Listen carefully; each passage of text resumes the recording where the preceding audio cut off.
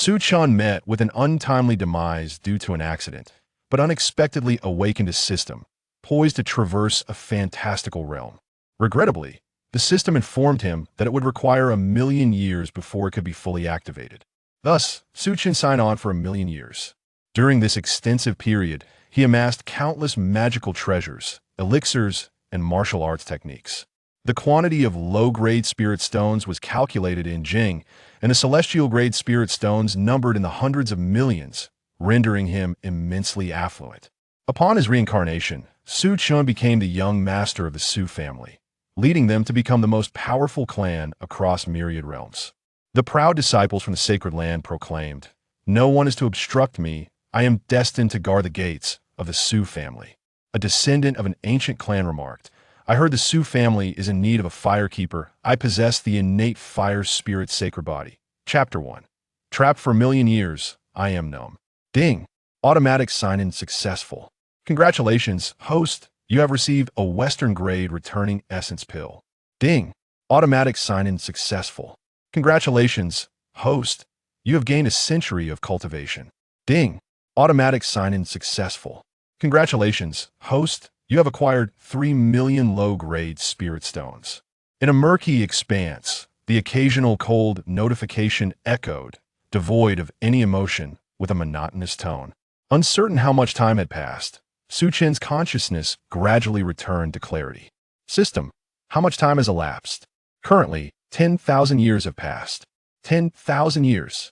A myriad of thoughts surged through Su Chen's mind. He felt as if countless ages had passed. Yet the system informed him it was merely 10,000 years. Once an ordinary brick mover on Earth, Su Chen's family was not wealthy, but they lived comfortably enough. He had resigned himself to his life, but a sudden accident thrust him into a realm of transcendence, activating the system. For a netizen like Su Chen, the prospect of traversing worlds with a system was exhilarating, akin to living the life of a protagonist in web novels, a dream he had often entertained. Now, as that fantasy materialized into reality, how could he not feel elated? However, this joy was short-lived, swiftly morphing into despair. For although he had traversed, he had not completely crossed over. The system, though activated, was not fully functional. He found himself stranded midway through the journey. The system indicated that full activation was required for complete traversal, a process that would take 1,000,000 years. In other words, he was to remain in this dark void for 1,000,000 years. Perhaps due to a lack of understanding of what 1,000,000 years entailed, Su Chen initially thought it was bearable, convinced he could endure it. Yet merely a year in, he was on the brink of madness. Had it not been for the system's considerate provision of a sleep function, he would have doubted his sanity in this chaotic realm. Here, silence reigned supreme. Not a sound could be heard, not even his own voice. Communication with the system was limited to thought. Though he was in a state of slumber, he could still perceive the passage of time, albeit faintly. In this slumber, he felt as if he had slept for an eternity, only to discover that 10,000 years had elapsed. Heavens, please save me. As Su Chen lamented in thought, the system's icy voice resonated. Startled, he opened the system's inventory and discovered it was brimming with an array of items, an astonishing quantity. He had amassed nearly 300 billion low-grade spirit stones, alongside various other treasures. The system function was straightforward, merely a sign-in feature that could be activated every 20 hours, yielding random rewards. However, the more frequently one signed in, the higher the quality of the rewards. What use are all these treasures if I cannot utilize them? Realizing he had only passed 1% of the time, his mood began to sour. With a bitter smile, Su Chen, striving to stabilize his emotions, succumbed once more to sleep. In this desolate space, only the system's notifications remained. Time passed swiftly. 300,000 years later.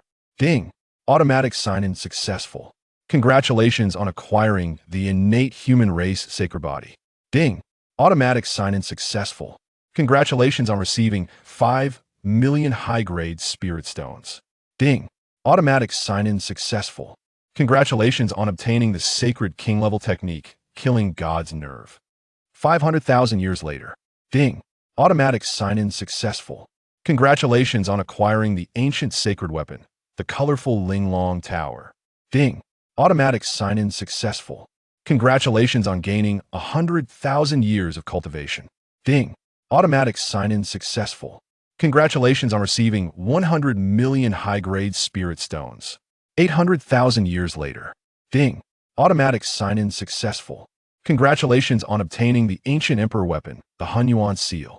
Ding. Automatic sign-in successful. Congratulations on receiving the Hongming immortal body. Ding. Automatic sign-in successful. Congratulations on acquiring the ancient emperor-grade elixir, the 9 turns reversal pill. System. How much time has passed now? In the void, Su Chen's voice echoed calmly. Perhaps the prolonged solitude had allowed him to adapt, his emotions far more composed than in the beginning. 801,963 years. 801,000 years? A smile graced Su Chen's serene visage. Approximately 180,000 years remain, and I shall finally escape this wretched place. For these countless years, the thought of a future life post-successful traversal had been his lifeline, preventing his spirit from fracturing. Having signed in and acquired an abundance of treasures, he envisioned a life of unparalleled luxury upon crossing over. The mere thought was exhilarating. With dreams of a splendid future, Su Chen once more succumbed to slumber. After enduring in the void for 900,000 years, sign-in successful. Congratulations on acquiring 1 million celestial-grade spirit stones. Sign-in successful. Congratulations on receiving the celestial-grade supreme treasure, the sky-slaying talisman. Sign-in successful. Congratulations on obtaining the 6th grade formation, the extermination sword formation. 950,000 years later. Sign-in successful. Congratulations on acquiring the summoning card of the strongest in all realms, the explosive gang leader, Su Chen. Strength unknown, can exist for 10 breaths, assisting the host in vanquishing any foe. Sign-in successful. The system's notifications rang incessantly, and thus another 9,000 years slipped by, with just 10 years remaining until the system's activation. Su Chen awakened, his face alight with excitement. 1,000,000 years were drawing near. At last, finally, unbeknownst to him, tears streamed down his face. Do you know how I have endured these 1,000,000 years? Even with a heart once as calm as a still pond, the prospect of leaving was enough to stir the waters, with only 10 more years until freedom. After a considerable time, Su Chen's emotions steadied, and he promptly checked what delightful treasures he had signed in for during these years. What is this? In the first column of the system's inventory, he beheld a silhouette exuding an aura of immense power, reminiscent of an unparalleled warrior. Explosive gang, Su Chen? I can't believe it. Su Chen was taken aback he could sign in for such a treasure. If he could summon this being, wouldn't he wreak havoc upon his enemies? Overcome with excitement, Su Chen remained awake during the final 10 years, frequently inquiring of the system regarding the passage of time. 10 years, neither long nor short. Under normal circumstances, Su Chen, with his mindset, would easily endure the decade, having withstood years of solitude. Yet, as the successful activation of the system drew near, anxiety began to gnaw at him. System successfully activated, commencing traversal.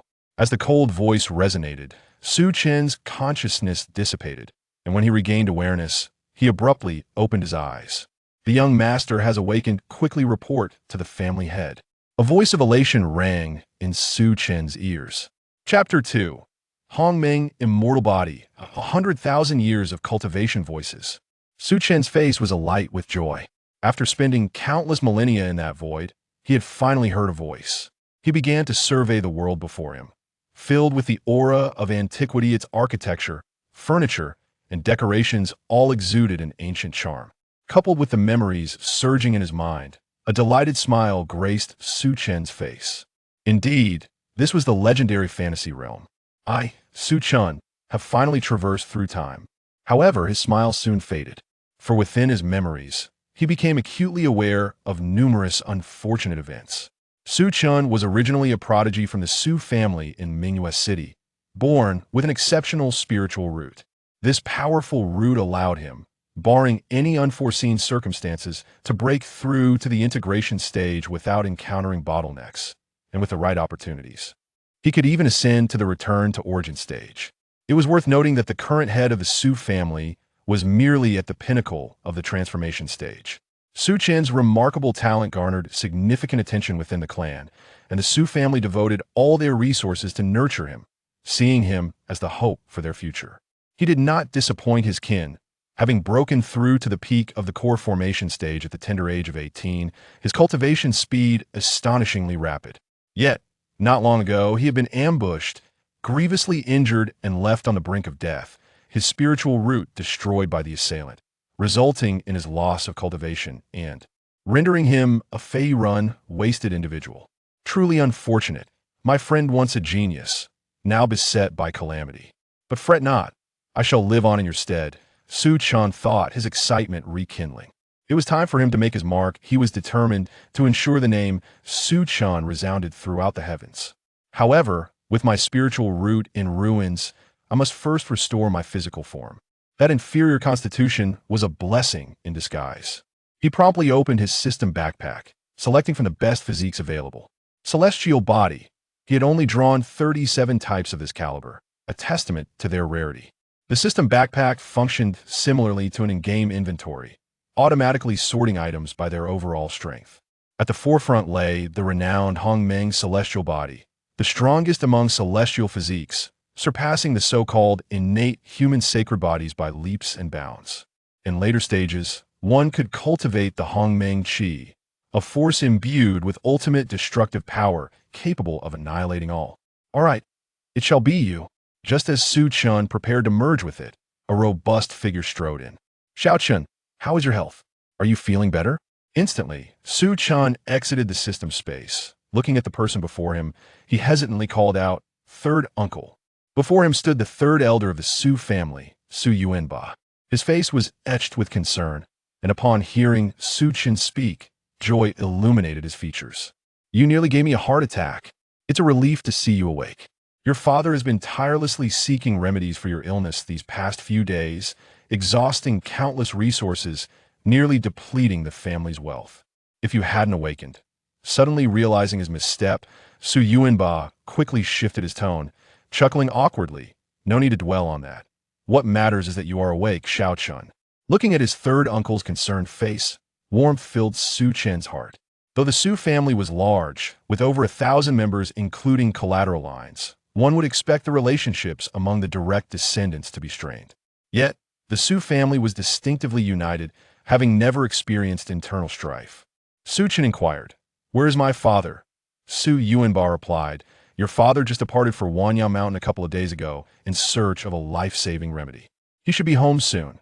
Hearing this, a wave of warmth surged through Su Chen, intensifying his sense of belonging to the Su family. "I am no longer alone." After spending 1,000,000 years in that void, he had longed for such familial bonds. From now on, I, Su Chen, will protect the Su family. Su Yuanba refrained from further conversation, expressing concern briefly before encouraging Su Chen to rest. Once he departed, Su Chen once again focused on the system backpack. Hongmeng's celestial body, activate. System, does the host require suppression of the manifestation? Su Chen immediately recalled the description of the Hongmeng celestial body, which stated that upon birth, it would manifest the Hongmeng Qi for 100,000 miles, eliciting the submission of myriad celestial beings. Absolutely. It would be unwise to allow such a phenomenon to reveal itself. He was still unfamiliar with this world and preferred to proceed with caution. Activation successful. In an instant, Su Chen's heartbeat resonated like a drum, deep and powerful. His body began to transform rapidly, his veins hardened like steel, his blood coursing like a surging river, no longer a vibrant red, but imbued with a subtle purple hue. Su Chen's eyes shifted to a pure purple, an eerie yet captivating sight. This was a unique ability of a nascent Hongmeng celestial body Hongmeng eye. This power could pierce through illusions, eradicate malevolence, analyze adversarial attacks, and observe the essence, making it immensely formidable. At present, Su Chen possessed no cultivation yet. Even with just his physical form, he could rival a practitioner at the nascent soul stage. Moments later, the peculiarities subsided, and as he felt the immense power within him, a smile adorned Su Chen's face. This Hongmeng celestial body is indeed powerful remarkably so. Next, it was time to elevate his cultivation. His sign and system had accumulated vast amounts of cultivation energy, almost 100 billion years worth.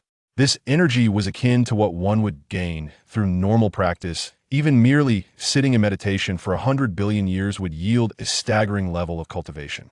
Let's utilize 10,000 years of cultivation first. System, would you like to suppress the fluctuations in cultivation energy? Such an option existed.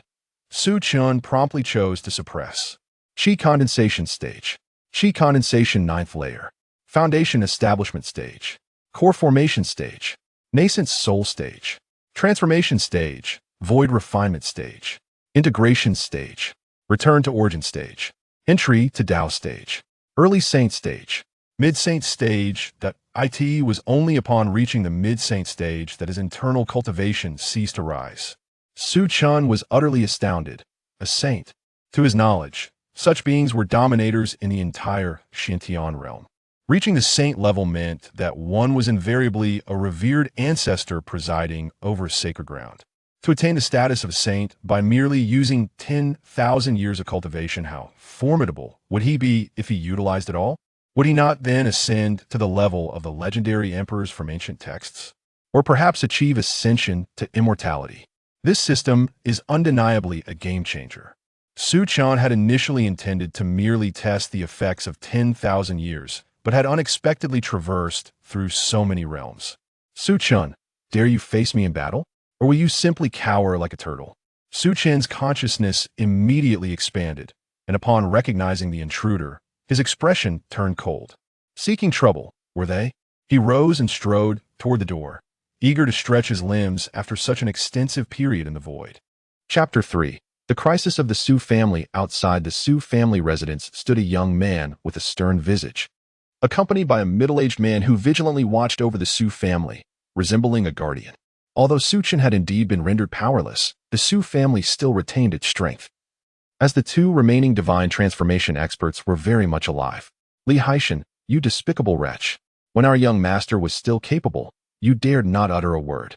Now that he has fallen, you presume to emerge. Indeed, you are no man at all. What right do you have to oppose our young master? Bah! The members of the Su family hurled invectives at Li Haishan. Unmoved, Li Haishan remained indifferent to their vitriolic words. The Li family was once one of the 5 prominent families in Mingwei City, with a divine transformation expert among their ranks. When Su Chen was still in the foundational stage, he had challenged the young heirs of the city's various families, and Li Haishan, being the most talented of the Li family, was specifically named to face him. The outcome was disastrous. He was utterly crushed. That incident had caused Li Haishan to lose face, and he harbored an intense hatred for Su Chen. He was acutely aware that he could never match Su Chen in strength. Thus, he chose to seek revenge only after Su Chen's cultivation had been destroyed. Though such conduct was ignoble, he deemed it worthwhile to tarnish Su Chen's reputation and firmly establish his status as a waste. You, once regarded as the pride of the Su family, are now nothing more than a worthless invalid. The one truly lacking in qualifications is you. If you still possess any courage, step forth and fight me. Is the illustrious young master of the Su family truly so cowardly? His taunts echoed without restraint, resounding in the ears of the Su family. A crowd had gathered around the Su residence, watching the raucous Li Haishan and murmuring among themselves. How shameless. He only dares to challenge Su Chen now that he is powerless. Where was he before? That is a misguided notion. While it cannot be denied that Su Chen was indeed talented, his fate is now sealed. Can a fallen genius still be called a genius? I concur. Although Li Haishan's actions may lack honor, Su Chen is undeniably a waste now. He deserves the scorn he receives. The majority of the crowd directed their scornful remarks at Su Chen. As the saying goes, when the wall falls, everyone pushes. With a once envied genius now fallen, everyone wished to take a jab at him. After all, the once lofty genius now fell short even of their inferior spiritual roots. Within the Su family, aside from the elder Su Yunqian who was outside, the remaining elders had gathered. How infuriating. The Li family truly oversteps their bounds. Should we not simply eliminate Li Haishan? Su Yuanba bellowed. Su Chen was the face of their family. Li Haishan's insults were akin to slapping the Su family in the face. Elder Su Qingyun sighed in resignation. The patriarch and the elder are out seeking a remedy for Chener. At such a time, it would be unwise to provoke the Li family. Both the patriarch and the elder were divine transformation experts. Their absence would leave the Su family at a disadvantage in any conflict with the Li family.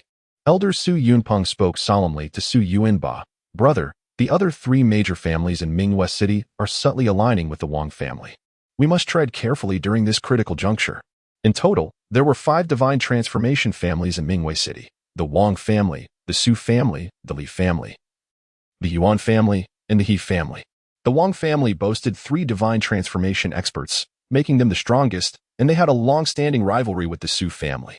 The Li and He families each had 1 divine transformation expert, while the Su and Yuan families each had 2. Initially, the He family had allied with the Su family, primarily due to their faith in Su Chen's future.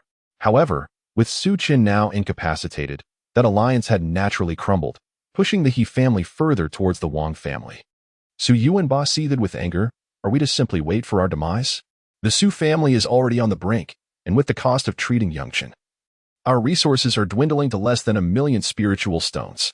Even with frugality, we can only sustain the family for 3 months. What shall we do after that? Do not forget, the auction at the Wanbao Pavilion is in 10 days. If the Wang family adds another divine transformation expert, our Su family will surely face annihilation. The elders exchanged solemn glances, the gravity of the situation weighing heavily upon them. The plight of the Su family was anything but optimistic. It could even be described as dire.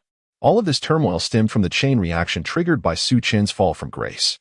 The Su family now found themselves in a state of utter poverty, beset by internal and external strife. The elders wore expressions of concern, their eyes filled with anxiety. Su Qingyan shook his head, speaking with an air of resignation. Qing'er is proud. He must be suffering greatly after losing his cultivation. Let us set up a soundproof array in his courtyard to shield him from Li Haishan's provocations. As for the crisis facing the Su family, suddenly, a fierce glint flashed in Su Qingyan's eyes.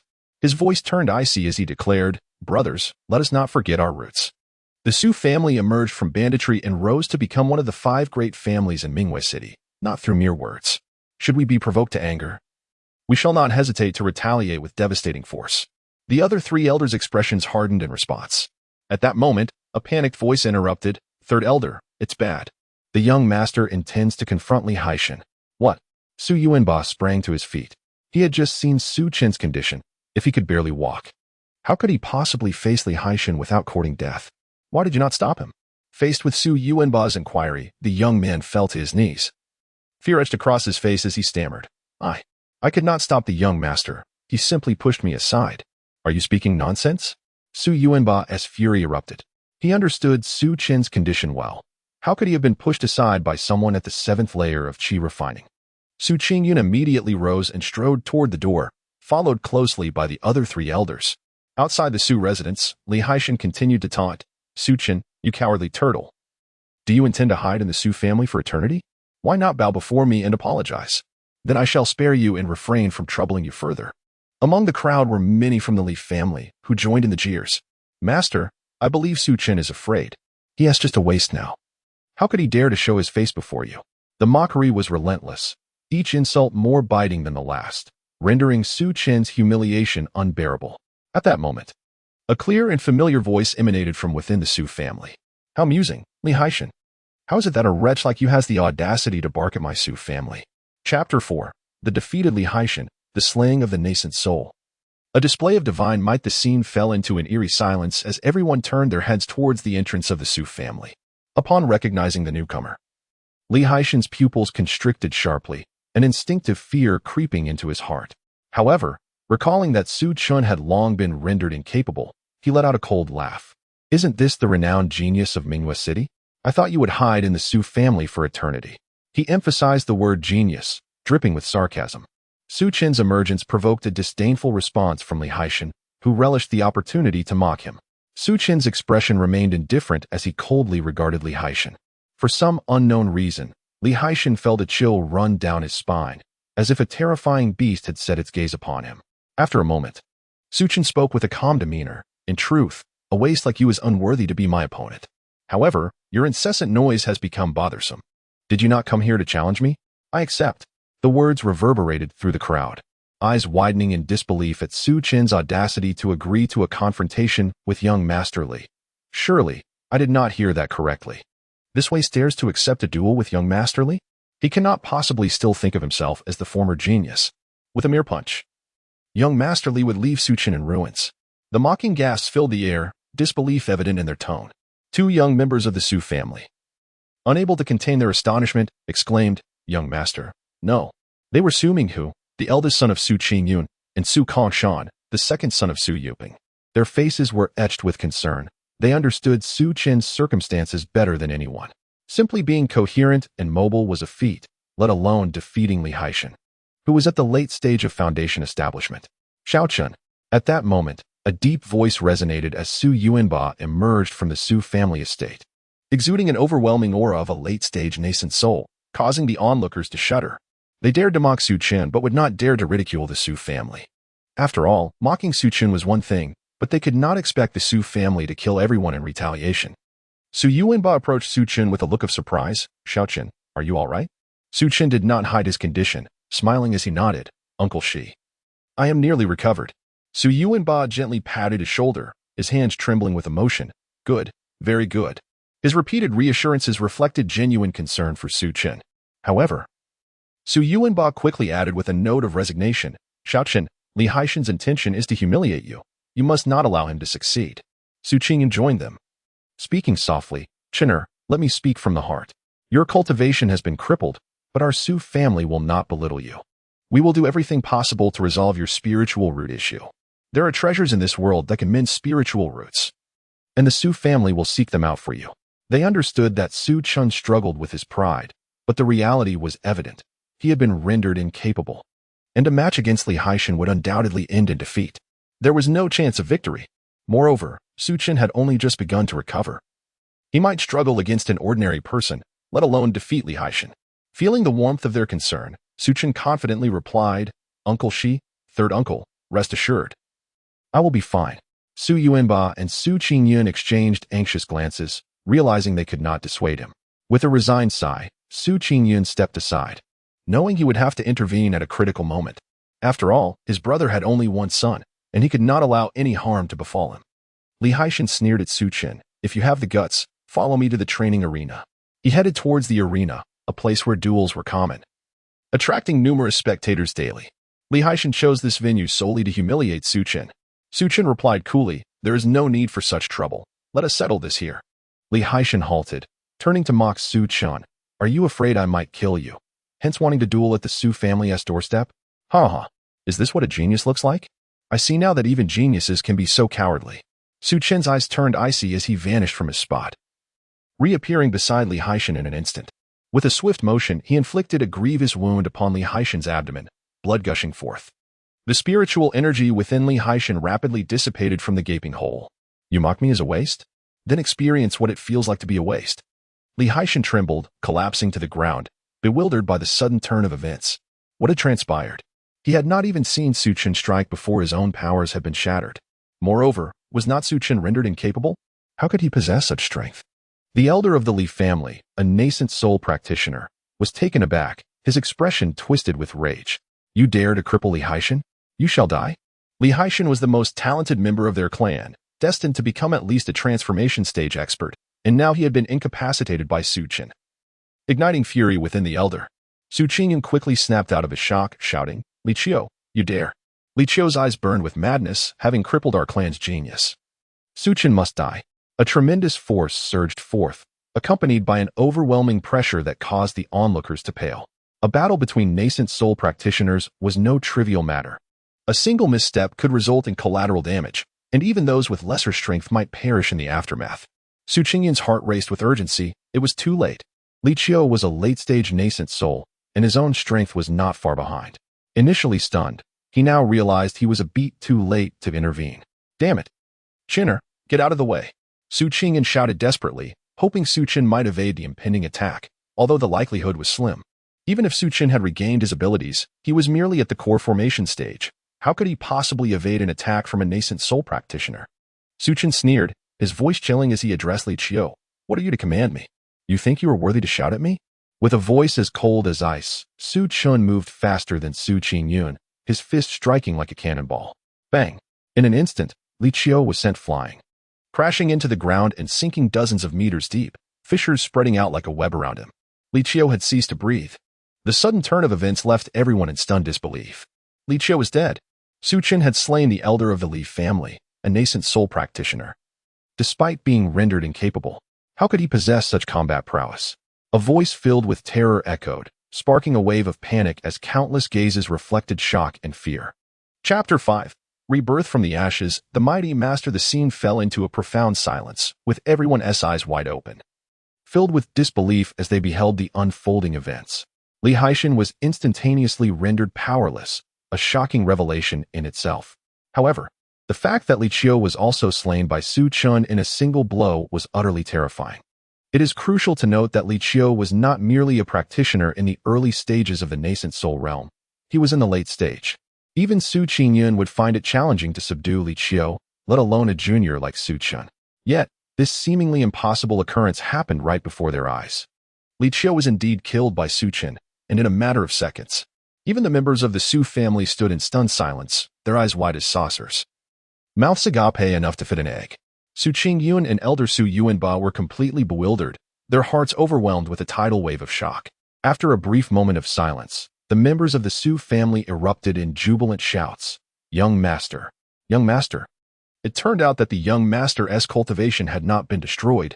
Instead, he had advanced further. Capable of slaying Li Qiu in the nascent soul realm, truly a blessing for the Su family. Some elders were moved to tears, their faces alight with excitement. Meanwhile, among those who had come to spectate in the shadows, many wore expressions of grave concern. Su Chen had not been defeated.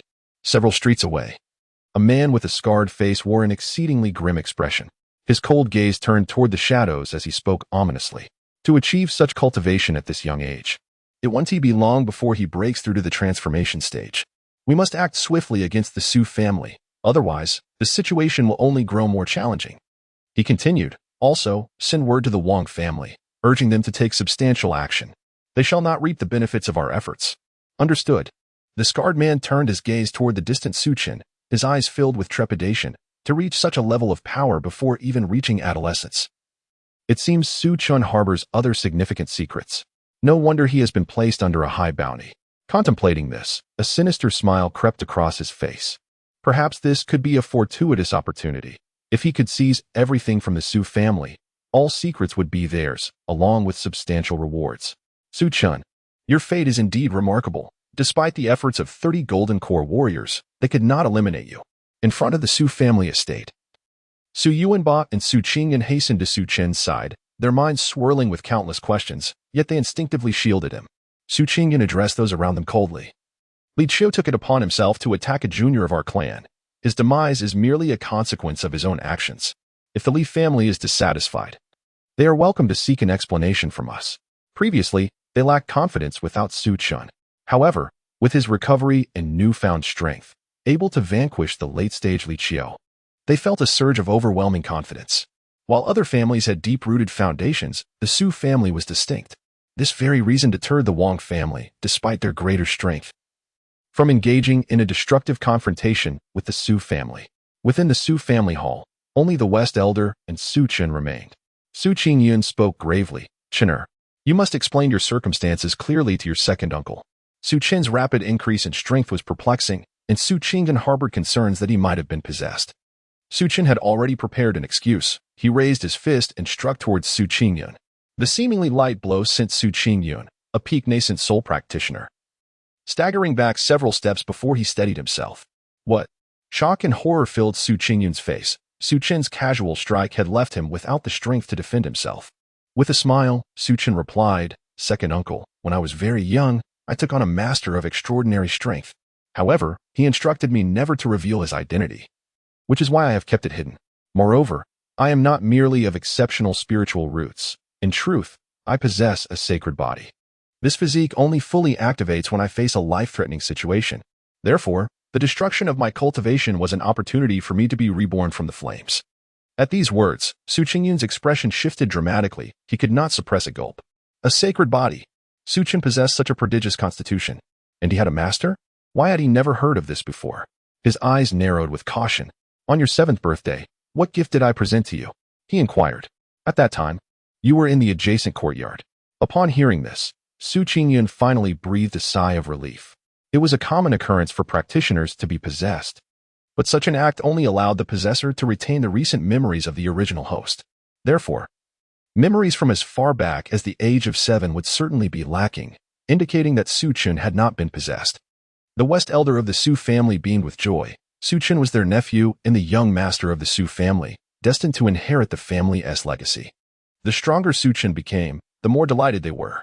Su Yuanba remarked with irritation, "Now that your strength has returned, why did you still feign such a pitiful appearance when I came to visit?" Su Chen scratched his head helplessly at that time. "I hadn't yet activated the Hongmeng immortal body. I simply couldn't muster the energy to appear spirited." Two figures gradually entered the Su family estate. The foremost was tall and imposing, exuding an air of remarkable valor. He was Su Tian, the head of the Su family. Beside him stood a more refined individual. Exuding the aura of a scholar, he was Su Chen, the grand elder of the Su family. However, both wore somber expressions, evidently having returned empty-handed after their efforts to assist Su Chen. Su Tian sighed. "Second brother, Chinner has encountered such a great calamity. It may simply be his fate. We should refrain from exhausting the family's limited resources for future treatments." The last 2 months of futile efforts had already left Su Tian in despair. Although it was difficult for him to accept, Su Chen was indeed nearing his limit. Su Chen immediately retorted, "What nonsense is this? After sister-in-law's departure, you have only this one son. Even if we cannot preserve his cultivation, we must at least ensure his life, even if it means depleting the Su family's resources. I will bring him back from the brink of death." Upon hearing these words, Su Qingtian's face filled with profound self-reproach. He felt that his own shortcomings had burdened the entire family. The Su family was not a native power of Mingwest City, but rather an entity that had joined later, resulting in the existing powerful families, particularly the West Grand Transformation family, harboring a deep-seated animosity toward them, with the Wang family constantly seeking their demise. The Su family's circumstances were already dire, and now they faced such a calamity. Their plight was even more precarious.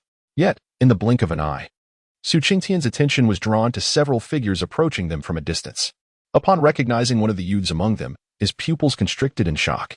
"Chinner."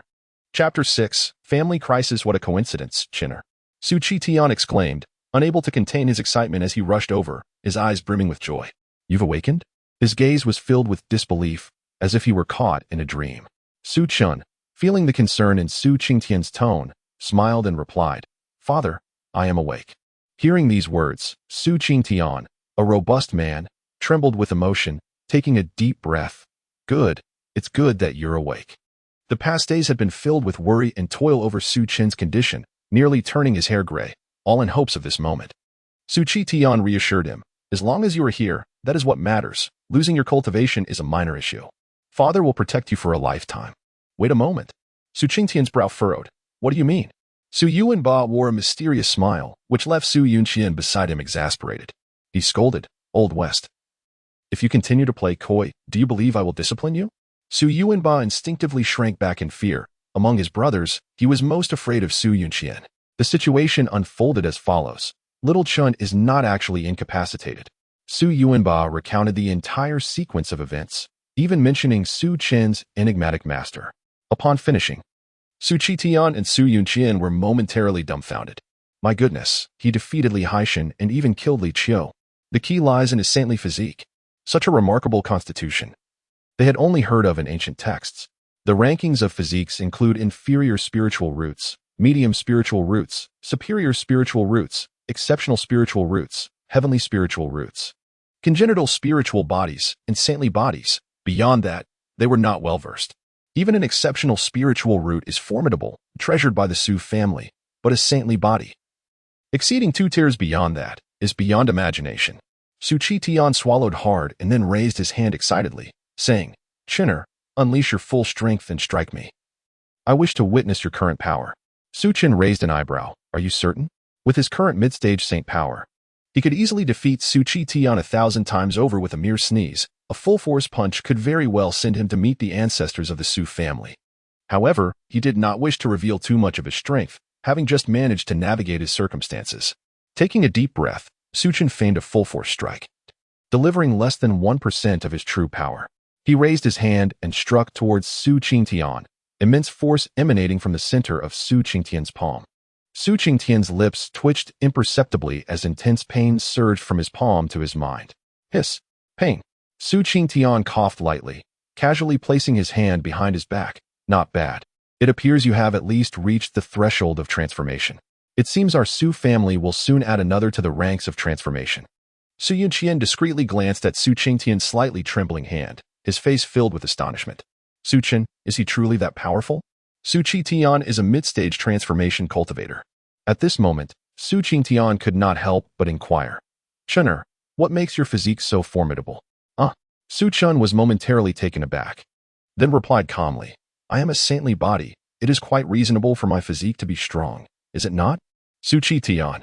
It is indeed no surprise that a saintly body possesses great strength, yet something feels amiss, although Su Qingtian could not pinpoint exactly what. With Su Chen's issue resolved, Su Qingtian solemnly stated, now that Chener's matter has been addressed, and with the esteemed elders present, it is timely to discuss how to resolve the issues within our clan. Hearing this, the elders' expressions gradually turned grave. The current situation of the Su family is indeed dire and requires prompt resolution. After a moment of hesitation, Su Qingtian turned to Su Chen. Chener, you should join us. Given your talent and strength, the position of the future head of the Su family is almost solely yours. Learning to manage family affairs now will facilitate a smoother transition when you take over.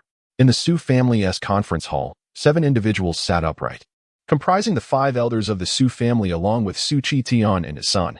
Su Qingtian was the first to speak, third elder. Please share how many spirit stones the family currently possesses.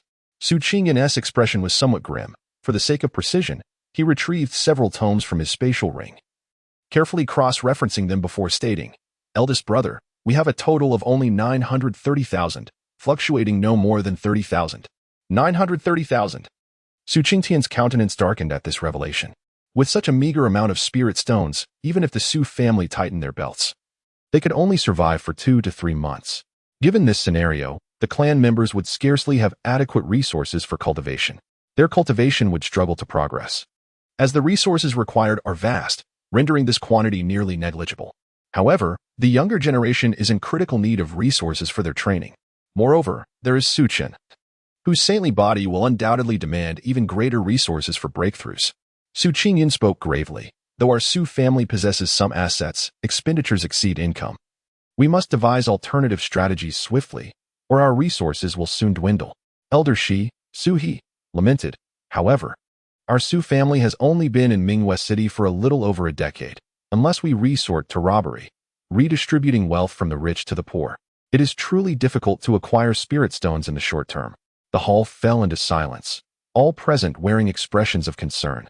The issue of resource scarcity left them momentarily at a loss for solutions. Su Chen looked around, unable to restrain himself from speaking. Are we truly lacking resources in the Su family? Su Qingyan sighed, helplessly responding. Chener, your understanding of the Su family is limited. Our foundation is weak, and our reserves are scant. Our spirit stones are nearly depleted, and other resources, such as elixirs, have long been exhausted. Upon hearing this, Su Chen raised an eyebrow. Isn't this fortuitous? He was never short of precious materials and spirit stones. Su Chen opened his system to check the quantity of low-grade spirit stones. Low-grade spirit stones, 6,500 billion, 1,560 trillion. He couldn't be bothered to count the specifics, for they were inexhaustible. After a moment's contemplation, Su Chen produced a top-tier spatial ring he had obtained through a signing reward. Its interior was as vast as 3 football fields. He immediately filled it with 30 billion low-grade spirit stones and handed it to Su Qingtian, saying, Father, I have some spirit stones here that should help the family weather this crisis. Chapter 7. 3 billion spirit stones, truly not much. Upon hearing Su Chen's words, Su Qingtian sighed helplessly. My dear son, perhaps you should keep your private stash for yourself. The family's requirements for spirit stones are immense, and even your contribution would be but a drop in the ocean.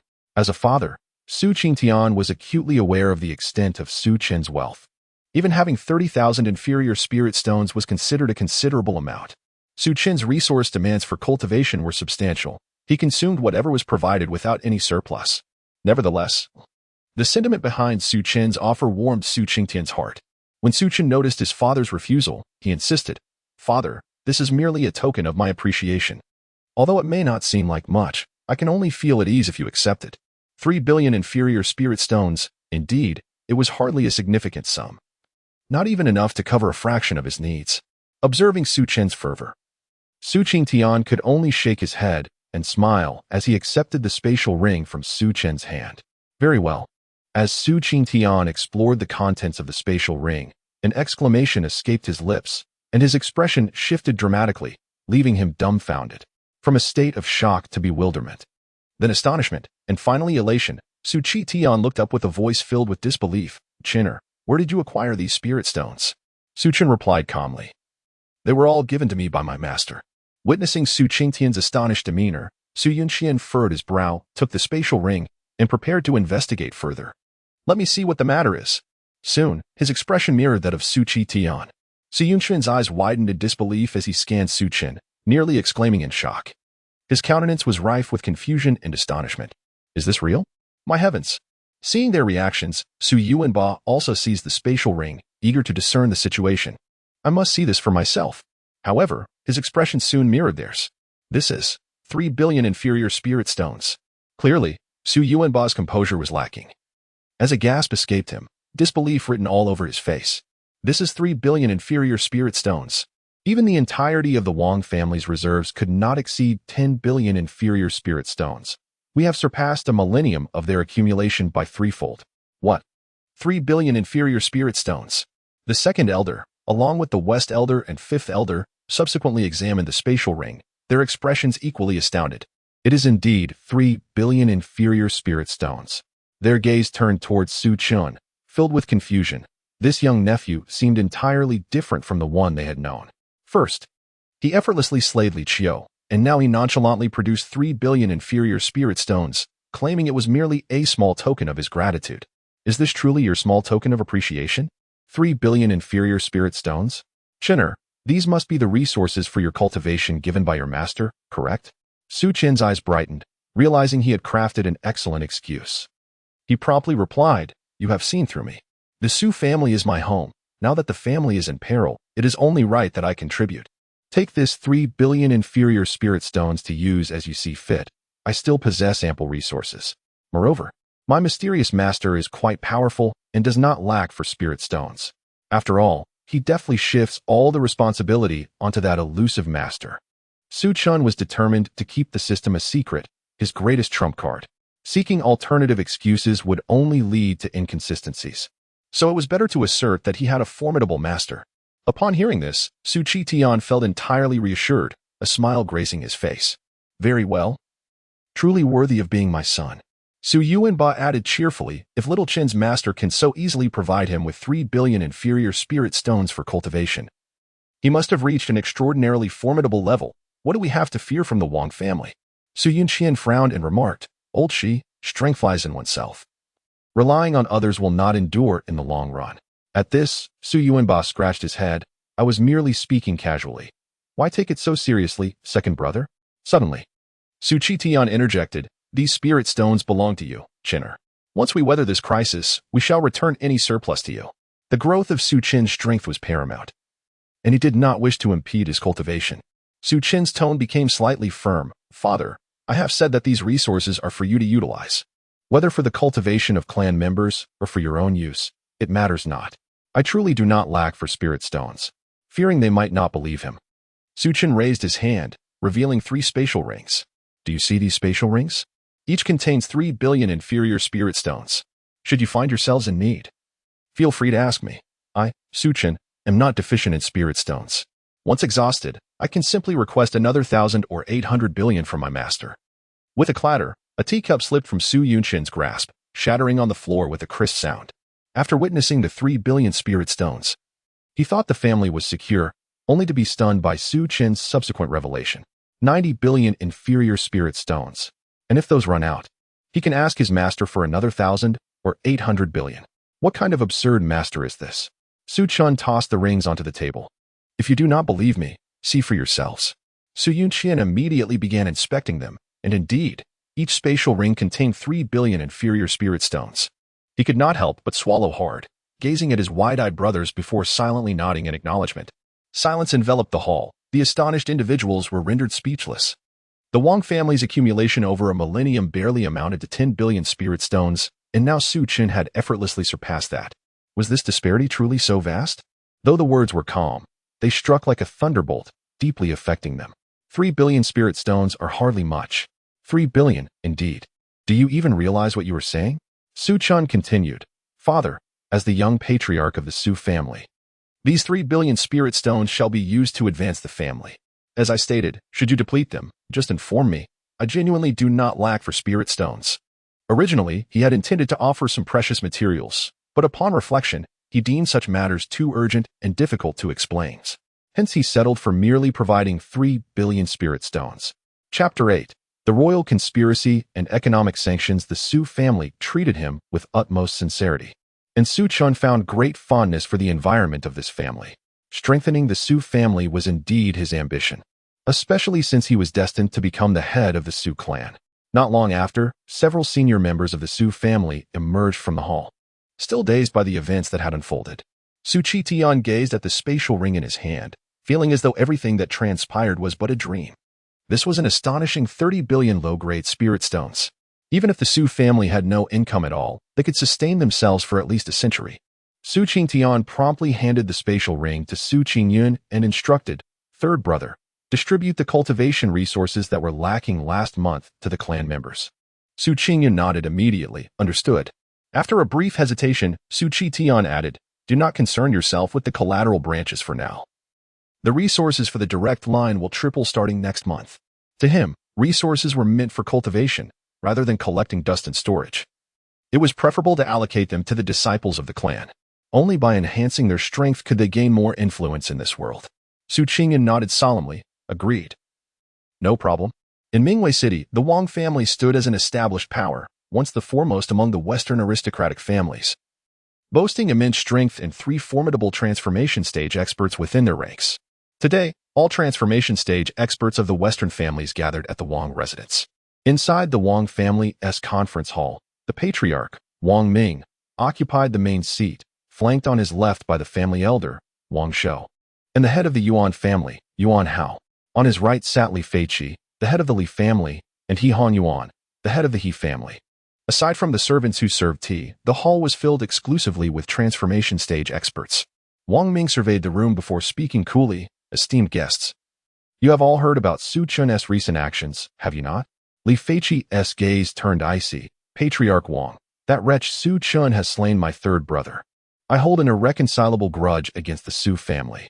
If you lead the charge, I shall eagerly join you in their annihilation. The Li family was already not particularly powerful, with only one transformation stage expert among them. The death of a nascent soul stage member significantly impacted them, inciting Li Feiqi's fury.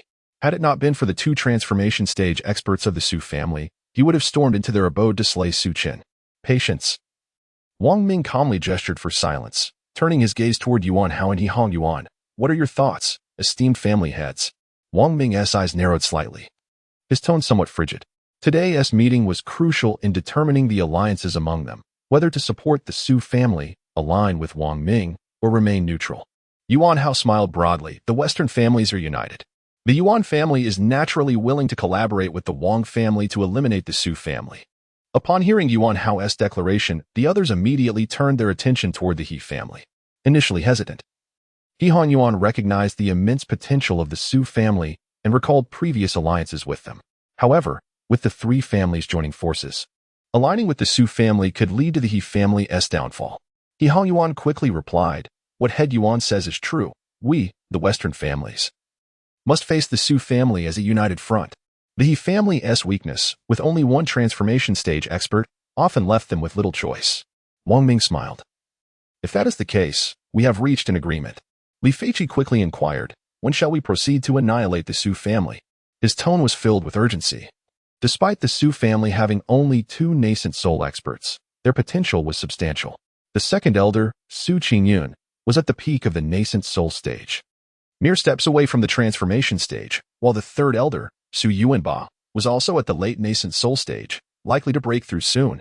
The emergence of the exceptionally gifted Su Chen only heightened Li Feiqi's desire to eliminate the Su family to prevent future troubles. Yuan Hao and He Han Yuan shared solemn expressions, looking to Wang Ming for guidance. The rapid development of the Su family necessitated immediate action. Wang Ming shook his head.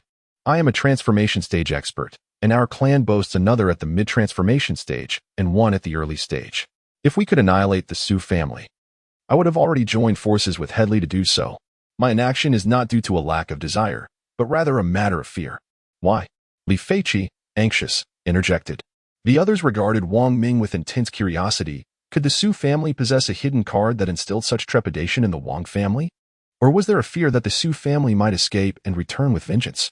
Wang Ming's expression grew serious as he spoke. Su Hongyuan is not dead. What?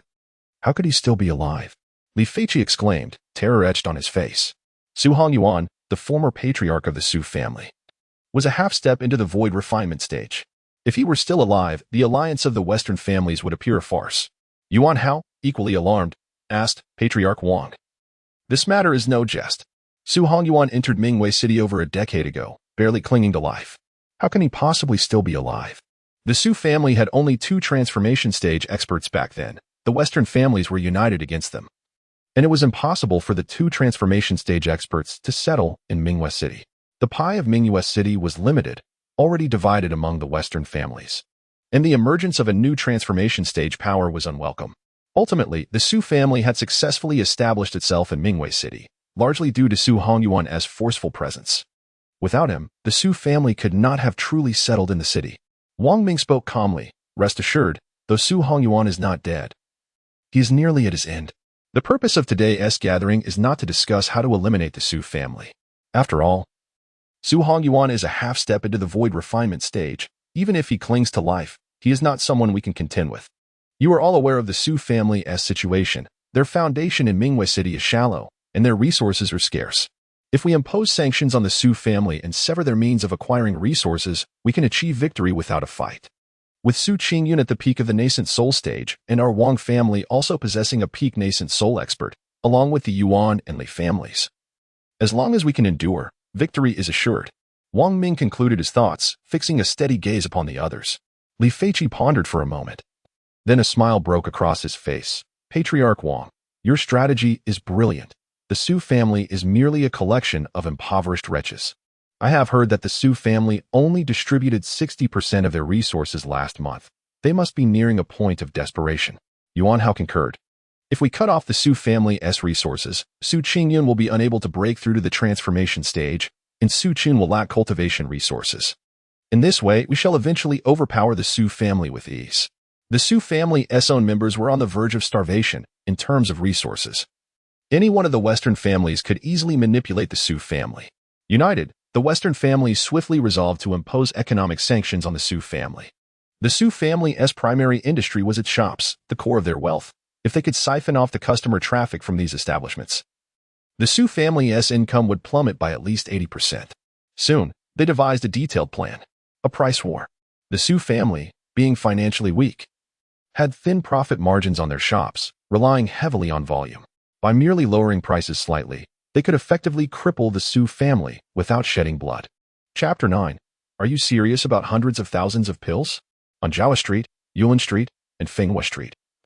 These thoroughfares serve as the primary hubs for the Su family's business endeavors. As members of the Su family arrived to commence operations, they were taken aback to discover a plethora of unfamiliar shops lining the streets. Initially indifferent, they soon recognized the peculiar situation. These establishments offered products akin to those of the Su family, yet the sole distinction was their pricing, which was approximately 20% lower. The goods sold by the Su family were of modest quality, catering primarily to ordinary cultivators, who naturally preferred to save wherever possible. The allure of a 20% discount instantly attracted countless patrons, including many of the Su family's former loyal customers. Manager, I have gathered the pertinent information. A middle-aged man stated with a dark expression, his gaze brimming with malice. Who dares to oppose the Su family? The servant reporting appeared uneasy yet filled with trepidation. Those shops are backed by the Western families. The manager's expression abruptly shifted. Are you certain all the Western families are involved? I am quite certain. Nearly 60 new shops have opened, with the majority being from the Wang family, and at least 7 from the He family. The manager's face darkened further upon hearing the report. The collusion of the Western families against the Su family was glaringly evident. Su stood up, cautioning. Do not provoke them. After speaking, he departed the shop and made his way toward the Su family's residence. As the matter was of utmost importance and required immediate reporting to the clan, in the Su family's council hall, nearly 30 individuals were seated, all wielding significant power within the family. Aside from several esteemed elders, many collateral relatives were also present. Su Chen spoke gravely, "I shall not mince words. Su has relayed news that the Western families have united to open shops, competing with our Su family by selling identical products at almost 20% lower prices." What? Many in attendance were taken aback, the weight of this revelation striking them profoundly. Firstly, did the alliance of the Western families signify that they had all chosen their sides? Sui furrowed his brow, stating, "Our shop's business is pivotal to the family's operations. This action from the Western family seeks to sever our lifeline. Without the income from the shops, the Su family would struggle to support its 1,000-strong clan. Even with the 30 billion spirit stones provided by Su Chen, it was not a sustainable solution, as their family was not meant to exist for merely a few decades." The hall remained eerily silent.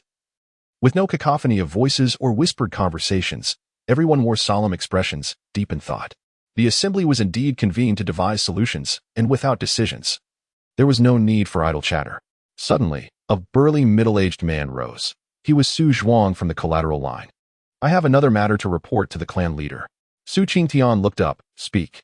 With a troubled countenance, Su Zhuang continued, "I received news this morning, but I had yet to report it.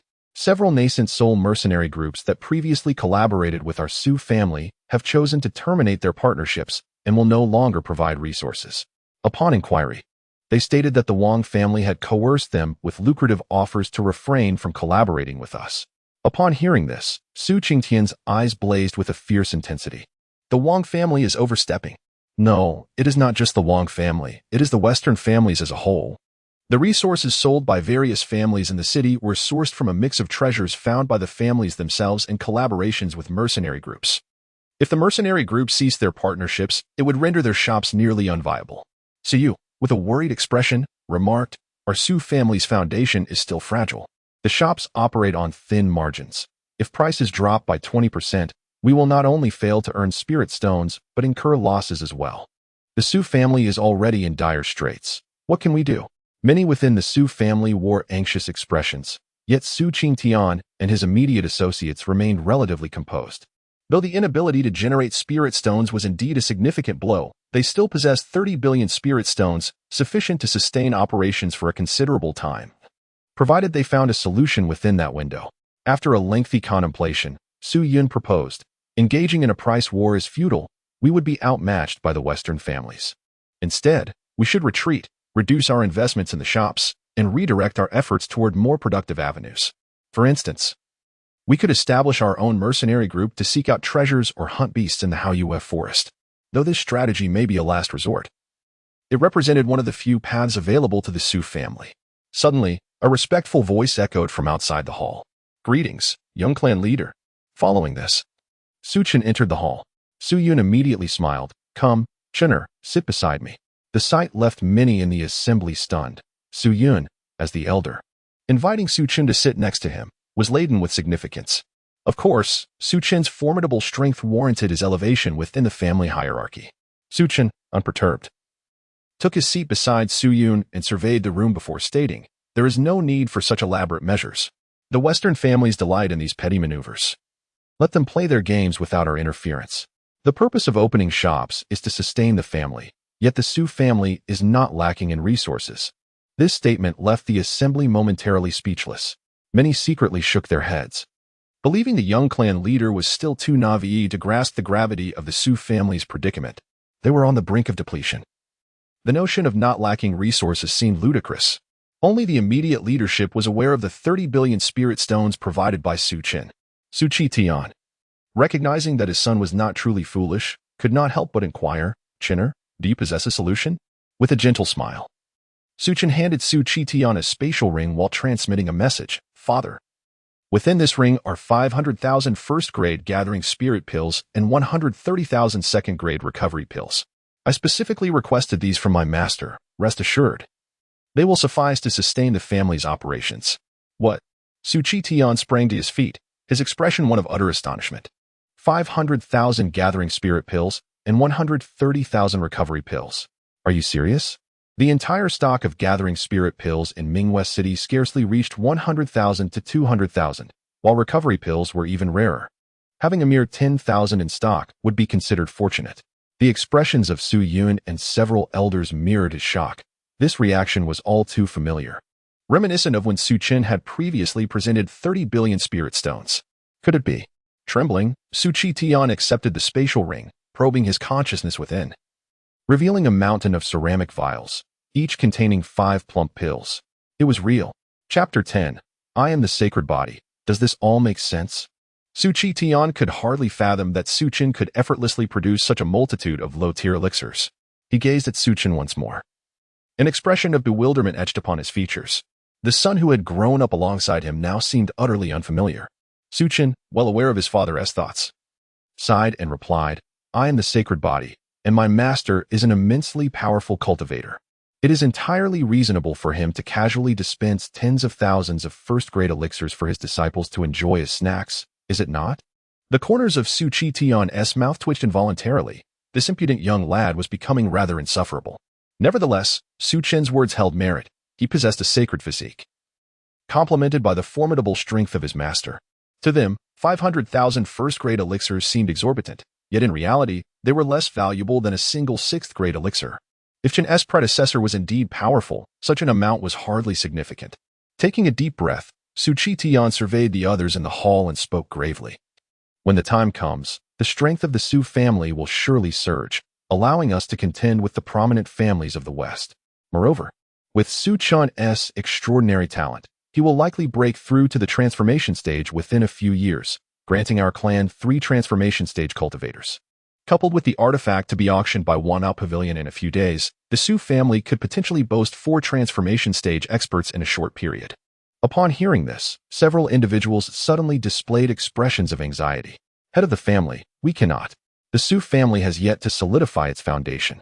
If we abandon even this small portion of our assets, the future will be even more arduous. Su Chen waved his hand dismissively. Enough. I have already devised a plan for this matter, so you need not worry. Though the others harbored a multitude of doubts, they felt compelled to remain silent. The Su family was not only united, but also exhibited a high degree of obedience to the clan. Even if they struggled to comprehend such decisions, they chose to comply. Before long, the meeting concluded, leaving only a few elders and Su Chen in the hall. They eagerly accepted the spatial ring from Su Chen and began to examine its contents. Their expressions mirrored disbelief and shock. So many elixirs. No wonder the head of the family exudes such confidence. Su Yuanba was the first to embrace Su Chen warmly, exclaiming, Little Chen, you are truly a blessing to our Su family. The other elders also wore expressions of joy, their hearts elated. Su Chen was not only the future of their clan, but had also helped resolve a significant predicament. Su Chen's eyes glimmered with pride. The future of the Su family, with Su Chen at its helm, was indeed fortunate. Su Chen, you might as well accompany your second uncle to the Wanbao Pavilion auction, suggested Su Chen. The Wanbao Pavilion auction? Su Chen immediately grasped the implication. Is it for the spirit essence jade liquid? The Wanbao Pavilion was not a force of Mingwei City. They merely conducted business there. In truth, Wanbao Pavilion was more powerful than any force in the city, with a scale that extended throughout the eastern region. The Xiantian realm was divided into 5 regions: east, west, south, north, and central, with Mingwei City situated in the eastern region. The fact that Wanao Pavilion could establish branches across the eastern region attested to its formidable strength. Su Yunqian smiled. Indeed. We originally had no hope of contending for it, but with these 3 billion spirit stones, the spirit essence jade liquid shall undoubtedly belong to the Su family. The spirit essence jade liquid was a precious treasure of heaven and earth, containing the essence of the universe. It could aid those in the nascent soul stage in breaking through to the transformation stage, without any side effects. At such a critical juncture, whoever acquired the spirit essence jade liquid would undeniably influence the overall situation, with Su Chen already within their ranks. Acquiring the spirit essence jade liquid would soon grant the Su family a powerful transformation stage cultivator. Naturally, Su Chen did not decline and expressed his willingness to accompany them. Greetings, young master. In the courtyard, a young maiden of exquisite beauty was tidying up when she spotted Su Chen entering. She promptly bowed respectfully. This girl, named Han Shi, had been sold to the Su family by her parents as a child. Known for her diligence and attentiveness, Su Chen had entrusted her with Su Chen's care. Su Chen nodded casually and chose a spot to sit down. Han Shi, very much aware of her role, moved to stand behind him, gently massaging his shoulders. Su Chen's face radiated enjoyment. The life of a young master was truly delightful. Han Shi, how long have you been with me? Su Chen inquired casually. After pondering for a moment, Hanshi replied, "Young master, it has been 11 years and 5 months." Her voice was melodious and soft, imbued with a feminine charm, and one could easily surmise her beauty from just her tone. Su Chen displayed an expression of surprise. He had asked merely out of curiosity, not expecting Hanshi to remember so precisely. "What do you think of your time in the Su family?" Upon hearing Su Chen's question, Hanshi's face turned pale with fear, and she hastily knelt, pleading, "Young master, please do not dismiss me. I can correct any shortcomings." Taken aback, Su Chen hadn't anticipated that a single query would elicit such a reaction from her. Suddenly, it dawned on him that he was now the young patriarch of the Su family, with a revered status. His words and actions could dictate many matters and lead others to speculate. His inquiry about her experience in the Su family might have conveyed an impression of dissatisfaction. Realizing this, Su Chen shook his head and chuckled, lifting Hanshi's chin to meet her watery gaze. He smiled gently, "I have no intention of dismissing you." Seeing Su Chen's warm smile, Hanshi appeared momentarily dazed. Although the previous Su Chen had never been harsh, he had always maintained a certain aloofness. He would never have been so approachable. Especially with their proximity, her heart began to race. Hanshi quickly regained her composure, understanding that Su Chen's inquiry was not as she had initially perceived. Blushing, she responded, "Young master, I am very happy in the Su family. I truly like it here." Su Chen nodded, handing her a spatial ring with a calm expression. "Inside are some cultivation resources and techniques. You possess a medium-grade spirit root, so cultivate diligently to enhance your abilities. As my personal maid, do not tarnish my reputation. Thank you for your guidance, young master." Hanshi's face lit up with joy as she hurriedly expressed her gratitude. Upon receiving the spatial ring, she immediately began to inspect its contents. After just a glance, she was left awestruck. So many spirit stones.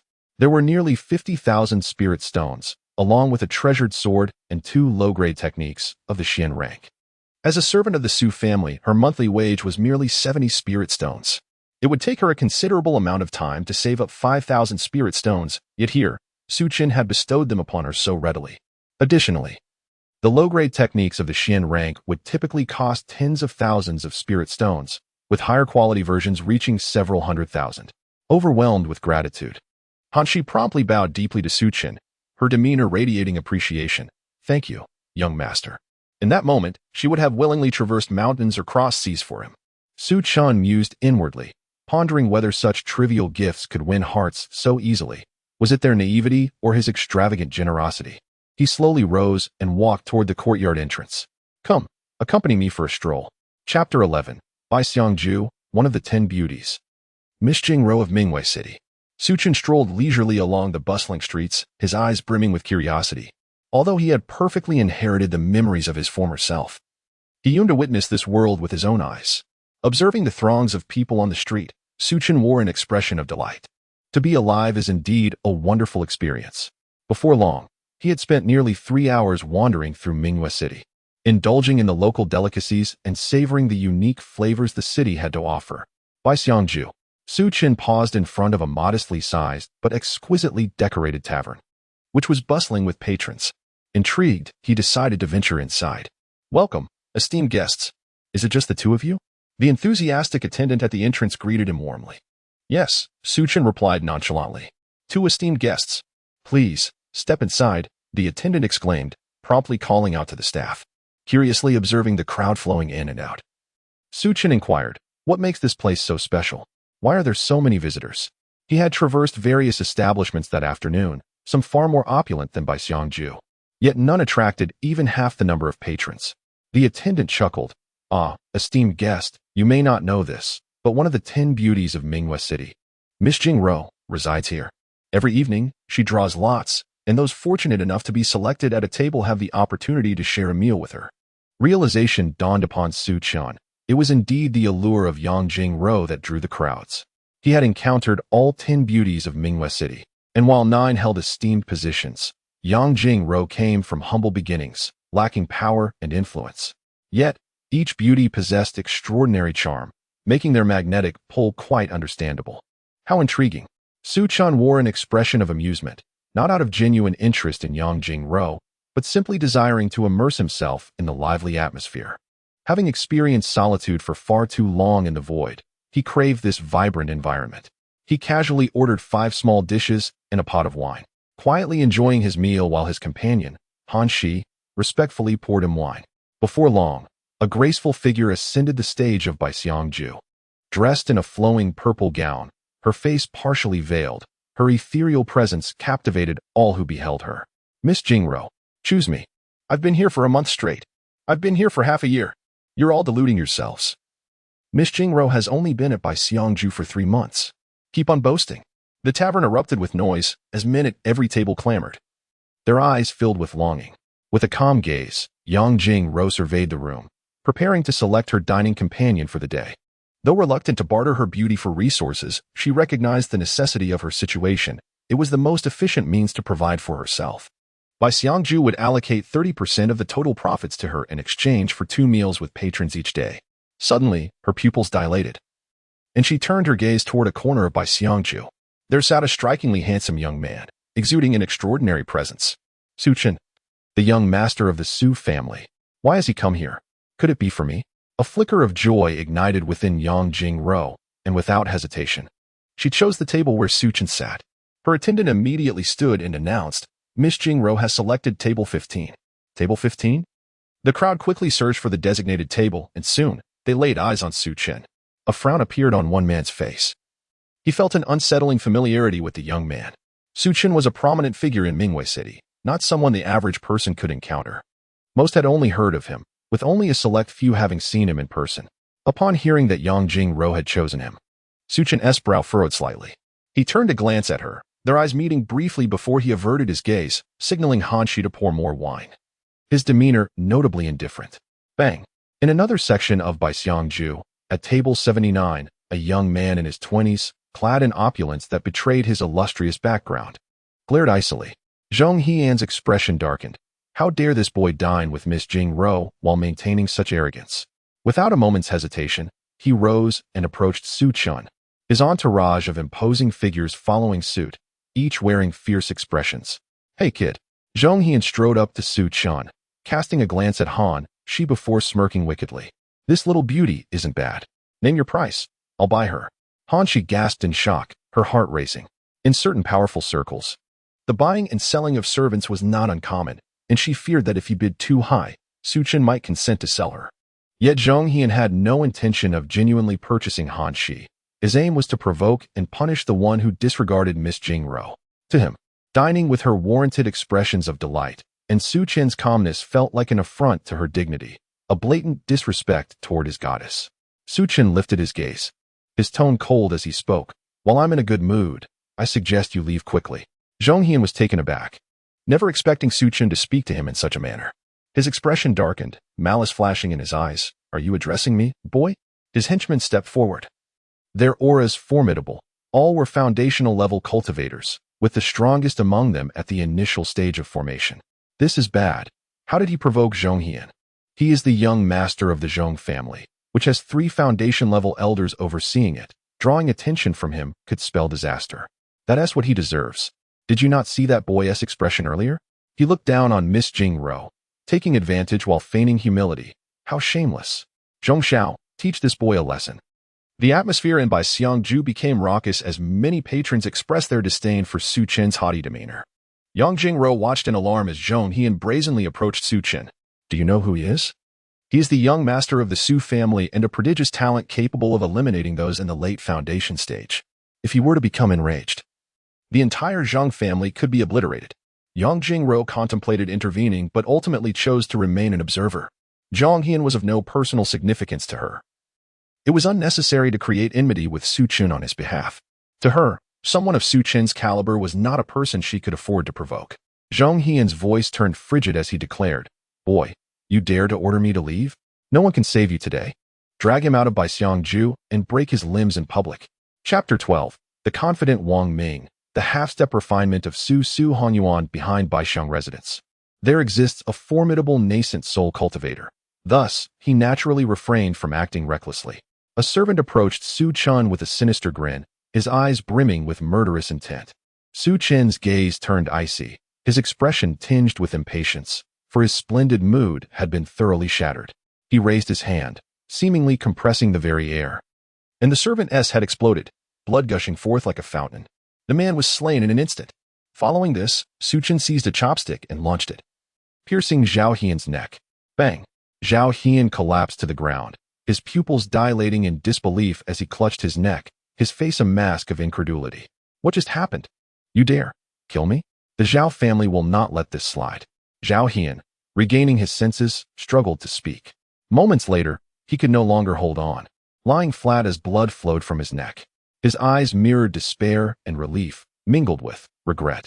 Why did I provoke this man? Alas, there is no remedy for regret in this world. Even if the Zhao family seeks vengeance, what concern is it of mine? In death, all is concluded. Witnessing Zhao Hian's demise, a deathly silence enveloped Baixiang residents. The guests exchanged terrified glances. Did he truly dare to kill Zhao Hian? Was he not afraid of the Zhao family's retribution? How ferocious! Yang Jingru was equally taken aback, never expecting Su Chen to be the one to slay Zhao Hian. Simultaneously, waves of admiration surged within her beautiful eyes. If only she could marry Su Chen, she would even accept being a minor consort. With such power and status, what woman would not be enamored? A formidable aura suddenly descended upon Baixiang residents. A nascent soul. The crowd trembled. Had a nascent soul cultivator appeared so swiftly? A slightly portly middle-aged man, bearing a look of urgency, rushed towards Su Chen upon recognizing him in the corner, bowing respectfully. I am Dongji, the manager of Baixiang residence, and I humbly greet young Master Su. Dongji's face was etched with anxiety, fearing Su Chen might extinguish him as well. Others might not recognize Su Chen, but how could a nascent soul not know the heir of the Su family? Just days ago, the city was abuzz with tales of Su Chen slaying Li Qiu, a late-stage nascent soul from the Li family. Dongji, being a mid-stage nascent soul, stood no chance against Su Chen, especially with the entire Su family backing him. What? Upon witnessing Dongji bowing to Su Chen, the guests of Baixiang residence were taken aback. What was happening? Young Master Su. No. Could it be? Such youth, yet commanding the respect of a nascent soul, could only be Su Chen of the Su family. My goodness, Zhao Hian has truly kicked a steel plate. How unfortunate to provoke Su Chen and even flirt with another S-maid. If Su Chen's indifference towards Jingru is any indication, it seems quite reasonable. Among the 10 most beautiful women in Mingyue City, should Su Chen desire, all would likely be willing to marry him. What need is there for Yang Jingru? Su Chen cast a casual glance at him, gradually rising and turning to leave. The two departed Baixiang residence. Observing their retreat, Dongji exhaled in relief. As long as Su Chen did not direct his wrath towards him, it was the best outcome. On the high platform of Baixiang residence, Yang Jingru bit her red lips. Her eyes filled with reluctance. How infuriating. Cursed Zhao Hian. If it weren't for you ruining things, I could have shared a meal with him today. After Su Chen's departure, the crowd dared to breathe freely yet remained quiet for a while before resuming their lively chatter. Wang family, report to the master. The situation is even better than you anticipated. Wang Ming raised an eyebrow at this statement, a hint of surprise in his voice. What do you mean? The steward of the Wang family promptly replied, Master, all the shops of the Su family have closed. Not a single one remains open. Hearing this, a subtle smile crept across Wang Ming's lips. The Su family dares to compete with me? They are still too inexperienced. Once my Wang family secures the Lingjing Jade liquid, annihilating the Su family will be but a matter of time. Just then, Wang Ming's brow furrowed as he gestured for the steward to leave. The steward bowed respectfully and turned to leave. However, shortly after his departure, a figure leaped through the window, clad in a black robe, his features obscured. The newcomer saluted Wang Ming, speaking in a grave tone. Today, an incident occurred with the Su family. Su Chen presented Su Tian with a spatial ring. I am unsure of its contents, but they seem to have found a way to resolve their predicament. Wang Ming's gaze sharpened. Can you elaborate? The visitor continued. I cannot say for certain. It appeared that Su Tian and his son were communicating telepathically, and I do not know the specifics. However, when Su Tian ordered the shops to close, he seemed quite confident, so you must remain vigilant. With that, the figure turned and left without further words. Wang Ming lifted his teacup, pondering for a long while before sneering. Humph, Su Tian, merely putting on a facade. I know the Su family better than even you. Su Tian, if you truly had a solution, I would read my name backward. Wang Ming was filled with confidence. Convinced that Su Tian could not possibly find a genuine solution, at best only a temporary fix. Nevertheless, he felt a twinge of anxiety. Su Chen's talent was too formidable. Should he break through to the transformation realm, he would undoubtedly become a significant threat. Once the Lingjing Jade liquid was secured, swift action would be necessary. Su family. Su Chen, come quickly.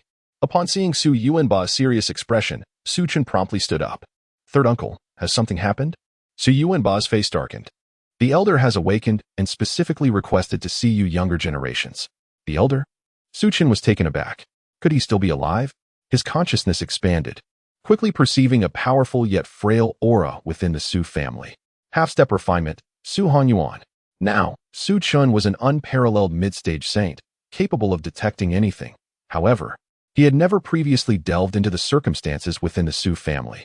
Soon, several individuals entered the main courtyard, navigating through a few twists and turns until they reached a concealed passage.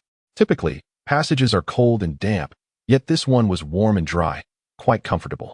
At the deepest part of the passage sat an elderly man on a clean mat, his expression weary, his eyes dim and devoid of life, as if he might pass at any moment. Surrounding the elder stood the direct descendants, including several elders and their children, though their numbers were few, only 23 in total. Upon seeing Su Chen approach, Su Tian immediately spoke. Chen'er, come and pay your respects to your grandfather. Seeing this, Su Chen hurried forward, bowing respectfully. Grandson pays respects to grandfather. Chapter 13. The elderly gentleman. Merely the celestial rank Su Yuan struggled to open his eyes, his murky gaze directed at Su Chen. A faint smile graced his lips as he spoke in a hoarse, subdued voice. Qing Tian has proclaimed you to be the great genius of our Su family, with an exquisite spiritual root. Coughing violently, Su Chen moved to approach him, but Su Yuan waved him off. No need to concern yourself with me. It's an old ailment. Taking a deep breath, Su Yuan continued. You are all the pillars of our family's future. I hope you can lead the Su family to greater heights. My time is limited. I fear I cannot accompany you much longer. Though it was their first meeting, Su Chen could sense the kindness and affection radiating from Su Yuan. Su He's daughter, Su Chen, was already shedding tears, her soft sobs filling the air with a palpable sorrow. Sadness flickered in Su Tian's eyes, accompanied by profound guilt. The transformation of Su Yuan into his current state was largely due to him. Had it not been for the incident years ago, his father would not have suffered such a fate. With a clenched fist, Su Tian's expression was one of bitter regret. Su Yuan turned to him, a gentle smile on his face. Child, it is all right. Everything is predestined.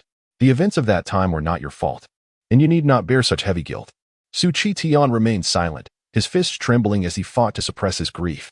It had been over a decade since the Su family had settled in Mingyue City, and this was the first time Su Yuan had summoned them all. This signified that his life was nearing its end. With resignation, Su Yuan remarked, I have heard from Qingshan that the Western families have united against you. Unfortunately, I can only remain here at the Su residence, unable to use my last strength to clear the obstacles for you. Bound to this formation, he drew upon the earth's power to sustain his life. Should he leave this protective barrier, he would perish swiftly. Even if he wished to assist the Su family with his remaining strength, it was a case of willing but unable. With a pained look, Su Qingshan said, Father, you have already done so much for us. There is no need for such concern. You have accompanied us thus far. We will manage from here. A frail smile played on Su Yuan's lips. In that case, I can rest easy. Meanwhile, Su Chen observed Su Yuan intently, sensing that the elderly gentleman's condition was not merely a matter of longevity, but rather a consequence of a weakened body and spirit. This typically indicated that he had burned through his essence or employed some forbidden technique, resulting in self-inflicted harm. Surveying them one last time, Su Yuan closed his eyes, inhaled deeply, and spoke calmly. To see you all one last time brings me no regrets in this life. You may leave now. I wish to find some peace. Expressions of sorrow crossed the faces of Su Tian and the others, as they understood this would be their final farewell. The aura surrounding Su Yuan was rapidly diminishing. He could last at most 2 or 3 more days. Although he had not stepped out of this tunnel since entering Mingyue City, he remained the pillar of the Su family. Without him, the Wang family would have long since united with the Yuan and Li families to attack the Su clan. Had it not been for their fear of Su Yuan's lingering influence, how could the 2 transformation stage cultivators of the Su family withstand the combined might of 3 families? To be precise, it was the Western families, as the He family had allied with the Su family primarily due to Su Hongyuan's prestige. Suddenly, Su Qingshan's eldest son, Su Minghu, spoke up, Grandfather, Is there truly no way to save you? There are many miraculous herbs in Mingwei City that can prolong life. They should not be too difficult to acquire. The younger generation looked at Su Hongyuan, their eyes filled with confusion. Opening his eyes, Su Hongyuan's expression softened with fondness. My ailment is not one of longevity, but rather a depletion of vital energy. Only a miraculous treasure can save me, and such items are exceedingly rare. I am already grateful for your concern. Su Minghu's eyes dimmed. The Su family valued familial bonds deeply, even though this was his first encounter with Su Hongyuan. The blood ties compelled him not to wish for his demise. While Su Hongyuan projected an air of calm acceptance, they could feel the profound sense of helplessness within him. No one desires death, least of all Su Hongyuan. At that moment, Su Chen suddenly spoke up. Father, I wish to stay and speak with the elder in private. May I? Su Qingtian nodded sorrowfully, turning silently to leave the tunnel. The others followed suit, recognizing Su Chen's elevated status within the clan and granting him this small concession. Soon, the tunnel was left with only Su Chen and Su Hongyuan. Su Hongyuan's demeanor was gentle, yet his voice was frail. Child, what do you wish to discuss with me? Su Chen paused for a moment before curiously inquiring, Elder, what would it take to save you? Regardless of the means, he could not bear the thought of Su Hongyuan passing away. Hearing this, Su Hongyuan managed a bitter smile. Shaking his head, you wish to seek help from your master, do you not? Qi Tian has informed me of your circumstances, but my situation is different. If it were a few years earlier, perhaps there would have been hope. Now, however, my essence is depleted, my meridians are shattered, and my body is collapsing. The treasures that could save me would require at least a celestial rank, and they must be extraordinary, capable of reviving the dead. Su Hongyuan's tone was somber, urging Su Chen not to waste his efforts on him. Suddenly, a surge of immense life force filled the tunnel, revitalizing Su Hongyuan's waning aura. His pupils dilated in disbelief as he stared at the red fruit in Su Chen's hand, adorned with golden patterns and exuding a flow of Tao rhythm. It was clear this was no ordinary item. Su Chen spoke calmly, Elder, merely a celestial rank. This is called the Dizong fruit. It can revive the dead and restore vitality, which should suffice to resolve your condition. Su Hongyuan's eyes widened in astonishment, his previously frail face now alight with excitement.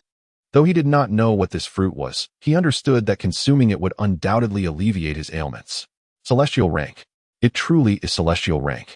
Is this a gift from your master? When Su Qingtian mentioned that Su Chen had a master, he had assumed it was merely a cultivator at the integration stage. Thus, he never imagined Su Chen could possess such a treasure. Yet, Su Chen's revelation brought him immense surprise. It seemed his master was far stronger than he had previously reckoned. With a composed demeanor, Su Chen replied, of course, celestial rank is hardly a rarity. Chapter 14. Seclusion. As he spoke, Su Chen opened his system backpack for a glance. The number of earthly fruits was 3,120, more than enough. He handed an earthly fruit to Su Hongyuan, saying, Elder, please try this first. If it proves ineffective, I shall provide you with something even more potent. More potent?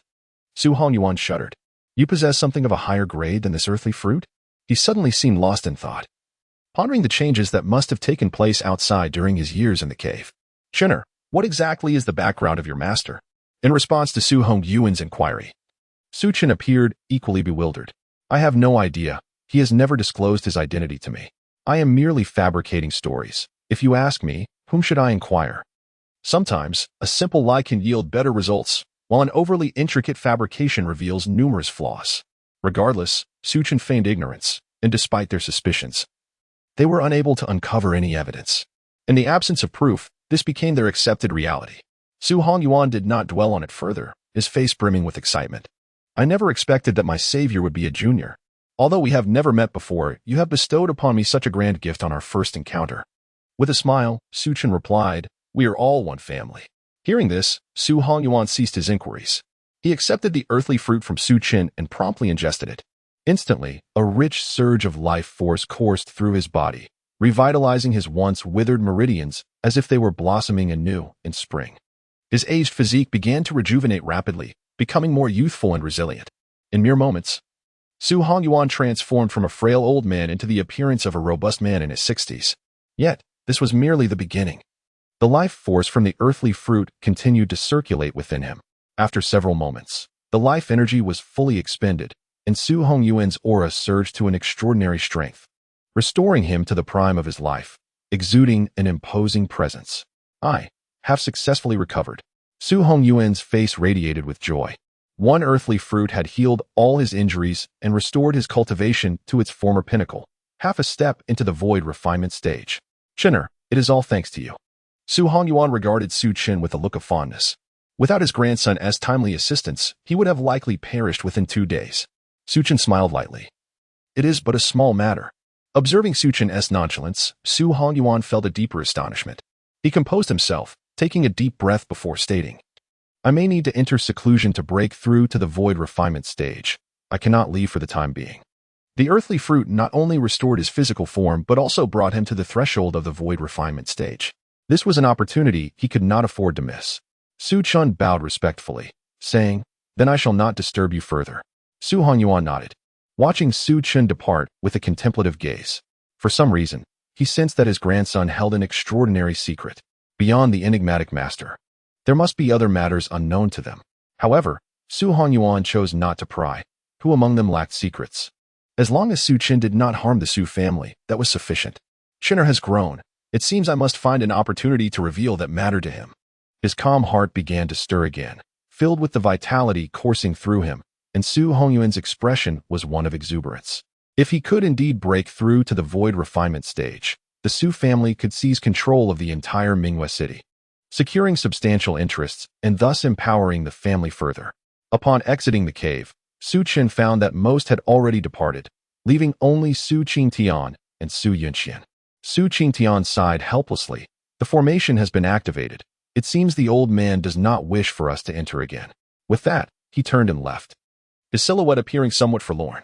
Su Chen chose not to mention Su Hongyuan's circumstances. When he emerged from seclusion, the entire Su family would naturally be informed. Su Yunxian also prepared to leave when Su Chen inquired, Second uncle, do you know anything about my mother? Su Yunxian halted abruptly, his expression shifting uncomfortably as he replied, Isn't your mother already deceased? Why ask this? Su Chen shook his head. I am merely curious. At this, Su Yunxian ceased further conversation and departed hastily. Watching his retreating figure, Su Chen's gaze shifted, realizing there were still matters within the Su family that eluded his understanding. From what he had gathered, the Su family had not always been residents of Mingyue City. They hailed from another region in the east, thousands of miles away. At that time, the Su family was not yet known as the Su family, but rather the Qingfeng gang, notorious for their banditry. It was only after some unforeseen event that they journeyed to Mingyue City, seemingly in flight from something. It seemed prudent to seek answers in due time. Su Chen murmured to himself before turning to leave. The following morning, at dawn, the family was distributing cultivation resources, and all direct descendants gathered at Su He's residence to collect their allocations. Su Minghu held a Qiankuan pouch, his expression filled with confusion. Previously, resources had always been given directly. Why were they now contained within a pouch? The Qiankuan pouch was a type of small storage equipment, inexpensive and essential for cultivators, whereas spatial rings were far more precious. Once all the resources for the direct descendants had been distributed, they left Su He's courtyard to examine their gains. How is there so much? Su Minghu exclaimed, astonished. 30,000 low-grade spirit stones and 10 returning yuan pills. This is truly excessive. Previously, the direct descendants typically received only 3,000 to 5,000 spirit stones as resources, with the occasional pill. The resources allocated this month were nearly tenfold what they had received before. I too received 30,000 low-grade spirit stones and 10 returning yuan pills. I received 20,000 low-grade spirit stones and 30 gathering spirit pills. I only received 15,000 low-grade spirit stones and 20 gathering spirit pills. A group of them exchanged whispers, their expressions filled with shock. Although the resources varied, they were all approximately 10 times greater than before. The amount of resources allocated differed according to their cultivation levels. Those in the Qi condensation stage received gathering spirit pills, while those in the foundation establishment stage received returning yuan pills. Su Yunpeng, the fifth elder, had a young daughter named Su Shanshan, who was only at the mid-Qi condensation stage. She chimed in, Indeed, fifth uncle, it is most crucial to first overcome the family's difficulties. We have endured months without resources. Su He smiled and replied, Enough with the nonsense. You are the future of the family. What could be more important than you? These resources are the command of the family head. Take them without hesitation. Besides, the Su family lacks for nothing at present. You need only focus on your cultivation. Why burden yourselves with family matters? Chapter 15. The Wanbao Pavilion Auction, the Destitute Su Family. Su He spoke with an air of authority, leaving no room for rebuttal from the younger generation, promptly expelling them from the premises. The only individuals aware that the Su family was not lacking in resources were a few elders and the family head. Not even the direct descendants were privy to this knowledge. Su Yunxian's eldest son, Su Yuza, was among the strongest of the younger generation, having reached the pinnacle of the foundation establishment stage, second only to Su Chen. Upon hearing Su Yuza's assertion, the others fell silent. While the resources for the direct line of the Su family had surged, those from the collateral branches remained unaffected, receiving only their usual allocations. The direct lineage was the core of the Su family, and they would always remain true to their bloodline, unlike the collateral branches, who could choose to identify as members of the Su family or not. Wanbao Pavilion, the largest trading house in Mingwei City, boasted a vast array of treasures, ranging from the humble to the extraordinary, including items of the divine transformation stage. Should one seek even more extraordinary goods, they could arrange for higher-tier items to be brought from their superior branches with a mere deposit. Su Chen accompanied Su Yunxian, preparing to attend the auction that day. Refinement stage. Su Chen's gaze remained indifferent. With a single glance, he discerned the presence of a powerful cultivator at the refinement stage overseeing the establishment. Truly, Wanbao Pavilion was unmatched in strength, having dispatched a refinement stage expert to oversee the branch. Due to the auction event, various factions from Mingwei City congregated, creating a vibrant atmosphere that no other trading house could replicate. The Wanbao Pavilion auction occurred annually, consistently showcasing a plethora of treasures that surpassed those of any other commercial entity in the city. This was the fundamental reason for its dominance in Mingwei City. Isn't this the Su family? Do they dare to attend the Wanbao Pavilion auction? Can they truly afford what is on offer here? Li Feiqi, standing at a distance, wore a cold expression as he mockingly remarked. Although there had been previous discord between the Li and Su families, there had been no overt conflict until Li Qiu was slain by Su Chen, marking the beginning of an intense rivalry. Su Yunxian's expression remained impassive. None of your concern. He then led Su Chen into the Wanbao Pavilion. Li Feiqi trembled with rage, his eyes flashing with murderous intent. Su Yunxian, I wonder how long you can continue to prance about. The arrival of the Su family immediately attracted attention. The Su family is here for the auction? Weren't they said to be destitute? Indeed, I heard they even closed their shops, and last month their resource allocation was halved. How could they possibly have spirit stones for the auction? Whispers of disbelief circulated, as it was common knowledge that the Su family was struggling financially. Members of the Western family could not resist taunting the Su family, declaring, the Su family, mere paupers. They dare to compete for the spirit essence jade liquid? What a foolish ambition. While outsiders might not fully grasp the Su family's predicament, the Western clan was acutely aware of their current plight. They would be fortunate to muster 1,000,000 spirit stones. As the derisive comments continued, Su Yunxian remained unfazed, but Su Chen felt a surge of irritation. How audacious. This time, my Su family will secure everything. He resolved to acquire every item presented. Soon, nearly all attendees had taken their seats. The Wanbao Pavilion auction was not open to just anyone. It operated on an invitation-only basis, allowing entry solely to those above the core formation stage or their guardians. An elderly man in his 60s ascended the auction stage, a smile gracing his face. Ladies and gentlemen, I am Zhu Li, the manager of Wanbao Pavilion.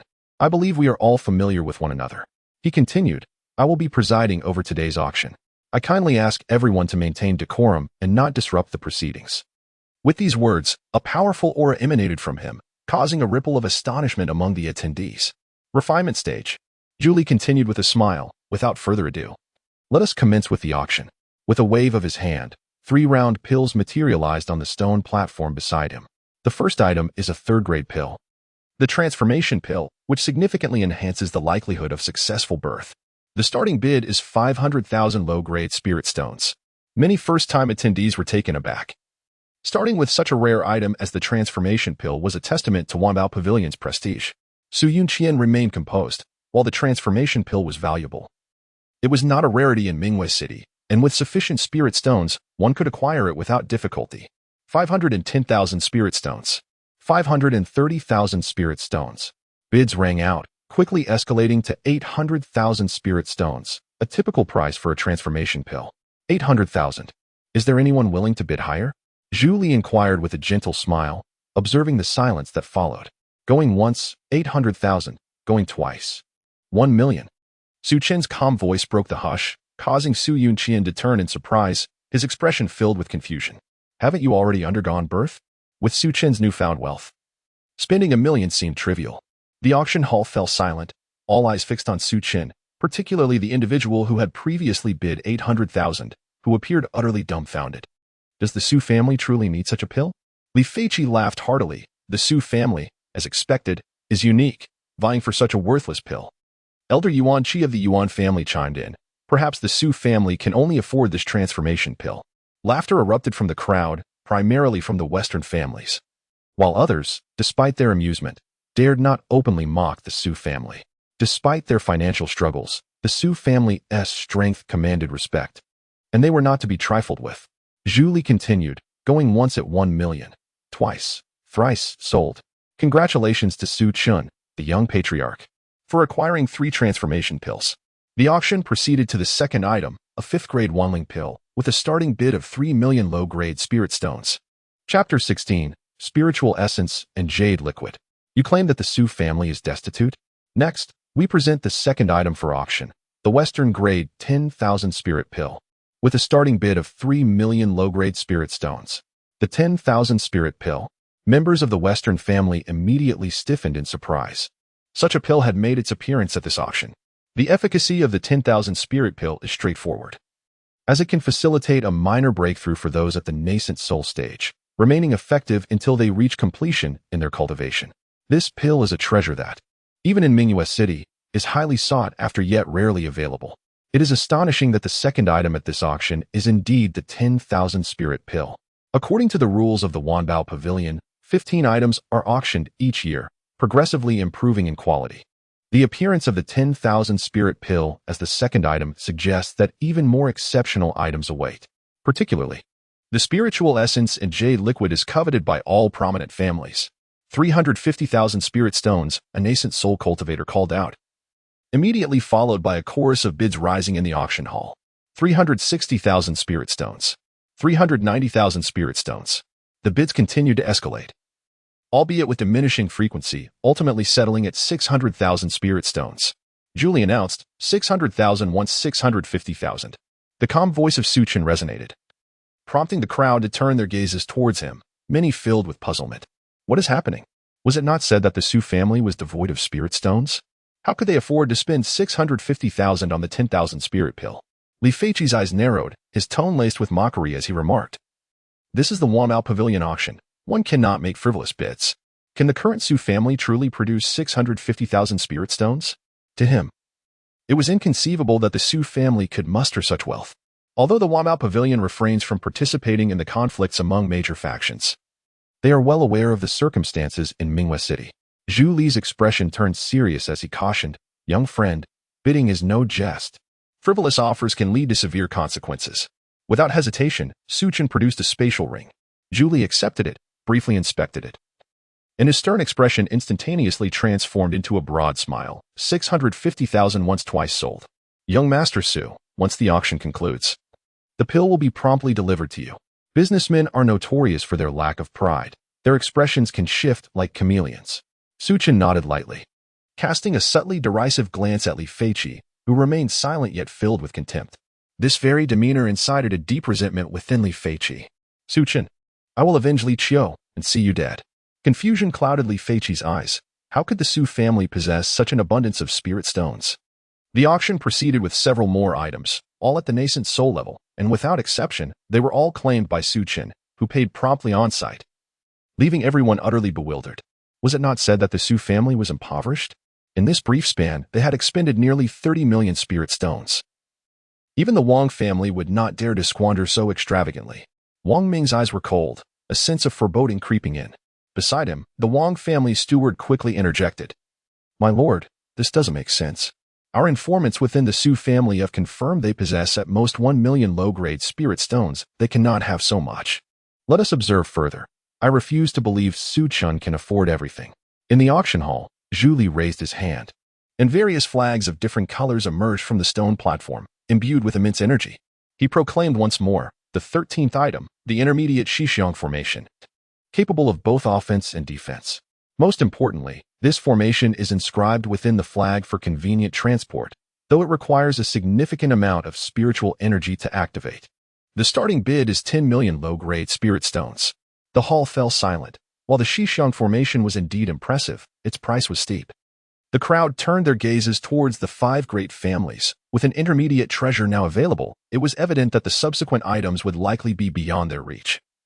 Relegating them to mere spectators, Li Feiqi spoke coolly, "I bid 11 million spirit stones." The Li family's strength was inferior to the Wang and Yuan families. Acquiring the spiritual essence and jade liquid seemed a distant hope, so he opted for something of practical use. After his bid, silence reigned in the hall, as no one else seemed willing to continue bidding. Clearly, the other prominent families also felt there was little point in competing for this item. 12 million. Su Chen's languid voice cut through the stillness. Li Feiqi immediately turned, his eyes blazing with fury. Su Chen. He was baffled. How could the Su family still possess such wealth?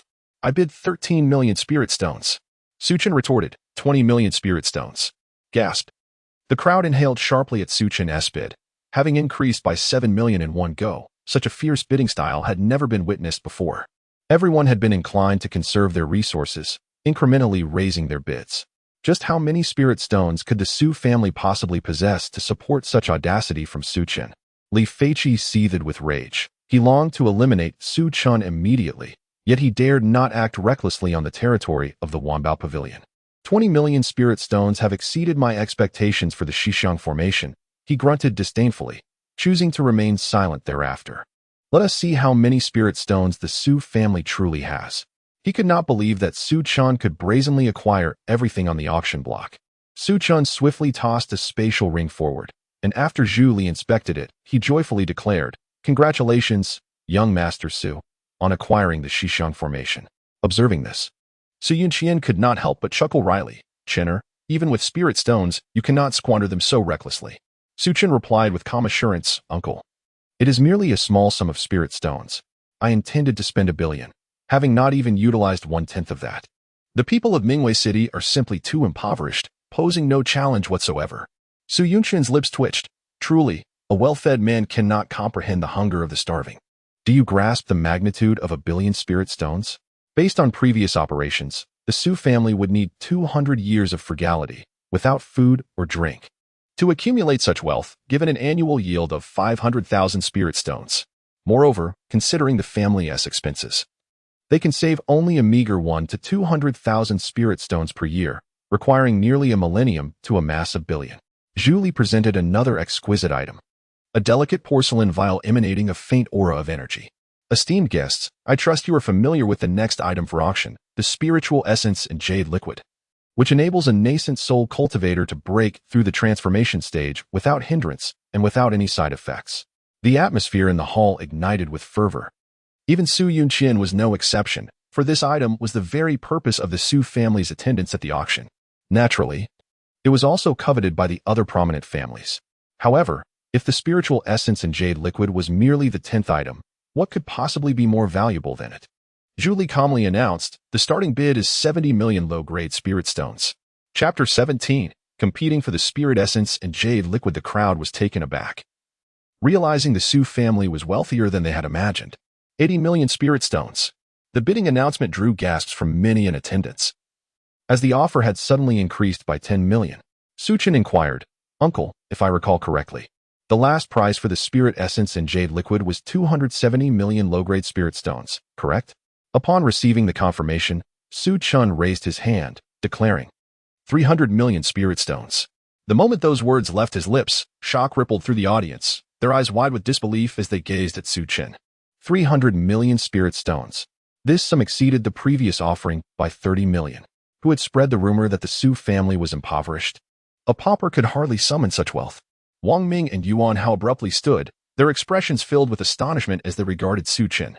The head of the He family, who had been preparing to bid 90 million spirit stones, was left utterly dumbfounded. What just happened? 300 million spirit stones was an outrageous figure, one that even Wang Ming had not anticipated. Su Yunqian stood frozen, astonished at the audacity of the bidding. Zhu Li was momentarily taken aback, unable to fathom Su Chen's bold offer, but quickly regained his composure, stating, Young Master Su has bid 300 million spirit stones. Is there anyone willing to follow? Wang Ming's eyes turned icy. He had never imagined the Su family possessed such wealth. How infuriating. No wonder they had closed their shops. They were evidently brimming with confidence, able to sustain themselves for an extended period without trading. He had miscalculated. Wang Ming swiftly composed himself and announced 310 million, with a disdainful snort. He added that the Wang family was not lacking in spirit stones, asserting that the Su family could not possibly compete with their riches. Today, I shall show the Su family what true wealth looks like. Su Chen cast a nonchalant glance at Wang Ming and raised his hand once more, declaring 400 million spirit stones. Wang Ming was momentarily stunned, his head snapping towards Su Chen in disbelief. An increase of 90 million in one go. 400 million spirit stones? This amount far surpassed the worth of the spirit essence and jade liquid. While it was common for such items to be overpriced, this was egregious. The auction hall fell into a deep silence at Su Chen's proclamation. 400 million. This was utterly terrifying. Su Chen, unfazed, asked, "Does the head of the Wang family wish to raise the bid?" Wang Ming's expression darkened. This price was exorbitantly high. Nonetheless, the Wang family still had considerable reserves of spirit energy. After a moment's contemplation, he replied, "Su Chen, do not be too pleased with yourself. The Wang family spirit stones are beyond the reach of the Su family. 410 million spirit stones." Li Feiqi chimed in mockingly. "What are you trying to prove? I wonder how long you can keep this up. Surely you must be nearing your limit." It was evident that he perceived Su Chen's substantial bids as a display of desperation, an attempt to intimidate the Wang family. Wang Ming's confidence surged once more in response to this comment. The Wang family had been entrenched in Mingwei City for so long. Even if the Su family had some foundation, it could not surpass the depth of the Wang family's resources. With a cold smirk, Su Chen slowly announced, 500 million spirit stones. Wang Ming and Li Feiqi's smiles froze instantly. The Su family was still capable of raising the stakes. How many spirit stones did they truly possess? Wang Ming suddenly felt as though his previous economic sanctions against the Su family were laughable. With such abundant resources, could the Su family truly be intimidated? Unwilling to concede, he declared 501, 600 million spirit stones. Before he could finish, Su Chen's voice cut him off. Wang Ming's hand, which had been poised to raise the bid, froze in midair, unable to lower it or continue. 600 million spirit stones was simply too exorbitant. After making his declaration, Su Chen added in a dismissive tone, "Head of the Wang family, you have ample spirit stones. Why not continue to bid?" Su Chen possessed an abundance of spirit stones, having recently acquired 30 million celestial crystals. According to the classification of spirit stones, there were low, medium, high, supreme, holy, and celestial crystals, with each tier being worth 100 of the preceding one. Thus, a single celestial crystal equated to 100 billion low-grade spirit stones. 30 million celestial crystals was simply unfathomable. Moreover, Su Chen's low-grade spiritual roots were calculated in jing, rendering them nearly impossible to exhaust. As Su Chen's voice echoed in the room, silence enveloped the auction hall once more. Wang Ming could not suppress the rapid twitching of his eyelids. The Wang family steward stood beside him, incredulity etched on his face as he exclaimed, "How could the Su family possibly possess such vast wealth? I refuse to believe it. Ju steward, I suspect the Su family is fabricating their bids." Not only he, but everyone present struggled to accept that the Su family could produce such a staggering sum. It was simply terrifying. 600 million spirit stones could purchase 2 portions of the spirit essence and jade liquid. Su Chen calmly replied, "As long as it is confirmed as mine, I will pay the spirit stones on the spot." Julie immediately turned to the Wang family steward, saying coldly, "Please do not disrupt the auction's normal proceedings." As an esteemed merchant association, Wanbao Pavilion naturally had to protect its most valuable clients. Furthermore, Su Chen had always been proactive, ready to hand over spirit stones immediately. The Wang family steward fell silent, but he still could not accept that the Su family could produce such an enormous quantity of spirit stones. Wang Ming's eyes were filled with cold resolve. He did not relent in his bidding, but discreetly conveyed to the steward, "Send word to our associates. We must take action against the Su family. This time, the Wang family will go all out to eliminate them." It was evident that Su Chen still had spirit stones left. Further bidding was futile. 600 million spirit stones far exceeded the intrinsic value of the spirit essence and jade liquid. He could not allow the Su family to grow any stronger. They must initiate the plan to eradicate the Su family immediately. Otherwise, should the Su family gain another member in the transformation stage, paired with Su Chen's potential breakthrough, handling them would become exceedingly difficult. The Wang family steward, upon hearing this, was taken aback. He respectfully nodded and promptly left Wanbao Pavilion. Wang Ming silently exchanged glances with the representatives of the other three major families, an unspoken agreement passing between them, filled with coldness and murderous intent. After several inquiries from Zhu Li and confirming that no one else wished to raise their bid, the spirit essence and jade liquid rightfully belonged to the Su family. Su Chen promptly produced 600 million spirit stones on the spot. Zhu Li gazed at the mountain of low-grade spirit stones piled within the spatial ring and could not help but draw in a sharp breath, his expression brimming with excitement. This year's performance was poised for an extraordinary surge. As the steward, he also received a commission, so the more items he sold, the greater his earnings. Zhu Li waved his hand again, and a pill appeared on the stone platform. Next, we present the highlight of this auction, the 6th grade pill. The transformation dragon pill. What? Wang Ming shot to his feet. Disbelief etched across his features as he stared at the pill, adorned with dragon patterns, on the stone platform. The grand finale was indeed the transformation dragon pill. This pill was akin to the universal pill but significantly more potent, capable of enhancing cultivation in the transformation stage. It required at least a 6th grade high-level alchemist to concoct. Greed flickered in his eyes. The Su family's earlier expenditure on the spirit essence and jade liquid had surely depleted their reserves, leaving them unable to purchase the transformation dragon pill. With the Wang family's formidable assets, they could easily overshadow the other three families. If they were to acquire this transformation dragon pill, it would not be a poor outcome. Wang Ming's confident smile returned. Chapter 18. The outbreak of war. Zhu Li announced loudly, the starting bid is 100 million low-grade spirit stones. Just as Wang Ming was about to speak, that familiar voice rang out again. Su Chen calmly stated, 600 million spirit stones. Wang Ming's smile instantly froze. His expression a mixture of confusion and disbelief as he looked at Su Chen. Did the Su family still possess spirit stones? The critical point was that he had added 500 million in one go. Surely, they couldn't afford to bid like this. Not only Wang Ming, but many in the auction house gasped in shock, their eyes wide with astonishment at Su Chen. Glancing at Wang Ming, Su Chen then curiously asked, does the Wang family head have an interest as well? Then I shall add another 100 million spirit stones, making it 700 million spirit stones. Wang Ming's face was filled with fury. Since becoming the family head, he had not been this angry in a long time. Yet now he found himself wishing to strangle Su Chen. It was utterly infuriating. Su Chen's audacious bidding silenced the once eager three major families. This was no longer mere bidding. The opening bid had skyrocketed to 700 million low-grade spirit stones. Among the Western families, only the Yuan and Wang families could muster such an amount. Yet Su Chen's demeanor suggested he had more to spare. They were perplexed. How could the Su family possess such wealth? It was simply outrageous. The other attendees in the hall were profoundly shocked. This was undoubtedly the most absurd auction they had ever witnessed. In the past, bids were raised incrementally, but Su Chen was increasing it by hundreds of millions. Some in the nascent soul stage felt utterly disheartened. Their family's total spirit stones barely amounted to tens of millions, while others casually produced hundreds of millions. There was no comparison. Yet, some more mocking smiles. The Su family's arrogance was a sure path to destruction. The Western families would not let the Su family off so easily. Within the Li family, Li Feiqi had arrived at the auction with his eldest son, Li He. Observing the scene, Li's eyes were filled with worry. Father, what shall we do?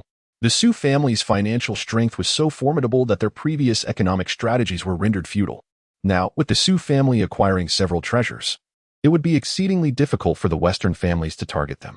Should the Su family be allowed to grow, it would spell disaster for the Western families. Especially since the Li family had already severed ties with the Su family. Li Feiqi's expression darkened as he replied coolly, do not worry. The Su family will not survive today. Upon hearing this, Li He's eyes lit up. Father, are we finally going to act against the Su family? Li Feiqi nodded. A cold smile upon his lips.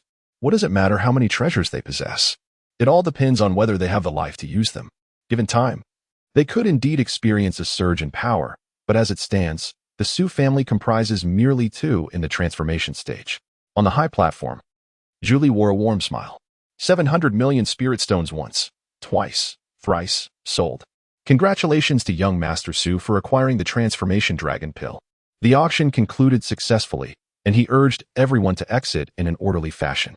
Those present left in a daze, This auction had been absurd. With everything bought by a single individual, a scenario unprecedented in their experience.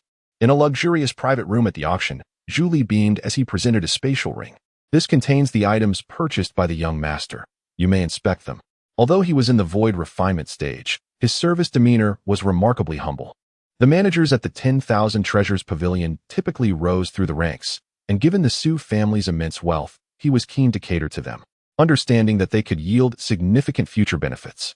Stepping back, Su Chen addressed Su Chen, second uncle, your experience surpasses mine. Perhaps you should verify the items. This was a gesture of respect, as he acknowledged Su Chen's wisdom in this endeavor. Su Chen, unbothered by this, accepted the spatial ring and inspected it thoroughly. Once satisfied, he turned to Zhu Li, saying, "Thank you, Manager Zhu."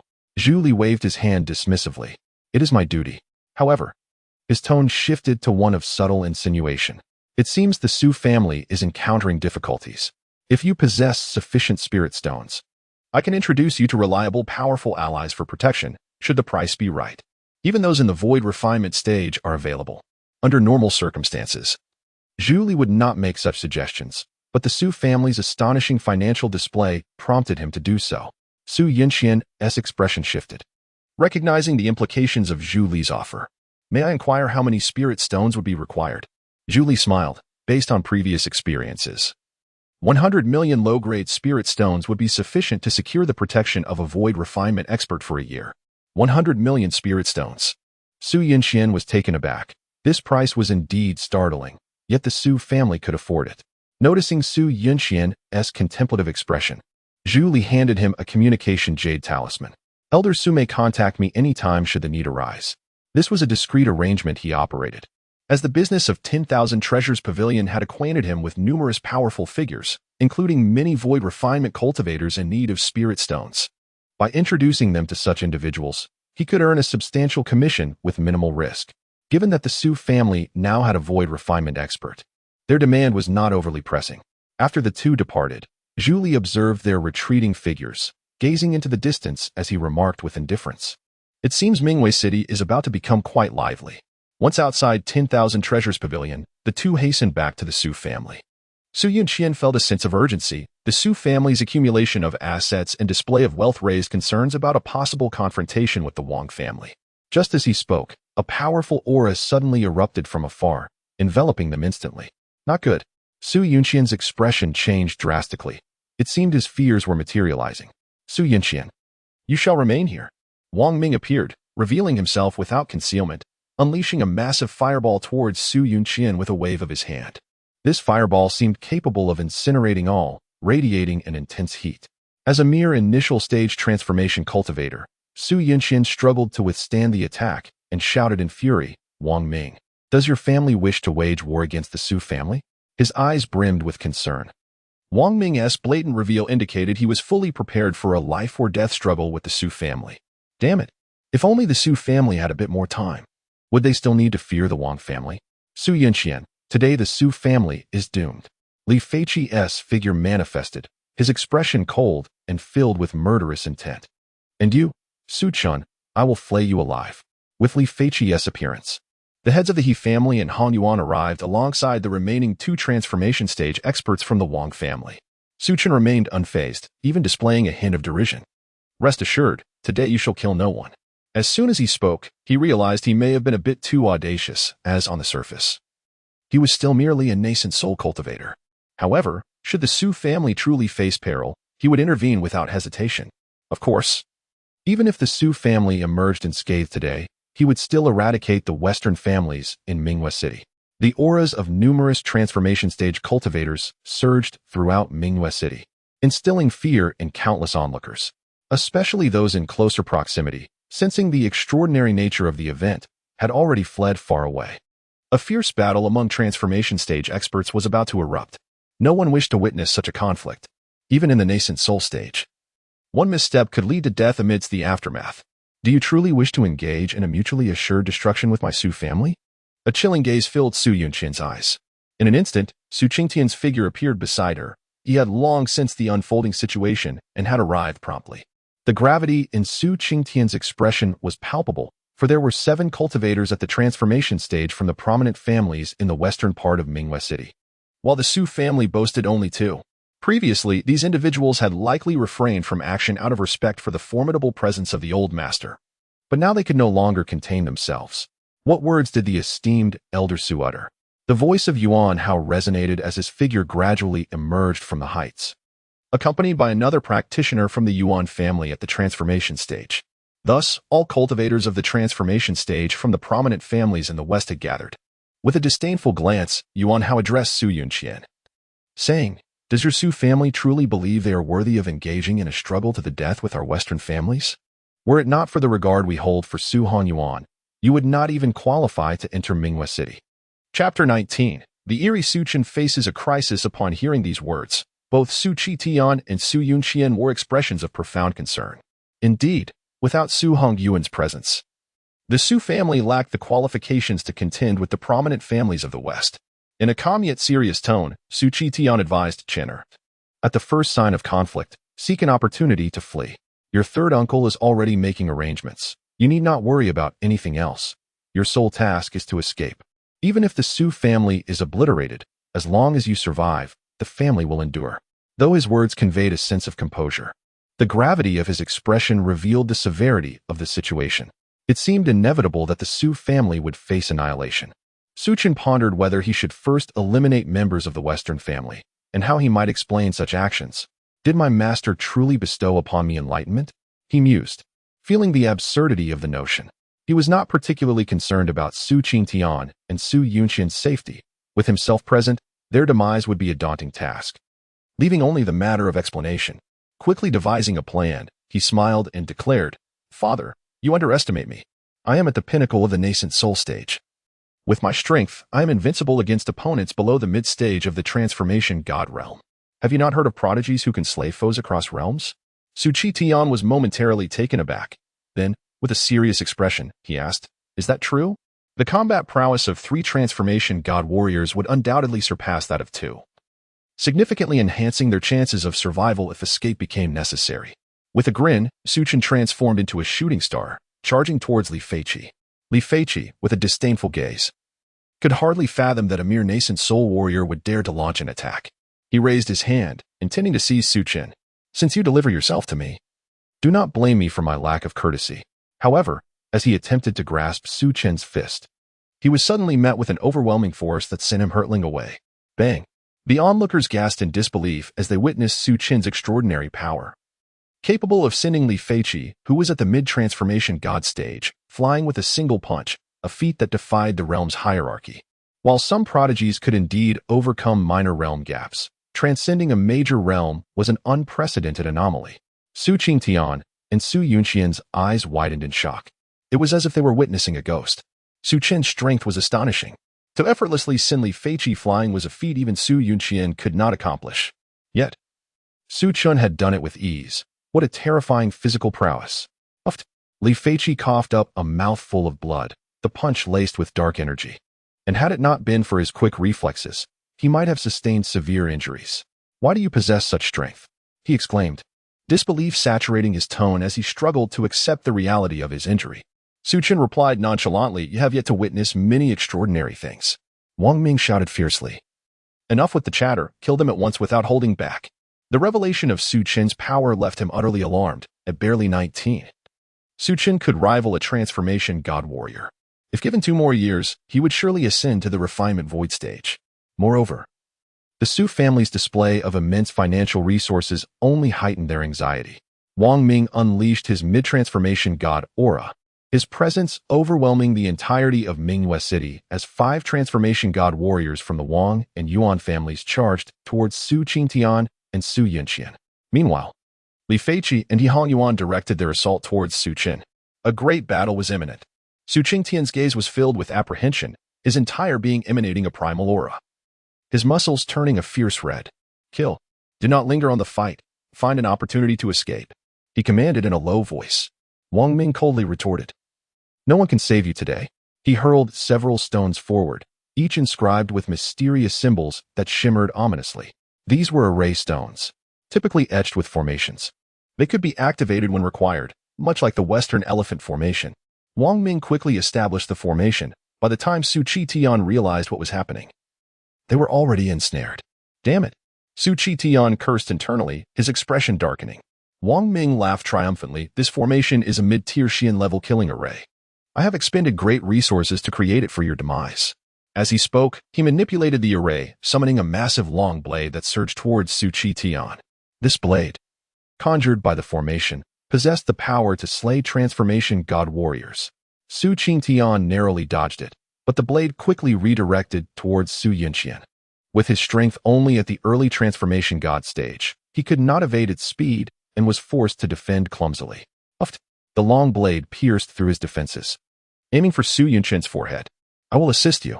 Su Chen's aura surged to its peak as he delivered a powerful punch, shattering the blade and saving Su Chen from imminent peril. Witnessing this, Wang Ming's eyes glinted with cold malice. This is far from over. The array immediately conjured 3 weapons, a long blade, a long sword, and a long spear. Simultaneously, the transformation god warriors from the Yuan and Wang families entered the fray, coordinating with the formation to attack the 2 Su family members. This is disastrous. Su Chen's expression turned bitter. The Western families had clearly prepared for this, filling him with a sense of helplessness. The combined might of 5 transformation god warriors, along with this formidable array, signaled potential doom for them. Realizing the gravity of the situation, he bellowed, "Chun'er, flee at once. Do not concern yourself with us." But soon after, he paused, his eyes widening in astonishment. What am I witnessing? In his line of sight, Su Chen was holding his ground against He Hongyuan and Li Feiqi. Was Su Chen's power truly so outrageous? Both adversaries were at the mid-transformation god stage. For a nascent soul warrior to contend with even one was remarkable, yet he was battling 2 simultaneously. He Hongyuan shouted, "Wang family head, swiftly eliminate these 2. This boy's strength is peculiar." Seeing that even their combined efforts could not subdue Su Chen, Wang Ming instinctively yelled, "Incompetence." Frustrated, He Hongyuan retorted, "Why don't you try fighting him?" Su Chen's speed and formidable physique were overwhelming. Just as he prepared to cast a spell, Su Chen was already upon him. Engaging in a contest of physical strength meant only enduring blows. It was simply too frustrating. Moreover, He Hongyuan felt as if Su Chen was toying with him. The fact that both he and Li Feiqi struggled against Su Chen elevated his agitation, even leading him to question whether the 2 were colluding with the Su family. Initially, he aimed to eliminate them without harm. However, this now seemed increasingly unlikely. When cornered, even a rabbit could bite. 2 transformation god warriors at their wits' end posed a risk of injury, potentially opening the door for other families to take advantage. Even if the people of Mingwei City remained passive, others would surely seize the opportunity. Such a significant prize as Mingwei City attracted many covetous eyes. A long sword surged towards Su Chen, and unable to evade, a deep gash was carved into his arm, blood flowing profusely. Chapter 20. The emergence of turmoil. The battle among the 3 formidable void refinement stage experts unfolded with little suspense, especially after the Wang family's transformation stage cultivator cast aside all reservations. Su Chen and Su Chen found themselves utterly defenseless. Bang! Su Chen was struck and sent flying, crashing to the ground, spitting out a mouthful of blood, his aura severely diminished. Kill him! Wang Shou's eyes gleamed with murderous intent as he lunged towards Su Chen. Damn it! Su Chen attempted to resist, but the excruciating pain rendered his body numb, leaving him incapable of even raising an arm. Second brother, Su Chen bellowed, his eyes filled with desperation. Wang Ming sneered, "Do not worry, I shall send you to accompany him shortly." At that moment, a terrifying wave of energy surged from afar, instilling dread in everyone's hearts. What is happening? The crowd turned their gazes towards the source, their expressions grave. This is the aura of the void refinement stage. A sense of unease crept into the hearts of the Western families. Wang Shou trembled. Under the oppressive force, his spiritual energy wavered, and the offensive he had just conjured detonated in his hands. Within the Wanbao Pavilion, Zhu Li sensed the aura and his eyes lit up with a glimmer of excitement, an expression of anticipation on his face. The Western families were about to face calamity. In an instant, that formidable aura vanished, and just as the crowd exhaled in relief, a figure tore through the void, towering and imposing, with a fierce glint in his eyes. Is this the void refinement stage? Upon seeing the unfamiliar figure, members of several families were instantly startled and hastily bowed. "We pay our respects, senior." Su Hongyuan chuckled coldly, raising his hand to grasp, and the void shattered, capturing Wang Shou effortlessly. This mid-transformation stage cultivator was as defenseless as a chick in his grasp. Senior. Wang Shou's face turned pale. He could not comprehend why this void refinement stage expert aimed to strike at him. The expressions of Su Chen and Su Chen transformed dramatically upon seeing the newcomer. Grandfather, you have broken through. The figure before them resembled Su Hongyuan from years past, though the battle had drained his vitality, rendering him exceedingly aged. Seeing Su Hongyuan's breakthrough filled them with exhilaration and joy. They had not anticipated that he could rise from the brink of despair. With a void refinement stage expert in the Su family, they had no reason to fear the Western families. Of course, you have worked hard. Leave the rest to me. Su Hongyuan declared, exerting a slight force that shattered Wang Shou, causing him to perish instantly. Sensing Su Hongyuan's aura, Wang Ming's expression shifted as he screamed in horror. You are Su Hongyuan. How can you still be alive? When Su Hongyuan had entered Mingwei City, he had been gravely weakened, as if on the verge of death. Many years had passed, yet he appeared not only unchanged but even stronger, having advanced from half a step into the void refinement stage to the full stage. Wang Ming could hardly accept this sight. Su Hongyuan's icy smile emerged as he unleashed a punch imbued with boundless power, shattering the formation Wang Ming had set up. The residual force surged toward the transformation stage experts of the Wang and Yuan families, forcing them to retreat continuously. This was merely the aftermath. Had it struck them directly, they would have been reduced to ashes. The disparity in power grew more pronounced as one reached the latter stages. The difference between the transformation stage and the void refinement stage was vast, akin to the chasm between earth and sky. Such overwhelming strength instilled fear among the nascent soul stage cultivators. Wang Ming's face darkened to an extreme. With Wang Shou dead, even if they annihilated the Su family, the losses to the Wang family would be devastating. Glaring at the formidable Su Hongyuan, he could not help but roar. How long will you continue to watch this spectacle? Su Hongyuan smirked derisively. Do you have any more allies? Yet soon, his expression shifted as he gazed into the distance with a hint of seriousness. The void suddenly cracked open, revealing figures emerging, the foremost of whom appeared battered, even missing an arm, and exuded a faint aura. Wang Ming's pupils constricted. He recognized the one-armed man as his former ally, a late transformation stage expert intent on exterminating the Su family. But who were the three individuals behind him? Their auras were terrifying, clearly exceeding the transformation stage. They were void refinement stage experts. What is happening? Wang Ming's heart raced with fear. How had this situation entangled three void refinement stage experts?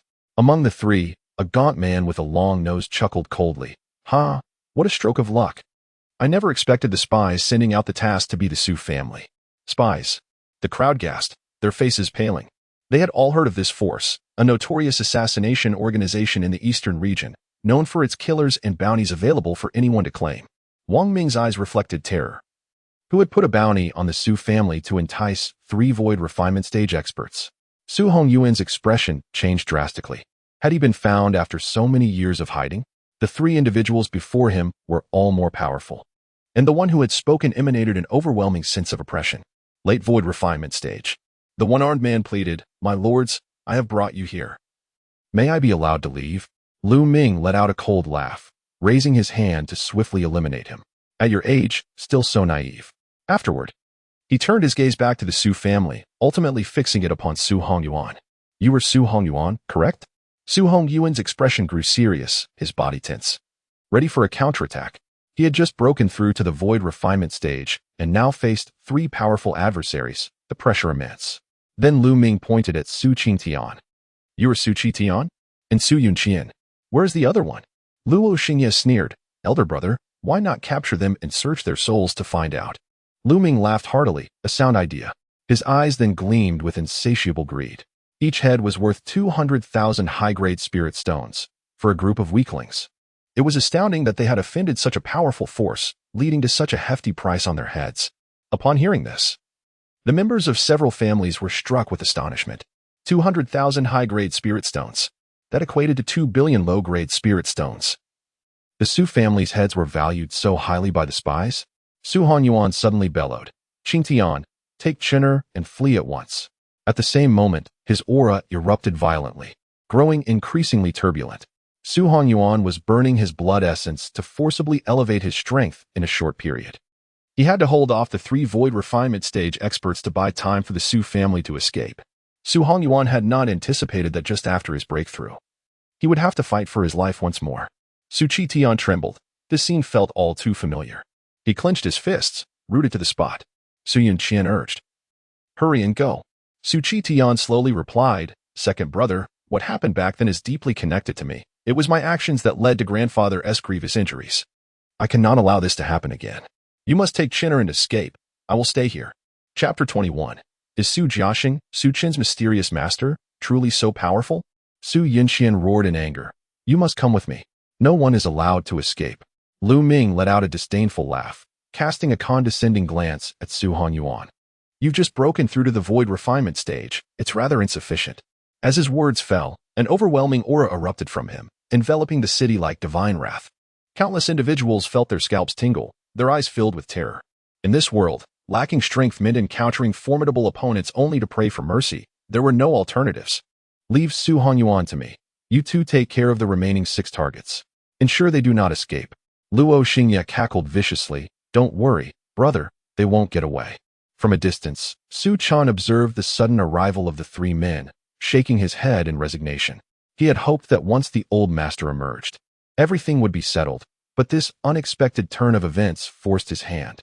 With a slight raise of his hand, a beam of spiritual light burst forth, tearing through the void as it surged toward Luo Xingye. With a sickening sound, Luo Xingye's head exploded, blood spraying everywhere, a gruesome spectacle. What? Lu Ming and Pan Huan, both ruthless individuals accustomed to walking on the edge of a blade, reacted instantaneously, ready to flee. The ability to kill Luo Xingye without warning proved that the assailant possessed extraordinary strength, one they could never hope to match. With 2 more sickening sounds, the heads of the other 2 men burst open, their life forces extinguished. Despite being powerful void refinement cultivators, they were utterly defenseless before Su Chen. Their demise akin to squashing mere ants. The deaths of the 3 void refinement stage experts transpired within the span of a breath, leaving the scene in stunned silence. Confusion etched on every face. What had just occurred?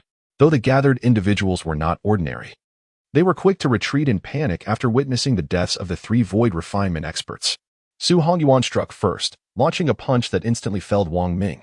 The disparity between the late-stage transformation and the void refinement stage was stark. Su Hongyuan bellowed coldly, "Kill them." The members of the prominent families were filled with terror, their eyes wide with fear. Regardless of how the situation unfolded today, they were bound to suffer. If the Su family emerged victorious, the other families would face annihilation. If they lost, the 3 void refinement experts would undoubtedly silence them. Especially He Hanyuan, who was now filled with regret for boarding the Wang family's ill-fated ship. He had previously believed victory was assured. Now, he realized the futility of that belief. Aligning with the Wang family was a path to ruin. Before long, the transformation stage experts from the prominent families were slaughtered on the spot, leaving only the members of the Su family behind. Su Hanyuan respectfully addressed the heavens. "Thank you, esteemed elder, for your assistance." The atmosphere was thick with silence, devoid of any response. Confusion clouded Su Hongyuan's gaze, who had come to their aid.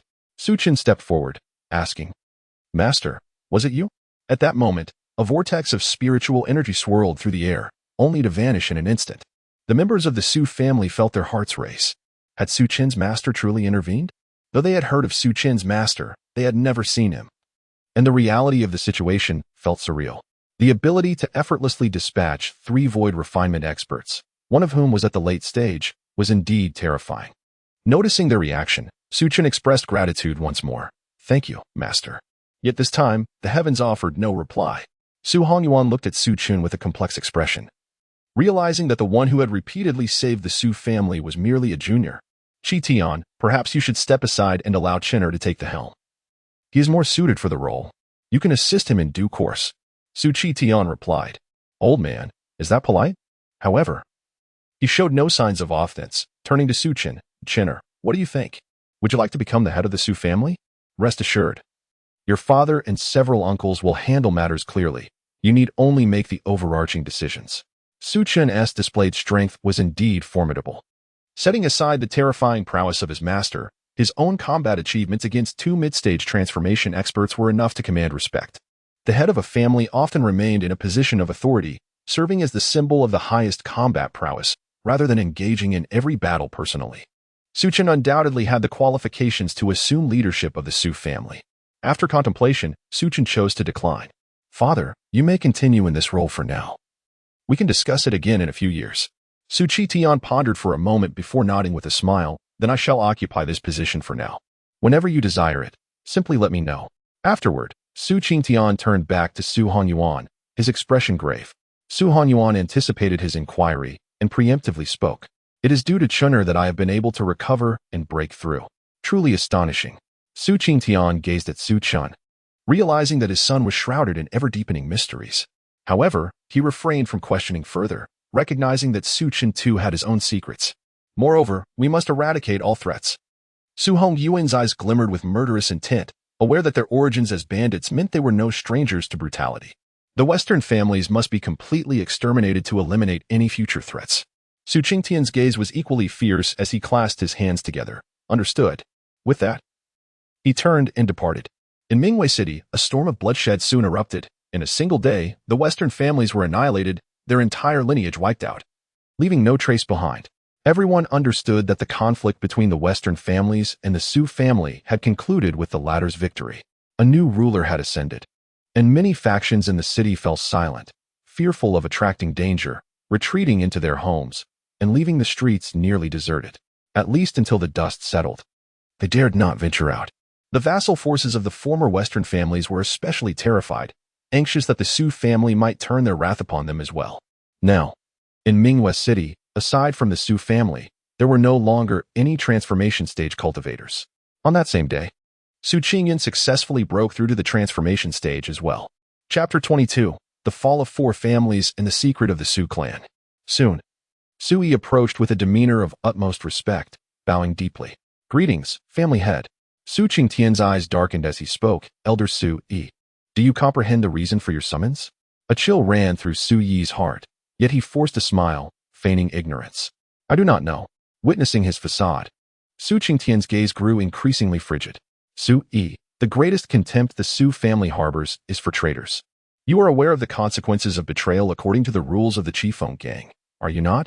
Realizing his treachery had been unveiled, Su Yi sank to his knees in terror, pleading, Family head, allow me to explain. It was the Wang family that coerced me. I implore you, spare my life.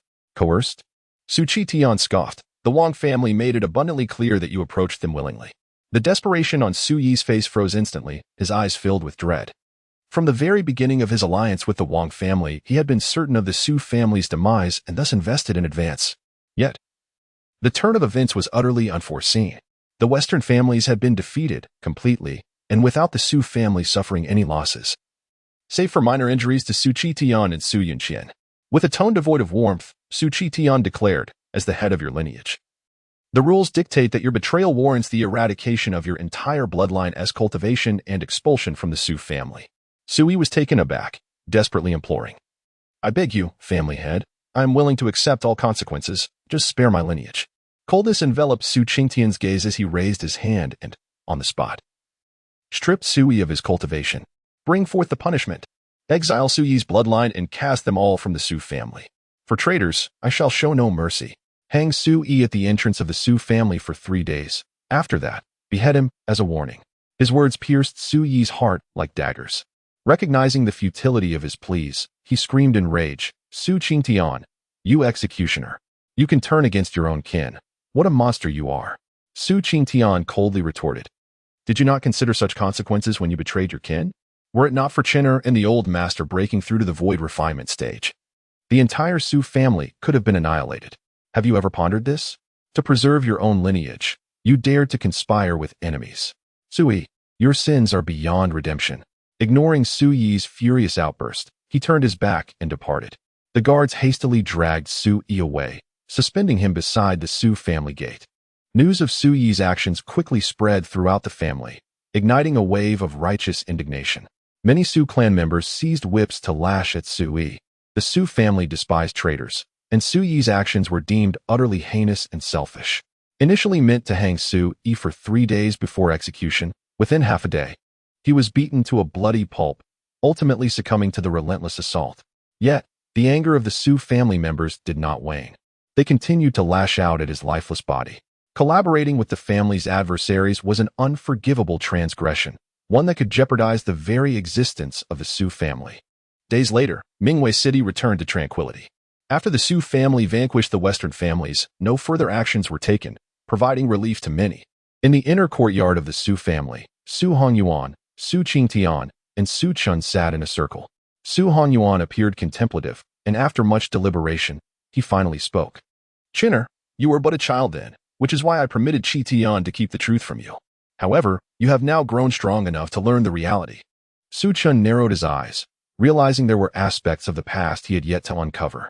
Su Hongyuan sighed, his expression turning nostalgic. "Our family was once known as the Qingfeng Gang, a name you are likely familiar with. The origin of all our troubles traces back to a girl named Yi Qingling, your mother." At the mention of Yi Qingling, sadness and melancholy flickered in Su Qingtian's eyes, his mood turning profoundly somber. Su Hongyuan continued, "Your parents met by chance and married within 3 years, giving birth to you. Yet, scarcely a month after your birth, forces behind Qi came to claim her. Their power was unfathomable. Even I, a half-step into the void refinement stage, felt an overwhelming pressure from their weakest members."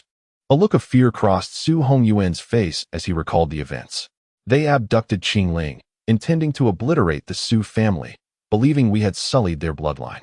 Had it not been for the intervention of a mysterious powerhouse, the Su family would have faced annihilation. Nevertheless, we still bear indelible scars from that encounter. To this day, we remain unaware of Qingling's fate, nor do we know who took her." After absorbing this revelation, Su Chen fell into silence. In his previous life as an avid internet user, this narrative felt eerily familiar. Su Qingtian's eyes brimmed with hope as he stated, "I have heard that those with a sacred body possess the potential to break the shackles of heaven and earth, becoming the legendary saints." As he spoke, sorrow and helplessness permeated Su Qingtian's tone. As a man, the inability to protect his beloved was a profound source of anguish. Without Su Chen's assistance, Su Qingtian might have lived a lifetime steeped in regret. All of this was intricately linked to him. Only Su Chen possessed the capability to change their fate. Endowed with formidable talent and a powerful mentor to guide him. Upon hearing Su Chen's assurance, Su Qingtian nodded with a sense of relief. Su Hongyuan sighed. "This may be the only truth you are unaware of. However, I urge you not to act rashly. Until you possess sufficient strength, do not seek them out." In the next moment, his figure ascended to the skies, gazing down upon the now minuscule Mingwei City. He realized he held the key and need not endure the trials faced by protagonists in stories, ultimately seeking and rescuing what was lost. Chapter 23, The Might of the Sage and the Anomalies of Heaven and Earth in the Realm of Sages, where the great Tao is perfected and all things are indestructible. Boundless power resides. Yet, he soon furrowed his brow, realizing that he could uncover nothing. How could this be possible?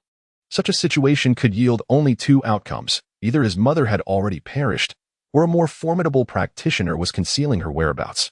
Su Chen narrowed his eyes. Whether alive or deceased, he must ascertain the truth. However, as he continued to search, he found himself at a complete loss. Yet, he could surmise that it was due to a powerful being obscuring his inquiries, for when he sought to probe into his mother's condition, he discovered nothing at all. Ordinarily, even if his mother had passed, he would still be able to detect some trace, utilizing his cultivation, 100,000 years. Since his current power was inadequate, he resolved to augment it further. Does the host require suppression of cultivation fluctuations? The system's cold voice echoed in his mind, and without hesitation, Su Chen chose to suppress. Instantly, his aura began to surge, breaking through to the late Sage stage, achieving Sage perfection, entering the early stage of Sage King, progressing to the mid-stage of Sage King, and finally reaching the late stage of Sage King. This time, 100,000 years of cultivation only allowed him to ascend one major realm. With a slight frown, Su Chen spoke again. Utilize 2 million years of cultivation. His aura surged once more at an astonishing speed, akin to his own cultivation, without any aftereffects. Reaching the pinnacle of Sage King, entering the early stage of Sage Emperor, progressing to the mid-stage of Sage Emperor, achieving the peak of Sage Emperor, entering the early stage of Ancient Sage, reaching the pinnacle of Ancient Sage, and finally, entering the early stage of Primal Ancient Sage. At this moment, Su Chen felt invincible, as if the very cosmos lay within his grasp. His spirit extended outward, enveloping the entirety of the eastern region, and all matters, large and small, flowed into his consciousness, rendering the region devoid of secrets. Indeed, if he wished, he could obliterate the entire eastern region with a mere gesture. Is this the power of a primal ancient sage? Su Chen probed once more, and this time, he finally received some feedback in the form of a bloodline fluctuation. Success. After reaching such a realm, he naturally gained insight into many matters concerning the world. Beyond the primal ancient sage, there exists a realm known as the supreme sage. However, the most recent individual to attain the imperial level in this world had vanished into obscurity hundreds of thousands of years ago. Just as Su Chen prepared to exert himself fully in search of this individual, the surrounding void suddenly began to collapse, and the phenomenon continued to spread. It seemed that the heavens and earth could scarcely bear the weight of Su Chen's power if he persisted in probing. An area of 1,000,000 miles would likely be reduced to nothingness. What is happening? Su Chen's brow furrowed. Could the heavenly Tao of this world truly be so frail? To exert oneself fully would lead to the collapse of the void, causing countless lives to perish and potentially engulfing most of the eastern region. Yet, if he refrained from searching with all his might, he would remain oblivious to his mother's whereabouts. After much contemplation, Su Chen ultimately decided to relent. Since his mother was still alive and guarded by such formidable practitioners, it suggested that no immediate danger loomed. Although he could not ascertain his mother's exact location, he was certain she resided within the Xiantian realm. As long as she remained there, they would inevitably cross paths. Furthermore, the individual capable of obstructing his inquiries possessed considerable strength, at least at the early stage of primal ancient sage or higher. Such a powerful being would not be difficult to locate within the Xiantian realm. It merely required time. However, what is the state of this heavenly Tao? Su Chen focused intently on sensing the heavenly Tao's power within the Xiantian realm, feeling a peculiar frailty, as if it were on the brink of collapse. Suddenly, a strange voice echoed in Su Chen's mind, amidst the tumult of the heavenly Tao's power surrounding him. What is this? Su Chen's body trembled, his eyes filled with solemnity. It seemed as though the heavenly Tao had attempted to communicate with him, akin to a beast seeking aid from a human. The voice rich with emotion, pleading, despairing, and filled with anguish. As he sought to delve deeper into the matter, the heavenly Tao's power had vanished without a trace, leaving him unable to sense anything. What on earth is happening? Su Chen's brow knitted tightly. It appeared that a significant upheaval had occurred within the Xiantian realm. Even the former Su Chen would have remained oblivious to such a situation had he not sought to use the heavenly Tao's power to probe his bloodline. The strangeness was indescribable. He felt that this world concealed some profound secret. It was only after his breakthrough to the primal ancient sage and an in-depth exploration of the heavenly Tao that he gained even the faintest perception of the anomaly. Afterward, Su Chen conducted a thorough investigation once more, yet he still found nothing peculiar. With no results, he was left with no choice but to cease his inquiries. As for his mother, he need not search for her. Those individuals had issued tasks from the shadows, and as long as they were aware of the Su family's location, they would likely come to eradicate them without delay. How intriguing.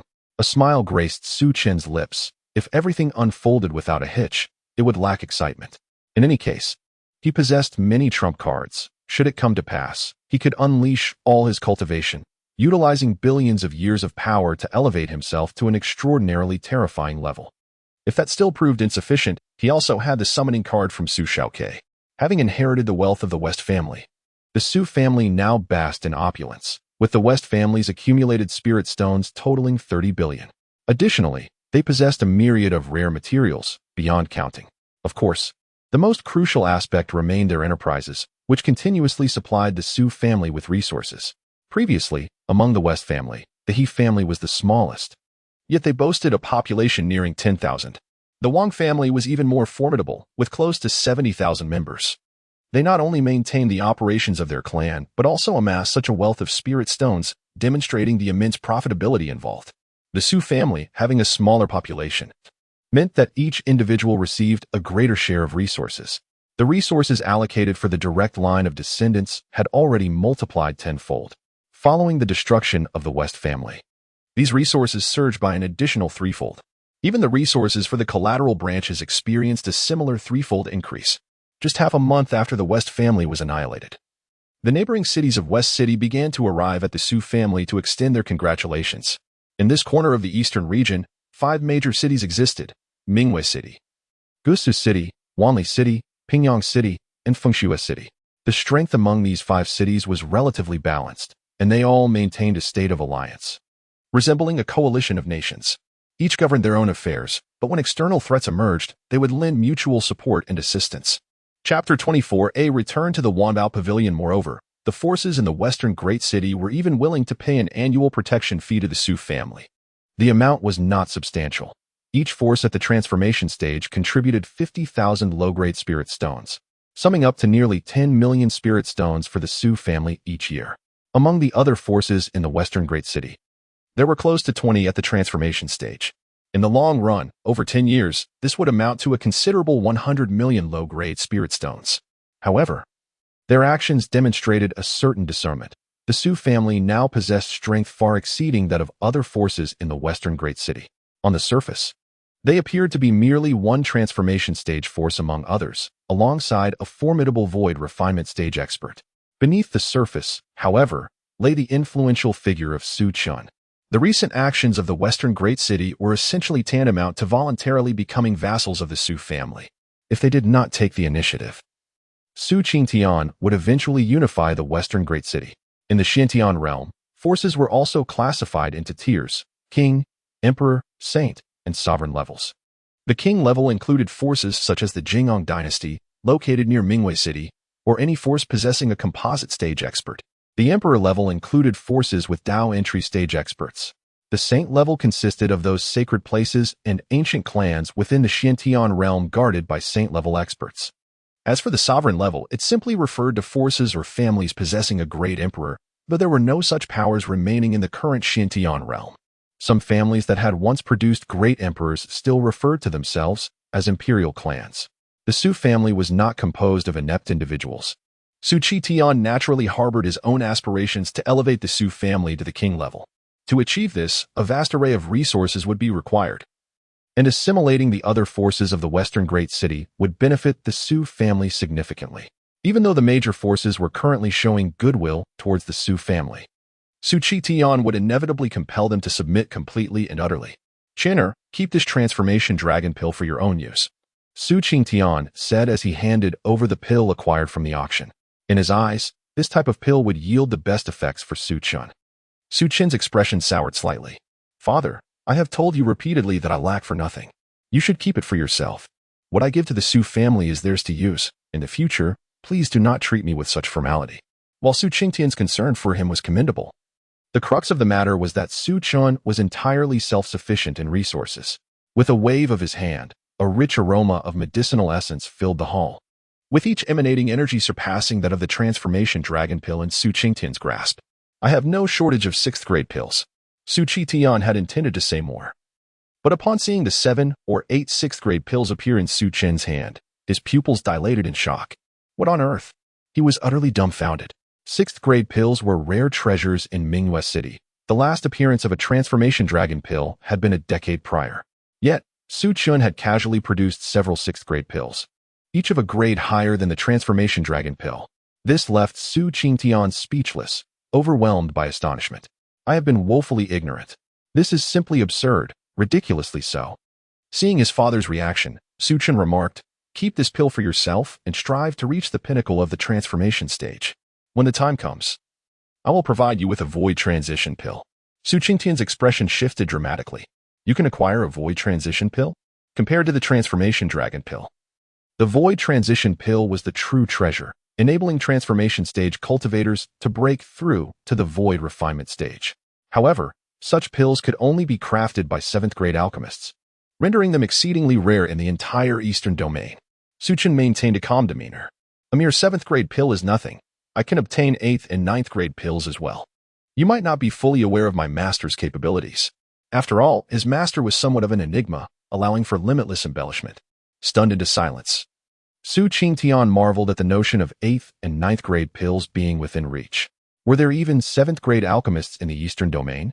While he was lost in thought, Su Chen stood and turned to leave the hall. "I shall be stepping out for a moment." Watching Su Chen's retreating figure, Su Chen remained silent for a long while before finally raising his head with a smile, his eyes filled with pride. "Qiling, our child, has great potential." After departing from the Su family, Su Chen made his way directly to the Wanbao Pavilion. Although the Su family lacked for cultivation resources, they faced a significant issue. The resources were too singular, and the choices of techniques were limited. There were no alchemists or artifact smiths among them. A vast family comprised entirely of combat cultivators was evidently impractical. Furthermore, Su Chen confronted another dilemma, an overabundance of low-grade spirit stones. The absorption of spirit stones was cumbersome compared to the efficacy of rare materials. Thus, Su Chen intended to expend some spirit stones to procure more rare materials to bolster the Su family's strength. Upon arriving at Wanao Pavilion, the reception staff's demeanor brightened instantly. Greetings, young clan leader Su. The Su family was now the overlord of Mingyue City, and following Su Chen's extravagant bidding at the previous auction, they regarded him as a wealthy benefactor. What does young clan leader Su wish to purchase? I shall promptly escort you to view our offerings, the attendant said, his face radiating obsequiousness. Su Chen stood with his hands clasped behind his back, stating casually, Summon Manager Zhu, I have quite a number of items to acquire. The attendant's smile remained unwavering as he respectfully replied, Please wait a moment, young clan leader. I will summon the manager immediately. With that, he hurried off. Were it anyone else, even the former Wang Ming would not have had the audacity to summon Zhu Li in such a manner. However, after the events of the last auction, Zhu Li had explicitly instructed that Su Chen's arrival should be communicated without delay. In less than 10 breaths, Zhu Li approached with a smile. Young friend Su, I was just preoccupied and could not personally welcome you. I truly apologize for my oversight. One must acknowledge that the personnel of Wanao Pavilion were astute. Even as a void refinement stage expert, Zhu Li maintained a low profile in front of Su Chen. This was only natural, as they were there to receive spirit stones, and a humble demeanor served them well. For merchants, a thick skin was their most potent weapon. With a smile, Zhu Li said, Please, this way. Soon, they entered an opulent private room, where two of them sat across from each other. A spread of delicacies and freshly brewed tea adorning the table. Su Chen picked up a piece of light red delicacy, smiling as he remarked, Manager Zhu truly spares no expense. Such exquisite spirit pastries are brought forth to entertain guests. The pastries on the table contained immense spiritual power, if sold separately. Each would be valued at no less than 30,000 spirit stones. Zhu Li laughed. Young friend, you flatter me, as you are a valued guest of Wanao Pavilion. If you enjoy these trifles, I shall have someone package some for the Su family immediately. Indeed, the merchant's charm had made Su Chen feel exceptionally at ease. Zhu Li then pivoted the conversation, inquiring, What does young friend Su wish to purchase this time? I will have the items brought forth right away. Chapter 25. Emptying the Wanbao Pavilion, 200,000 pieces? Are you jesting? Su Chen inquired with curiosity, What is the usual inventory of spiritual stones at your Wanbao Pavilion? Zhu Li, somewhat perplexed by Su Chen's question, donned a contemplative expression and eventually provided a rough estimate. The branches of Wanbao Pavilion typically determine their stock based on the regional demands, including the level of items and their quantities.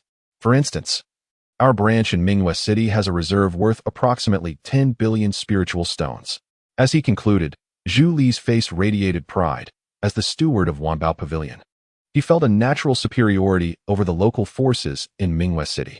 After all, their financial strength utterly eclipsed that of the local factions. He anticipated Su Chen's reaction to be one of astonishment, but it was quite the contrary. 10 billion? Su Chen's brows furrowed suddenly, revealing his disbelief at such a meager sum. He calmly remarked, Please, Steward Zhu, calculate the exact amount of spiritual stones and prepare to package everything. I wish to acquire all items from Wanbao Pavilion. Zhu Li abruptly turned to Su Chen, confirming in a tone of disbelief, Young friend Su. Did you just say? Su Chen replied with unwavering calm. I said, I wish to acquire everything from Wanbao Pavilion. Zhu Li gasped sharply, his expression a mixture of seriousness and confusion. 10 billion spiritual stones was no trifling matter. Su Chen could not be joking. The prospect of emptying Wanbao Pavilion was staggering, an occurrence that had never transpired before. Zhu Li harbored doubts regarding the financial capacity of the Su family, considering they had already expended considerable resources. Even if the Su family had eradicated the Western families, they could scarcely muster 10 billion spiritual stones. He found it implausible that the Su family would purchase such an abundance of seemingly useless items.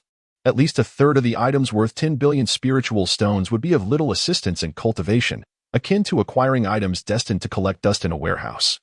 Su Chen, dismissive of further conversation, nonchalantly tossed a spatial ring toward Zhu Li, which contained 1 billion low-grade spiritual stones. Consider this a deposit. Upon receiving it, Zhu Li gasped in astonishment. a deposit of 1 billion spiritual stones. At that moment, despite his lingering doubts, he could not help but believe. Others would not dare to offer such a substantial deposit without sincerity. Zhu Li's eyes gleamed with excitement. The commission from 10 billion spiritual stones would be remarkably lucrative. Please wait, I shall prepare immediately. Zhu Li, eager to avoid keeping Su Chen waiting, hurriedly exited to organize the staff for packing and began calculating the value. In just half an hour, Zhu Li returned with all the items before Su Chen. Young Master Su, here lies everything from Wanbao Pavilion, totaling a value of 13,570,000,000 low-grade spiritual stones. However, as this is our first encounter with such a generous customer, we have waived 7 million spiritual stones. Zhu Li held 11 top-tier spatial rings, each vast and filled with rare treasures. He had thoughtfully categorized the various items for clarity.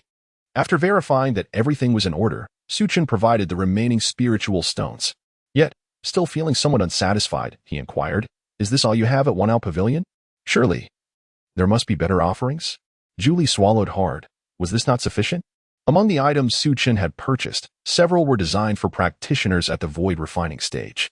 Does your Su family not possess only one practitioner at that level? Yet, Su Chen's tone was laced with disdain, as if to say, "Is this all Wanbao Pavilion can offer?" Zhu Li, who once took pride in Wanbao Pavilion, now felt a tinge of insecurity as Su Chen sought to deplete their inventory. What did he mean by better? Zhu Li was suddenly alarmed. If Su Chen was placing further orders, it implied the Su family still possessed spiritual stones. My goodness. Zhu Li quickly responded, "Of course, whatever you desire. I can source from other branches or even headquarters, though a portion of the deposit will be required in advance." Su Chen nodded and began, "I would like 10,000 each of 3rd to 5th tier elixirs, and 10,000 healing elixirs." After stating his request, Su Chen fell into deep contemplation. Zhu Li's smile faded abruptly, his face a mask of confusion. "What are you saying? 10,000 each of 3rd to 5th tier elixirs? Are you certain about that quantity? Wait, young Master Su, are you sure you didn't misspeak? The 3rd tier elixirs start at a minimum of 50,000 spiritual stones each, meaning 10,000 would amount to 50 billion spiritual stones. The prices for 4th tier elixirs begin at 500,000 spiritual stones, while 5th tier elixirs typically start at 2 million each. Are you truly prepared to purchase such a large quantity?" Had Su Chen not emptied Wanbao Pavilion, Zhu Li would have dismissed him as a fool for requesting 10,000 elixirs from 3rd to 5th tiers. However, now he instinctively felt that Su Chen was capable of affording it. Su Chen pondered briefly. The total of his previous purchases should be around 2 billion, seemingly not even reaching a trillion. His balance of low-grade spiritual stones stood at 6,500,563 billion. Adding 10,000 more, equating to 200,000. Observing Su Chen's earnest demeanor, Zhu Li could hardly contain himself. He initially thought Su Chen was merely organizing his thoughts. To his astonishment, Su Chen felt it was insufficient. After voicing his request, Su Chen cast a skeptical glance at Zhu Li. "Steward Zhu, is your Wanbao Pavilion capable of fulfilling this?" "Capable? Not quite." Zhu Li's lips twitched as he replied, "This is indeed quite a challenge. While 3rd and 4th tier elixirs are certainly available, 20,000 5th tier elixirs is a daunting amount. Even headquarters would struggle to assemble such a quantity in a short time frame. Perhaps you might consider alternatives?" As he spoke, Zhu Li hurriedly presented a catalog listing all the items available at Wanbao Pavilion. Admittedly, he had been somewhat obstinate earlier. They could not possibly procure 20,000 5th tier elixirs, and even gathering 20,000 4th tier elixirs would be a challenge, leaving only the 3rd tier elixirs as a feasible option. Su Chen eyed him with suspicion, discerning that Wanbao Pavilion likely lacked sufficient elixirs. He pointed to the dragon transformation elixir he had previously acquired at auction and inquired, "Does your Wanbao Pavilion have many of these elixirs?" Su Chen waved his hand, uninterested in hearing more, exclaiming in exasperation, "Your Wanbao Pavilion is sorely lacking. You seem to have no elixirs at all." Zhu Li's smile froze in place, yet he found himself unable to counter her. How could he refute a request for 20,000 5th tier elixirs? In truth, Zhu Li harbored concerns. Even if Wanbao Pavilion could produce 20,000 5th tier elixirs, their total value would be no less than 2,000 billion low-grade spiritual stones. Could they genuinely supply that? Chapter 26. Ordering after browsing for quite some time, Su Chen spoke with a calm demeanor, expressing that there were too many inferior spirit stones. He contemplated converting them all into treasures, believing that this would significantly enhance his capabilities. Moreover, he possessed countless mid-grade and high-grade spirit stones that remained unutilized. Zhu furrowed his brow. Speaking with an air of disbelief, young Master Su, our Wanbao Pavilion houses numerous treasures, roughly estimated to be worth trillions. This is no jest. If Su Chen were to request 10,000 pills, he might entertain the notion, but emptying the entire Wanbao Pavilion was utterly implausible. Such an endeavor was absurd. Who in the Eastern Domain could deplete the resources of their pavilion? Only a saint-level force could fathom such a possibility. Trillions? Su Chen silently calculated. Trillions equate to a myriad, and trillions upon trillions amount to a quintillion. Inferior spirit stones balance, 6,500 quintillion 156 trillion. Well, Su Chen could not help but exclaim, I have labored so hard, yet I've spent merely 1/6,000th of that? Upon further contemplation, Su Chen ultimately abandoned the idea of liquidating all his assets. It was simply too daunting and indeed, rather preposterous. He shook his head and proposed a different approach. Very well, let Wanbao Pavilion supply my Su family with 3 billion inferior spirit stones each month. Select popular techniques, formations, and pills. Avoid the obscure ones. Ensure a balanced range. From the qi condensation stage to the void refinement stage. Should the quality of your offerings prove satisfactory, I shall continue to procure. If not, I will refrain. As he spoke, Su Chen retrieved a spatial ring, presenting it with poise. Here are 2 billion inferior spirit stones as a deposit. As a congenital ancient saint, he had no concerns about Zhu Li absconding with the spirit stones. Finding a void refinement stage practitioner was hardly a challenge. Zhu Li regarded Su Chen's nonchalant expression with profound astonishment. After years in commerce, he understood that this young Master Su was far from ordinary. He must harbor great secrets. Yet, Zhu Li dared not entertain any greed. Su Chen's willingness to part with spirit stones and his resolute demeanor indicated he held no fear of avarice. Moreover, the Wanbao Chamber of Commerce had no precedent for taking advantage of its clientele. Zhu Li's expression turned respectful. Yes, young Master Su, rest assured.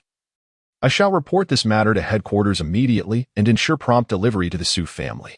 Su Chen offered no further words. He nodded and departed from Wanbao Pavilion without hesitation. Watching Su Chen's retreating figure, Zhu Li felt somewhat dazed, as if the events of the day were a dream.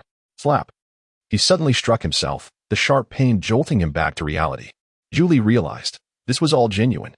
Surveying the now empty Wanbao Pavilion, he couldn't help but chuckle ruefully. The establishment had transformed from a treasure trove into a mere repository of spirit stones. After lingering in contemplation for some time, he left Mingwei City to report to the headquarters. Their Wanbao Pavilion engaged solely in commerce. Regardless of how many spirit stones Su Chen possessed, they held no ill intentions. It was precisely for this reason that they had thrived in the Xiantian realm, growing to their current stature. But Su Chen was undeniably extraordinary. How could one possess so many spirit stones? Such a figure should not exist in Mingwei City. System, can those spiritual roots and bodies be utilized by others? He had acquired an abundance of physiques through the sign and system, including numerous top-tier spiritual roots.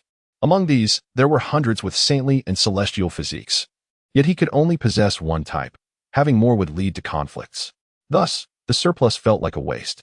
The system responded, they may be used by others. However, outsiders lack system protection and will endure unbearable pain when integrating spiritual roots or special physiques.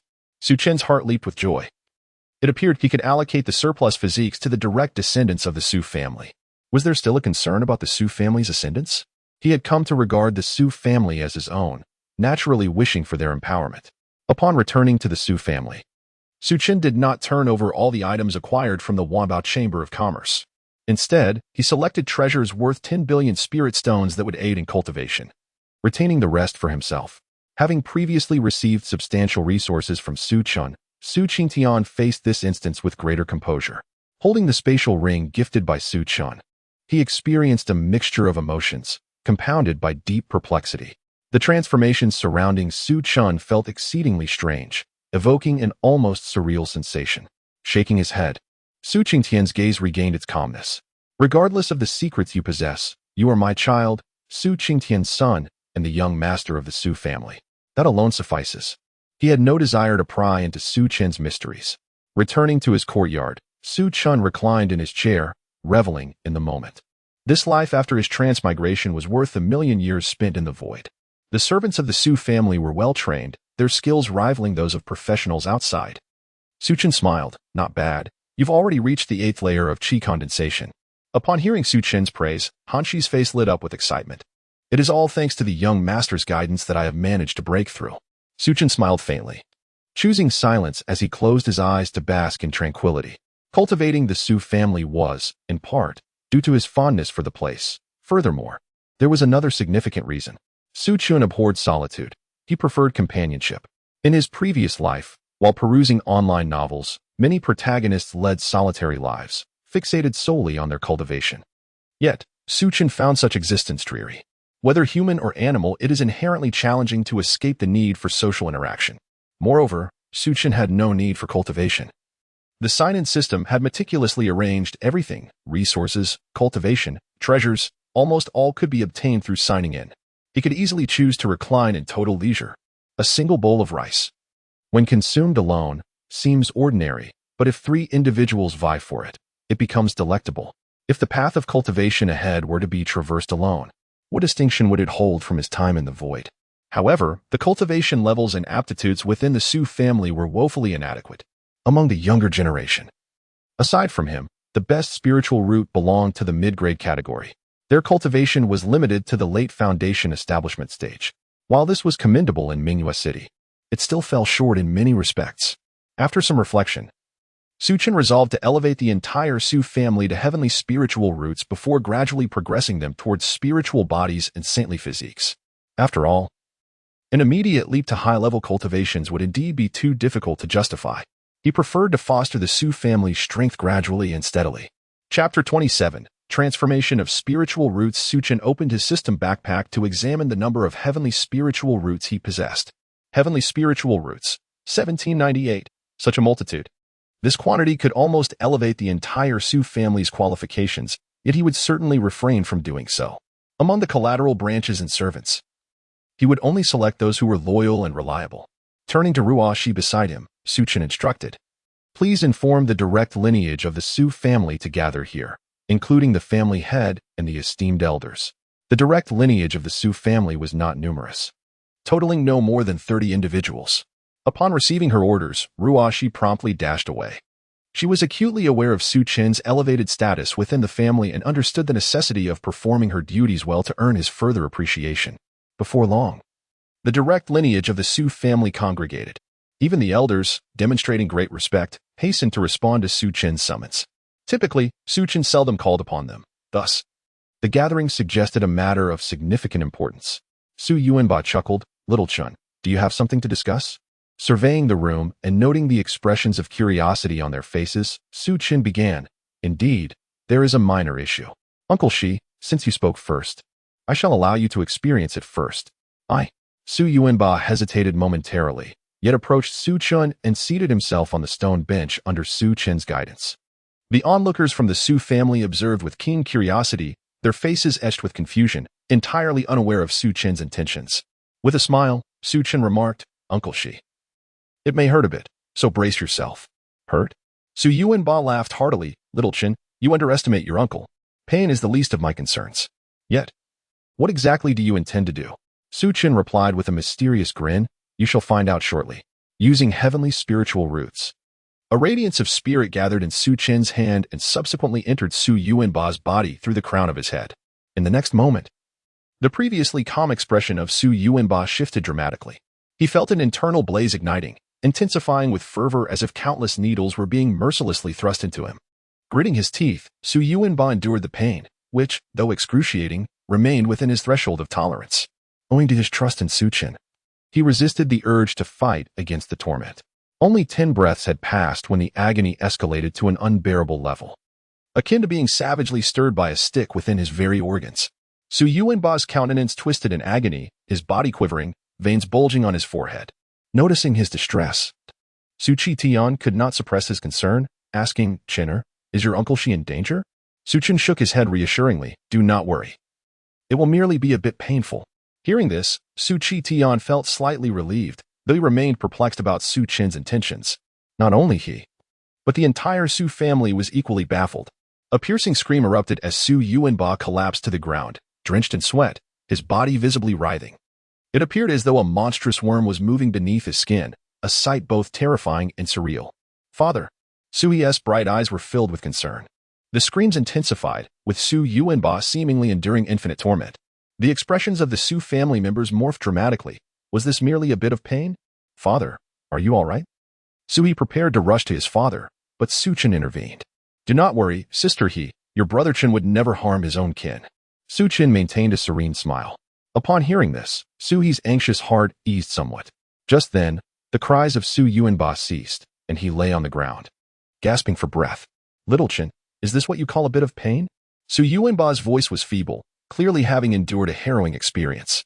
But soon, his expression changed dramatically. What is this? As he sensed the continuous influx of spiritual energy around him and the vastness of his meridians, disbelief washed over his face. Why am I absorbing spiritual energy at such an accelerated rate? It is at least 5 times faster than before. 5 times. Su Qingtian was taken aback, feeling the surge of spiritual energy surrounding Su Yuanba. Brother Shi, try halting your absorption and cease your cultivation. Though puzzled, Su Yuanba complied. To his astonishment, a remarkable phenomenon unfolded. Despite refraining from cultivation, the spiritual energy from the heavens continued to flow into his body, to harmonize with the heavens. Automatic cultivation. This is a sign of a heavenly spiritual root. What? The faces of the Su family members were a mix of shock and awe. Su Chen stepped forward, declaring, Indeed, this is the heavenly spiritual root. I possess the means to elevate your qualifications to that of a heavenly spiritual root without any adverse effects. Perfectly attuned to your physical form, all that is required is to endure some pain. However, the younger and less experienced individuals will experience much less discomfort. The intensity of pain endured by Su Yuanba was due to the deep-seated nature of his existing roots. Transforming them forcibly was bound to be agonizing. Fortunately, the process would not be overly prolonged, typically concluding within 30 breaths. Otherwise, Su Yuanba might have truly reached his breaking point. To elevate to a heavenly spiritual root. Su Qingtian swallowed hard. The most gifted among the Su family had only possessed superior spiritual roots. Should the direct lineage be elevated to heavenly spiritual roots, it would yield tremendous benefits for the entire family. Enhancing spiritual roots postnatally was an unattainable feat, yet Su Chen had achieved it. Were it not for the undeniable evidence before him, Su Qingtian would find it hard to believe. Su Chen called out, Who is next? Thinking of the prospect of becoming a heavenly spiritual root, Su Qingyun stepped forward eagerly. I shall go. With a defiant expression, he glanced at Su Yuanba, saying, Old Shi, your capacity to endure pain is still lacking. It's not as if you were going to die. I cannot fathom your cries. Su Yuanba felt a twinge of embarrassment. Only moments ago, he had boasted to Su Chen about his pain tolerance, only to succumb to cries of anguish. It was indeed somewhat humiliating. Su Chen proceeded to perform the same procedure on Su Qingyun. Soon, the courtyard was filled with piercing screams, even louder than Su Yuanba's. It seemed that nearly the entire Su family could hear it. Many collateral branches and servants were left bewildered, wondering what was transpiring within the inner courtyard. As a cultivator of the transformation stage, Su Qingyun naturally faced greater suffering during the qualification transformation. The screams eventually subsided, and Su Qingyun, drenched in sweat, appeared utterly exhausted. It hurts too much. Yet soon, he burst into laughter. What a rapid absorption rate. I, Su Qingyun, am no longer merely a mid-tier spiritual root. I have attained the heavenly spiritual root. Su Yuanba scoffed. Who was it that claimed they would not scream? Su Qingyun's smile faltered, his face betraying a hint of embarrassment. Su Chen, undeterred, continued. Next. Chapter 28. The entire clan's celestial roots within the inner courtyard of the Su family. Anguished cries echoed intermittently for nearly an hour. The members of the Su family sat on the ground, their faces etched with fatigue, as all direct descendants were elevated to celestial roots by Su Chen. This, however, was merely the initial step. In due course, Su Chen would further enhance their innate qualities. The expressions of the direct descendants were filled with ecstatic joy. Celestial roots. I too have attained celestial roots. Such a level of aptitude was virtually unheard of in the 5 great cities. Rumor had it that within the illustrious empire of Jinghong, scarcely 2 or 3 individuals possessed such an extraordinary endowment. Heavens! Someone pinch me. I cannot believe this feels like a dream. Slap. Su Kongshan, you truly struck me. Do you truly think I am unaware? I merely wished to express my astonishment, yet you hit me with such force. Was that intentional? Su Kongshan wore a look of grievance. Did you not ask me to? Su Qingyun, equally overwhelmed with joy, proclaimed, "With such a batch of celestial roots in our family, how could we not thrive?" He then spoke up, "The young clan leader has elevated your qualities. You should express your gratitude at once." Though the reason behind Su Chen's extraordinary ability remained a mystery, it was of little consequence. The future of the Su family was undoubtedly entwined with Su Chen. At this moment, it was crucial for the younger generation to forge strong ties with him, for their future endeavors would greatly benefit from such connections. Instantly, the younger members comprehended, rising to bow in unison, "Thank you, young clan leader." In that moment, their gazes towards Su Chen transformed, filled with a mix of reverence and gratitude. Su Chen did not decline their appreciation. He merely smiled and nodded. Suddenly, Su Tian spoke with gravity, "No one is to leave. All must proceed to the Grand Elder." The other elders understood his intent immediately. The events of the day could not be allowed to spread, otherwise it would spell disaster for the Su family. The ability to enhance one's innate qualities was something they had never encountered, despite their extensive studies of ancient texts. Such phenomena were typically attributed to rare treasures that could strengthen the body and elevate one's limits. However, what Su Chen had provided was fundamentally different. He had truly transformed their innate qualities, a concept entirely distinct. Thus, Su Tian prepared to cast a soul-binding spell upon all direct descendants to forcibly restrict their souls, ensuring that today's events would remain confidential. Su Chen added, "Follow me." The assembly of direct descendants appeared bewildered, uncertain of what was to transpire. However, some astute individuals grasped the underlying reason and exhibited no aversion. To them, it was clear that today's occurrences must not be divulged. Once they had departed, Su Chen turned to Roashi beside him and calmly said, "Roashi, you too come here." Roashi was taken aback for a moment, but quickly regained her composure, her face lighting up with ecstatic delight. "Thank you, young clan leader." In no time, Roashi was writhing on the ground in anguish. Elevating Roashi's cultivation was a simple task. Her loyalty to him and her competence made her a valuable asset. Once her cultivation was enhanced, she would be able to assist him in myriad ways. In the courtyard, only Su Chen and Roashi remained. Before long, the pain on Roashi's face vanished, replaced by excitement as she felt the rapid influx of spiritual energy within her. "From now on, I too possess celestial roots." Roashi hastily knelt before Su Chen, her voice brimming with reverence. "Roashi is eternally grateful for the young clan leader's bestowal." Su Chen replied nonchalantly, "I grant you celestial roots with the hope that you will diligently fulfill your duties. Do not let me down." Roashi's heart tightened, her expression turning serious as she spoke. "Rest assured, young clan leader, I shall be yours for this lifetime, never to betray." She understood that what Su Chen valued most was not merely ability, but loyalty. Given Su Chen's status, he could easily find someone more efficient for any task. Yet he chose to elevate her, signifying that he cherished her loyalty. Roashi was filled with exhilaration. Her unwavering loyalty would ensure her significance in Su Chen's eyes. From the moment she began serving him, she became his, and loyalty was her fundamental obligation. Moreover, she was now willing to give her all for Su Chen. Loyalty posed no challenge. Su Chen remarked lightly, "I hope your words are not mere rhetoric. Young clan leader, do you require me to attend to your bedchamber?" In the Su family, it was customary for handmaidens to care for their master's daily needs, including attending to their intimate affairs when necessary. Yet, Roashi was overjoyed. The young clan leader had not closed the door, which signified his approval for her to enter. Her face was alight with excitement and thrill as she hurriedly approached. Finding Su Chen reclining on the bed, she gently removed her garments and climbed onto the bed.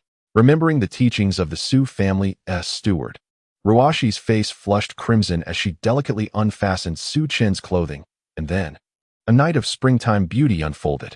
As dawn broke, the world was enveloped in a cool mist.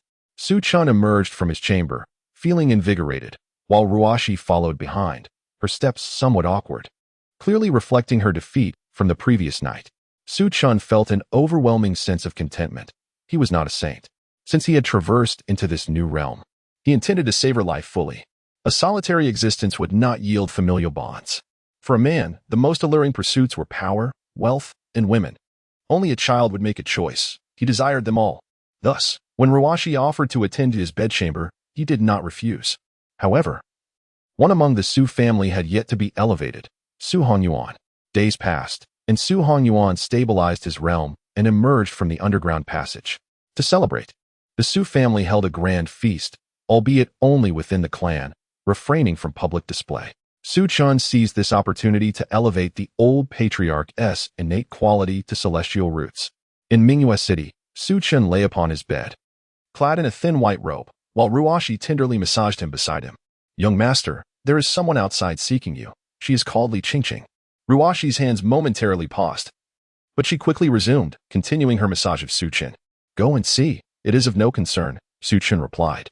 Ruoshi hesitated, conflicted for a moment before rising. "Thank you, young master." With a wave of his hand, Su Chen dismissed her, and Ruoshi turned to leave the courtyard. Before long, Ruoshi returned. Upon seeing her, Li Qingqing rushed over as if she had found a savior. "Sister, please help me. There is trouble at home." Chapter 29, Seeking a Person.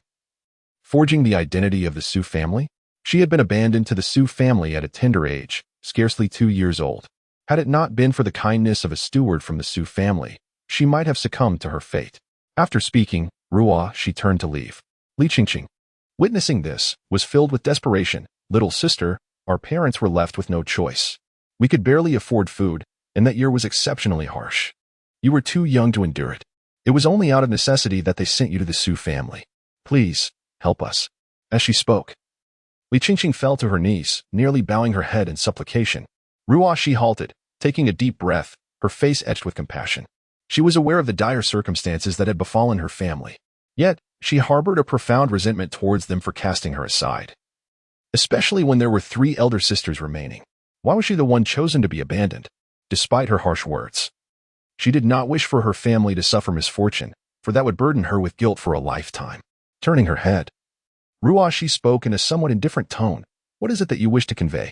Seeing Ruoshi pause, Li Qingqing's expression transformed into one of gratitude as she quickly replied. "A few days ago, the Changya gang captured Sister Ying and Sister Xiao, and they injured our parents. Thankfully, they were not gravely harmed, but the Changya gang intends to send Ying and Xiao to the Changhong courtyard as courtesans. You are the only one who can save them." Li Qingqing's voice quivered with tears, her face marred by despair and helplessness. The Changya gang was a notorious power in Mingyue City, boasting 2 nascent soul cultivators, ranking among the strongest factions aside from the Su family. They were merely an ordinary family. How could they contend with such formidable forces? Ruoshi's eyes narrowed, her expression igniting with fury. Where are Ying and Xiao now? These 2 were her sisters, and although they had only met a handful of times throughout their lives, blood ties ran deep. The thought of her kin being taken away as courtesans ignited an unquenchable rage within her. They were at the Changhong courtyard, and it had been 2 days. She worried for their well-being. Li Qingqing quickly rose, tears streaming down her face as she led the way. Soon, they arrived before a bustling building adorned with red banners, where a throng of courtesans were enthusiastically soliciting patrons. The Changhong courtyard.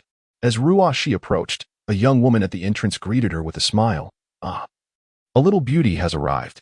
But this is a place for men, not women." Many courtesans could not help but chuckle at the remark. Ruoshi's expression darkened. "I am of the Su family. Summon your manager." Upon hearing Su family, the woman was taken aback, scrutinizing Ruoshi with suspicion. "Please wait a moment." Though she was skeptical of Ruoshi's claim, she deemed it prudent to report this to her superior, given the Su family's formidable reputation.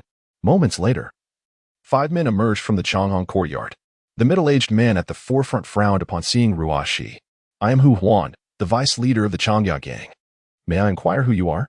"The Su family," Ruoshi replied, producing a token that served as an emblem of identity for all members of the Su family. In the past, Ruoshi had been a mere servant, with her token made of ordinary wood. However, due to Su Chen's influence, she had been elevated in status, receiving a silver token reserved for stewards. The sight of the silver token caused Hu Huan's expression to shift dramatically. Only those at the peak of the core formation stage possessed such a token. Although he was puzzled by Ruoshi's youth and cultivation level, he approached her with a respectful demeanor. "Ah, it is a steward of the Su family. My apologies for not recognizing you sooner. May I ask what brings you to the Changhong courtyard?" While Hu Huan spoke courteously, he scrutinized Ruoshi. When had the Su family acquired such a young female steward? Why had he never heard of her before? Despite a multitude of questions swirling in his mind, he knew that no one would dare forge the identity of the Su family, and thus he could only regard her claim with cautious skepticism. Ruoshi's voice turned icy. "I am here to retrieve 2 individuals." "Retrieve individuals?" Hu Huan was utterly bewildered. What was happening? At his side, Gao Qiao suddenly glanced at Li Qingqing, momentarily taken aback. Then, his gaze sharpened, and he whispered urgently into Hu Huan's ear. Vice leader, that girl beside her is. Upon hearing this, Hu Huan's eyes narrowed. He studied Li Qingqing, then turned back to Ruo Shi, bellowing, "How dare you forge the identity of the Su family? Seize them both." Several men rushed forward, intent on encircling the two women. Ruo Shi's beautiful eyes flashed with anger. "What are you doing? Are you not afraid of offending the Su family?" "Offend the Su family?" Gao Qiao scoffed derisively. "You think too highly of yourselves. Have you become addicted to playing the Su family? And you, Li Qingqing, how dare you impersonate the Su family to save your sister? If the Su family finds out, your entire family will perish." Upon hearing this, Li Qingqing's eyes blazed with hatred. "Gao Qiao, my sister merely borrowed 50 taels for our parents' medical expenses. You demand a repayment of 1,000 spirit stones. How could we possibly have that much?" Around Mingyue City, many common folk still relied on silver and gold as currency. Such individuals made up the majority, nearly 70% of the population. One spirit stone could be exchanged for about 500 taels of silver, highlighting the outrageous nature of Gao Qiao's demands. The courtesans within the Chang'an courtyard exchanged glances, their expressions tinged with sorrow. Many of them had been coerced into servitude by the Changyao gang, forced to entertain men against their will. What audacity! 50 taels transformed into 1,000 spirit stones? Yet, some murmured doubts. Isn't that steward holding a token from the Su family? How could the Changyao gang dare to offend them? Su family, my foot. Have you ever seen such a young steward? She is merely at the qi condensation stage. The truth is, that girl's sister was captured and taken to the Chang'an courtyard. Desperate to rescue her, she forged the identity of the Su family. How foolish. At least find someone whose strength matches the identity you're trying to forge. A qi condensation cultivator impersonating a steward of the Su family? It's utterly absurd. The murmurs of disbelief echoed, and no one believed Ruo Shi's claim to be a genuine steward of the Su family. After hearing Li Qingqing's words, Gao Qiao sneered. "If you cannot repay the debt, why did you borrow in the first place? Or do you claim that I forced you to borrow money? It is only natural to repay one's debts. If you cannot provide spirit stones, then it is only reasonable for me to bring you to the Chang'an courtyard to work off your debt." Chapter 30. Bewildered, do these people not fear the Su family? Gao Qiao spoke with an air of indignation, as though the fault lay entirely with them. Ruo Shi trembled with anger. Her eyes filled with icy fury. "Do you not seek spirit stones? I shall provide them, but release my people at once." With that, she hastily tossed 1,000 spirit stones towards them. Engaging with the Longfang gang was evidently disadvantageous for her. Although she hailed from the Su family, her power was negligible. Even if she wished to take action against the Longfang gang, she lacked the capability. Moreover, the gang had 2 nascent soul cultivators, and it was highly unlikely that the Su family would risk enmity for a mere servant. Unless she sought help from Su Chen, but as a servant, she would need to rely on her master. Servants were expected to serve their masters, not the other way around. Upon witnessing Ruo Shi produce 1,000 spirit stones, Gao Qiao's eyes instantly lit up. He exchanged a glance with Hu Huan, and upon receiving a confirming nod, he sneered coldly and spoke derisively. 1,000 spirit stones were what Li Ying and Li Shou owed me. We brought her to the Chang'an courtyard for training and guidance, teaching them the ways of a courtesan. Therefore, you must pay an additional 100,000 spirit stones as a training fee to take her away. Ruo Shi's face was flushed with rage. "You cannot be serious." Her expression darkened significantly. The sudden increase to 100,000 spirit stones indicated they had no intention of releasing her. Bystanders shook their heads at the scene unfolding before them. The Longfang gang's methods were utterly despicable. Yet what could be done against such formidable power? Even if they found the situation distasteful, they dared not intervene. Gao Qiao coldly declared, "Enough of your nonsense. Produce 100,000 spirit stones, and you may take her away. If not, both of you will remain here at Chang'an courtyard." He licked his lips, his gaze revealing a lecherous intent. Ruo Shi was not lacking in beauty, and even within the entirety of Mingyue City, she was quite rare. With a little grooming, she would undoubtedly become a prized courtesan. Moreover, with his status, he could indulge in the women of Chang'an courtyard at his leisure. He was determined to savor such a delight. Gao Qiao appeared to have both women firmly in his grasp. Even if Ruo Shi produced the 100,000 low-grade spirit stones, he could concoct other excuses, such as claiming they had forged their identity as members of the Su family. Li Qingqing was visibly distressed, hiding behind Ruo Shi, her voice trembling as she asked, "Sister, what shall we do now?" Ruo Shi's face turned ashen. "I am of the Su family. Do you dare lay a finger on me without fearing their retribution?" The Su family? Gao Xiao wore an expression that barely concealed his amusement, his face filled with disdain. If Li Qingqing and the others had a steward from the Su family backing them, how could they be living in such dire straits? Borrowing even the smallest sum for medical treatment? He had no faith in Ruo Shi's claims of being a member of the Su family. Not to mention the Su family. If they could not produce spirit stones today, even the Heavenly King himself would be of no help. Gao Qiao was well aware of the family's plight. They were merely ordinary villagers from a small mountain hamlet, with no cultivators in 3 generations. Such individuals were easily manipulated, posing no risk whatsoever. As the crowd continued to swell, Hu Huan suddenly interjected, "Rest assured, the Longfang gang is not unreasonable. If you can earn 100,000 spirit stones for Changhong Courtyard, I shall certainly let you leave." Hu Huan did not wish to tarnish their reputation too severely. Hence he played the role of the reasonable one. Ruo Shi trembled with rage. She could not believe Hu Huan's shamelessness, his facade of righteousness. Hu Huan then shifted his tone to a more menacing one, stating, "Of course, you have another option. We could take you to the Su family. But the consequences would be dire. You and your family would meet a grim fate. Forging the identity of the Su family is a grave crime. The fact that I am offering you a chance at survival is already a significant mercy." Hu Huan scanned the crowd, subtly signaling Gao Qiao. Gao Qiao immediately understood. Seize them. Ruo Shi's heart raced. She drew her sword, her powerful aura radiating outward. "I dare anyone to try." What formidable sword energy. Gao Qiao was taken aback. Ruo Shi was merely at the chi consolidation stage, yet he sensed a dangerous aura emanating from her. Despite being at the peak of the chi consolidation stage, she was merely that Gao Qiao thought, sneering. He swiftly lunged at Ruo Shi, unleashing the aura of his core formation stage, which immediately made her tense. Ruo Shi was overwhelmed with anxiety. She never expected these individuals would not even fear the Su family. Since joining the Su family, she had never encountered such peril and had never contemplated survival issues. Her daily thoughts revolved around how best to serve her master. But upon leaving the Su family today, she discovered just how treacherous the outside world could be. "Stop!" A booming voice echoed, and a robust figure emerged from the crowd, clad in humble attire. Upon witnessing Gao Qiao's aggression towards Ruo Shi, he was filled with rage. "What are you doing? Do you not know she is a member of the Su family? Acting?" Hearing this, the muscular man erupted in fury. "I am not acting." He promptly produced a wooden token inscribed with a prominent character for Su. This token bore silver edging and a carving of the character Pang on its reverse, distinguishing it from the ordinary servant tokens. "I am Su Li, the 7th son of the 3rd branch of the Su family. How dare you claim I am pretending to be a member of the Su family? Do you wish to die?" While ordinary branches would not dare provoke a nascent soul power, the 3rd branch was considered a core part of the Su family. As a steward, he was a leader within the 3rd branch, wielding considerable authority in the Su family, and as a nascent soul cultivator, he would not fear the Longfang gang. Su Li continued to berate them. "You scoundrels! This lady is Ruo Shi, a person of significance to the young master. You actually wish to make her a courtesan at Changhong Courtyard?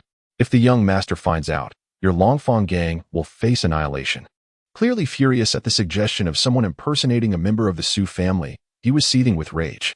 Gao Qiao was momentarily taken aback. But after a moment of contemplation, he regained his composure. "You insolent fool! How dare you insult me?" He was firmly convinced that Li Qingqing lacked any connection to the Su family.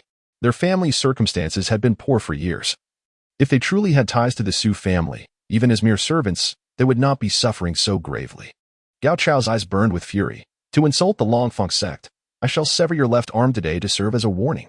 With that, a fierce aura erupted from his body. His hand became as hard as iron, and he lunged towards Su Li with deadly intent. Su Li was instantly alarmed. As only a novice at the foundation establishment stage, he was no match for someone at the core formation stage. Stunned, he thought. Do they truly not fear the Su family? Has the world of Mingyue City changed? My father is a steward of the 3rd branch. If you dare kill me, the Longfang gang will surely be wiped out. Su Li roared, his eyes blazing with indignation. He could not believe Gao Qiao would actually dare to act. With a cold snort, Gao Qiao's expression was filled with mockery. Still pretending? I shall see how the Longfang sect meets its end. If you are members of the Su family, then I am the Heavenly King himself. Stop! A furious voice rang out, followed by a brilliant sword light slicing through the air, imbued with a profound sword intent, instantly severing Gao Qiao's arm. Chapter 31.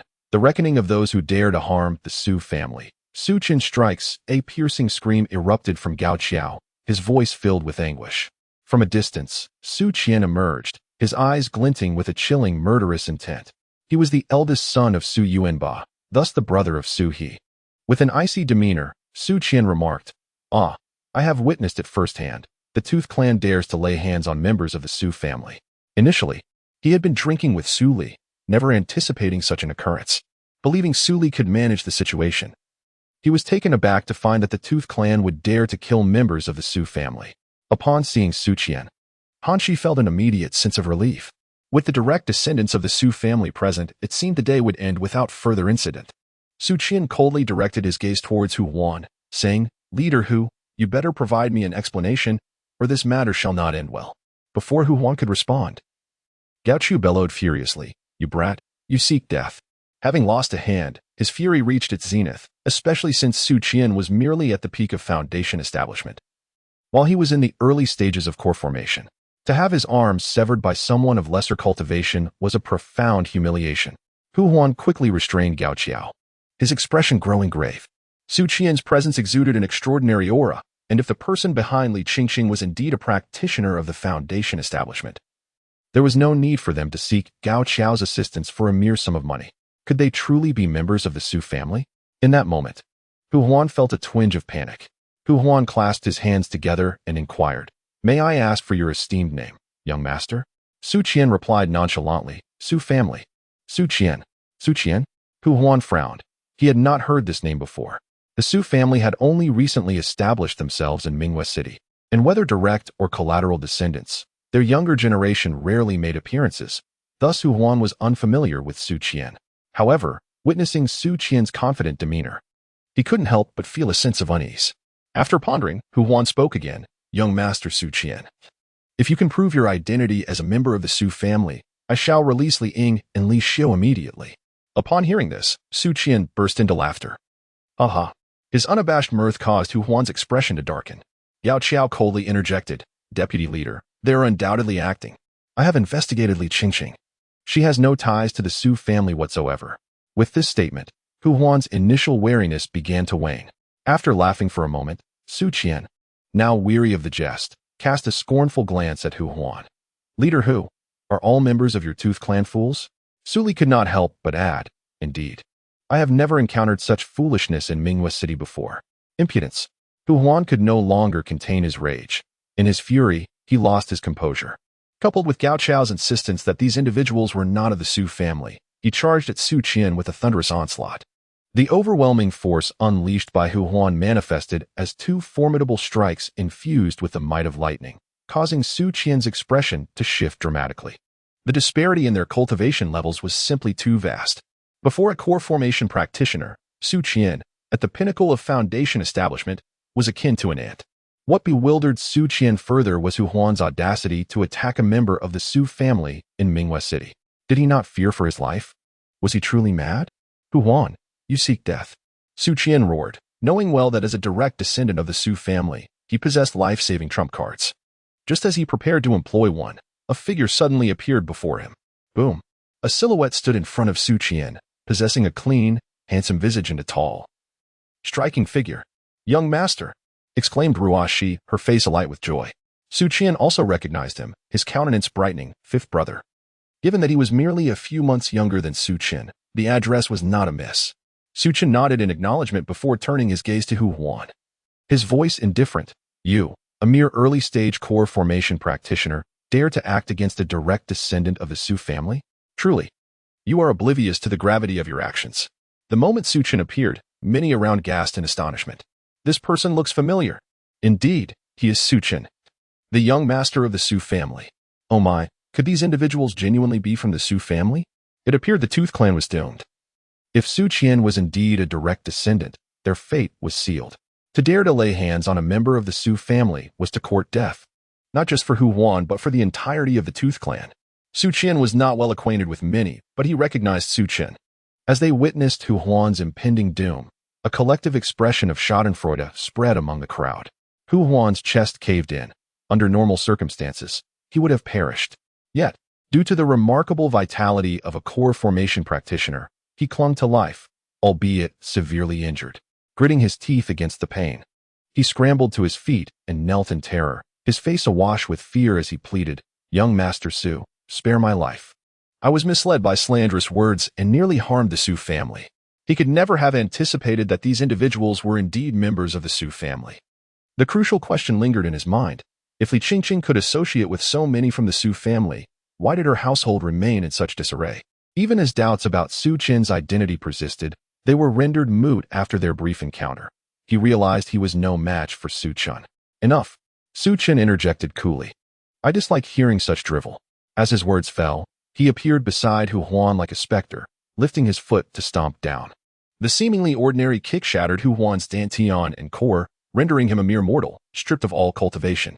Witnessing this scene, the crowd could not suppress their astonishment. A core formation practitioner had been reduced to a state of utter helplessness. Su Chen's voice rang with authority as he declared, "Whoever dares to harm a direct descendant of the Su family undermines our family's standing in Minghua City."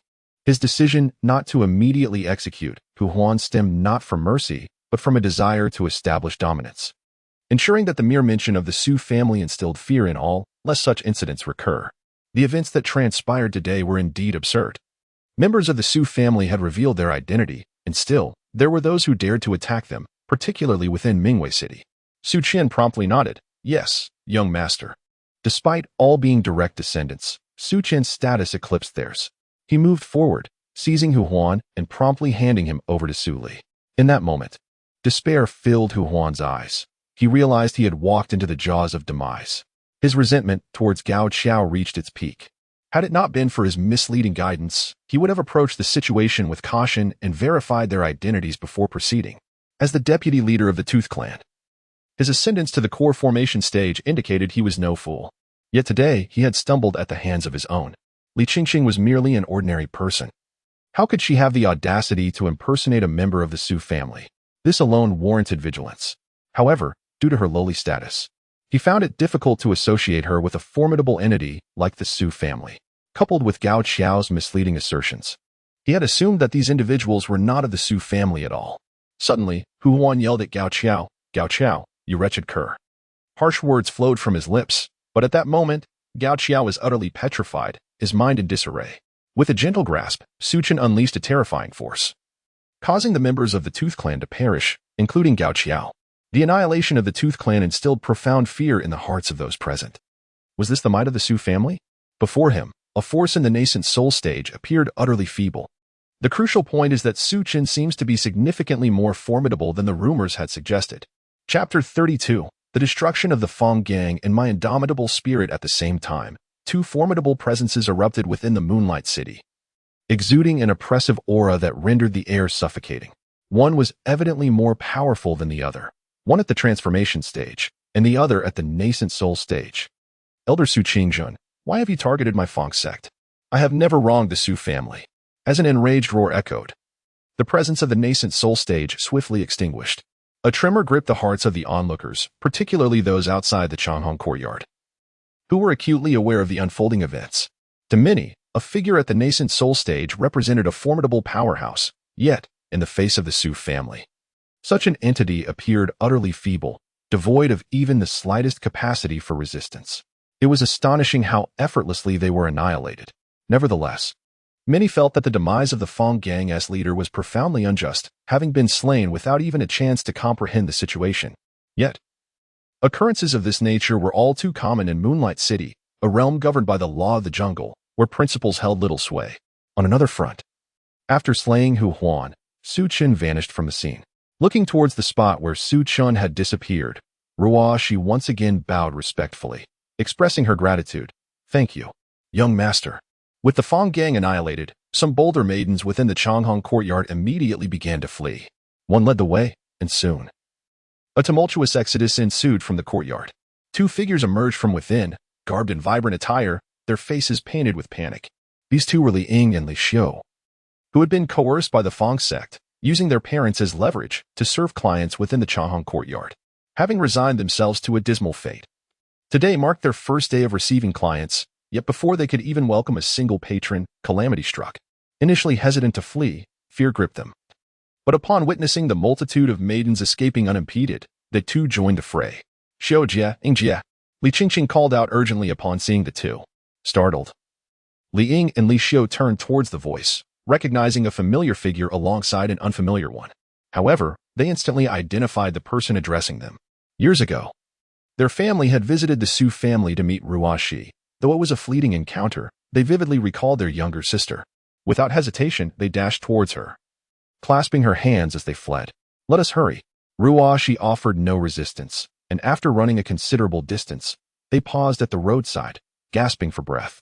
The joy of reuniting with Ruo Shi filled Li Ying and Li Xiu with elation, and upon learning that their sister had come to their rescue, they were utterly astonished.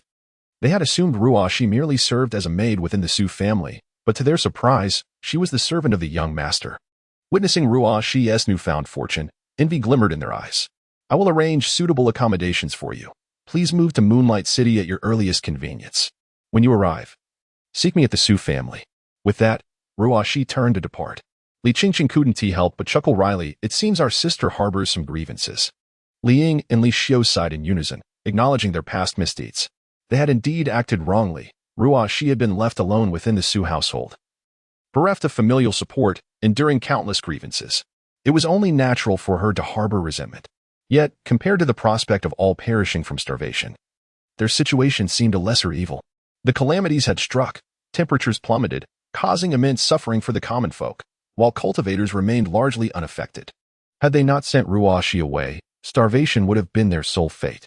The three elder sisters, being of age and capable of labor, had been compelled to send Ruo Shi to the Su family, as she was too young to fend for herself. In truth, their parents had been deeply apprehensive about sending Ruo Shi away and had lingered at a distance for half a day, only departing once she was received into the Su family. However, given Ruo Shi's current demeanor, it seemed there was still hope for reconciliation. Within the Su family, Su Chen reclined leisurely in a chair, his expression one of contentment. There truly was no place like home. After dozing for half an hour, he gradually opened his eyes. The Su family now boasted 3 members at the transformation stage: Su Qingtian, Su Yunxian, and Su Qingyun, while the remaining 3 elders had reached the pinnacle of the nascent soul stage. It would not be long before they too broke through to the transformation stage. While such progress was commendable, it still fell short in many respects. A formidable power does not rely solely on cultivation. It also requires potent techniques and auxiliary paths, such as alchemy, artifact forging, and formations. Su Chen retrieved a formation known as the Spirit Summoning Array, a mid-tier heavenly grade formation that could enhance the surrounding spiritual energy generation. Centered around the Su family, the array would double the rate of spiritual energy emergence within a radius of 500 meters, increase it by 50% within 1,000 meters, and elevate it by 30% within 3,000 meters. The cultivation environment of Moonlight City could only be deemed average. Even void refinement stage cultivators found it exceedingly difficult to emerge, and those at the integration stage had no chance at all. This situation necessitated either an enhancement of the environment, an endeavor fraught with challenges, or a relocation of the Su family away from Moonlight City. Migration. Clearly, Su Chen believed the latter to be the superior choice. There was truly no reason to remain in Moonlight City. The Xiantian realm was replete with numerous paradisiacal locations. Would it not be advantageous for the Su family to settle in such a place? Even if environmental enhancement was desired, they could select a more favorable location. Ultimately, the 5 great cities were too remote, impeding the Su family's development. However, these were considerations for the future, and there was no need to rush.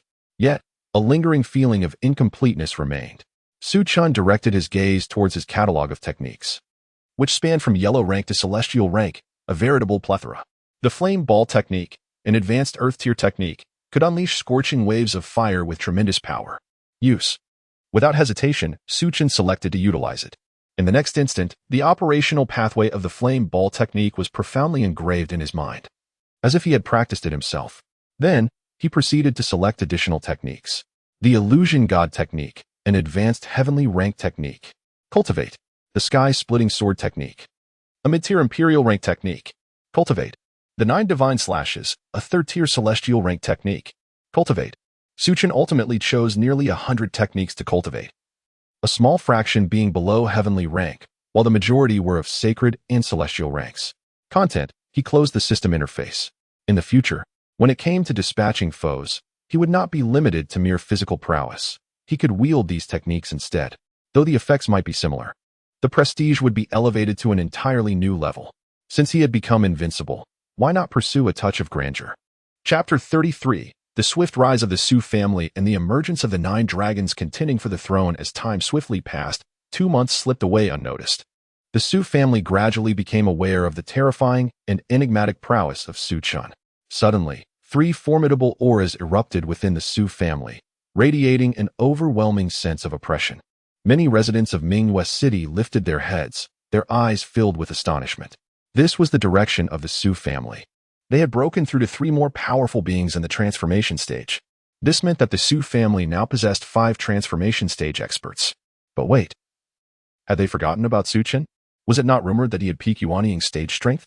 Now, it seemed he too had broken through to the transformation stage.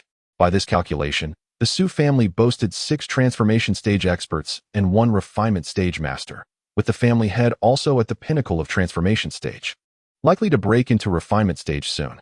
Breaking into the refinement stage was notoriously difficult. It was not an easy feat. Whispers of discussion echoed throughout the city, with all conversations regarding the Su family tinged with reverence. The current Su family was undeniably formidable, with the addition of 3 transformation stage experts. Their status among the 5 major cities was now unassailable. Su Chen had also provided the Su family with numerous potent cultivation techniques, enhancing their combat capabilities. Additionally, they had developed alchemy and weapon forging techniques, which had previously been limited to a single 3rd-grade alchemist. Now, the number of 3rd-grade alchemists had risen to 7, along with 1 5th-grade alchemist. With the support of their heavenly spirit roots, the younger generation of the Su family grew rapidly. Su Yuza had already broken through to the pinnacle of the Golden Core stage, merely a step away from the Yuanying stage. A year passed in the blink of an eye. In Mingwei City, everyone felt a sudden constriction in their breath, as if the very air in the world had been siphoned away, creating an unbearable sense of oppression. What was happening? The crowd gazed towards the source of the aura, their eyes filled with trepidation. Soon, an extraordinarily powerful aura erupted from within the Su family, making the onlookers feel like mere ants, compelled to prostrate themselves on the ground. The aura of the refinement stage. The people of Mingwei City were filled with dread. Facing such a powerful being, they felt utterly powerless. In a flash, this aura fully manifested, and a figure soared into the sky, causing ripples in the surrounding void. Haha, I, Su Chen, have finally broken through to the refinement stage. Su Chen laughed heartily, radiating a commanding presence akin to a celestial titan. This was the head of the Su family, Su Chen. My heavens! Another member of the Su family has broken through to the refinement stage. How powerful! Was this the overwhelming pressure brought by the refinement stage? Countless faces displayed shock and fear. With 2 refinement stage experts now, the Su family's strength was further solidified. Particularly, upon hearing this news, the other major cities rushed to express their gratitude and loyalty, bringing gifts to Su Chen, who also urged the other cities to submit to the Su family. Naturally, all factions in the major cities agreed and were willing to provide tributes annually to the Su family. Thus, the influence of the Su family expanded to encompass all 5 great cities. In this year, among the younger generation of the Su family, 5 broke through to the Yuanying stage, and 2 associates also ascended to the transformation stage. Currently, the Su family boasted a total of 8 transformation stage experts, with nearly 30 individuals across both direct and collateral lines at the Yuanying stage, a truly formidable number. Another 6 months passed, and Su Hongyuan also broke through to the mid-refinement stage, causing any remaining discontent among the other major cities to evaporate. The direct descendants of the Su family, all possessing heavenly spirit roots, were further bolstered by the abundant cultivation resources provided monthly by the Wanao Pavilion, enabling them to rapidly advance. In a short time, the Su family reached an unprecedented pinnacle of prosperity, and news of their exploits even spread to the Jinghong Empire, drawing considerable attention. However, the Jinghong Empire was not at peace. Emperor Jinghong was preparing to enter seclusion to break through to the Guiyuan stage and was considering abdicating. Yet, the stability of the empire must be maintained, prompting the 9 princes to begin their fierce competition for the throne. The Jinghong Empire, along with the present Jinghong king, had seen 3 emperors rise, but each time the contest for the throne resulted in the demise of nearly all participating princes, leaving only the final victor. This meant that among the 9, ultimately only one would survive, a brutal and bloody reality. Among them, one prince had the most followers, making him the most likely candidate to seize the throne. Yet, with the emergence of two refinement stage experts from the 5 major cities. One of whom was mid-refinement stage, the 9 princes immediately sensed a common thought. They must win over the Su family. Although the Jing Empire was powerful, the number of refinement stage experts was limited, representing a high-end fighting force. 2 refinement stage practitioners could often play a critical role. Just days after the Su family's exploits became known, all the princes in the Jing Empire sent envoys to express their desire to ally with the Su family. However, as the Su family had only just stabilized, Su Chen declined nearly all overtures. In the reception hall of the Su family, a magnificently attired man sat with a displeased expression, having just witnessed Su Chen reject the proposal from the first prince. Huang Qi remarked with irritation, "Family head Su. The first prince has shown great sincerity. Refusing will bring no benefit to you. Furthermore, the first prince's power is formidable. Should he gain the 2 refinement stage experts of the Su family, his chances of success would increase significantly. Once he ascends to the throne, will you still need to reside in this remote corner of the 5 major cities? The first prince can offer you a place abundant in spiritual energy within the empire." Su Chen smiled politely. "Lord Huang, our Su family harbors no desire for conflict. We merely wish to ensure our own safety. The struggle for the throne is too perilous. A single misstep could lead to the annihilation of our family. There is simply no need for us to engage." Upon hearing this, Huang Qi's expression darkened further. "Now that you've reached this point, you still refuse." He rose, releasing his mid-refinement stage aura, his demeanor akin to an enraged lion. "Family head Su, I hope you understand. The 5 major cities are currently ungoverned, merely a remnant of the prior emperor's agreement with the city lords. But now, with the city lords gone and your refusal to ally with any prince, whoever ascends will surely have no place for the Su family. Do you believe you can simply maintain your safety, family head Su?" Su Qingtian's expression shifted, while the Su family possessed 2 refinement stage experts. They were still no match for the colossal force that was the Jing Empire. If the princes set their sights on them, regardless of who ascended, the Su family would inevitably face repercussions. Huang Qi, disinterested in further conversation, snorted and departed, leaving only Su Chen in the room, his face laden with worry. The Su family merely sought to develop in peace. Was such a simple aspiration so difficult to achieve? Shaking his head, Su Chen sighed in resignation. This world was indeed unforgiving, and lacking strength was the fundamental issue. 2 more days passed. "Patriarch, there is someone outside requesting an audience. He claims to be an old acquaintance of yours." Chapter 34, the 7th Prince of the Jing Empire, Lin Jin in the reception hall. Su Chen's face lit up with surprise upon seeing the man standing inside. "Lin Jin, my brother, what a pleasant surprise." Standing in the hall was a man with a friendly demeanor, exuding a calm and stable presence that hinted at his noble status. Lin Jin smiled warmly. "Brother Su, it has been far too long." Su Chen burst into laughter. "Indeed, Lin brother, we haven't seen each other in ages. Please, do not leave so soon. We must indulge in some wine and celebrate together." Lin Jin was someone Su Chen had known since the days of the Qingfeng gang. In fact, it was Lin Jin's assistance that facilitated the Su family's great migration to Mingwei City. Upon hearing Su Chen's words, Lin Jin's smile faded slightly, and he let out a bitter laugh. "Brother Su, do you think I am in the mood for drinking?" Su Chen was momentarily taken aback. Suddenly reminded of Lin Jin's identity, the 7th Prince of the Jing Empire. Realizing the weight of the situation, Su Chen's expression grew somber. "The struggle for the throne, can one not withdraw from it?" Lin Jin spoke with an air of indifference. "Withdraw? How does one withdraw? Regardless of who emerges victorious, all will face repercussions. Should I become the heir, I would not spare the other princes. In the Jing Empire, where powerful ancestral guardians kept watch, the ownership of the throne held little significance as long as one belonged to the royal bloodline. Even if one became the emperor of Jinghong, others could still conspire to dethrone him. In this world, power reigns supreme. The will of the people is but an illusion. If one possesses the strength to kill the emperor, then they become the sovereign of the empire. Thus, the first act of any newly crowned monarch is invariably to eliminate potential threats, often through the slaughter of rival brothers." Su Chen fell silent. Having heard of the brutal nature of the throne struggle, such individuals at the helm of the empire may ensure its survival, yet they would sacrifice familial bonds, turning once loyal brothers into potential traitors. The atmosphere in the hall became increasingly oppressive. Both men fell into silence. Eventually, Lin Jin sighed in resignation. "Among the 9 princes, my power is the weakest. The other princes have at least 3 formidable allies, while I can only count on 2. From their movements, it seems they intend to deal with me, the weakest link, first. Upon hearing this, Su Chen's eyes filled with conflict. Lin Jin was his dear friend, and he had expended considerable resources and connections to aid the Su family's migration. Without Lin Jin's help, their journey to Mingwei City would have been far more arduous. Hence, the Su family owed him a significant debt of gratitude. However, the matter at hand threatened the very survival of the Su family, causing Su Chen to feel anxious. If Lin Jin was at a disadvantage among the princes, it implied a high likelihood of defeat. Should the Su family align with him, they would inevitably face calamity. Though he was the head of the Su family, it belonged to all, not just to him alone. Lin Jin's implication was clear. He hoped for Su Chen's allegiance. Suddenly, Su Chen asked, Lin brother, before you arrived in Mingwei City, you mentioned your child was soon to be born. Is it a boy or a girl? Lin Jin smiled softly. It has been quite some time. I have a daughter now who is already 18.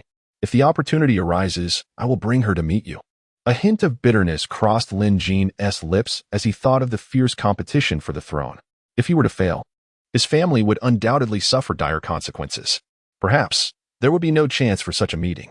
Realizing Su Chen's predicament, Lin Jin rose to his feet. In that case, Brother Su, I shall not trouble you further. There are many matters awaiting my attention in the Jing Empire. He understood that urging Su Chen to choose his side was fraught with peril. Thus, his visit was merely an attempt to gauge the situation, not to coerce the Su family into fulfilling their debt of gratitude. After all, even with the Su family as assistants, his odds in the battle for the throne were not particularly favorable, and he had no desire to lead them to their demise. As Lin Jin prepared to depart, Su Chen hurriedly called out, Please, wait a moment, Lin brother. The Su family is not one to forget kindness. The other 8 princes have all sent invoice to us. It would not be easy for us to evade this situation. However, given the gravity of the matter, I must consult with my family before making a decision. Lin Jin's heart soared with joy. Thank you, Brother Su. Su Chen nodded and began to summon the senior members of the Su family, the 5 elder patriarchs and the 13 leading stewards from the collateral branches. Naturally, Su Chen was among them. In the conference hall, Su Chen recounted the entire encounter. Upon hearing the account, Su Chen immediately responded without hesitation. The 7th prince has assisted us in the past. To now aid another prince would mean turning against him. The hall fell silent. Aligning with any of the princes seemed like a choice, yet there was only one viable option, the 7th prince. To choose any other prince would be tantamount to sentencing the 7th prince to death, which contradicted the Su family's values of loyalty and righteousness. Sui furrowed his brow. I have investigated the situation in the Jing Empire. The 7th prince is weak, with only 2 allies of the refining void stage, while the 1st prince boasts 9, 3 of whom have reached the pinnacle of their stage. The disparity in power is quite substantial. Upon hearing this, those who had considered aiding the 7th prince fell silent. How could they hope to challenge such overwhelming odds? The hall buzzed with murmurs. Yet no one offered a clear stance, whether to support the 7th prince or remain neutral. Some even suggested that retreating altogether might be the best course of action, avoiding allegiance to any side. By fleeing now, they could escape retribution after the struggle concluded, making it difficult for anyone to find them. After an hour of debate, no resolution was reached. Finally, Su Chen turned to Su Chen. Chener, do you have any ideas? All eyes in the room turned to Su Chen, their gazes filled with hope. In the past, he had always been the one to resolve their family's dilemmas. Would he do so again? Su Chen replied calmly. There is no need for hesitation. Since we owe Lin Jin a significant favor, we should choose to assist him. If my father decides to remain neutral, none will dare to hold us accountable afterward. His words radiated confidence, calming the anxious crowd. To Su Chen, if the Jing Empire dared to retaliate, he would suggest they replace their monarch or even eradicate the empire entirely. To him, a kingdom ruled by only refining void stage powers was no more significant than ants. Hearing Su Chen's declaration, Su Chen made his decision. They would support Lin Jin. The debt of gratitude must be repaid, and he could not stand idly by while Lin Jin faced death. Though the elder patriarchs of the initial Su family branches were not intimately familiar with Su Chen, they recognized that his recent transformations were due to his efforts. Thus, they placed their trust in him. Su Chen continued, in that case, I shall venture to the Jing Empire alone. I had been planning to visit anyway. Chapter 35, setting off to the Empire of the Stunning Swan, laying an ambush. Are you going alone? Su Chen's expression grew serious, and the crowd in the hall exchanged puzzled glances. Su Chen's strength was only at the initial stage of the transformation god realm, or so he claimed, though few believed him. Even if his combat prowess rivaled that of the peak transformation god, or even the void refinement stage, it seemed utterly inconsequential. The seventh prince did not particularly need another void refinement warrior. Calmly, Su Chen replied, "Do not worry. With me here, the seventh prince will undoubtedly secure the throne. No one can take it from him." Upon hearing this, the crowd was once again taken aback. The battlefield for vying for the throne was at the void refinement stage. Could Su Chen truly sweep through the masses? After a moment of contemplation, Su Chen finally nodded. Very well. He had come to trust this son deeply. Su Chen was shrouded in mystery and strength that surely extended beyond mere transformation god status, though he had never openly acknowledged it. Furthermore, with his formidable and enigmatic master, at the very least, Su Chen would not fall into peril. The Su family quickly came to an agreement, allowing only Su Chen to depart with Lin Jin, while the family remained as they were. Outside Mingyue City, 3 dragon carriages halted, instilling fear in passers-by. The unique insignia on the carriages revealed their affiliation with the imperial family of the stunning Swan Empire. As Su Chen and Lin Jin exited the city, Lin Jin cast a perplexed glance at the composed young man beside him. Could he truly assist in securing the throne? Recalling Su Chen's resolute words before leaving, Lin Jin felt a growing sense of confusion. Was Su Chen merely jesting with him? Su Chen's aura was limited to the transformation god stage. What influence could such an individual exert in the power struggle? The true conflict would commence with the throne contention. Presided over personally by His Majesty the Stunning Swan, where formidable warriors under each prince would clash. Ultimately, the victor would ascend as the heir. This contest not only tested individual strength but also placed great emphasis on cunning and strategy. Among the 9 princes, while the first prince boasted the strongest power, the second and third princes were not far behind, each possessing the strength of 2 void refinement warriors. Should they forge a temporary alliance, they could pose a significant threat to the first prince. Now, with merely 7 days remaining until the contest, Lin Jin found himself with only 2 capable individuals at his disposal. The odds of victory appeared exceedingly slim. He did not even factor Su Chen into his calculations. He believed the Su family merely did not wish to strain their relationship by offering him as a participant. Yet, he bore no resentment, recognizing that his chances of success were already minimal.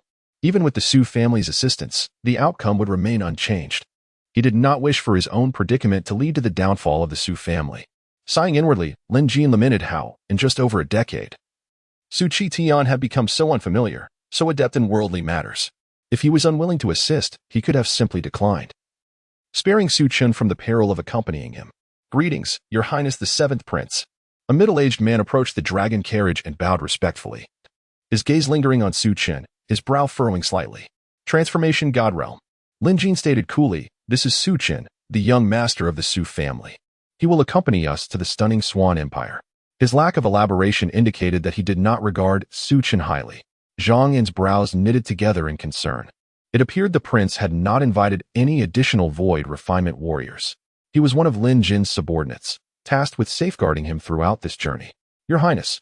Zhang Yin's expression grew grave. The absence of extra void refinement warriors meant that the 7th prince's retinue consisted of only 2 such fighters. Neither had taken Su Chen seriously, viewing him merely as a transformation god, regardless of how talented he might be. Soon, the dragon steeds took flight, disappearing into the horizon. These hybrid steeds had been tamed by the founding emperor of the stunning Swan Empire, serving as royal mounts, capable of flying with incredible speed, comparable to that of a peak transformation god. Seated within the carriage, Su Chen gazed at the rapidly retreating scenery, pondering whether he should also acquire a magnificent steed. However, he held little interest in ordinary beasts. Only divine creatures would suffice. That quest could be pursued in due time. Just then, Su Chen's gaze drifted into the distance, a cold smile gracing his lips. He had not anticipated trouble would find him so swiftly. No sooner had he spoken than a great rift in the void appeared directly before the dragon carriage, unleashing a powerful offensive that surged toward Lin Jin's carriage. "Your Highness, be careful." Zhang Yin's pupils constricted as he exerted all his strength to defend. Yet, the assault was too ferocious, and as a mere initial stage void refinement warrior, he could not fully withstand it. With a sickening thud, a spray of crimson blood erupted from Zhang Yin, his aura dwindling. An ambush. Lin Jin's eyes blazed with frenzied fury. Had they really sought to kill him so soon? His gaze darted toward the other dragon carriage where Su Chen sat. But it had already been utterly destroyed. With Su Chen's demise, all hope was extinguished from his heart. When departing the Su family, Su Qingtian had sworn that Su Chen was exceptionally capable. But now, it seemed Lin Jin could hardly believe that his dear brother had truly deceived him. Ha ha! Your Highness the Seventh Prince, you shall not escape today. A masked man clad in black emerged, radiating an overwhelming aura of blade energy. As if he could cleave through all. Merely a glance from him was enough to cause discomfort to the eyes. Following him, 3 more figures materialized from the void, exuding formidable presences. Among them was a mid-stage void refinement warrior.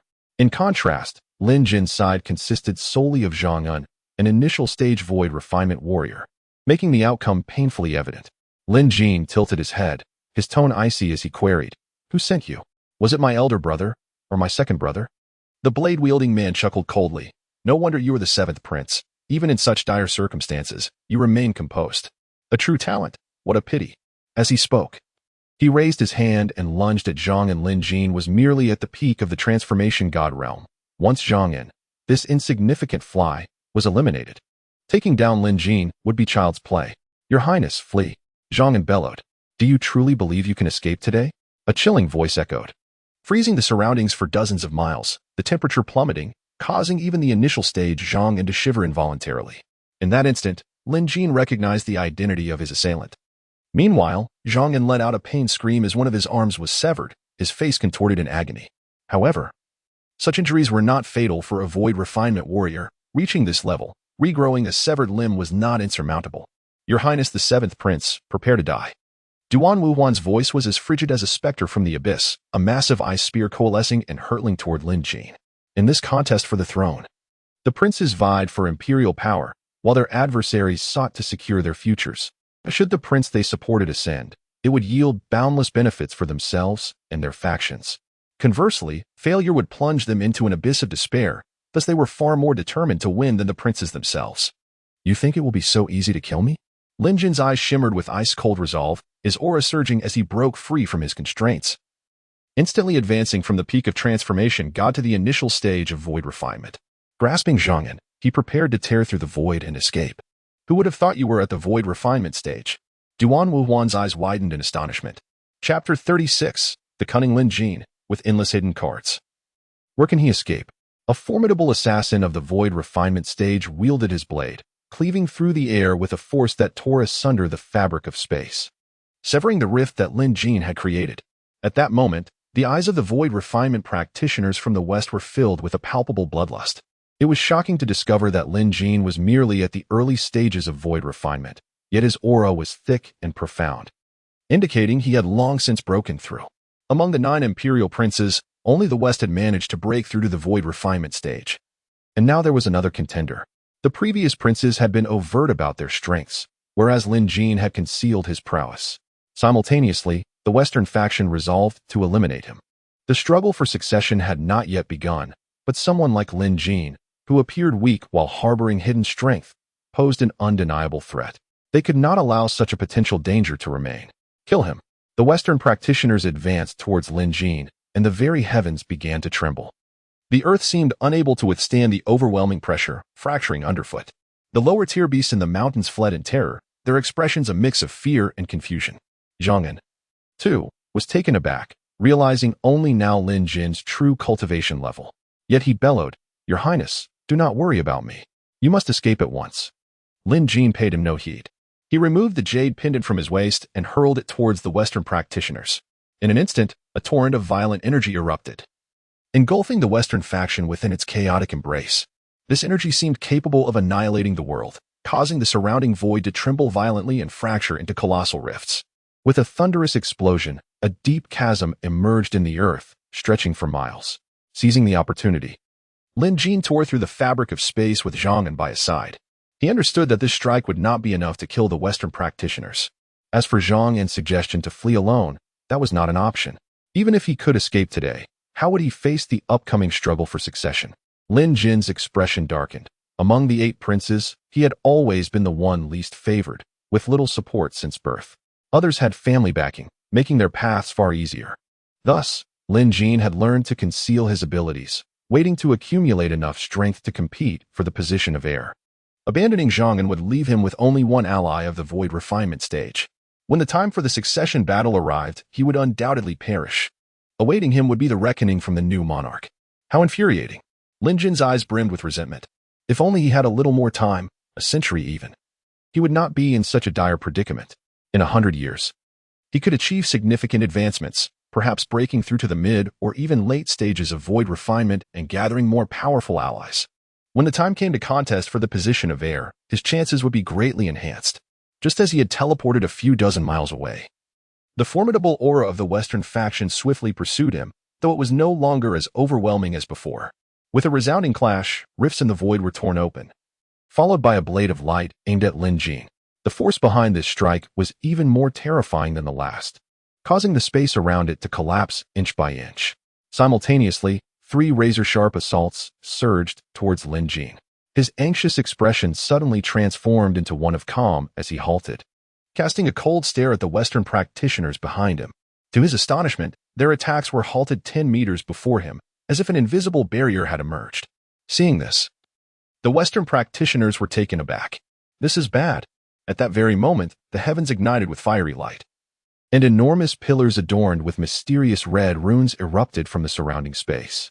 Within the area encircled by these pillars, the temperature surged, becoming almost unbearable even for those at the void refinement stage. The Western practitioners attempted to break free, but the oppressive force emanating from the pillars rendered them immobile. Lin Jin's gaze was icy. This heavenly flame hell array was initially intended for the struggle for succession, designed to eliminate those at the peak of void refinement. He had not expected to employ it against them. You shall perish. The heavenly flame hell array, a high-level earth-grade formation, infamous for its lethal prowess. As they felt themselves being continuously refined, terror spread across the faces of the Western practitioners. The 7th prince even had hidden cards. Moreover, his intellect was astoundingly formidable. From the outset, he had orchestrated this entire scenario, revealing his cultivation to instill caution, then using an explosion to buy time, and finally setting the trap for them. Lin Jin had anticipated everything from the beginning. Die! He roared, his eyes filled with ferocity. This formation was one of his trump cards, and its usage now meant that his chances of success in the struggle for succession had diminished significantly. The Western practitioners screamed in agony, the scorching heat becoming unbearable. In no more than 30 breaths, they would be utterly consumed. Why are you still hesitating? Duan Wuhuan bellowed, unable to contain himself. He had cultivated ice-type abilities, and the intense heat was excruciating for him.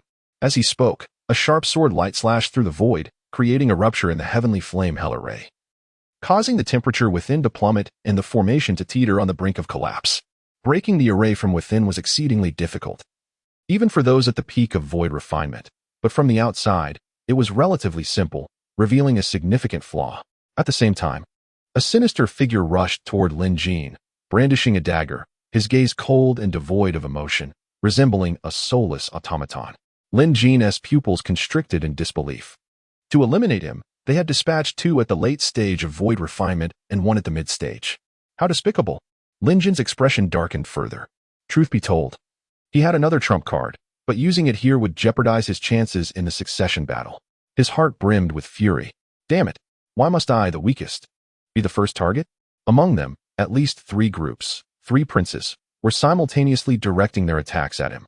From their perspective, he posed the least threat, virtually devoid of any chance for the position of heir, rendering him merely a spectator. This was akin to eliminating the audience before a fight to avoid any opportunistic gains. Lin Jin's eyes glinted with cold resolve. If they wished to kill him, then none would emerge unscathed. Just as he prepared to act, he found himself utterly immobilized. What is happening? His eyes widened in horror, yet soon he realized that everyone around him had also come to a standstill, as if the very fabric of reality had frozen. What a splendid spectacle! A languid voice echoed, and Su Chen emerged slowly from the void. Upon seeing him, Lin Jin's expression morphed into one of utter shock. It's him. Chapter 37. Arrival at Jingong City in this moment. Lin Jin's eyes were filled with astonishment as he beheld Su Chen. How could this be possible? He was supposed to be dead. From Su Chen emanated an overwhelming sense of oppression that made Lin Jin's own spiritual energy retreat within him, paralyzed as if frozen. How terrifying. The young master Su Chen possessed such formidable power? Lin Jin had initially thought Su Chen was jesting, but now he realized he was serious. Such an intense aura could only belong to a formidable practitioner at the harmonization stage. If he could secure the support of a harmonization stage master, who could contest his claim to the position of crown prince? Within the Jing Empire, there were 3 harmonization stage masters: the Jing King, the National Protector General, and the Grand Preceptor. However, the latter 2 had not appeared in a century, secluded in their cultivation. The Jing King's regulations for the succession battle did not prohibit the entrance of harmonization stage cultivators. He believed that if a prince could enlist the aid of such a powerful ally, it was a testament to his own capabilities. Su Chen stood upon the void, exuding a chilling aura that instilled fear in everyone present. This aura, though faint, was infinitely more terrifying than that of a refinement stage practitioner. Under its influence, it felt as if needles were pricking their very souls, causing an intense pain that threatened to overwhelm their minds. The refinement stage practitioners who had come to ambush Lin Jin were now filled with dread. They had begun to surmise that Su Chen must be the ally Lin Jin had summoned. If Lin Jin could enlist the aid of a harmonization stage master, did that not signify his inevitable victory in this succession battle? At this moment, regret consumed them. They had underestimated the weakest of the princes, the 7th prince, who turned out to be the most powerful of all. How foolish they had been to target the strongest from the outset. As Su Chen stepped forth from the void, he unsheathed a seemingly unremarkable long sword, devoid of any apparent power. With a simple motion, he unleashed an invisible sword chi that surged forth, claiming its first victim among the refinement stage practitioners without any grand displays or sounds. Each subsequent swing of his sword resulted in another adversary falling before him. In Su Chen's presence, they were like ants. The most harrowing aspect was their inability to move, forced to witness their own demise while feeling utterly powerless. This sense of despair was their greatest agony. Ultimately, 6 men fell as if they were mere vegetables under Su Chen's blade. As the oppressive aura that had enveloped the world dissipated, Lin Jin's movements returned to normal. He hurriedly approached Su Chen, his demeanor respectful as he expressed his gratitude. "Thank you, young Master Su, for your timely intervention." Despite Su Chen being his junior, Lin Jin dared not act arrogantly in front of him. After all, he was a harmonization stage master. The memory of Su Chen effortlessly slaying 6 refinement stage practitioners sent shivers down Lin Jin's spine. If Su Chen had aimed to kill him, it would likely have been just as simple. Lin Jin was profoundly shaken. Su Chen son was indeed a prodigy, having reached the harmonization stage at such a young age. Such talent was exceedingly rare in the entire Xiantian realm, likely only found among the most exceptional of the sacred clans. Filled with envy, Lin Jin marveled at Su Qiantian's fortune in having such a remarkable son. Su Chen nodded slightly, his voice calm as he replied, "It was but a small matter. Let us proceed." With the dragon horse carriage having been destroyed, the trio continued on foot, with Lin Jin suppressing his cultivation to the transformation stage. Meanwhile, Su Chen maintained the aura of a harmonization stage master. Zhang glanced at the two and couldn't help but swallow hard. How eerie. One refinement stage cultivator masquerading as a transformation stage practitioner was one thing, but a harmonization stage master pretending to be one as well? The events of the day left him with a complex mix of emotions.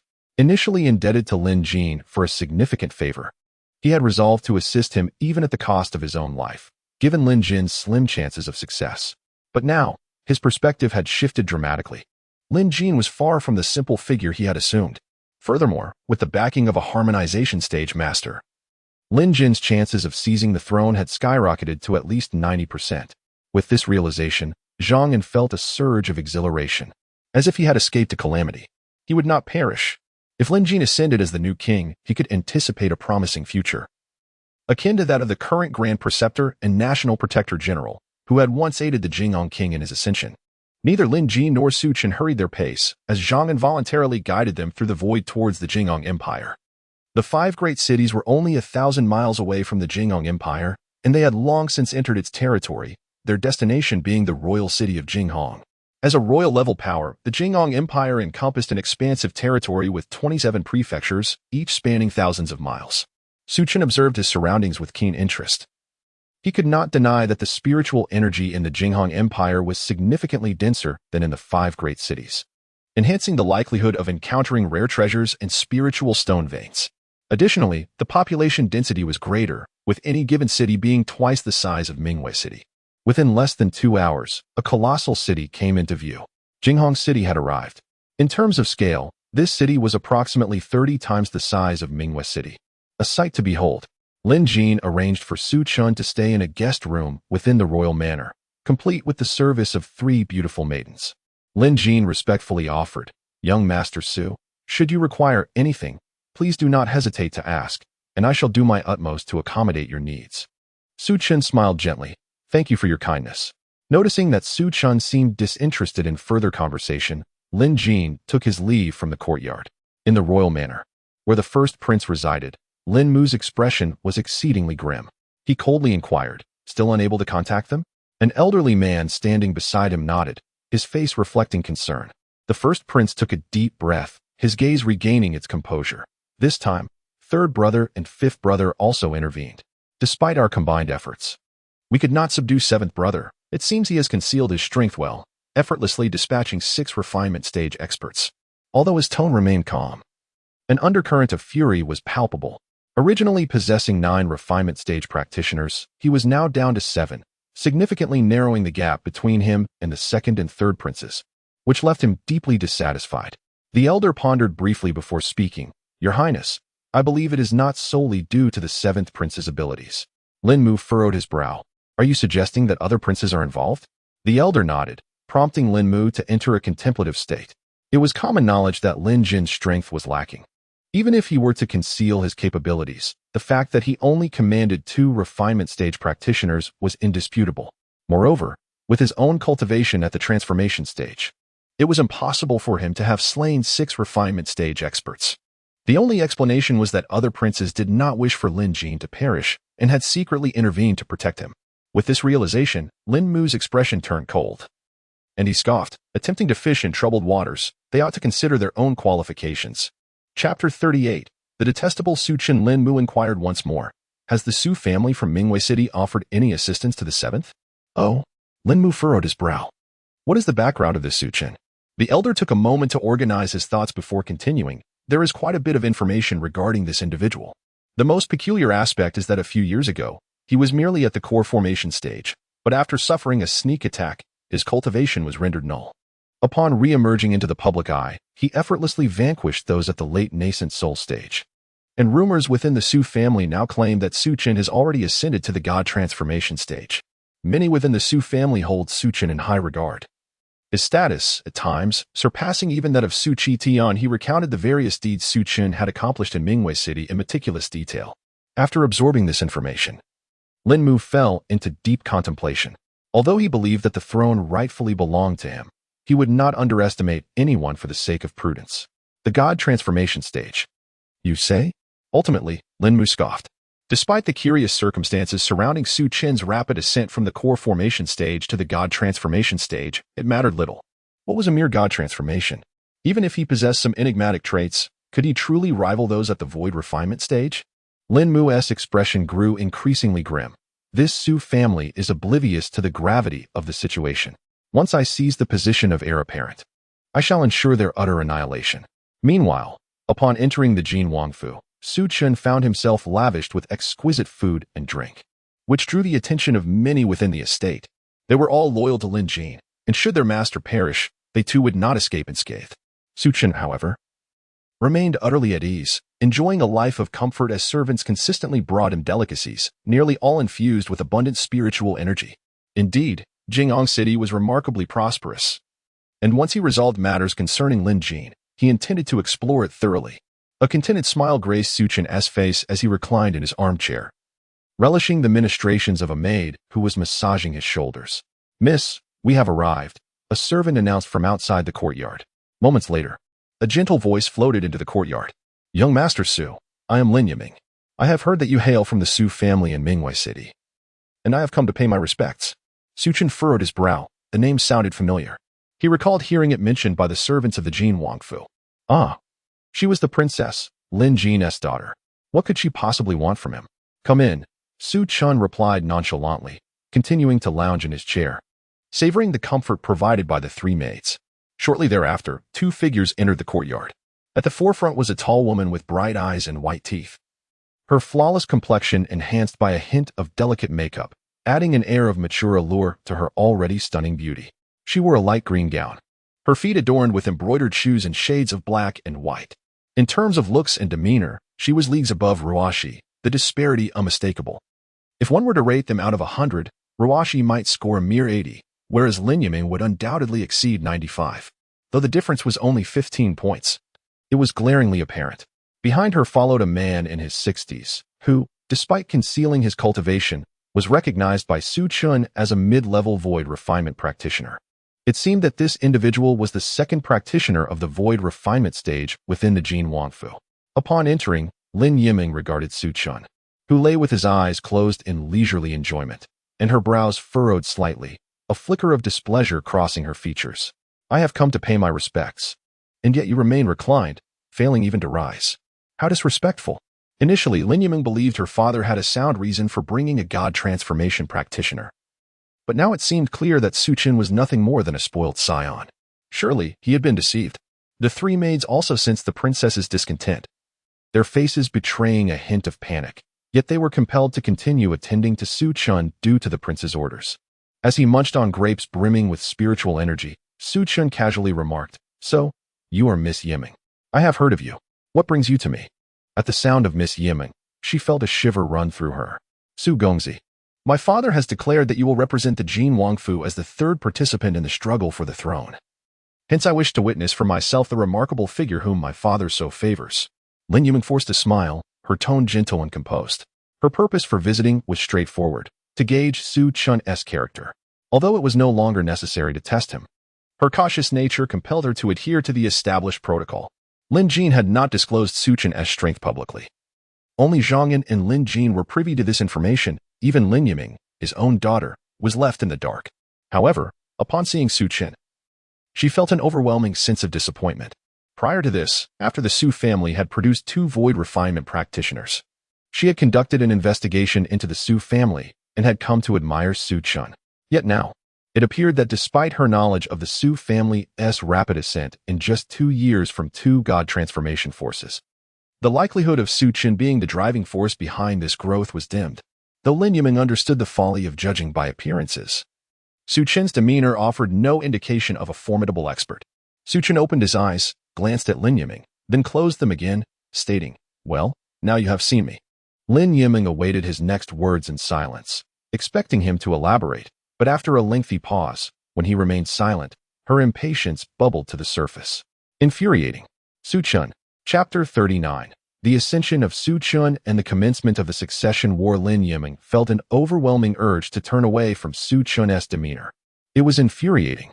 Under normal circumstances, any man would be eager to please her, yet Su Chen appeared indifferent. "Young Master Su, might I inquire about your confidence in the succession war?" This was her primary purpose for coming here, to gauge Su Chen's resolve. While others perceived Lin Jin as weak and inconsequential, Lin Yiming understood well that her father was a man of tremendous ambition and cunning. He would never engage in a pointless endeavor. With a nonchalant tone, Su Chen replied, "As a cultivator at the ascension stage, how could I possibly harbor any confidence?" Lin Yiming frowned, her eyes flashing with displeasure. Though she could endure it, the elder beside her could not restrain himself any longer. Preposterous. Su Chen's demeanor was indeed exasperating. How could a mere ascension stage cultivator be so arrogant? With a sharp rebuke, Gongsun Yang unleashed his mid-transcendent stage pressure, instantly enveloping Su Chen. Ordinarily, a cultivator at the ascension stage would likely collapse under such circumstances, yet Su Chen remained unfazed. What was happening? Gongsun Yang furrowed his brow, confusion flashing in his eyes. But soon, Su Chen slowly opened his eyes, and an invisible oppressive force descended upon Gongsun Yang. In an instant, Gongsun Yang felt as though he were ensnared in the depths of a hellish abyss, surrounded by vengeful spirits. Terror filled his gaze, and he felt an icy chill envelop his entire being. Despair and helplessness surged within him. When Gongsun Yang looked at Su Chen again, he perceived him as a deity.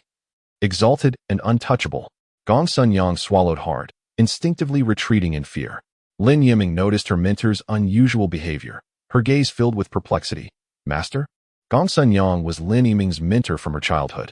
Due to the current crisis in the Jin princess residence, he had chosen to risk his life to assist his disciple. Gongsun Yang seemed to come back to life, his face pale with fright as he hurriedly approached with a respectful bow. "I apologize for my rudeness. Please, do not take offense, my lord." Though he was unaware of Su Chen's exact cultivation level, The mere oppressive aura he exuded suggested he was at least a half step into the integration stage. Who would have thought that the Jing prince could summon such a formidable figure? Seeing Gongsun Yang's respectful demeanor, Lin Yiming couldn't help but display her surprise. Her teacher was a mid-transcendence cultivator. If he needed to treat Su Chen with such deference, it indicated that Su Chen was indeed exceptional. Truly, her assumptions were correct. But what had just transpired?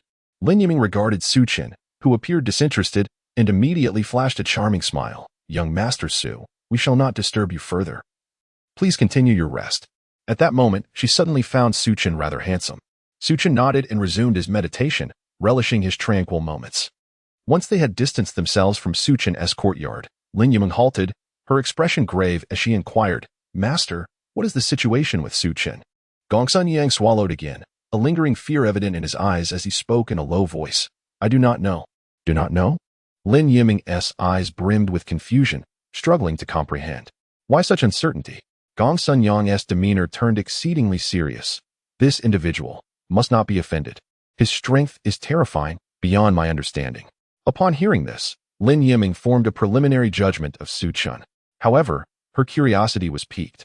According to the information she had gathered, he was merely an exceptional spiritual root cultivator, and 2 years ago, he had only reached the core formation stage. Yet, how had he transformed so drastically within such a short span? Su Chen was now under 21 years of age, at such a young age. Even with his exceptional spiritual root, reaching the ascension stage seemed the pinnacle of possibility. Lin Yiming's eyes were filled with intrigue, as even before she had met Su Chen. She had been captivated by the enigmatic figure. She turned her gaze back to Su Chen's courtyard, an expression of concern crossing her face. She hoped he could aid her father in the succession war. Otherwise, in the struggle for the Dragon's throne, there could only be one victor. And they had to emerge triumphant. Any retreat would lead to irrevocable ruin. Time passed swiftly, and soon the day of the succession war arrived. The Royal Martial Arena, the largest in Jinghong City, could accommodate hundreds of thousands. Many from the Jinghong Empire had gathered to witness this grand event, and the arena buzzed with excitement. Filled to capacity, the succession war among the 9 dragons. Such an event had never been heard of before. It was unprecedented for the 9 princes to openly vie for the throne since the establishment of the Jinghong Empire. In previous attempts for the throne, princes had covertly amassed power, employing various schemes to undermine one another, ultimately seizing the throne through cunning. This time, however, it was entirely different. Perhaps it was due to the formidable strength of the Jinghong king, a half step into the return to origin realm, which was truly terrifying. As long as the Jinghong king lived, the Jinghong Empire would endure. Even if the princes caused a ruckus, it would bear little consequence. Yet, becoming the Jinghong king would mean enjoying the resources of the entire empire, making breakthroughs to the integration stage a trivial pursuit. Coupled with immense authority, who would not covet such power? Nevertheless, the underlying reason for the succession war was likely the Jinghong king's urgent desire to enter seclusion and break through, leaving no time for the princes to compete. Thus, they would engage in this contest. The succession war among the 9 dragons was exhilarating. It was worth the long journey from Qingyang County. Who do you think will emerge victorious? I believe the first prince is guaranteed to win. I'm not so sure. I heard just the other day that the first prince lost some of his men. Originally 9 powerful mid-transcendence cultivators, now only 7 remain to have fallen. One in the early and another in the mid-transcendence stage. So what? The first prince still has 3 fully realized mid-transcendence cultivators backing him, easily capable of defeating anyone else. The second and third princes each only have 1 mid-transcendence cultivator. After all, the arena was filled with animated chatter as countless spectators debated who would claim the throne. Most favored the first prince, given his overwhelming strength. While you all discuss who might win the throne, I believe the 7th prince stands no chance. I concur. How amusing. I saw the list for the succession war, and the 7th prince has a mere core formation cultivator on his team. Is this a desperate gamble? In a contest dominated by mid-transcendence cultivators, the 7th prince brought an ascension stage cultivator, truly laughable. How could such a fool aspire to be a ruler of the Jinghong Empire? That is absurd. The derision directed at the 7th prince was palpable. Few believed he could secure victory. In discussions about him, the crowd spoke as if mocking a jester. One could say that keyboard warriors are ubiquitous in every corner of the world. Chapter 40. The regal arena of the stunning Swan Kingdom in the preparation hall. Figures stood with formidable auras surrounding them. At the forefront were the 9 princes of the stunning Swan Empire. Their expressions varied. Some appeared aloof, others bore faint smiles, while a few exhibited signs of anxiety. Among them, the eldest prince was accompanied by an especially powerful presence, causing the expressions of the other princes to grow solemn. Seventh prince, even bringing a transcendent being into the fray? How desperate are you to secure victory? Remarked the third prince, Lin Yu, his tone deceptively calm. Yet a glimmer of disdain flickered in his eyes. Upon hearing this, the others turned their gazes toward the seventh prince. In the preparation hall, aside from a few princes who had achieved the pinnacle of the transcendence realm, the remaining cultivators were merely in the void refinement stage, making Su Chen's presence particularly striking. The disdain in the eyes of the onlookers toward Lin Jin was palpable. Lin Mu had previously suspected that Lin Jin's inclusion of a transcendent being was a strategic move or a concealment of his true power, intended as a trump card. However, after their encounter, he was almost certain that Su Chen had not concealed his strength at all. To ensure victory in this contest, Lin Mu had even borrowed a treasure of detection, a mid-level Earth-grade artifact capable of revealing anyone's presence in his sight. He gazed coldly at Lin Jin, a faint golden light flickering in his eyes, and sneered with derision. In the early stages of the void refinement realm, what good is hiding one's power? You only have 2 cultivators in the void refinement realm at your disposal. The rules of the royal succession battle were straightforward. They resembled a typical contest where each prince would select one of their subordinates to challenge the others. The challenged party could not refuse, regardless of any disparity in realms. For instance, if the eldest prince dispatched a perfected void refinement cultivator to confront one in the early stages, refusal was not an option, rendering the scenario exceedingly unfair. This meant that 2 princes could simultaneously target a single individual, compelling the latter's subordinate to engage. Should a prince find himself without suitable subordinates, he could choose to enter the fray himself or forfeit. Ultimately, the victor would claim the throne of the Stunning Swan Empire. Such seemingly casual rules, however, harbored fewer loopholes. The competition was primarily a test of genuine strength and strategy. Who emerges victorious remains to be seen, Lin Jin stated coolly. TSK, TSK, TSK. Lin Yu clicked his tongue, his tone dripping with contempt. So, seventh prince, you are quite confident in surpassing us? It appears you still harbor some hidden trump cards. The crowd immediately focused their attention on Lin Jin, scrutinizing the 3 individuals behind him, before erupting in derisive laughter. One transcendent being, one in the early void refinement stage, and one in the mid-stage. What could such a combination possibly achieve, even with hidden cards? Despite this logic, a few gazes toward Lin Jin shifted, contemplating the wisdom of eliminating him first before the battle devolved into chaos, allowing him to reap the rewards. Lin Yu, observing this scene, wore a slight smirk. By fostering animosity toward Lin Jin, they could eliminate one competitor, thereby reducing the overall number of contenders. A contest among 9 was drastically different from one among 8, significantly enhancing their chances in the succession battle. Suddenly, the 5th prince, Lin Hong, interjected with a subtle smile. Eldest brother, since you possess the greatest strength, and 7th brother seems unlikely to play a significant role in this contest, why not take the initiative to eliminate him? It would allow 7th brother to rest and simultaneously demonstrate your might. Given Lin Jin's prowess, he could easily overpower him in a straightforward confrontation. Even dispatching a late-stage void refinement cultivator would suffice. Should Lin Jin possess any hidden cards, it would only serve to exhaust Lin Mu's strength. Lin Mu did not refuse, his smile enigmatic as he replied, very well. Upon hearing this, Lin Hong's eyes narrowed, his smile growing more radiant. Observing the power struggles among the 9, Su Chen noted the tension. 9 individuals, each harboring countless schemes. Lin Jin remained unperturbed in the face of their overt and covert antagonism, exuding an air of calm. In his mind, as long as Su Chen was present, his chances of victory soared, a formidable being on the cusp of transcending. Su Chen was more than a match for Lin Mu's 3 perfected void refinement cultivators. However, a shadow of concern crossed Lin Jin's face. The high degree of freedom in this succession battle permitted the use of formations, talismans, and many formidable treasures. Such flexibility meant a contest of resources. And the eldest prince's assets were unparalleled. His maternal family held the status of another royal power, the Du family. Though the Du family was a vassal of the Stunning Swan Empire, if they chose to support Lin Mu wholeheartedly, even their ancestor, a being of the fusion realm, could be summoned to assist. Fortunately, the participants had been confirmed 3 days prior, and none among them included the Du family's ancestor. Perhaps fearing the scrutiny of the Stunning Swan King, the Du family dared not openly aid Lin Mu. Among Lin Mu's 7 subordinates, there were 3 perfected void refinement cultivators. 3 in the late stages, and 1 in the mid-stage, their combined strength overwhelming the other princes.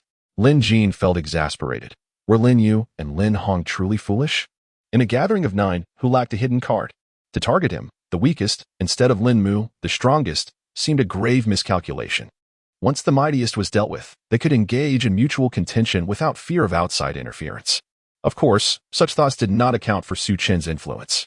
Nevertheless, Lin Hong's strategy had indeed borne fruit. Under normal circumstances, should Lin Mu seek to eliminate him, it would effectively serve as a probe of his strength while also depleting his resources.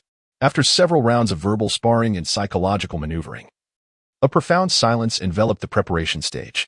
Approximately half an hour passed. Silence. His Majesty has arrived, announced a eunuch clad in white silk adorned with cloud patterns, exuding an incredibly powerful aura, half a step into the fusion realm. Instantly, the royal arena fell silent. One could hear a pin drop as countless eyes turned toward the source of the voice, filled with trepidation. Soon, a middle-aged man donned in pale purple garments emerged. His countenance was resolute, radiating authority as if he were an emperor surveying his domain, instilling a profound sense of oppression. From him emanated a suffocatingly terrifying presence. The Stunning Swan Empire, the Stunning Swan King, a cultivator at the half-step fusion realm. Countless gazes filled with dread were fixed upon the Stunning Swan King, who commanded such respect that even a breath seemed too audacious to take. He was the unwavering pillar of the Stunning Swan Empire, as long as he remained. The empire could never falter. Chapter 41. This 7th prince is remarkable. At the battle preparation platform, the 9th prince gazed at the Jinghong King, his eyes alight with fervor, each one of them fantasizing about their own day of glory. A supreme sovereign, above all others. Today marks the struggle for supremacy within the Jinghong Empire, and I extend my gratitude to all for your attendance. Today, we shall discern who will be the next Jinghong King. As the voice of the Jinghong King resonated, a thunderous cheer erupted from the martial arena, countless eyes shimmering with excitement. After a brief moment, the Jinghong King raised his hand slightly, and silence fell once more, restoring the stillness. Such is the influence of a king. Every word and gesture commands reverence. With that, let the contest commence. No sooner had the words left his lips than a figure leaped forth from the preparation platform, wielding a long blade, emanating an overwhelming aura of battle. Boom. The figure landed heavily at the center of the grand arena, the sound crashing into the ears of the onlookers as if struck by a mighty blow. It has begun. Excitement and fervor surged in the eyes of the multitude. This was a battle of the refinement void stage. Although the Jinghong Empire is powerful, the practitioners below the nascent soul stage still occupied a significant majority. While practitioners of the nascent soul stage are not uncommon, those beyond it become increasingly rare. Today's contest for supremacy is predominantly among refinement void experts. How could they not be thrilled to witness such a clash of titans? As their gazes fell upon the platform, they instantly recognized the figure. It was Ji Wuchang, the leader of the Ming-I sect, a practitioner of the late refinement void stage, and a subordinate of the first prince. Truly a testament to the first prince's might. Sending a champion forth right from the outset exuded confidence. Victory for the first prince! Victory for the first prince! The cheers erupted. Upon the high platform of the martial arena, Ji Wuchang's eyes glimmered with coldness as he turned to the preparation platform behind him. I represent His Highness the first prince to challenge Gongsun Yang, a subordinate of the 7th prince. Please enlighten me. Within the preparation platform, Gongsun Yang wore an extremely solemn expression. Ji Wuchang was vastly superior in strength, and as a blade practitioner, he faced almost certain defeat. Lin Jin transmitted a message, Mr. Gongsun, if you find yourself unable to compete, simply concede. This contest for supremacy ostensibly aims for sparring, and with His Majesty watching, he wouldn't dare harm you. Do your best. Gongsun Yang nodded gravely, then tore through the void, arriving at the preparation platform. In an instant, the atmosphere was ignited anew. A battle of the refinement void stage. This was my first time witnessing such a spectacle up close. Unfortunately, Gongsun Yang was likely to lose. Aside from him, the 7th prince had no capable followers, and having a refinement void mid-stage like Gongsun Yang was already commendable. One could hardly say that the 7th prince lacked followers purely due to his own mediocre strength. If he were truly powerful, even with a refinement void practitioner, he wouldn't only have 2 followers, would he? In a corner of the observation area, a breathtakingly beautiful woman's eyes brimmed with concern. Lin Yimeng clutched her garments tightly, anxiety coursing through her heart. Master, Please do not come to harm. Ji Wuchang, a late refinement void genius, had achieved this level of cultivation before reaching 2,000 years of age, while her master, Gongsun Yang, was nearing the end of his lifespan. The disparity was glaring. A eunuch beside the Jinghong king spoke, "Let the contest begin." In the next moment, two formidable auras surged forth. A sharp beam of blade light slicing through the air like a startled swan, aimed directly at Gongsun Yang. Gongsun Yang formed seals with his hands, his internal energy surging wildly. Mountain opening seal. A colossal dark green seal surged forth to collide with the blade energy. Boom. The explosion reverberated. Fierce winds tearing through the arena, the sound echoing relentlessly. Had the arena not been protected by formations, countless lives would have perished in the aftermath. Such is the might of refinement void experts. Gongsun Yang was hurled backward, blood spilling from the corner of his mouth, his aura disordered. The clash showed no sign of testing the waters, but rather commenced with overwhelming attacks. It was evident that Gongsun Yang was losing. Ji Wuchang sneered coldly, his eyes devoid of warmth. He raised his hand once more, the blade intent soaring to the heavens, piercing the clouds, transforming him into a living weapon. In the blink of an eye, Ji Wuchang vanished from sight, becoming a streak of light rushing toward Gongsun Yang. Master, Lin Yiming stood, her eyes filled with dread. It seemed Gongsun Yang was on the verge of defeat. The gap in their strengths was insurmountable. Ji Wuchang was indeed a genius. Having battled to completion at the refinement void stage, his prowess far beyond that of Gongsun Yang, a mere mid-stage practitioner. The impending defeat of Gongsun Yang felt entirely predictable to the onlookers, a matter of course. Gongsun Yang, observing Ji Wuchang's rapid advance, bore a cold and unflinching gaze as he charged forward. Witnessing this, countless spectators shook their heads. Clearly outmatched, he chose not to retreat from the oncoming onslaught. Was this not courting death? What a fool. Ji Wuchang sneered, his blade becoming ever more lethal, the spectators feeling a stinging sensation in their eyes. Die. Just as the two were about to collide, a golden light suddenly radiated from Gongsun Yang's hand. Buzz. The air trembled, and a vast aura of sword intent spread outward. What is this? Ji Wuchang's eyes widened in alarm, the sword intent sending shivers down his spine, as if he had encountered a formidable nemesis. In the next moment, the golden light pierced through, instantly severing Ji Wuchang's neck, decapitating him entirely. He had no time to react, falling victim to the strike. But it was not over. The golden radiance did not cease, tearing through the arena's formation and leaving a massive gash before finally coming to a halt. How is this possible? Ji Wuchang's pupils dilated, life force rapidly dissipating, disbelief saturating his voice. How could I lose? Thud, thud. His head fell to the ground, producing a crisp sound, and the crowd erupted into stunned silence. Ji Wuchang had been defeated. This outcome was entirely unexpected. They had anticipated Gongsun Yang to be bloodied on the arena floor. Yet the reality was reversed. Ji Wuchang had lost his head.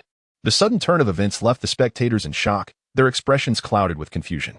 What had just transpired? Upon the throne, the Jinghong king squinted, glancing at the torn formation with keen interest and uttering, "Tianjin Mountain, the sword intent of the Sword King. This seventh prince is indeed remarkable." Chapter 42. The seventh prince faces defeat as the battle prepares and Taichung the gathered princes displayed expressions of shock as Ji Wuchang was unexpectedly killed.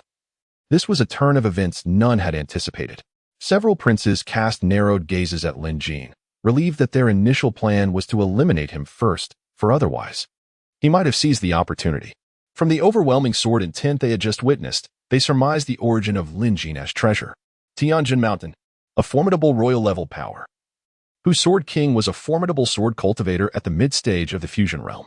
In the past, when the king of Jingong had yet to break through to the half-step return to Origin Realm, the Sword King could even contend with him. However, that was no longer the case. Within the Jingong Empire, only the Sword King possessed such potent sword intent.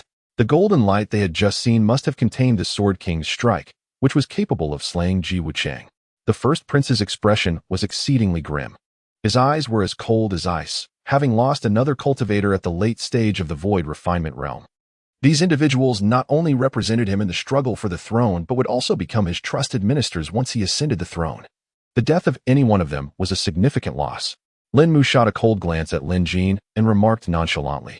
Lin Jin stood with his hands clasped behind his back, paying no heed to him. Lin Mu smirked. "I shall see how many more trump cards you possess. Wei Zhou." A seemingly unremarkable figure stepped forward from behind Lin Mu. His aura was also substantial, a late-stage cultivator of the void refinement realm, albeit slightly weaker than Ji Wuchang. He was the leader of the Wan Fuzong, possessing numerous treasures and a formidable survival capability.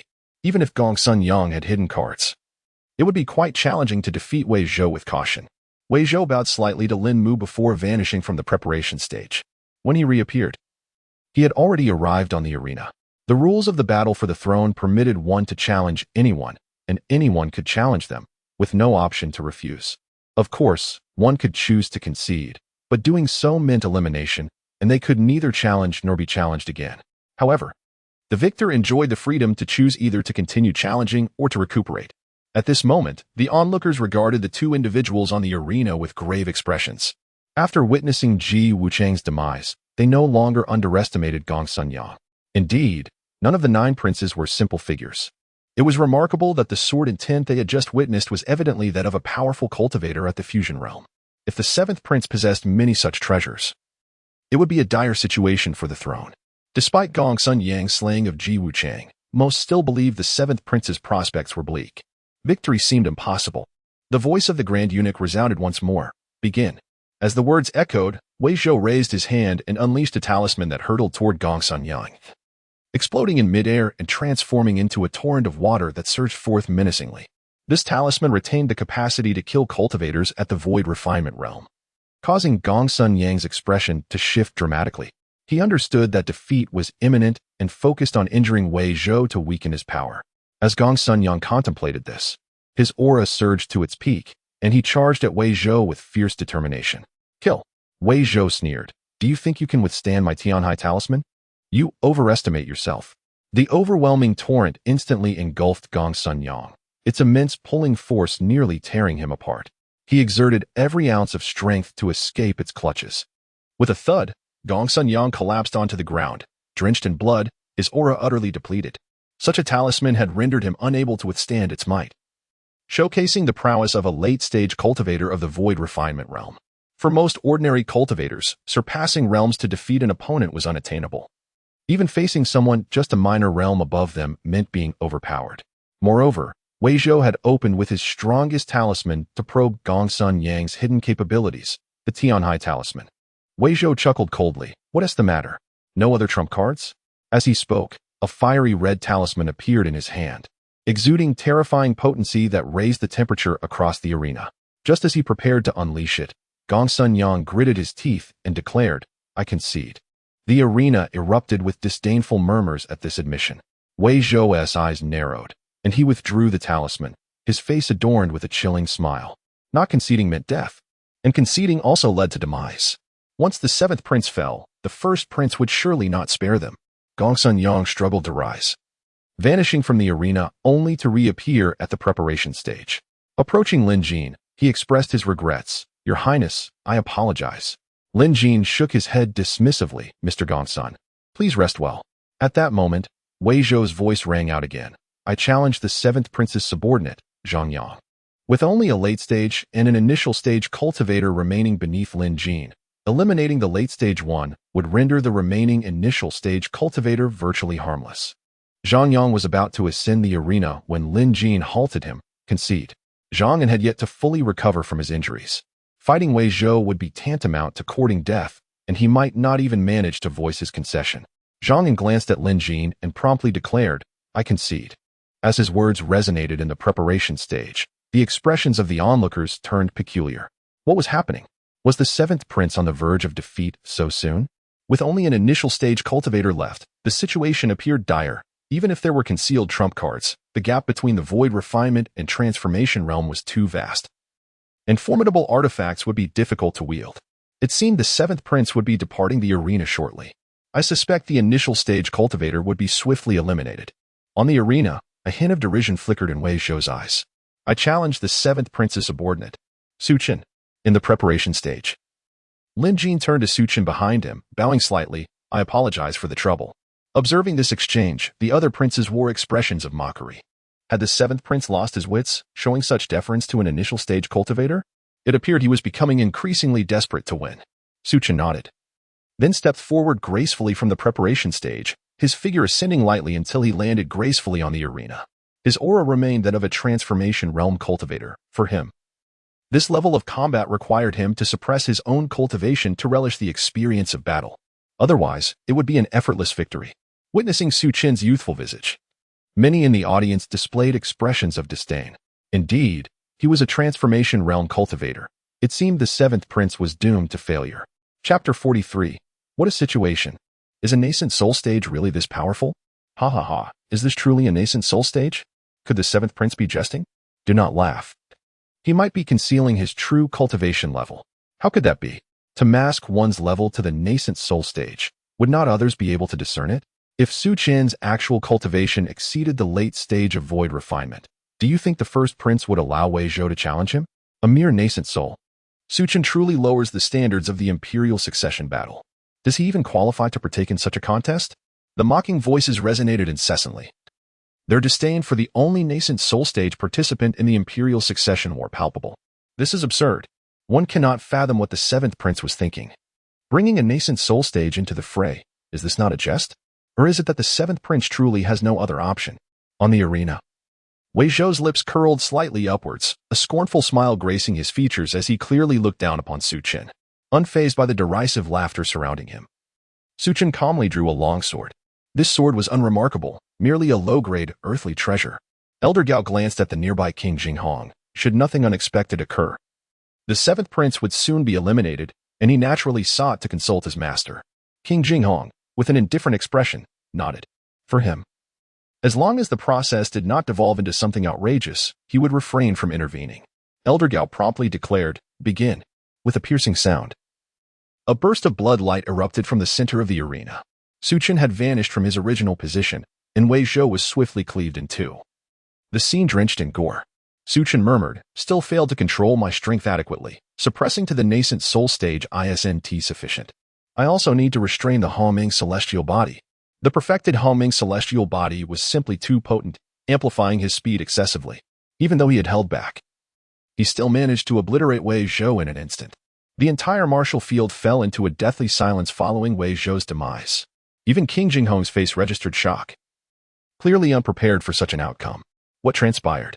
Wei Zhou was instantly killed. Was he not a nascent soul stage? How could he possibly slay a late-stage void refinement practitioner in one blow? Good heavens, is this truly the seventh prince? I now see that one should never underestimate any prince. Su Chen evidently possesses the ability to suppress his cultivation. To be able to instantly annihilate a late-stage void refinement practitioner, he must at least be at the pinnacle of the void refinement stage, right? Undoubtedly, Su Chen's power had utterly astonished them. On the preparatory platform, the first prince's complexion darkened, his eyes blazing with murderous intent. Su Chen had concealed his cultivation, and he could not see through it, a fact he found difficult to accept. It appeared that Su Chen could only be one of two possibilities. Either he possessed a treasure that could shroud his presence, or he was an extraordinary powerhouse. Most likely a formidable being at the cusp of the integration stage. Lin Mu's gaze was filled with coldness. He could not believe Su Chen was a practitioner of the integration stage. The strongest individual from the Su family in Mingwei City was merely at the mid-stage of void refinement. Su Chen, as a member of the younger generation of the Su family, could at most reach the nascent soul stage. He turned to Lin Jin, his expression exceedingly grim. Clearly, Lin Mu believed that Su Chen lacked the capability to kill Wei Zhou. It must have been due to some treasure Lin Jin provided that had allowed him to execute Wei Zhou so swiftly. Lin Mu took a deep breath and addressed the middle-aged man behind him with a respectful gesture. "Master Banqing, it's time for you to take the stage."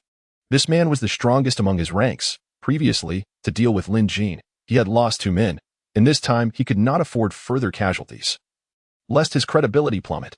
Banqing's expression hardened as he nodded, then vanished from the spot. On the arena, as the crowd beheld Banqing, a flicker of confusion passed through their eyes. Clearly, they had never encountered this individual. Could he possibly not be from the Jinghong Empire? Although unfamiliar, the aura emanating from Banqing left many feeling alarmed. A perfected void refinement practitioner. Should such a powerhouse step forward, it would be impossible for Su Chen, even if he had some hidden trump card, to triumph against such a formidable foe, given that he was merely at the nascent soul stage. Some voiced their concerns gravely. Yet, it was evident that the seventh prince's subordinates had achieved the impossible twice, causing many to waver in confidence. Thus, They chose to reserve judgment until the matter was conclusively settled. At the edge of the arena, Lin Yiming's eyes sparkled with anticipation, her palms slick with sweat. Su Chen. You must win. Banqing regarded Su Chen, his voice icy. You may have been fortunate to kill Wei Zhou, but all of that ends here. Today, you shall not prevail against me. I will make you comprehend the vast chasm between the nascent soul and void refinement stages. For Su Chen to attempt to defeat him was nothing short of a fantasy. Su Chen, however, remained composed, silently observing Banqing, a faint smirk gracing his lips.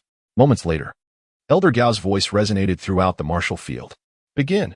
In an instant, two figures collided with unparalleled ferocity, their sharp sword intents permeating the entire arena. What? Lin Mu. Witnessing this scene, felt incredulous. Su Chen was actually able to keep pace with Banqing's speed. Could he also be a perfected void refinement practitioner? Yet, if he truly were, why was Lin Mu unable to discern his cultivation level? On the arena, Su Chen appeared unfazed, wielding his longsword, moving like a specter. In stark contrast, Banqing found himself unable to inflict any harm upon Su Chen. This illustrated the disparity between them. Damn it! Banqing's eyes were wrought with tension.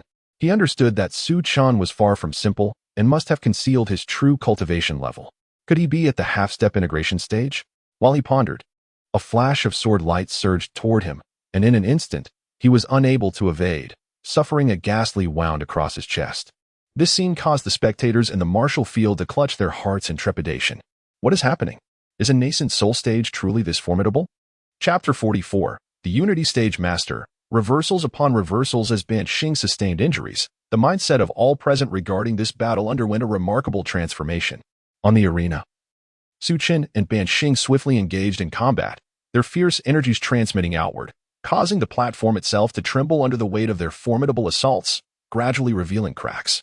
As the battle progressed, Su Chen's enthusiasm waned. It was all too effortless. The disparity between them was simply overwhelming. The strength gap between the transformation stage and the void refinement stage was indeed significant, but this was merely true for ordinary individuals. In the eyes of the top talents within the Xiantian realm, the chasm between the transformation stage and the void refinement stage was not insurmountable. Ultimately, with a gentle stroke of his sword, the glimmer of light seemed almost alive, accompanied by a resounding roar, sweeping Banqing into its embrace. Snap! A crisp, melodious sound echoed as if something within Banqing shattered, causing him to retreat at lightning speed.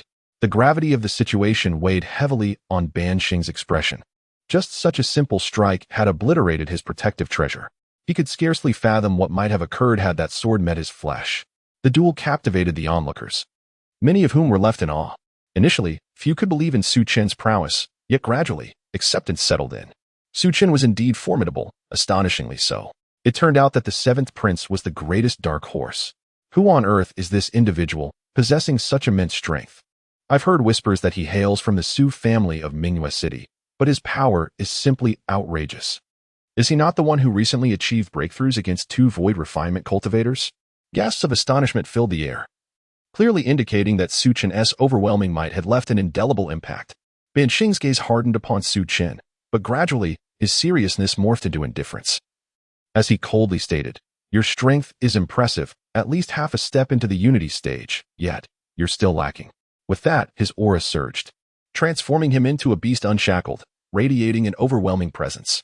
In that moment, Banqing's energy intensified exponentially, creating a stark contrast to before. He was now a unity stage master. A wave of astonishment swept through the spectators, their eyes wide with shock as they regarded Banqing. The first prince had summoned a unity stage powerhouse, which meant that his victory in this struggle for the throne was all but assured. Indeed, even if Su Chen's strength were unparalleled, it could not possibly surpass that of a unity stage cultivator. This unity stage individual seemed no ordinary foe. I estimate he is at least at the mid-unity stage. A cultivator at the transformation stage, observing the scene, spoke gravely. Upon hearing this, the crowd could not suppress their gasps. Mid-unity stage. Lin Yiming, witnessing the spectacle, was overcome with despair. It was not that she doubted Su Chen, but rather that the mid-unity stage was simply too formidable. She realized that while Su Chen's combat prowess was tremendous, his aura remained firmly rooted in the transformation stage. Such strength could only imply one of two possibilities. Either Su Chen possessed an incomparably divine treasure, or he was an extraordinary genius capable of transcending realms in battle. Though such individuals are exceedingly rare, the world does harbor such talents. Even within the Jing Empire, tales of prodigies overcoming the odds occasionally surface, like a child of a sacred land defeating Unity Stage foes or even Unity Stage cultivators besting those of the returning Origin realm. Lin Yiming found it hard to believe that Su Chen was such a genius. After all, the disparity felt insurmountable. Although he was undeniably powerful, at least comparable to some top-tier talents, the Su family was merely a minor clan. No matter how exceptional Su Chen's gifts may be, significant limitations remained. Despite an instinctual sense of impending defeat, she still harbored hope for Su Chen's victory. Following Ban Xing's display of power, Jinghong Wang's eyes narrowed. He did not exhibit joy at the sight of Lin Mu commanding a mid-Unity Stage cultivator, but rather a solemn demeanor. At that moment, on the arena, Ban Xing elevated his strength to its zenith, raising his hand to unveil a crescent moonblade. This was his true power, the mid-Unity Stage. Ban Xing had initially believed that by suppressing his opponent to the pinnacle of the Void Refinement Stage, he could secure victory in the struggle for the throne without much difficulty. However, he had not anticipated such developments that required him to unleash his full might. With a frigid gaze, Ban Xing declared, "To compel me to reveal my complete power, you have earned some pride, but it ends here." As he spoke, his aura erupted forth, causing the surrounding void to fracture, a powerful pressure radiating from the arena, leaving the assembled crowd gasping for breath despite the protective formations. How terrifying. Is this the might of a Unity Stage master? Just witnessing it sends shivers down the spine. Su Chen's chances of victory seem utterly bleak. Indeed, he had merely gained a slight upper hand earlier. Now, overcoming Ban Xing's Unity Stage prowess appeared increasingly improbable. Ban Xing's demonstrated strength swayed public opinion decisively in his favor, dispelling any lingering beliefs that Su Chen could triumph. Initially, the crowd had anticipated Su Chen's victory, but now uncertainty loomed. The struggle for the throne had only just commenced, yet it was already captivating, igniting excitement among all present. Reversals upon reversals. At first, everyone believed the seventh prince would certainly lose, yet he repeatedly defied the odds. Meanwhile, the first prince, with his formidable background, had summoned a Unity Stage powerhouse to dominate the masses. Observing this scene, the other princes in the preparation area lost their previously nonchalant expressions, replaced by sheer terror and panic. This indicated that in this contest for the throne, Lin Mu was undoubtedly the strongest, leaving them with no opportunity to compete. On the arena, Su Chen regarded the disdainful Ban Xing and remarked coolly, "Are you so certain you can kill me?" As he spoke, Su Chen raised his sword, a hint of derision gracing his features. "Since you are so eager to court death, allow me to reveal a few moves, so you may understand that there are always greater forces beyond your comprehension." Upon hearing Su Chen's words, an inexplicable tension gripped Ban Xing's heart, as if he were on the brink of confronting some unfathomable terror. Ban Xing's expression turned grave as he vanished from sight, his aura surging to its utmost limit. He unleashed his full strength in an attempt to swiftly eliminate Su Chen, hoping to prevent any further complications. Su Chen, with a cold smile, prepared to move. Chapter 45, The Terrifying Power of Su Chen, Astonishment Among the Crowd. Su Chen raised the sword in his hand and suddenly swung it forward. Heavenly slash. In an instant, a scene of sheer terror unfolded before countless eyes. A massive rift appeared in the heavens, shimmering with starlight, resplendent and captivating. This rift, nearly several thousand feet in size, loomed over the skies of Jingong City, visible to nearly everyone present. Expressions shifted to horror as they beheld the dazzling starlight within the rift, filled with a violent destructive force. They could scarcely fathom the catastrophic power that would be unleashed if all that starlight were to spill forth. Was there anyone in this world capable of withstanding such a force? Among them, the most terrified was Ban Xing, who was struck directly by Su Chen's sword. He found himself enveloped in starlight, his physical form rapidly disintegrating. In but a fleeting moment, he would undoubtedly meet his end. Such terror, to an ordinary person, a moment may seem fleeting. However, to a mid-stage harmonization practitioner, it stretches into an eternity. Ban Xing, ensnared by the starlight, was utterly immobilized. Initially, his gaze was one of bewilderment, struggling to comprehend the turn of events. But soon, despair and regret filled his eyes. Why? Why would such a formidable being participate in the struggle for the throne, and to assist the worthless seventh prince? Ban Xing could not comprehend it. The power exhibited by Su Chen was overwhelmingly terrifying, rendering him, a mid-stage harmonization practitioner, utterly defenseless. This was enough to indicate that Su Chen's strength was at least at the returning origin realm. He could not believe that any talent could slay a mid-stage harmonization practitioner during the transforming spirit stage. Even if someone could barely contend with a harmonization practitioner through the advantage of magical artifacts or unique physiques, it was inconceivable that they could so easily kill him. Surely, he should have been able to exchange a few blows. Yet, all Ban Xing felt from Su Chen was despair, devoid of any resistance. Not only could he not withstand this strike, but the chasm between them was insurmountable. The entire martial arena fell into an eerie silence, everyone staring wide-eyed, their expressions frozen. They had lost the ability to mask their emotions. The scene before them delivered a profound shock, shattering all their preconceived notions and logic. A harmonization practitioner was about to fall, and they were to witness this fall firsthand. It had been years since the Jing Empire had seen a harmonization practitioner perish. Yet today, they bore witness. As they watched Ban Xing's futile struggles, their hearts felt as if struck by a hammer, leaving them in a stupor. They could scarcely articulate their feelings. The most astonishing aspect was that the one who killed him was merely a transforming spirit practitioner, albeit perhaps an extraordinary one. Yet Su Chen had only displayed the aura of a transforming spirit practitioner, instinctively leading them to believe that a harmonization practitioner had been slain by one of a lower realm. He had slain a harmonization practitioner. The name Su Chen, the young master of the Su family, would henceforth resonate throughout the entire Jinghong Empire. Not just the Jinghong Empire, but the entirety of the eastern region, nay, the whole Xiantian realm would come to know this name. Do you grasp the implications of a transforming spirit practitioner being able to slay a harmonization practitioner? Even ancient texts spoke only of legendary sons of emperors achieving such feats. A son of an emperor. Could he possibly be a descendant of those great emperors? Indeed, this underscores how truly formidable Su Chen is. He stands on par with the legendary sons of emperors.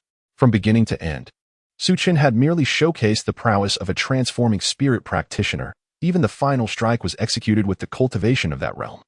Had he utilized the techniques of a harmonization practitioner, the entirety of Jinghong City would have been enveloped by that starlight domain. Moments slipped away. Soon, Ban Xing was entirely devoid of life. Suddenly, the Jinghong king, seated upon the throne, rose abruptly, his eyes filled with disbelief and alarm. It was unimaginable that the king of the Jinghong Empire would display such panic. Given Ban Xing's strength, it should have been impossible to dispatch him so effortlessly. Yet Su Chen had accomplished this feat and appeared unfazed, exuding an air of tranquility. This indicated that the person before him was undoubtedly more powerful. Returning origin realm. The Jinghong king could hardly fathom that the seventh prince Lin Jin had managed to enlist such a powerful ally. Yet, he could not comprehend why a practitioner of the returning origin realm would find value in the meager assets of the Jinghong Empire. If he desired, he could easily subjugate the empire under his banner. Why aid Lin Jin in ascending to the throne? Regardless of the reason, he understood that he must adopt a more favorable attitude towards Lin Jin moving forward. This young man had not only garnered the assistance of the Sword King, but had now also attracted the attention of a returning origin practitioner, truly a terrifying prospect.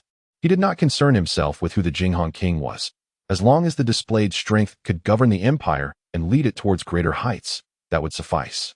Though somewhat cold-hearted, one must be ruthless to survive in this world. At this moment, within the preparation arena, Lin Mu shouted incredulously, his eyes filled with disbelief. Impossible. How could Ban Xing be no match? He is a mid-stage harmonization practitioner. Not only was he finding it hard to believe, but Lin Jin shared his sentiments. Recalling the words of Su Tian upon departing the Su family, he felt the absurdity of it all. This was simply outrageous. Could Su Tian's son truly be so defiant? Surely, the Su family's strength had surged immensely, likely due to Su Chen's influence. Although Lin Jin had not interacted much with the Su family, he believed he understood them relatively well. They had swept through other factions upon entering Mingwei City and rapidly ascended, a feat that clearly surpassed their inherent capabilities. Initially, Lin Jin thought the Su family must have encountered some fortuitous opportunity to achieve such swift progress. But now it seemed that the opportunity was none other than Su Chen himself. With such a powerful ally, how could the Su family not advance? In the preparation arena, all the princes were filled with dread. If Su Chen were merely a harmonization practitioner, they might have been willing to fight to the death. But as a returning origin practitioner, how could they possibly contend? It was akin to a mantis trying to stop a chariot or an egg striking a stone. If they possessed the strength to kill Su Chen, they would have long since ousted the Jing king from power rather than engaging in this struggle for the throne. The ninth prince, Lin Feng, was the first to speak, addressing Lin Jin respectfully. Seventh brother, it seems the throne is rightfully yours. I congratulate you in advance. The eighth prince, Lin Bu, echoed, congratulations, seventh brother.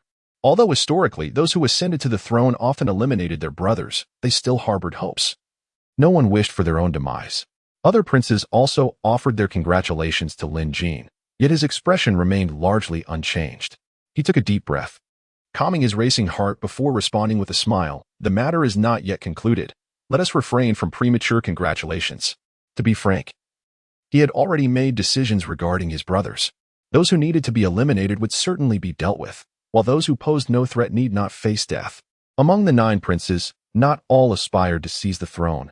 For instance, the 9th prince, Lin Feng, had never entertained such ambitions and merely wished to lead a carefree life, having been thrust into the struggle against his will. Furthermore, he posed no threat. Thus he need not be executed. However, individuals like Lin Mu were driven by a murderous intent. Yet, he could not openly declare, once I ascend, I shall eliminate you all. At the very least, he had to feign kindness to provide them with a glimmer of hope for survival. Once the throne was secure, he could swiftly turn against them. After all, even a cornered rabbit will bite, and should they be pushed to their limits, they might resort to anything, leading to a multitude of troubles. He then turned his gaze back to Su Chen, returning origin realm. Su Chen is truly formidable. In an instant, numerous thoughts flooded his mind. Su Chen is still unmarried, I presume? My daughter Yiming is also a stunning beauty in the city of Jingong. However, with Su Chen's terrifying strength, what woman could he not have? If all else fails, perhaps I could arrange for Yiming to become a concubine or a maid. Lin Jin's mind was a whirlwind of thoughts, and little did Lin Yiming realize that she had nearly been offered to another by her dear father. Chapter 46, Mount Wangun, a land of abundant blessings. Killing a being at the fusion stage was a trivial task for Su Chen, hence his expression remained largely unchanged.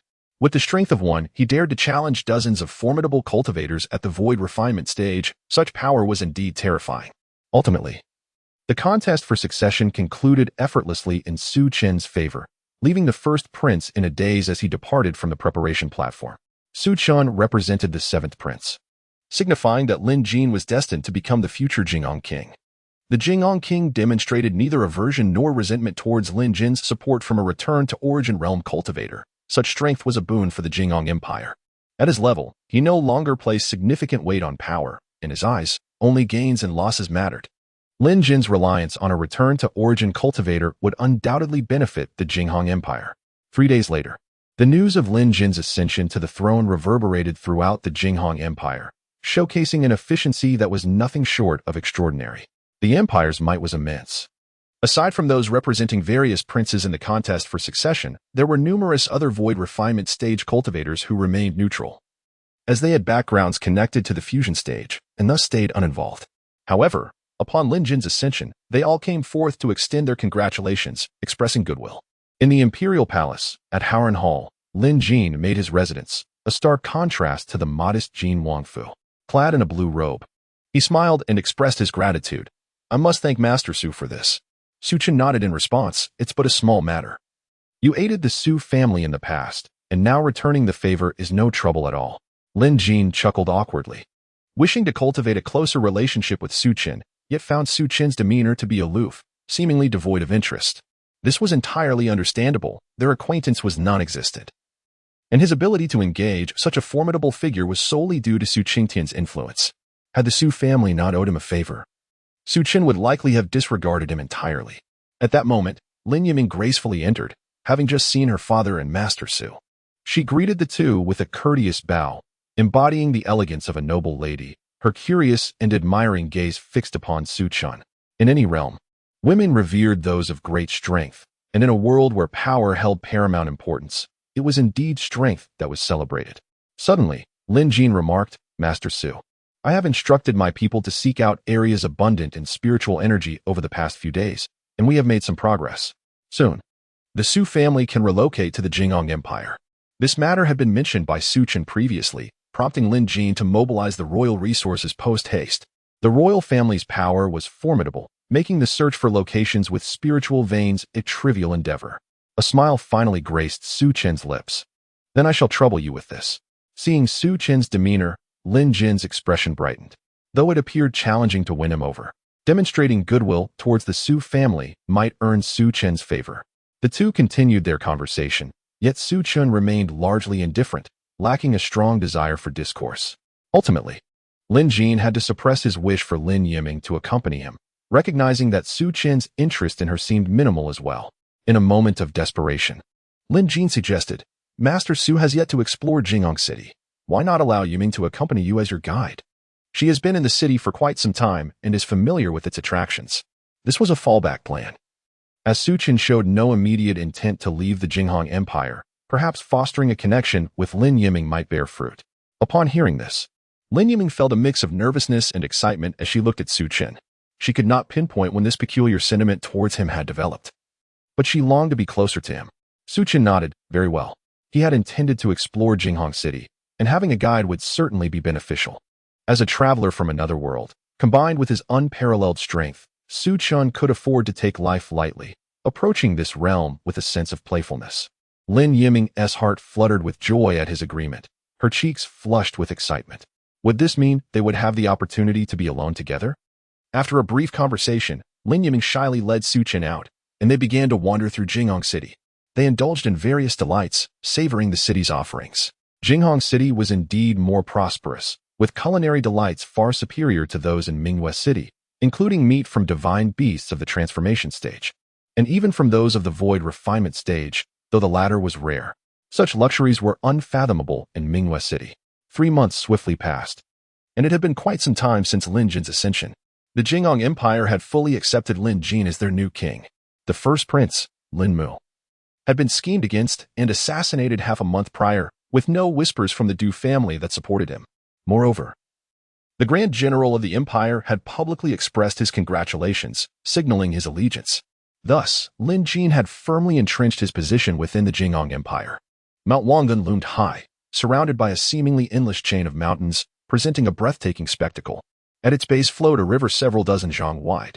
This locale was rich in spiritual energy, harboring a supreme spiritual vein.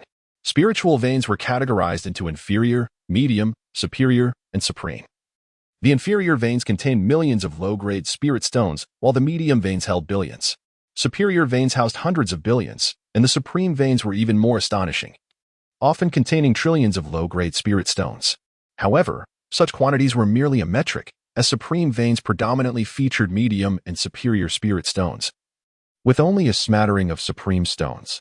Most importantly, supreme veins contained dragon veins.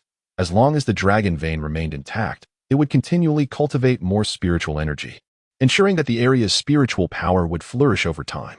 Mount Wangan was now the residence of the Su family. Situated in the heart of Qinghu County within the Jinghong Empire, a veritable paradise on earth. Chapter 47. The Crimson-Horned Lizard. Treasures abound in the empire of the surprise swans at the pinnacle of Mount Wangan. Su Chen gazed downward, nodding in approval. This place far surpassed Mingyue City in its splendor. However, the Su family had not entirely forsaken the 5 great cities. Su Chen made some alterations to the area, establishing several spirit summoning arrays that greatly enhanced the flow of spiritual energy. He then left the 3rd elder, Su Yuanba, and the West elder, Su Haluan, to guard it in rotation, alongside a few branches of the collateral line. The family's plan was to allow the collateral branches to take over the guarding once they grew stronger, a common practice among prominent families. The 5 great cities still promised substantial profits, and the Su family was reluctant to relinquish them so easily. The principal city of Qinghe County, known as Qingfeng City, while not as vast as Jinghong City, boasted about 3/5 of its size and was relatively prosperous. With the support of the royal family, the Su family successfully established a presence within the city, launching numerous business ventures. Although other factions were displeased with the Su family's involvement, none dared voice their objections given Lin Jin's recent ascension. Even without Lin Jin's backing, provoking the Su family would be unwise, especially with a returning origin realm cultivator among them. With a stable industry established in Qifeng City, the Su family had firmly rooted themselves in Jinghong City. Mount Wangan was divided into 3 sections. At the summit, where the direct descendants of the Su family resided. Below were the collateral branches and the servants' quarters. Due to the mountain's immense size, the upper section could comfortably house thousands, while the Su family's direct line comprised only a few dozen members, rendering Su Chen's residence exceedingly opulent, nearly 5 times the size of his home in Mingwest City, lavishly decorated, with guards stationed at the entrance as arranged by Su Qingtian. Within the Su family, aside from Su Chen and his servant Ruashi, anyone entering must first seek Su Chen's consent, himself included. This was not a rule established by Su Chen but rather dictated by Su Qingtian, who wished for all family members to recognize Su Chen's elevated status as the family's protector. Su Qingtian's actions were intended to pave the way for Su Chen's future as the head of the family, though it seemed somewhat unnecessary considering Su Chen's formidable power. No one would dare challenge him for leadership. Wangan Courtyard was the name of Su Chen's residence. Sitting in the courtyard, Su Chen was attended by the obedient Ruashi, who was giving him a massage. Although Mount Wangan was rich in spiritual energy, it lacked various essential elements. After a moment's contemplation, Su Chen began to set up enhancements throughout the mountain. He established a high-level spirit summoning array, along with 2 defensive formations that would activate upon detecting enemy incursions, the Sky Prowling Array and the Demon Slaying Array. The latter was particularly sentient, capable of automatically recording the auras of all beings on Mount Wangyun. Should anyone harboring hostility appear for the first time, it would swiftly dispatch them.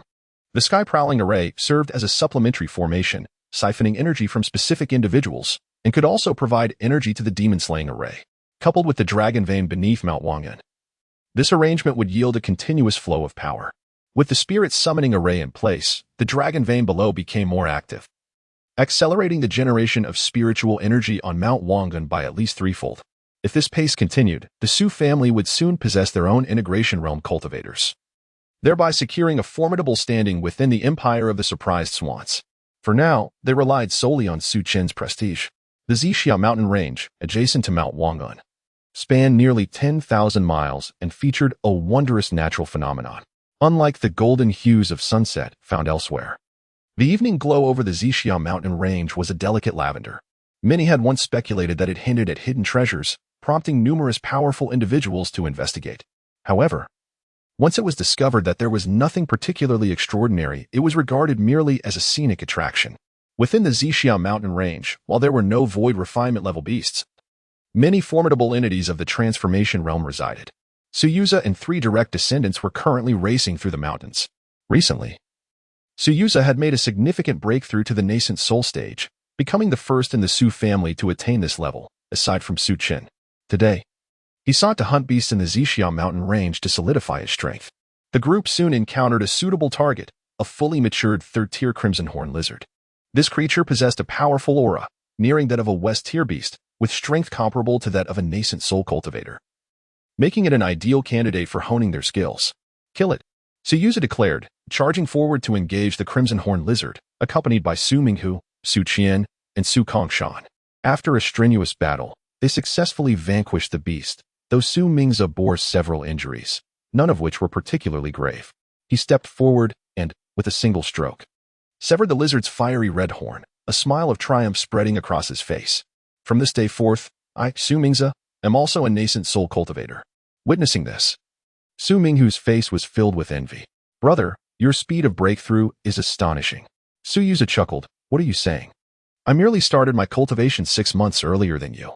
With the 3 of you at the perfected core formation stage, breaking into nascent soul will only take a month or 2.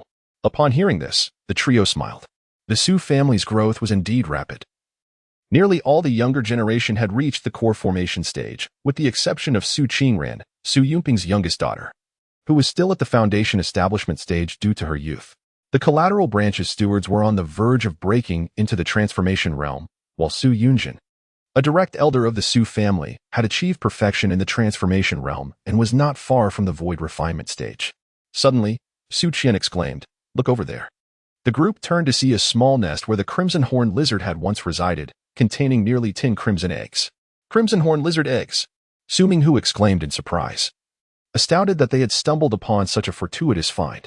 The crimson horned lizard was rather unique among beasts. It secreted a substance known as crimson blood crystal, which could aid cultivators in refining their physiques. Extremely gentle and non-irritating, often more effective than certain medicinal pills. If the crimson horned lizard were cultivated properly, elevating it to the nascent soul or even transformation realm, It would provide immense benefits to the younger generation of the Su family.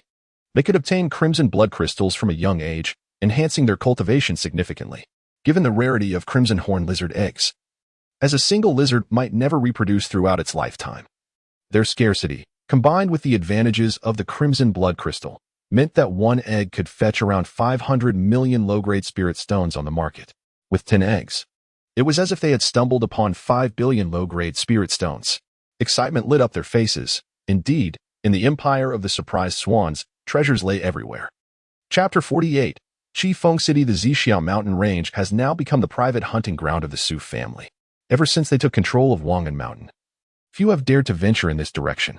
It resembles the behavior of wild beasts, each with a keen sense of territorial awareness. No one wishes to offend the Su family, thus they maintain a respectful distance. Moreover, influenced by the dragon vein of Wangan Mountain, the entire Zixiao mountain range is imbued with abundant spiritual energy, making it an excellent resource replenishment area for the Su family. Time has flown by, and the Su family has now resided in Wangan Mountain for 6 months. Just a couple of days ago, the elder Su Chen achieved a breakthrough to the consummate stage of the refining void realm, while Su Chen accomplished his own breakthrough a month prior. Now, the Su family boasts 3 formidable refining void practitioners. During these 6 months, the family has undergone significant transformation, with 13 sideline stewards having ascended to the spirit transformation stage. Although the Su family lacks practitioners at the integration stage, they are considered a powerful force within the Jinghong Empire. Aside from a few royal powers at the integration stage, the consummate refining void forces are nearly the strongest. The younger generation of the Su family has mostly ventured out for training. Su Yuza has even established a faction named Luoyun Sect. While it may be a small endeavor, he is earnestly working on its development, and it may well evolve into a formidable entity in the future. In Wanyan Courtyard, a report reached the young master. Princess Lin Yimeng has sent a letter. Su Chen opened his eyes and replied nonchalantly, "Bring it in." The guard entered the courtyard respectfully.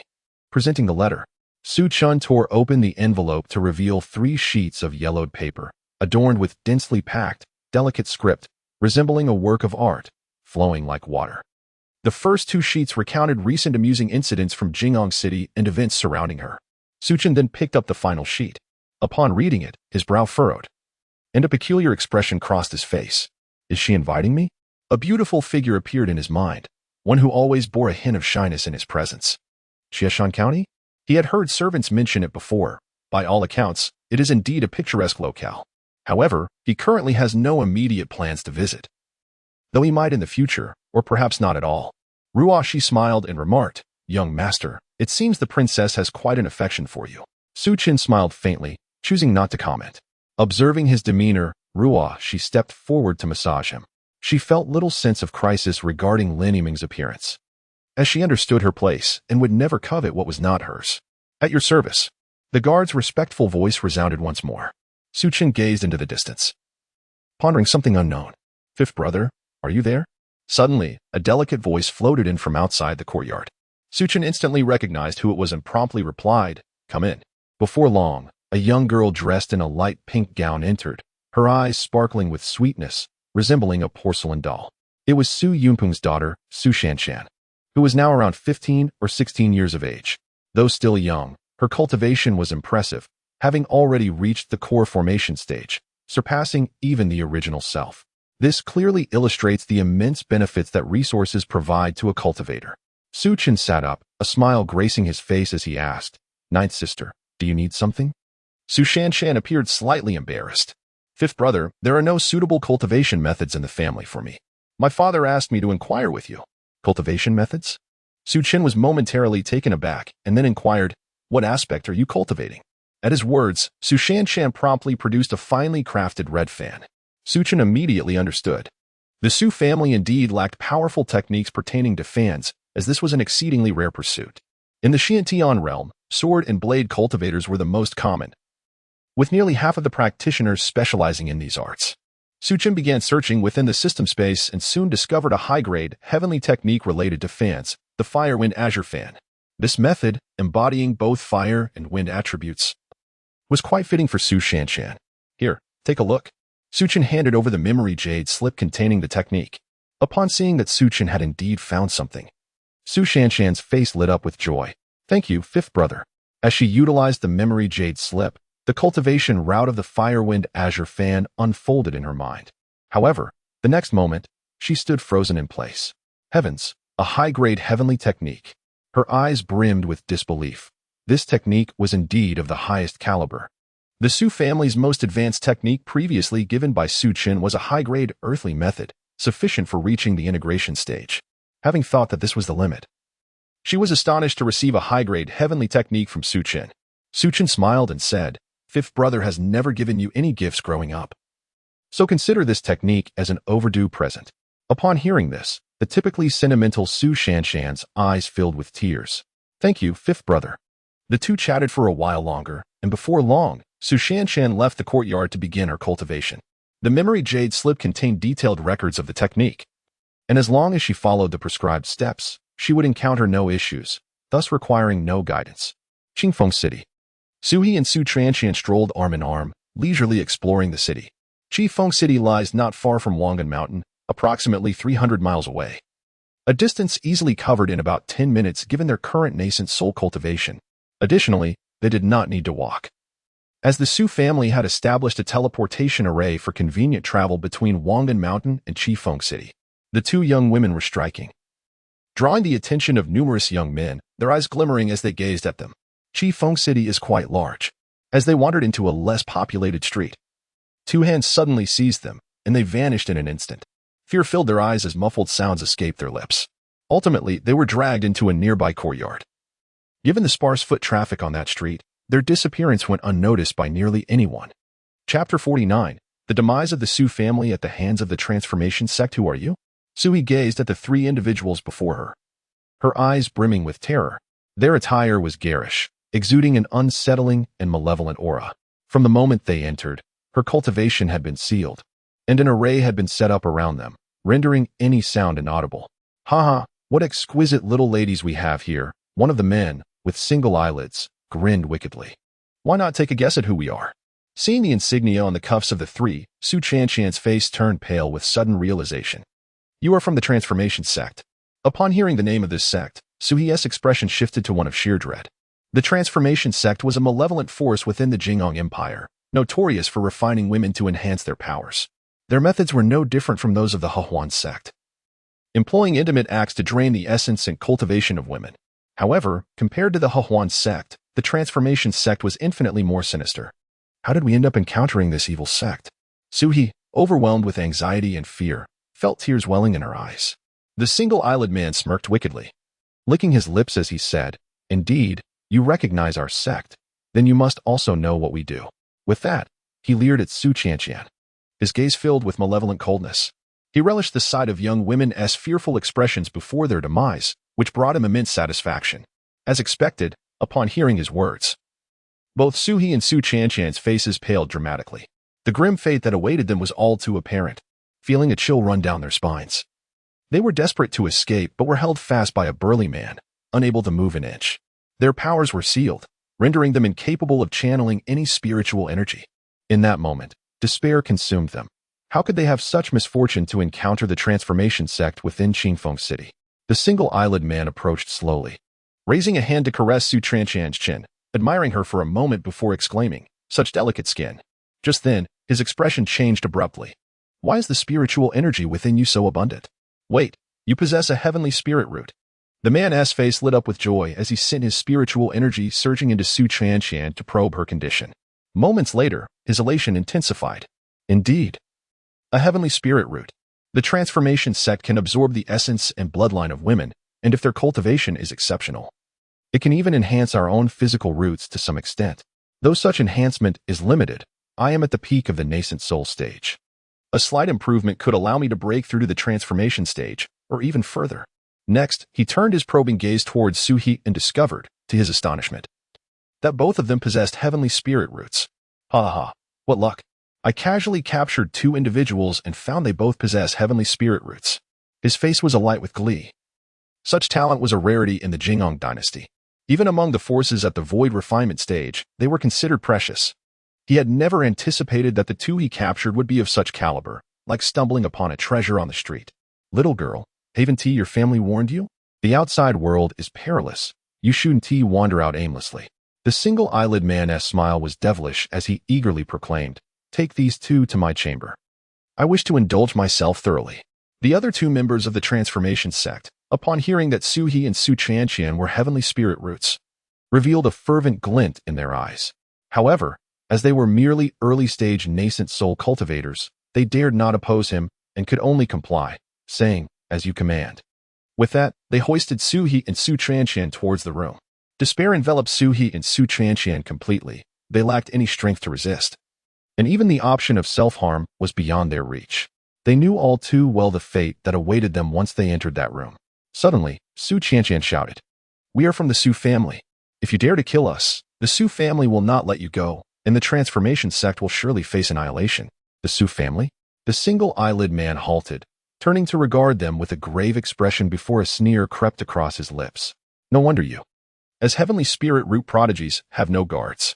Do you think the protection of the Su family renders you invincible? This array was personally bestowed by our sect leader. It is a high-tier Earth-grade shielding formation. As long as that Su family member in the returning origin realm is not nearby, no one will know what transpires inside. Once I kill you two, who will know it was I who did it? How could they possibly seek vengeance upon the transformation sect?" Upon hearing this, despair settled in fully. They realized the truth of his words. Not only was the array a high-tier Earth-grade shielding formation, but even a mere Xin-grade formation could block the probing of a returning origin realm cultivator if the distance was sufficient. Su Chen typically resided in Wanyan Mountain, rarely venturing out, and only a few members of the Su family at the God transformation stage were stationed in Qingshui City, making it impossible for anyone to discover their plight. At that moment, a blinding cold light erupted. "Who?" The single-eyelid man turned sharply, bellowing in rage as a sword light pierced through the outer shielding array, aiming directly at him with lethal intent. Although the yard was shielded by a formation, its defensive capabilities were woefully inadequate. While blocking outsiders, it inadvertently shielded their own. "Luin, you will pay for this," accompanied by a fierce voice. A woman clad in white emerged from beyond the array, her expression icy and filled with murderous intent. Lu Yin's expression shifted dramatically. A half-step into the God transformation stage. A powerful aura erupted from her, and he struck out with his palm to counter the sword light, but it was futile. Seeing the sudden arrival, Su-He and Su Chen's eyes sparkled with hope. Yuan Ming wasted no time and swiftly severed Lu Yin's arm with a single strike. "Who are you?" Lu Yin's gaze darkened to an extreme, realizing that this woman had been aware of their presence here, indicating she had been following them all along. Otherwise, how could a fully realized nascent soul cultivator perceive the situation within the array? Yuan Ming coldly chuckled. "You killed my two sisters. Have you already forgotten my face?" Lu Yin scrutinized Yuan Ming closely, his pupils narrowing in shock. "You are that little girl from the Yuan family." Chapter 50. Do not fear. Your fifth brother has come to save you. Yuan Ming let out a cold laugh, her face filled with resentment as she spoke. "Lu Yin, the Huajing sect annihilated my Yuan family, and you drained the life force of my two elder sisters. Today, I shall surely slay you, to appease the spirits of my kin." As she spoke, her hand moved with agile finesse, unleashing a more ferocious assault upon Lu Yin. A look of terror etched itself onto Lu Yin's face. He had never anticipated that Yuan Ming could transcend to the threshold of the half-step divine transformation stage. At the time the Huajing sect decimated the Yuan clan, she had merely been at the core formation stage, and in less than a decade, she had broken through to the half-step divine transformation. In this same span, Lu Yin had only managed to advance from the early stage of the nascent soul to its perfected state. Such rapid progress was akin to that of many rare spiritual roots, yet Yuan Ming had outstripped them all. Lu Yin raised his hand, producing a small flag, which he hurled toward Yuan Ming. Boom! A thunderous explosion echoed, and Yuan Ming, caught unawares, was sent sprawling, blood spilling from the corner of her mouth. This artifact had been bestowed upon him by an elder of the Huajing sect, possessing the power of a strike from the divine transformation stage. He had kept it for his own survival, but today he was compelled to use it. With a sneer, Lu Yin declared, "Since you have come to me, I shall consume you whole." Greed flickered in his eyes as he contemplated the prospect of devouring two female cultivators with heavenly spiritual roots. Alongside the half-step divine transformation Yuan Ming, such an act would undoubtedly allow him to ascend to the divine transformation stage himself. The crucial aspect was that he remembered Yuan Ming's aptitude was merely of the upper-tier spiritual root. Her rapid breakthrough to half-step divine transformation surely indicated she had encountered some fortuitous opportunity. If he could seize that opportunity, he would undoubtedly advance further, perhaps even ascend to the ranks of the inner sect elders. The Huajing sect was a demonic faction, and the disciples below the rank of inner sect elder were burdened with flaws in their cultivation methods. Only by reaching the half-step void refinement stage and becoming an inner sect elder could one have these flaws rectified by the sect master personally. Achieving the half-step void refinement stage was the aspiration of almost every disciple of the Huajing sect. Yuan Meng's eyes glinted with icy resolve. Rest assured, you shall not have that opportunity. Rising to her feet, she charged once more at Lu Yin. How can this be? Why are you unscathed? Panic surged across Lu Yin's face as he beheld Yuan Meng's unwavering might. Although his previous attack had not been lethal, it should have inflicted severe injury. How could she, a half-step divine transformation cultivator, possibly emerge unscathed? Yuan Meng let out a cold laugh. While the earlier strike had indeed wounded her, the majority of its power had been mitigated by her protective talisman, leaving her with less than 20% of its force. Her attack speed was astonishing, and in the blink of an eye, she stood before Lu Yin. Su He, witnessing this scene, was filled with joy. As long as Lu Yin perished, they would be saved. A sense of relief washed over both women, thankful for their fortuitous encounter with someone seeking vengeance against the Huajing sect. Otherwise, their fate would have been dire. However, just as Yuan Meng was poised to deliver the fatal blow to Lu Yin, an unforeseen turn of events transpired. Bold. A deep, resonant reprimand echoed in the minds of all present. The one most affected was Yuan Meng, who collapsed to her knees, pain etched across her face. From the main house of the courtyard emerged an elderly man in his 60s, his expression cold and his eyes sharp and piercing, despite his apparent age. Lu Yin, realizing the gravity of the situation, quickly bowed in respect. Greetings, Elder Wang. Elder Wang cast a dark look at him. Lu Yin, is this the esteemed place you sought? You failed to notice that someone followed you. Should she disrupt the sect master's plans, your life would be forfeit. Upon hearing these words, terror gripped Lu Yin's features, and he hastily knelt. Elder Wang, I was negligent. Please punish me as you see fit. There was no point in arguing. With Yuan Meng now under control, his best course of action was to sincerely acknowledge his mistake. Elder Wang spoke coldly. Had this been any other elder, your life would have been in peril today. However, you are fortunate. Do not commit such a grave error again. Otherwise, do not blame me for my ruthlessness. Lu Yin was a product of Elder Wang's own cultivation, having performed numerous tasks for him, including bringing him many women each year. Thus, Elder Wang would not easily dispose of him. Feeling the chill in Elder Wang's voice, Lu Yin trembled, aware that should such an issue arise again, his life would indeed be at stake. Thank you, Elder Wang. Elder Wang said no more, turning his attention to Yuan Meng. In the next moment, he waved his hand, and Yuan Meng was struck as if by an unseen force, crashing against the wall, her aura diminishing drastically. The half-step divine transformation is quite a delectable treat. I shall take this one. The other two are yours. His tone brooked no argument. Although Lu Yin felt reluctant, he could only nod in agreement. At least two heavenly spiritual roots remained for himself. In truth, a half-step divine transformation offered little assistance to Wang, who had attained the perfected divine transformation stage.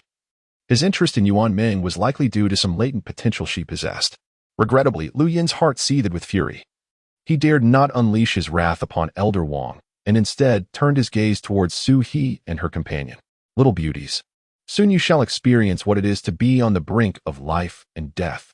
A sinister smile adorned his face, rendering him a veritable demon, instilling profound fear in Su He and her companion. They had believed salvation was at hand, only to be confronted by another in the divine transformation stage. Su Chen, being younger than Su He, was already brimming with tears. Sister Su He, what shall we do? At merely 17, she was still but a girl. And facing such dire circumstances, how could she not be terrified? Fear and despair enveloped the hearts of both women. Yuan Meng, witnessing this scene, was reminded of her own family, who had suffered at the hands of the Huajing sect before her very eyes. Release them. Yuan Meng's heart blazed with fury, and she could not contain her furious shout.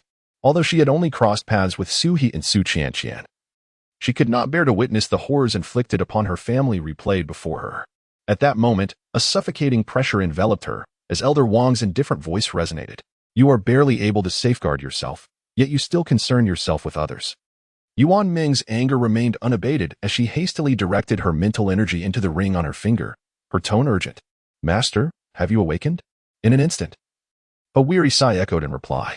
You foolish girl, I have merely slumbered for 3 months, yet you have orchestrated such chaos. You truly are a source of worry. Why provoke the Huajing sect when your strength is insufficient? The voice held a tinge of tenderness and fondness. Her previous slumber had been due to Yuan Ming seeking vengeance against the Huajing sect while still at the nascent soul stage. She had encountered pursuers from the void refinement stage, forcing her to intervene. It was that battle, which had severely injured her mental energy, leading to her prolonged slumber. Now, just as she had awakened, she found herself embroiled in yet another crisis. This foolish disciple truly does not wish for my recovery. I, a venerable sage, have awakened for a decade yet remain weaker than when I first awoke. Very well. Open your mind, and I shall handle the aftermath. However, I cannot guarantee I can vanquish this perfected divine transformation.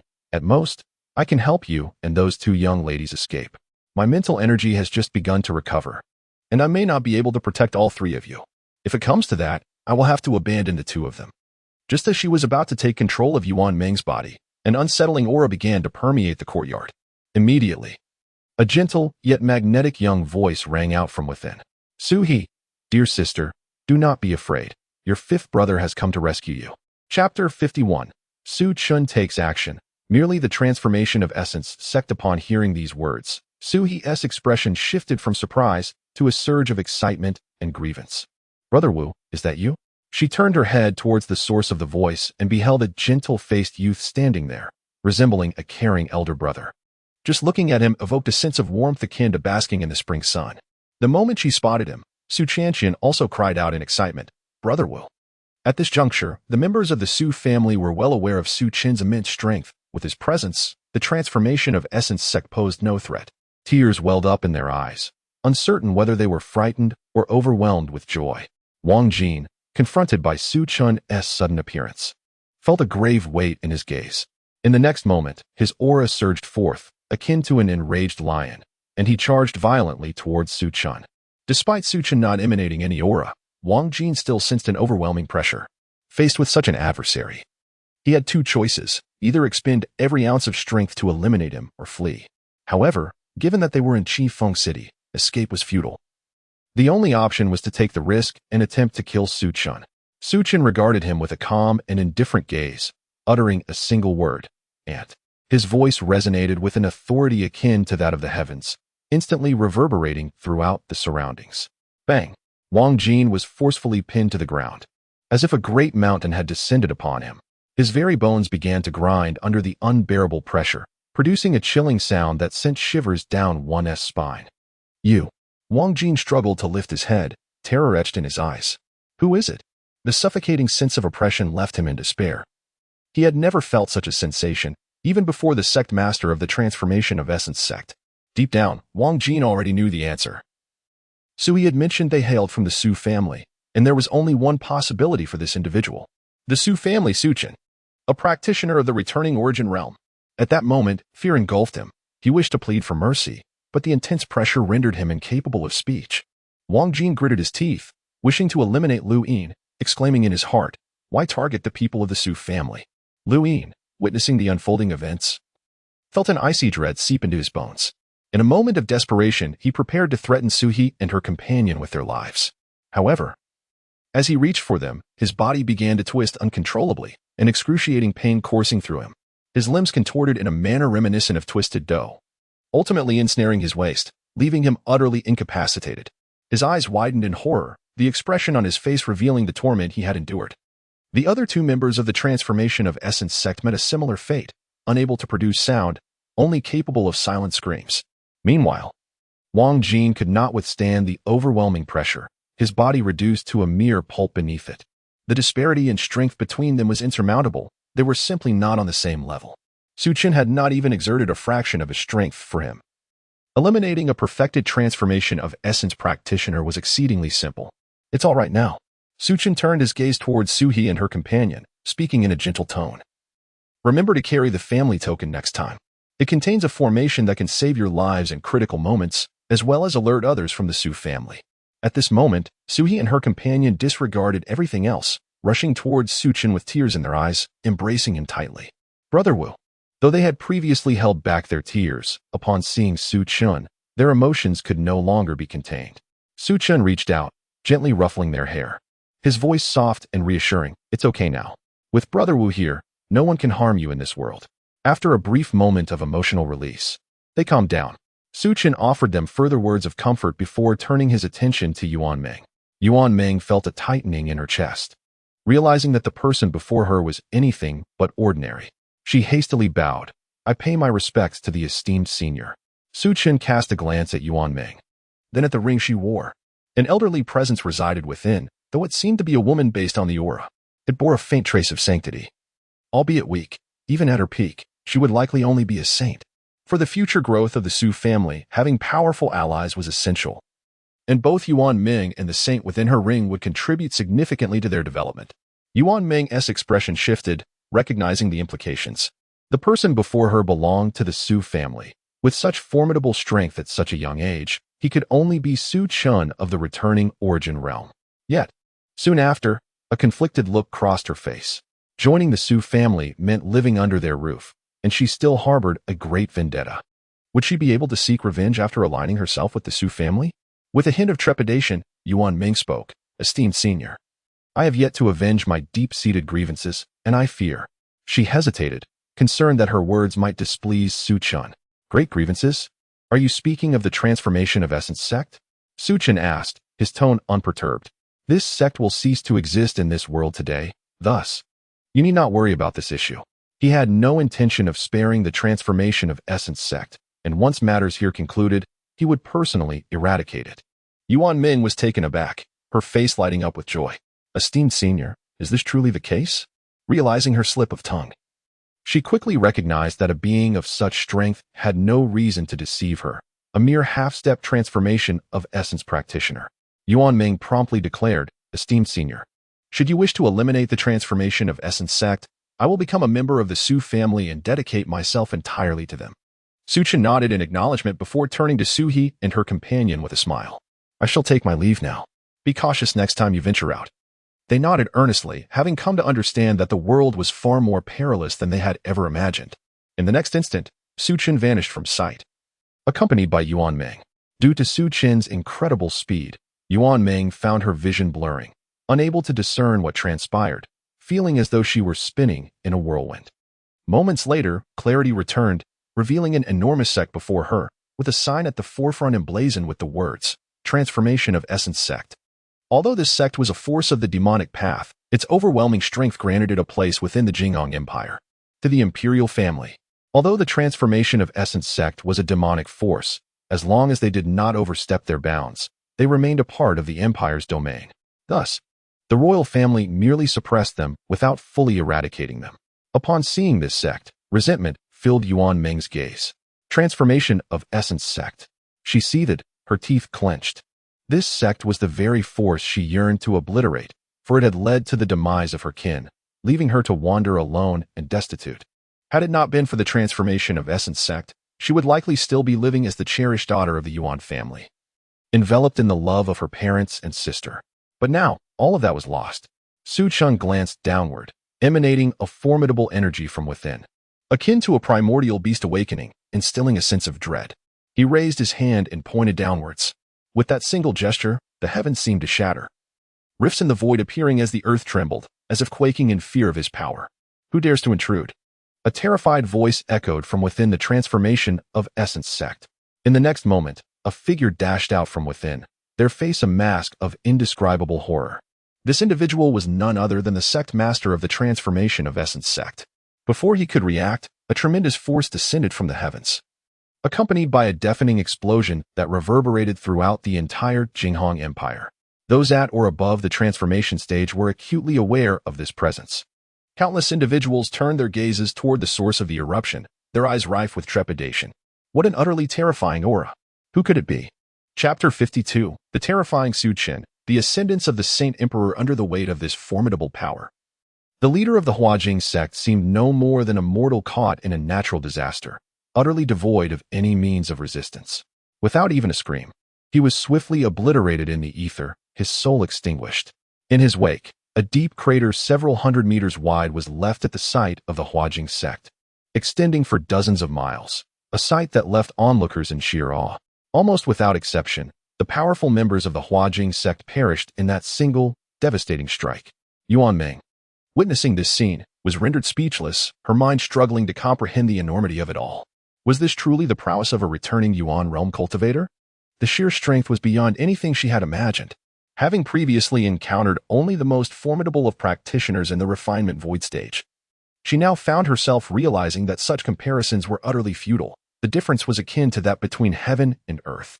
Previously, she had considered the refinement void stage to represent true strength, but Su Chen's display had irrevocably altered her understanding.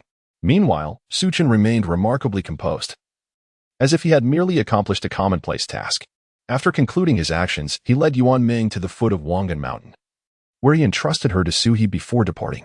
Naturally, a person of Yuan Ming's caliber could not be treated as an ordinary servant.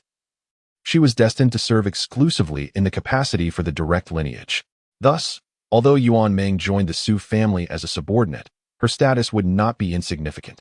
Upon witnessing Su Chen's extraordinary power, Yuan Ming was more than eager to align herself with the Su family. After Su He registered her identity and assigned her accommodation, she had officially entered the Su family in a meaningful sense.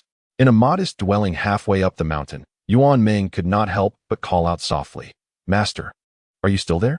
Since Su Chen had emerged moments ago, her master had remained unresponsive. After a long pause, a wisp of azure smoke emanated from Yuan Ming's ring, gradually coalescing into the form of a woman, clad in a flowing azure gown. Her beauty was reminiscent of a celestial being, her figure exquisitely crafted as if she were a work of art. And Qinglian gazed at Wangan Mountain with a complex expression. That individual must know of my existence. There is no longer any need for concealment. Her tone carried a hint of reverence and respect, eliciting a look of astonishment from Yuan Ming. "Master, who is that? What do you mean?"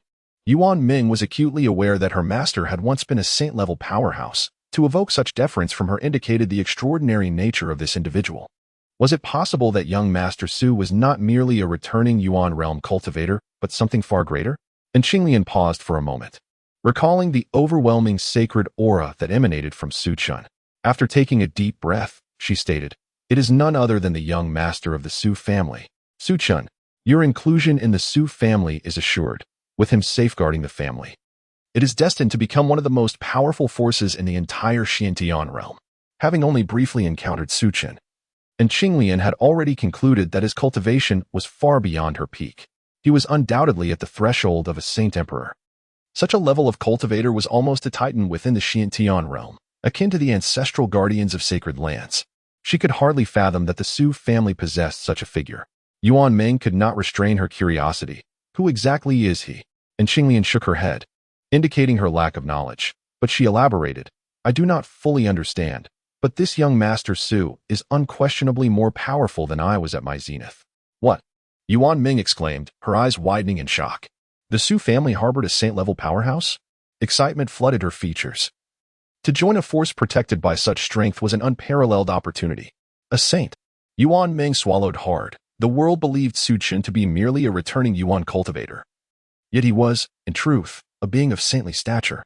And Qinglian's expression grew serious as she cautioned, "Ming-er, do not speak of this without young Master Su's permission. The consequences could be dire."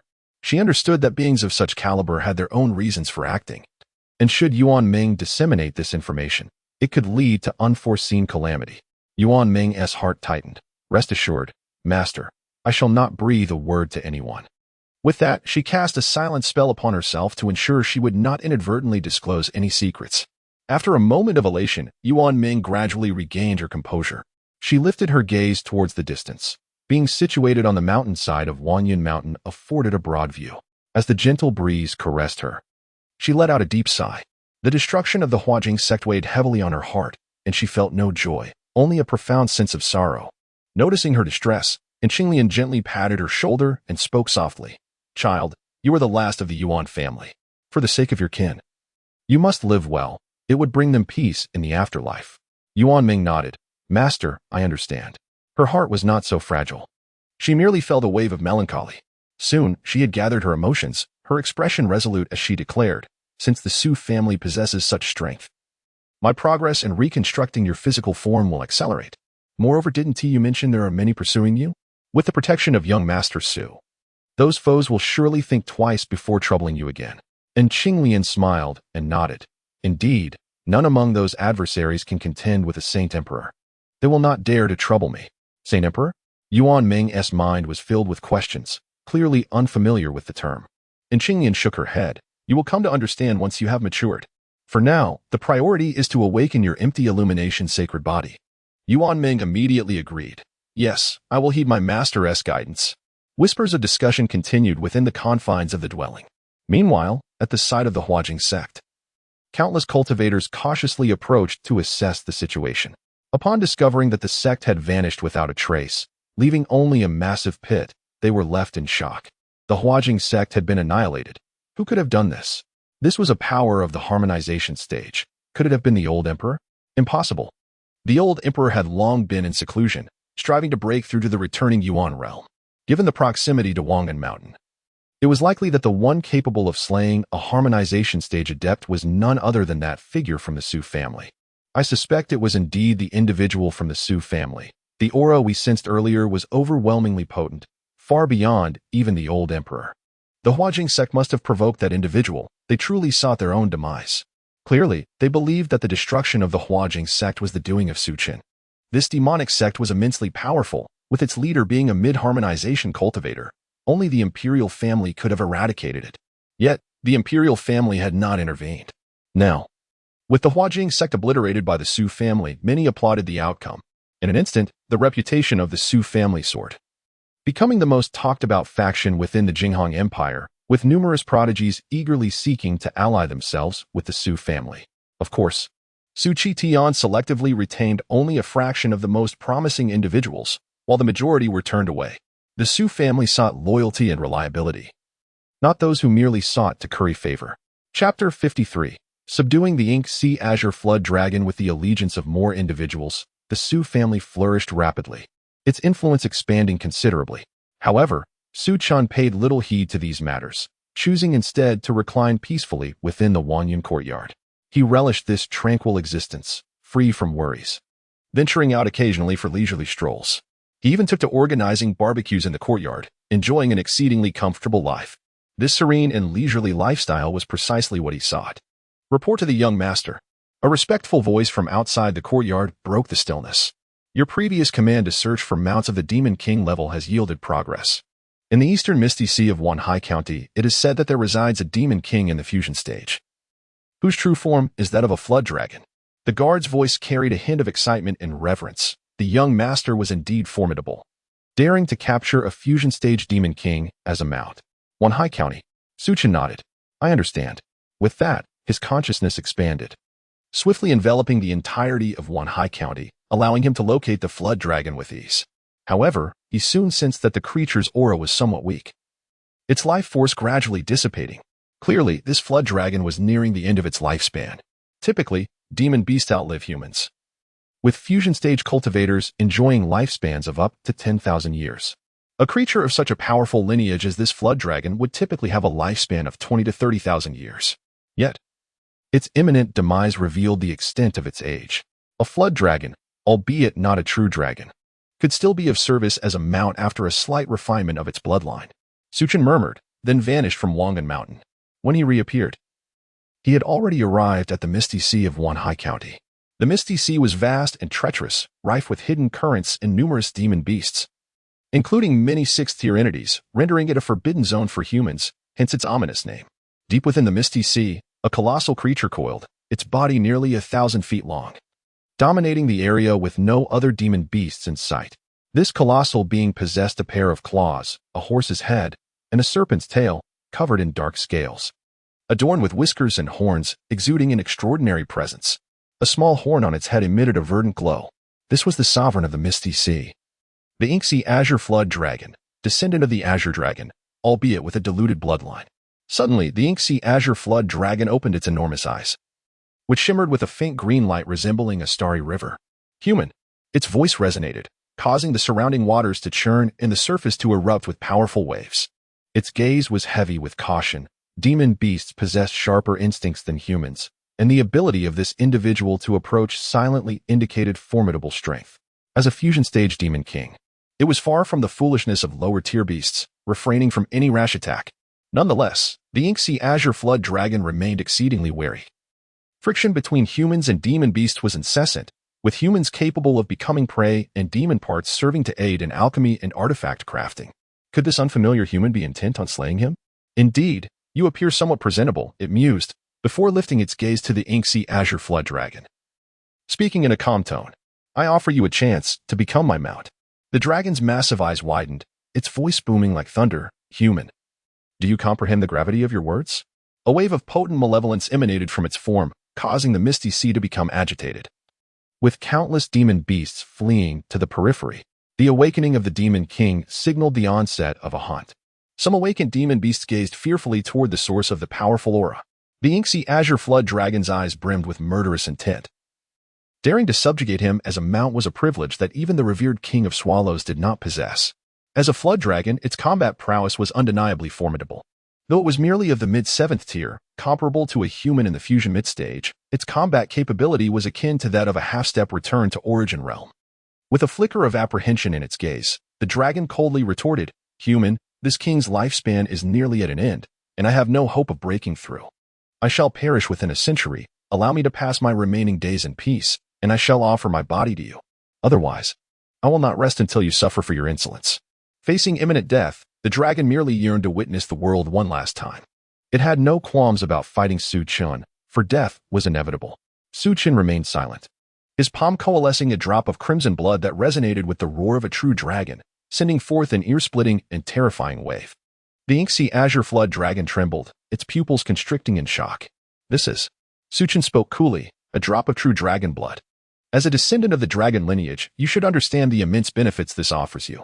The dragon quivered, its breath becoming erratic. At that moment, it was filled with exhilaration. True dragon blood. If it could absorb this, not only would its bloodline evolve, but its cultivation could also advance further. The Inksea Azure Flood Dragon regarded Su Chen with a grave expression.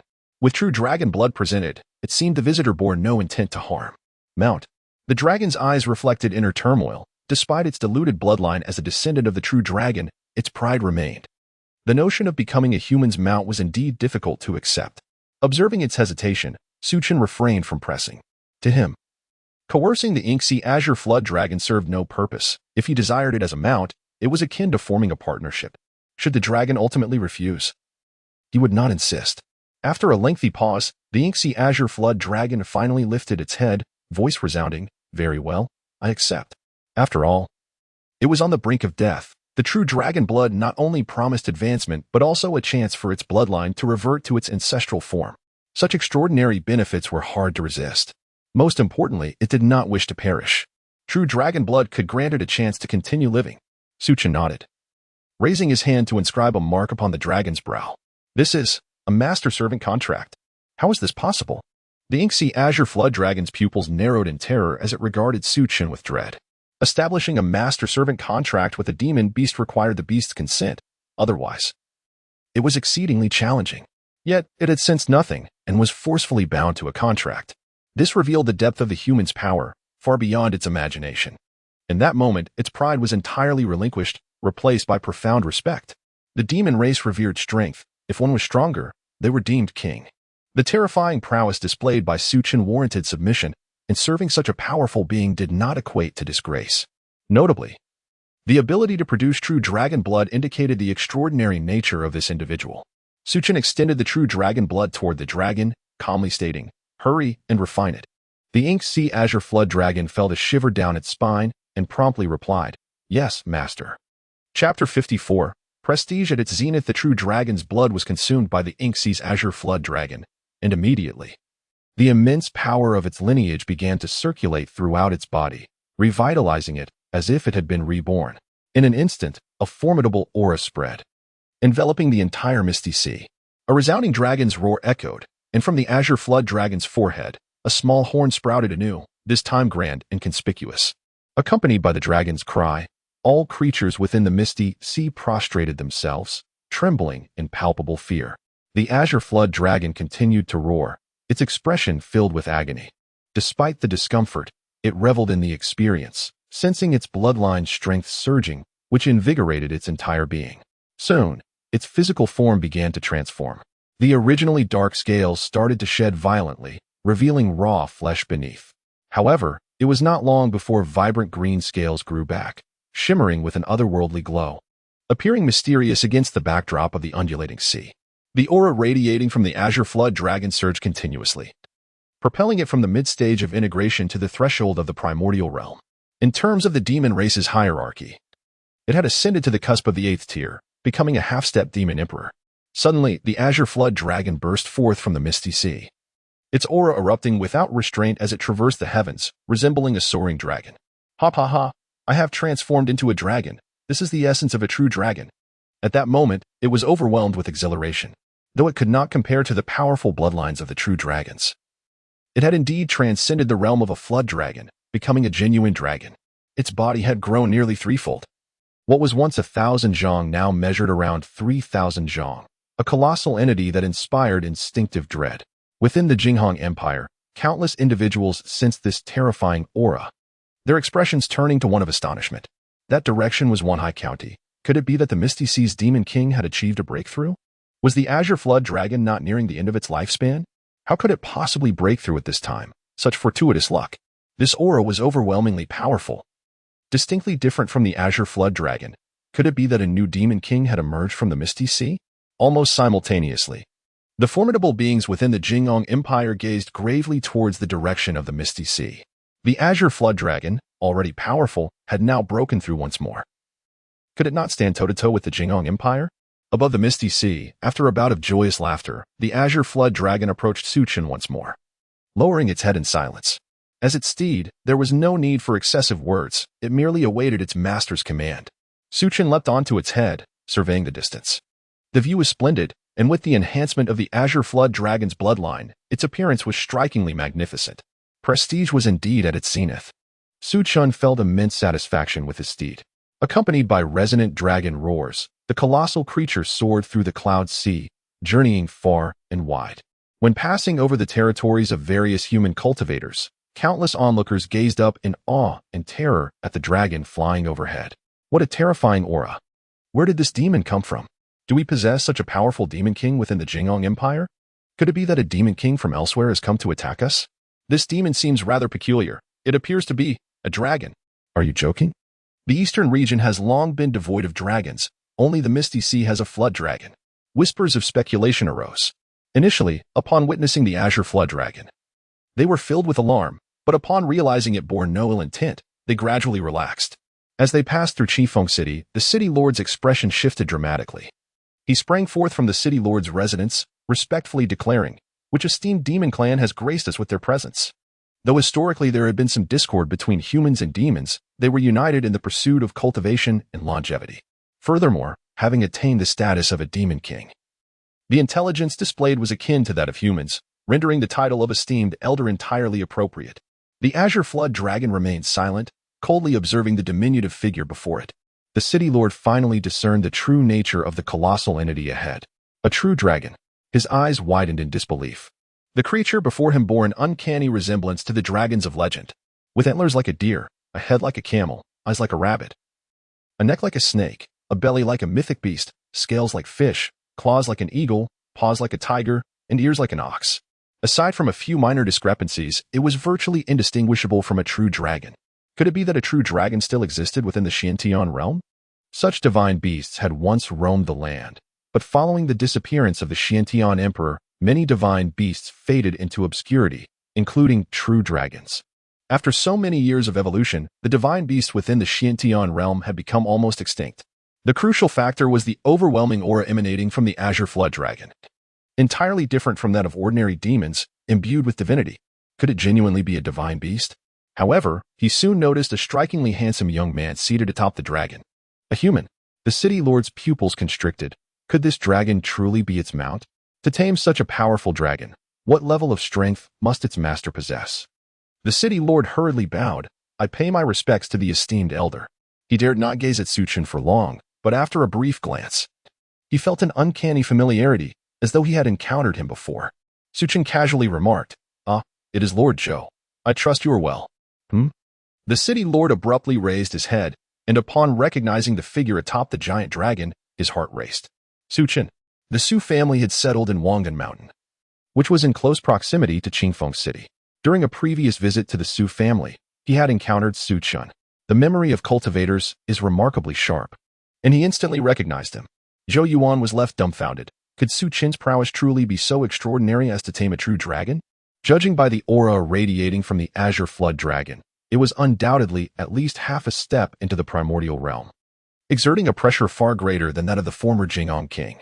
Zhou Yuan quickly bowed to Su Chen. I pay my respects to young Master Su. May I inquire about? Su Chen nonchalantly replied, just a mount. A mount. Zhou Yuan was struck with disbelief. It truly was his steed. To tame such a terrifying beast as a mount, who could possibly challenge the Su family's position in the future? Su Chen did not linger for further conversation and, alongside the azure flood dragon, headed towards Wangdan Mountain, eliciting envy from the Su family members. Ultimately, the azure flood dragon took residence amidst the clouds at the peak of the Zixiao mountain range. Having transformed into a dragon, though its bloodline was not yet fully potent, it possessed all the abilities inherent to dragonkind. Mastery over wind, rain, thunder, and lightning were merely basic skills. Soaring through the heavens was naturally no challenge. Su Chen also bestowed upon the azure flood dragon a new name, Qingshi. From Wangyan Mountain, gazing towards the Zixiao mountain range, one could see the immense silhouette, faintly discernible amidst the mist.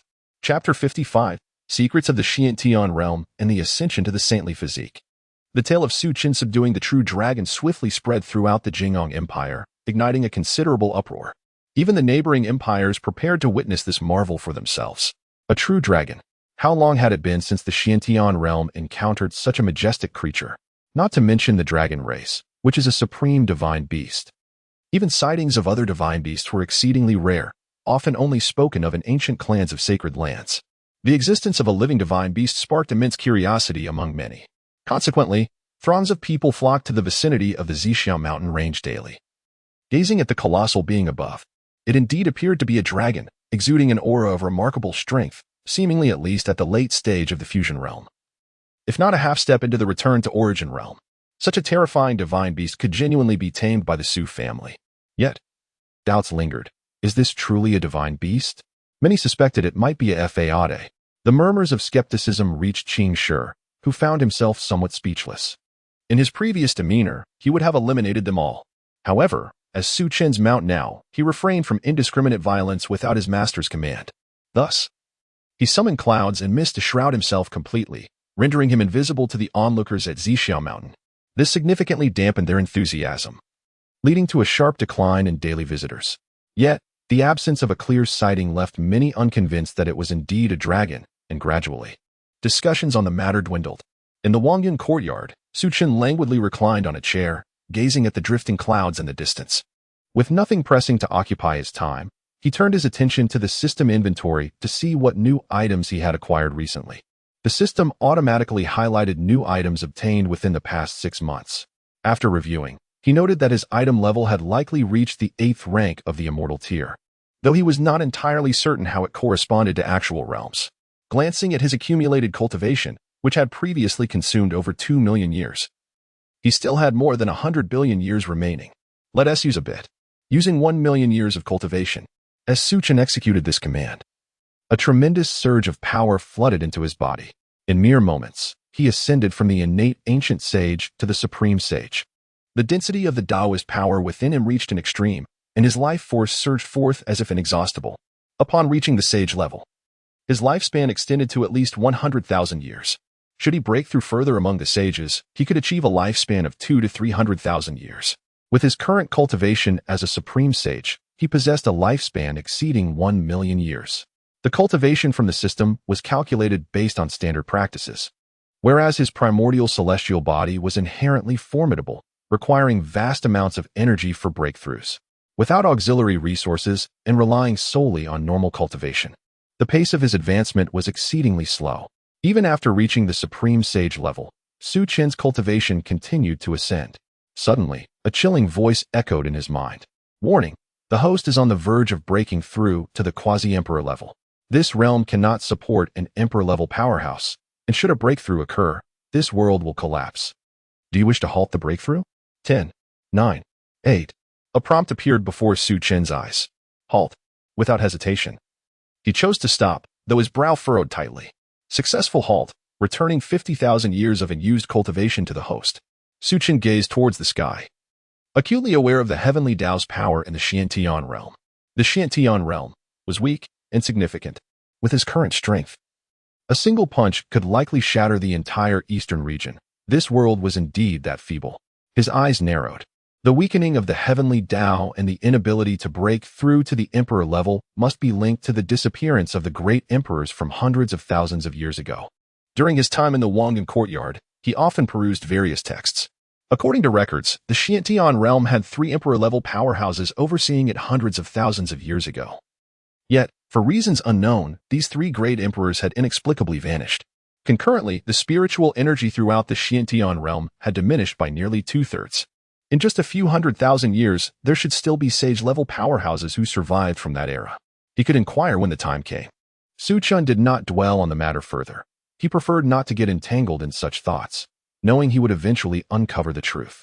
After some contemplation, Su Chen sent a message to summon Su Qingtian, Su Hanyuan, and Su Yunxian.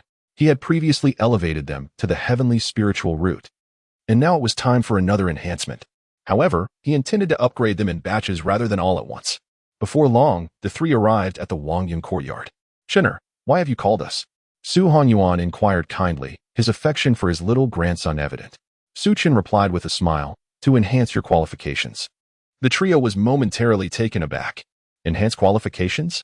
Su Chen nodded and continued, "Having previously elevated you all to heavenly spiritual roots, I see that you have fully adapted. So I plan to elevate the direct descendants of the Su family to the saintly physique. Additionally, I will upgrade some key members of the collateral line to heavenly spiritual roots." "What?" The 3's pupils constricted in shock at Su Chen's proclamation. "Ascend to a saintly physique."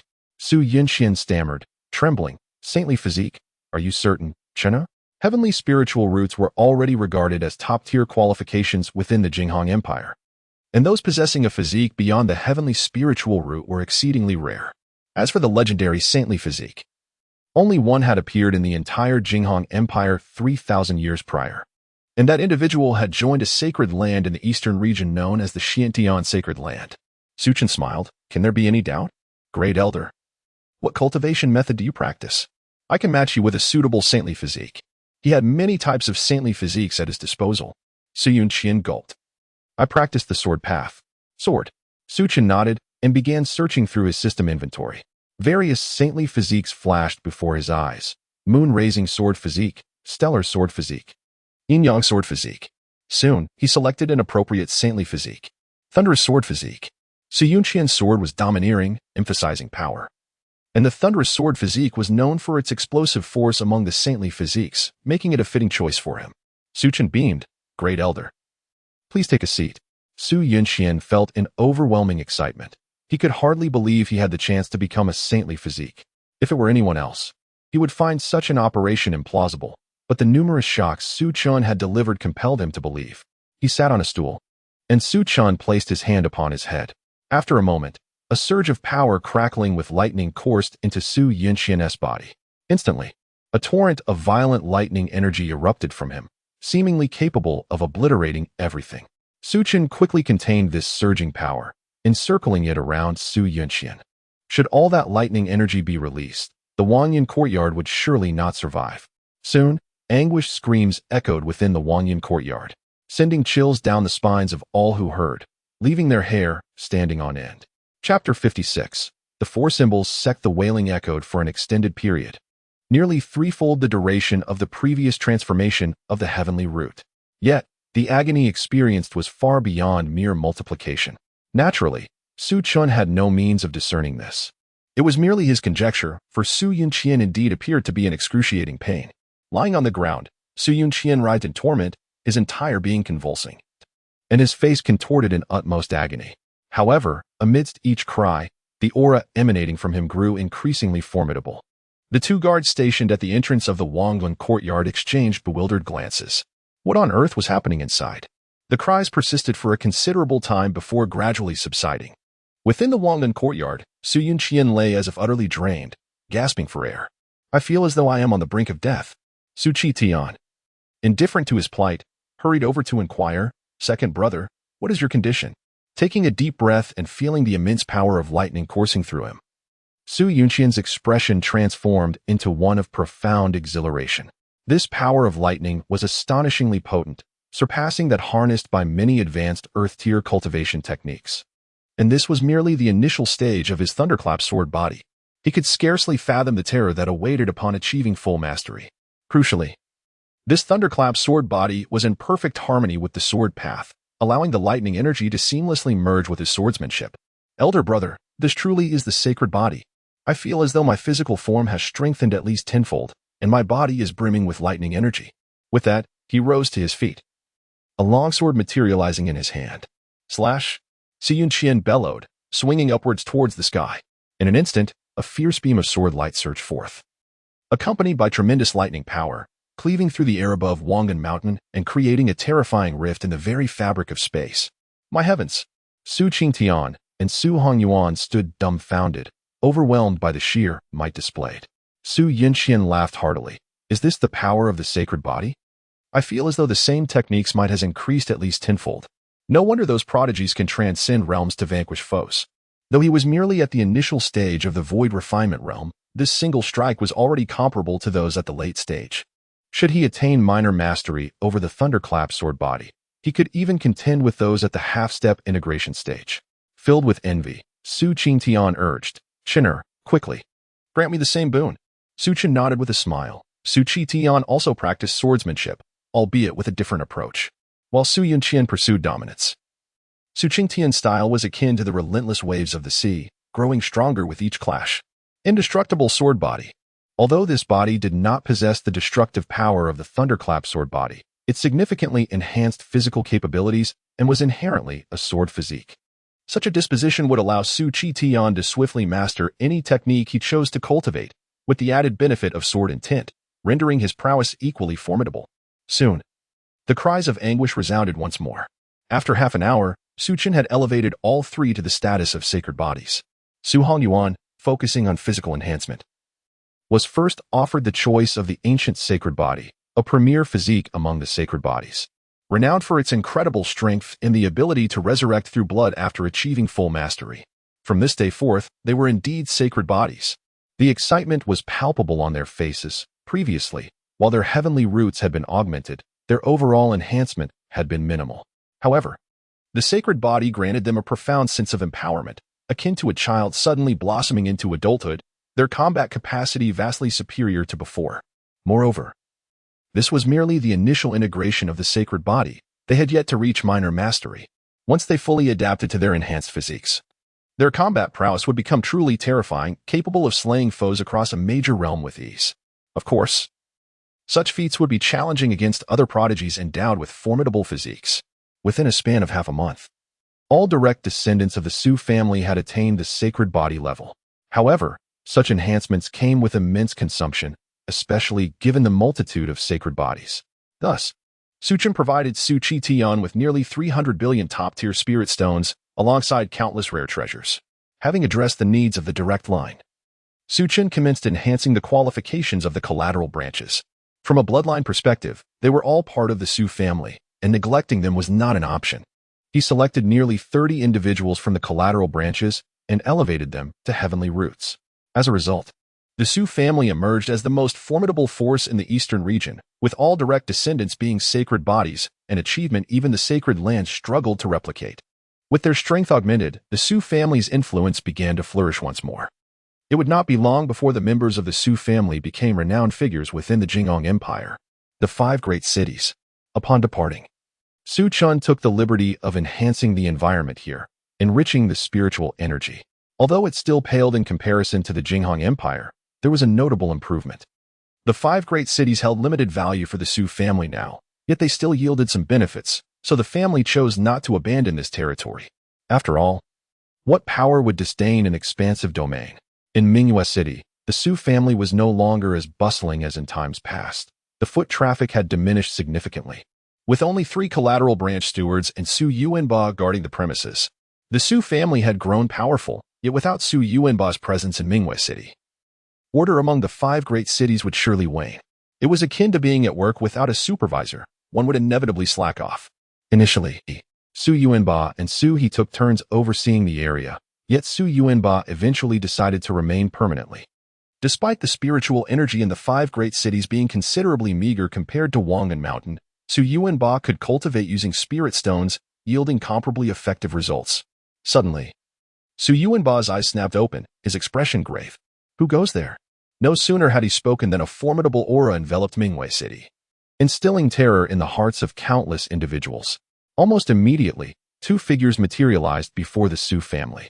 The one in the front appeared relatively young, seemingly in his 20s, followed by a middle-aged man. Both exuded an overwhelming presence, one at the late stage of void refinement, the other at half-step integration. Su Yuanba sprang to his feet, stepping outside to confront the two. Upon recognizing them, his heart raced, and he hurriedly approached, smiling. "What brings you esteemed guests to our humble abode?" The young man at the forefront spoke in an icy tone, devoid of room for dissent. "I am Zhang Bu of the Western Elephant Sect. From this day forth, the 5 great cities shall be under the jurisdiction of my sect. Do you have any objections?" Chapter 57, The Indomitable Su Yuanba, for chapters presented as Zhang Bu spoke. An overwhelming aura surged forth from within him, enveloping Su Yuanba entirely. Despite Su Yuanba's attainment of the perfected divine transformation stage and the possession of a sacred body, he found himself under immense pressure due to the vast disparity in their realms. It felt as if a colossal mountain bore down upon him, causing his internal energy and blood to momentarily congeal. Zhang Bu's demeanor left no room for Su Yuanba to refuse. In another direction from the 5 great cities, the Western Elephant Sect, considered a relatively weaker royal-level force, had only one initial stage of integration seated in command, significantly outclassed by the likes of the Jinghong Empire. Initially, they had dismissed the 5 great cities, but upon hearing reports from their disciples that the region was experiencing commendable development, they began to reconsider. Individually, a single city might not hold much value, but collectively, 5 cities could rival some of the mid-sized cities under their command, yielding substantial profits. Upon arriving at Mingwei City, Zhang Bu and his companions noted the rich concentration of spiritual energy, confirming the information relayed by their disciples. Within the Eastern Domain, most regions had been claimed by powerful factions, and the Western Elephant Sect lacked the vast territory of the Jinghong Empire. If they could annex the 5 great cities, it would undoubtedly enhance the sect's foundation. Su Yuanba's expression twisted with a certain ferocity as he struggled against the mounting pressure, feeling as if he could scarcely breathe. Yet, he gritted his teeth and said, "Senior, the 5 great cities are the domain of the Su family. Are you not afraid of offending us?" The Su family was no longer the mere shadow of its former self, and he possessed such confidence, even in the face of a royal-level sect like the Western Elephant Sect. Presumptuous. Zhang Bu bellowed furiously, instantly transforming into a blur and vanishing from sight. Boom. In an instant, Su Yuanba was sent flying, crashing through countless courtyards, and even flung beyond the confines of the Su family estate. Zhang Bu's expression was frigid as he remarked, "What is there to fear from a mere Su family? People from small places are foolish. We of the Western Elephant Sect are a royal-level force. Why should we fear a divine transformation cultivator?" Before coming, we learned that the strongest individual in the Su family is merely at the void refinement stage. What is there to worry about? The Western Elephant Sect can easily handle them. Su Yuanba crashed to the ground, spitting blood. Fortunately, his sacred body was of a physical enhancement type, sparing him from severe injury, though the turmoil within his veins left him feeling exceedingly uncomfortable, his face flushed. The location of the Su family's estate was the most bustling street in all of Mingwei City. Witnesses gasped in astonishment, recognizing Su Yuanba, Elder Su of the West. How could anyone dare to attack a member of the Su family? Did they not fear for their lives? Hush. Speak softly. Did you not sense those 2 auras earlier? So formidable, they must be from the void refinement stage, perhaps even a powerful figure among them. Has the Su family offended some mighty force? It seems they have become quite deserted. The core members appear to have vanished. Could it be they fled from some powerful figure? It was likely true. Otherwise, why would the Su family be so desolate? Previously, the core members of the Su family were nowhere to be seen. Although the events surrounding the Jinghong Empire had widespread ramifications, the 5 great cities were relatively remote, and information was scarce, making it difficult to connect the enormous entity of the Jinghong Empire with the Su family in Mingwei City. Moreover, the Su family's presence in the Jinghong Empire was relatively recent, and their renown had yet to spread widely. Elder of the West, Those remaining in Mingyue City from the Su family also sensed the situation. An attendant from the collateral 7th branch hurriedly produced a communication jade talisman to inform the Su family on Wangan Mountain. Others rushed to assist Su Yuanba. Elder of the West, are you all right? Su Yuanba struggled to his feet, his eyes filled with anger and coldness. Yet he understood that he was no match for Zhangbu. Thus he could only suppress his fury and say, "Does this mean you insist that my Su family surrender the 5 great cities?" Zhangbu replied coldly, "Naturally, not only the 5 great cities. But your Su family must also submit to me. Otherwise, the Su family will no longer have reason to exist." As he spoke, a murderous intent suddenly shone in his eyes. The 5 great cities would require management after their annexation, and allowing the Su family to continue such tasks was quite suitable. Upon hearing this, rage surged in Su Yuanba's expression. If it were any other elder, they might feign agreement, waiting for reinforcements from the Su family to retaliate against the Western Elephant sect. However, Su Yuanba's temperament was fiery. He could not tolerate such humiliation. To consume my Su family, one must first prove worthy. This was his sacred body, Crimson Sun's sacred body. In the next moment, Su Yuanba lunged towards Zhangbu, his fist raised to strike down fiercely. Observing Su Yuanba's audacity, Zhangbu's eyes narrowed as he coldly declared, seeking death. He raised his fist, unleashing his power to clash with Su Yuanba. A thunderous sound erupted as Su Yuanba was sent flying, the residual force reducing nearby structures to rubble. Zhangbu staggered back 10 paces, feeling a sharp pain and burning sensation in his hand. Disbelief etched across his face. How could this be possible? Su Yuanba's aura clearly indicated he was merely a perfected divine transformation cultivator, evidently a recent breakthrough, and his realm was somewhat unstable. Yet Zhangbu had long surpassed the void refinement late stage. The disparity in their strengths was immense. How could a divine transformation cultivator inflict harm upon him? Though Zhangbu was reluctant to admit it, Su Yuanba had indeed damaged his physical form. Furious, Zhangbu's expression darkened, veins throbbing on his forehead as humiliation surged within him. How could he, a divine transformation cultivator, be injured by someone at the same stage? Zhangbu vanished from sight once more, reappearing beside Su Yuanba. After the earlier exchange, Su Yuanba remained unscathed, save for his arm feeling as if it were about to break from the excruciating pain, struggling to rise. He had barely begun to stand when an overwhelming force struck him in the abdomen. Bang! Su Yuanba was sent flying again. Zhangbu swiftly pursued him, his expression cold as he stated, "Since you wish to court death, I shall oblige." Zhangbu continued to rain blows upon Su Yuanba. The disparity in their realms far too great. Even with his sacred body, Su Yuanba could not withstand the onslaught. Soon, he lay on the ground, drenched in blood, his aura becoming exceedingly feeble. Zhangbu approached slowly, his expression grim as he placed a foot upon Su Yuanba's head. A mere divine transformation cultivator dares to defy me. Despite his battered state, Su Yuanba's rage remained undiminished. He had never endured such humiliation. If you wish to kill me, then do so. There is no need for further dialogue.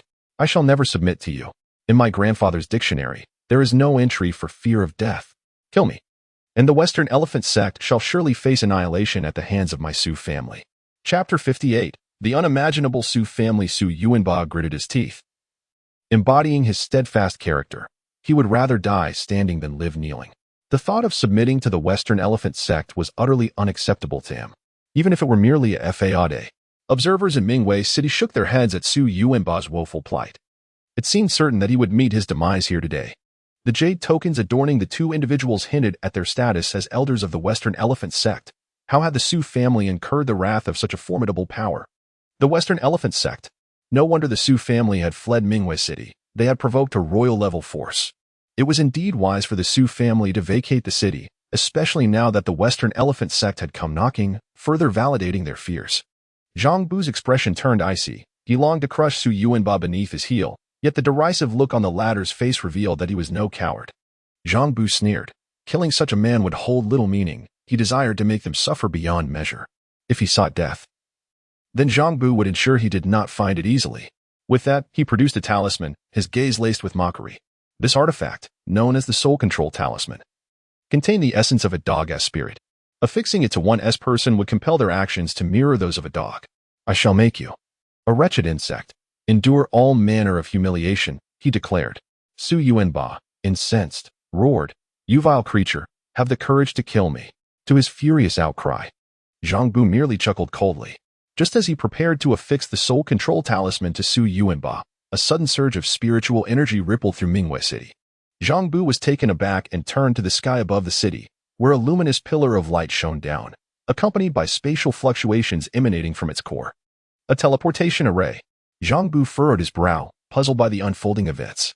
In the next moment, a colossal rift in space materialized, and two figures emerged. Leading the pair was Su Chen, exuding an aura reminiscent of a primordial beast, imposing and powerful. With glimmers of gold flickering in his eyes and golden stripes manifesting on his body, mysterious and formidable. Following closely behind him was Su Chen, radiating a sword intent that soared skyward, akin to a razor-sharp blade capable of cleaving through all. Many looked up in awe, struck by the piercing intensity of his sword aura. Those of lesser cultivation even felt a stinging sensation, as if pricked by needles. Upon spotting the prone Su Yuanba, Su Qian's eyes glinted with frigid killing intent. He unsheathed his sword, launching a strike towards Zhang Bu. This blow was imbued with formidable power, sword intent. Zhang Bu was immediately alarmed, though Su Qian's aura suggested he was merely at the early stage of the void refinement realm. A swordsman possessing sword intent was an entirely different entity from one who lacked it. Moreover, Su Qian's sword intent was exceptionally potent, even threatening to Zhang Bu, who was at the late stage of the void refinement realm. Yet, Zhang Bu's countenance quickly hardened. Seeking death, he scoffed, despite the strength of the sword intent. The early stage of the void refinement realm was still beneath him in terms of cultivation. He unleashed his own aura, charging towards Su Qian's sword light. But in the blink of an eye, an unexpected turn of events occurred. Zhang Bu's hand was severed, blood gushing from the wound in a horrifying display. What? A middle-aged man accompanying Zhang Bu gasped in disbelief. How could Su Chen, merely at the early stage of the void refinement realm, so effortlessly breach Zhang Bu's defenses? Su Qian's gaze was frigid. Those who dare harm the Su family seek their own demise. He even saw an opportunity to eliminate Zhang Bu. This was the power of the sacred body. In an instant, Su Chen vanished from sight. His sword slicing down upon Zhang Bu's head with the swiftness of a startled swan, the terrifying force invoking terror in all who witnessed. Before such overwhelming sword intent, Zhang Bu felt as though he faced an unspeakable horror, unable to muster the strength to resist, or perhaps he lacked the courage to do so. Why? He lamented. He was merely at the early stage of the void refinement realm. How could he possess such formidable strength? In the face of Su Qian's strike, despair and helplessness consumed him. No wonder the Su family's kin had warned that if he were slain, the Su family would not let them go. They had such powerful beings among them. Zhang Bu. The middle-aged man's expression shifted, intent on intervening, but it was already too late. A crisp sound echoed as Zhang Bu was not cleaved in two as expected. Rather, his body could not withstand the overwhelming sword intent and disintegrated into dust. The middle-aged man's pupils constricted in disbelief. Though he was at the cusp of the integration realm, significantly stronger than Zhang Bu, he could not have anticipated such an effortless execution. What on earth was the Su family's true nature? Regret washed over him. Had he known of such power, he would have conducted thorough investigations before arriving in Mingwei City. Clearly, the Su family's terror far exceeded his imagination. At this moment, whether from the collateral branches of the Su family or the citizens of Mingwei City, all gazes were riveted upon Su Chen, who had just decimated a late-stage void refinement expert with a single strike, their faces alight with terror and shock. Such overwhelming strength. This was Su Chen. The head of the Su family. Had his power truly grown to this extent? Who had claimed the Su family was fleeing? They ought to be soundly slapped across the face. It seemed the Su family held little regard for Mingwei City and had ventured elsewhere. How terrifying. With a single stroke, Su Chen had vanquished a late-stage void refinement expert. What then of Su Hongyuan's might? After all, he was the first among the Su family to transcend the void refinement realm. Why had the Su family's strength surged so rapidly? Hadn't he had only been a few years since their last notable exploits? Exclamations of astonishment echoed as the onlookers grappled with the incredible display of power, utterly bewildered by the Su family's transformation. So formidable, their prowess had surpassed all expectations. Chapter 59. The eerie Zhao Jin, the middle-aged man who accompanied Zhang Bu, harbored no thoughts of retaliation. His mind was consumed by a singular urge to escape this place. Particularly, the display of power by Su Chen instilled in him an overwhelming sense of trepidation. Even as a half-step into the integration stage, he felt an intense pressure. In the next instant, The middle-aged man transformed into a streak of light, vanishing into the horizon. Su Hongyuan's eyes narrowed, and he coldly declared, "Thinking of fleeing?" He raised his hand, causing the void to erupt violently, unleashing a torrent of raw physical might. With a swift stride, Su Hongyuan appeared beside the middle-aged man, his hand poised to strike down upon the top of his head. This punch seemed to carry the weight of annihilation itself. The middle-aged man could not suppress the horror in his gaze as he beheld Su Hongyuan materializing before him, especially upon sensing the cataclysmic power contained within that fist. Fear crept onto his countenance. Instinctively, he understood that failing to evade this punch would result in grievous injury. Damn it! What exactly is the Su family? A mere initial stage of void refinement dares to contend with a late stage? Now, this perfected stage of void refinement treats me, a half-step into integration. As if our realms were reversed. Before they had even exchanged blows, he recognized that he was utterly outmatched. Boom. Ultimately, he could not evade Su Hongyuan's strike. The middle-aged man was sent flying like a kite with its string severed, crashing violently to the ground. The violent tremors reverberated throughout Mingwei City, inciting fear among many weaker cultivators. What on earth has transpired? Though he did not embed himself into the earth, the sheer force Su Hongyuan exerted caused his impact site to become a pit several dozen meters wide and nearly 10 meters deep, fissures emerging within it. This scene alone illustrated the terrifying power contained within Su Hongyuan's punch. Su Hongyuan's gaze was icy, golden streaks shimmering upon his skin, resembling a god of war as he charged toward the middle-aged man. The near-death experience of Su Yuanba ignited a flame of fury within him. Those who dared to strike against the Su family must pay the price. The middle-aged man could only watch in terror as Su Hongyuan approached. He was far too swift for him to react. Stop. Suddenly, a thunderous voice erupted as the distant void exploded. In the next moment, a figure lunged towards Su Hongyuan, colliding with him and sending Su Hongyuan sprawling, a multitude of houses collapsing under the impact. Su Hongyuan, struck by the force, was hurled against the outer wall of Mingwei City. The newcomer was tall, clad in black robes, his expression ominously dark. The aura emanating from him was immensely powerful, far exceeding the realm of void refinement. Integration stage. Su Lin, a branch member of the Su family, helped Su Yuanba to his feet before turning his gaze toward the distance, his eyes filled with alarm. What a terrifying aura. What kind of formidable opponent is this? Su Yuanba's expression grew grave. Integration stage. What? Su Lin's countenance darkened.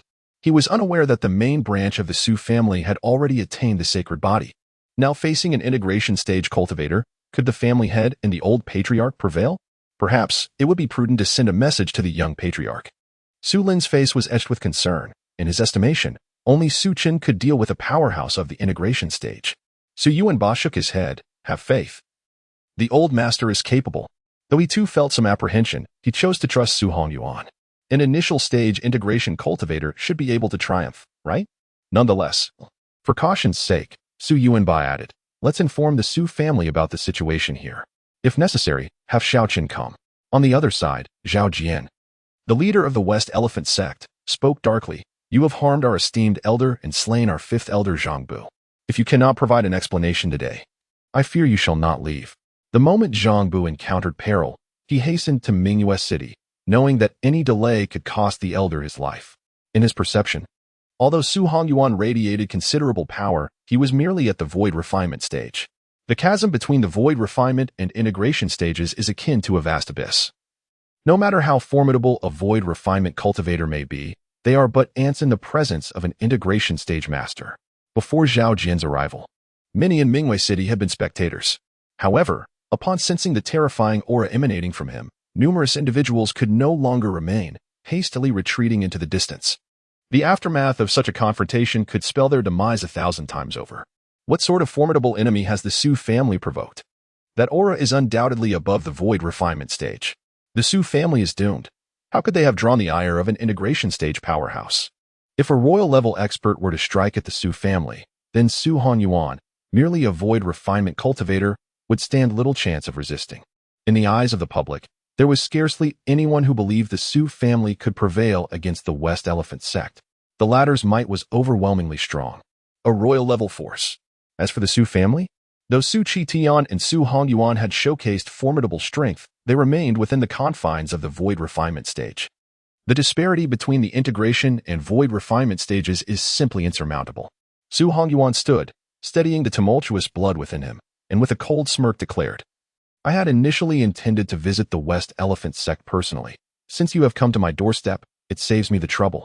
With that, his figure vanished from sight, shooting toward Zhao Jian like an arrow released from a bow. Zhao Jian's heart jolted. As an integration stage cultivator, his senses sharpened, and he detected the terrifying power surging within Su Hongyuan. A mere void refinement cultivator dares to be so audacious. Though a flicker of wariness crossed his mind, Zhao Jian felt no fear. After all, he was an integration stage expert. How could he fear a void refinement cultivator? Zhao Jian unleashed his power, a wave of oppression enveloping Mingwei City. In the next moment, he too surged towards Su Hongyuan. The two clashed instantaneously, their violent forces radiating outward, causing buildings and roads within a near-mile radius to crumble into ruin. Zhao Jian was sent flying 100 meters before barely regaining his footing. Racked by pain radiating from his arm, he found himself in disbelief. How could this be possible? A void refinement cultivator actually managed to harm him. As he lifted his gaze towards Su Hongyuan, his pupils constricted in shock. Su Hongyuan had only staggered back a few steps. His own physical prowess was utterly inadequate. The chasm between the void refinement and integration stages was akin to that between a child and an adult. For an adult, a single punch might suffice to defeat a child. Yet, in this instance, Su Hongyuan had triumphed over him. Zhao Jian's expression shifted subtly, his initial fury cooling into calm determination as he fixated intently upon Su Hongyuan. Sacred power. At last, Zhao Jian comprehended the source of Su Hongyuan's formidable strength. It stemmed from his sacred body. Realizing this, a glint of avarice surged in Zhao Jian's eyes. The sacred body is undoubtedly a renowned prodigy within the Xiantian realm, typically supported by formidable forces. Yet, this individual before him did not seem to belong to any of those sacred lands. A sinister smile crept across Zhao Jian's lips, his gaze turning enigmatic, his eyes as dark as ink, an oppressive aura emanating from his being. Regardless of how formidable his combat prowess may be, he is ultimately but a void refinement cultivator. No one shall save you today. As Zhao Jian's voice resounded, an overwhelming aura began to emanate from him, growing increasingly potent. In merely a few breaths, he attained the realm of returning to origin. Eerie black patterns emerged upon his visage, enveloping him in an unsettling, malevolent presence that instilled discomfort in all who beheld him. A sacred body indeed. It is sufficient for me to dare expose my identity. Were I in another locale, I would hesitate to reveal myself. Yet here in the 5 great cities, where formidable beings are scarce, it is a different matter. Alas, the entirety of Mingwei City shall accompany you in your demise. Chapter 60. The Demon Clan. Yin and Yang realms. Sensing the aura emanating from Zhao Jian, Su Hongyuan's pupils constricted abruptly, and his expression transformed into one of sheer terror. It was not merely Zhao Jian's cultivation at the return to origin realm that instilled fear in him, but rather the malevolent energy that enveloped him. "You are of the Demon Clan." Su Hongyuan could not restrain a scream, his face contorting into a grimace of gravity. Though both the Demon Clan and demonic cultivators bore the term demon, the distinction between them was stark. The Xiantian realm is divided into 2 realms, the Yang side, predominantly governed by the human and beast races, and the Yin side, ruled by the Demon Clan, also known as the Demon Realm. While both realms coexist within the same world, they have perpetually been at odds, each yearning to consume the other, leading to countless wars spanning eons. The rules of the Demon Realm are akin to those of the Beast Clan, with a singular king reigning supreme. In contrast, the Yang Realm is fraught with complexity, led by multiple powerful entities, resulting in a landscape rife with treachery. Thus, throughout the prolonged conflict with the Demon Realm, the Yang side has suffered repeated defeats. Historical records suggest that ultimately, a great emperor sacrificed himself to sever the 2 realms completely.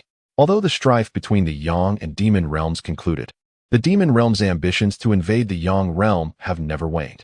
Over the ensuing years, demons have sporadically breached the spatial rifts into the Yang realm, particularly after the disappearance of the Yang realm's emperor hundreds of thousands of years ago, which caused the sealing barrier between the 2 realms to weaken, allowing more demons to manifest within the Yang realm.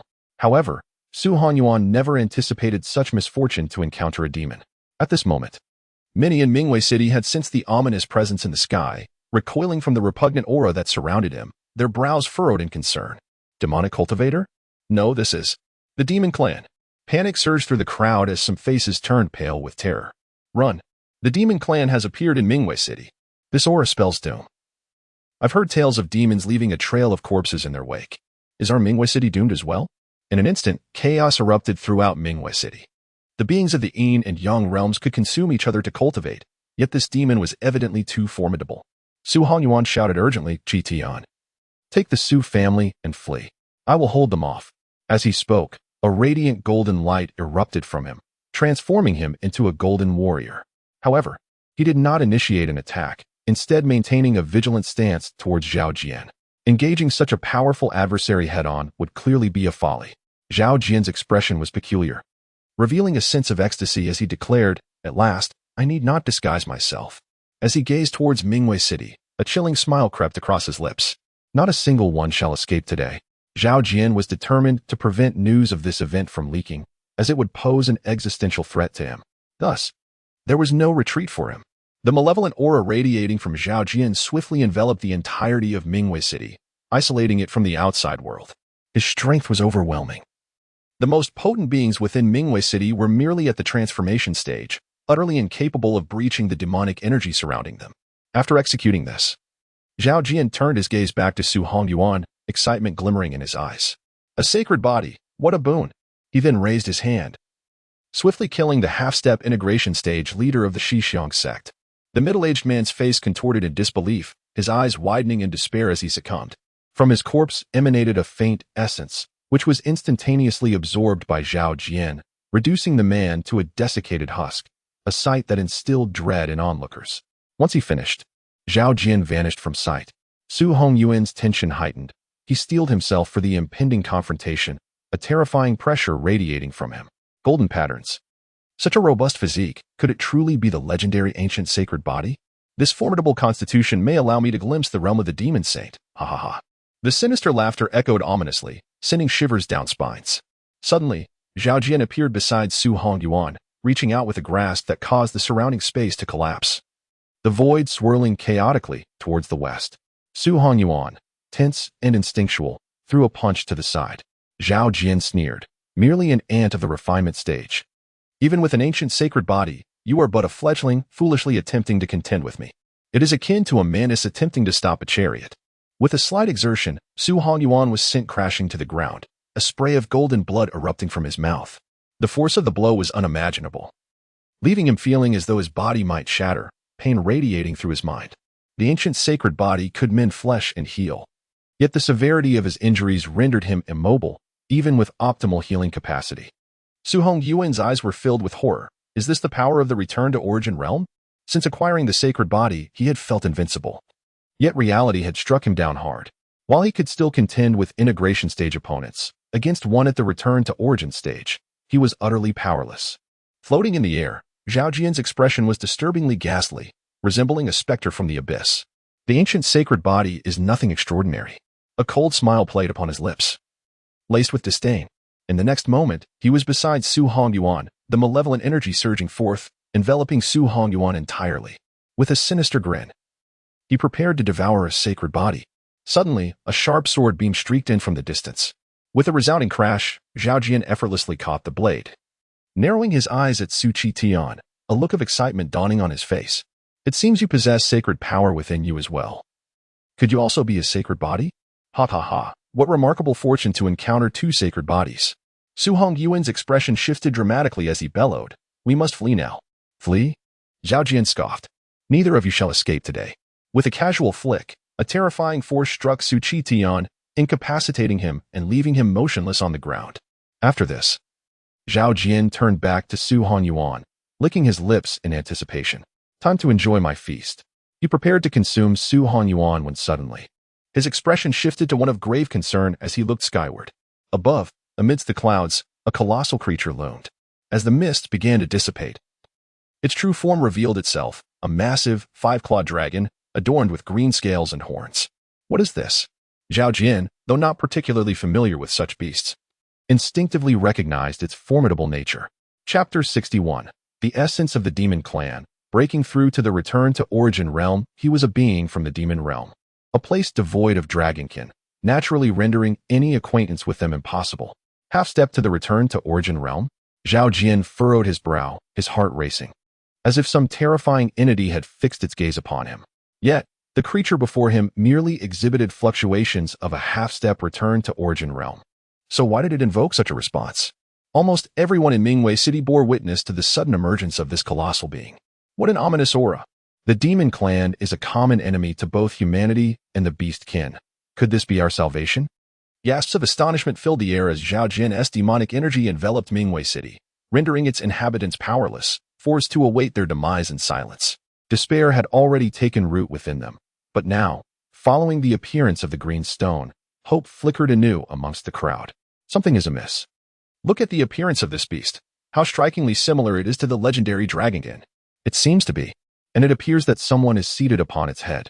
Could this be the mount of a powerful human warrior? To tame such a fearsome beast, it seems we are indeed safe today. In Mingwei City, a woman furrowed her brows deeply. To subdue the dragonkin. Hadn't her father mentioned a Su family in Mingwei City? Could it be the Su family of Wanyan Mountain? With no time to ponder further, a resounding dragon-s roar descended from the clouds as the figure of the green stone dove down, spiraling majestically above the city. The green stone looked down at Zhao Jian. Simultaneously, Zhao Jian's pupils constricted, and the malevolent energy within him instinctively shrank back. It was not merely due to the green stone, but rather because of the striking young man seated upon it, his presence exuding an aura of elegance and vigor. Su Chen sat motionless, yet he radiated an overwhelming sense of pressure. A true powerhouse, at least at the return to origin realm. Zhao Jian's heart quaked. Such strength was beyond his current capabilities. His own power rested in the mid-stage of the return to origin realm. While beings from the Yin and Yang realms possessed comparable strength, some prodigious demons could even contend with those in the return to origin realm. But he could never hope to match them. Zhao Jian's expression darkened considerably. He had studied all the sacred sites in the eastern region and found no connections to Su Hongyuan. Indeed, they bore no ties to any forces outside the eastern region. Nor did they have any associations with the top-tier royal powers there. They were truly free agents without any formidable background. Now, however, a powerful being from the return to origin realm had suddenly appeared. What manner of origins does the Su family possess? Could it be the Su family of the Jing Empire? But didn't they only have one cultivator of the return to origin realm? At this moment, a myriad of thoughts swirled in Zhao Jian's mind, yet what he most desired was to escape this place. The pressure from the green stone was overwhelming. Just then, Su Chen slowly opened his eyes and regarded Zhao Jian with a slight frown. The demon clan. Observing the swirling malevolence within Zhao Jian, his eyes narrowed. This was Su Chen's first encounter with the demon clan. As a supreme sage, he effortlessly discerned Zhao Jian's essence. A look of surprise crossed Su Chen's face. Though the aura of the demon clan was exceedingly sinister, its essence was surprisingly sweet and delectable, just as recorded. The realms of the demon and yang could seemingly devour one another. Did this imply that if a cultivator from the yang realm consumed him, they could seize his essence and break through to the return to origin realm? The demon and yang realms share a common origin, yet due to their extreme divergence, mutual absorption could compensate for inherent deficiencies. Su Chen's eyes sparkled with intrigue. The interplay between the demon and yang realms appeared to be quite fascinating. However, now was not the time for such contemplations. He swiftly reached for Zhao Jian, who immediately attempted to flee, but before he could move, he found himself bound in midair as if he were a mere chick. As Zhao Jian was ensnared, the demonic energy engulfing Mingwei City began to dissipate rapidly. Terror filled Zhao Jian's gaze. Damn, a sage. The moment Su Chen made his move, he sensed that Su Chen was certainly not simply at the return to origin realm. He was at least a half-step sage-level powerhouse.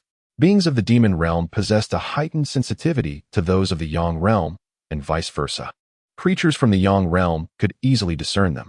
Zhao Jian had clearly sensed the faint aura of sanctity emanating from Su Chen, a distinct indication of a sage. Zhao Jian felt paralyzed. He wanted to weep. He had thought he had stumbled upon a stroke of luck by encountering two sacred bodies, only to find himself ensnared like a fish on the hook. Regret swelled within him. These were two sacred bodies, and surely they were backed by formidable forces. Even if he harbored murderous intent, he should have been more cautious, waiting for the right moment to strike before fleeing. This was clearly the most prudent course of action. Su Chen. In the distance, Su Yuanba's face was a mixture of joy and astonishment. Although the Su family was aware of Su Chen's immense strength, witnessing him effortlessly subdue, Zhao Jian left them in awe. The collateral branches of the Su family rushed forward, bowing in respect. We pay our respects to the young clan leader. Su Chen nodded in acknowledgement, then waved his hand towards Zhao Jian. In an instant, Zhao Jian fell, coalescing into a massive black orb, roughly the size of a basketball. This orb contained the essence of Zhao Jian, now gathered by Su Chen. The direct descendants of the Su family congregated in the inner courtyard. Su Hongyuan gazed at his young grandson, unable to suppress a sigh of admiration. "You lad, your strength is astounding." Su Chen's display of power had genuinely astonished him. Zhao Jian's formidable strength was so effortlessly neutralized. The members of the Su family began to realize that Su Chen's strength was likely far beyond that of the return to origin realm.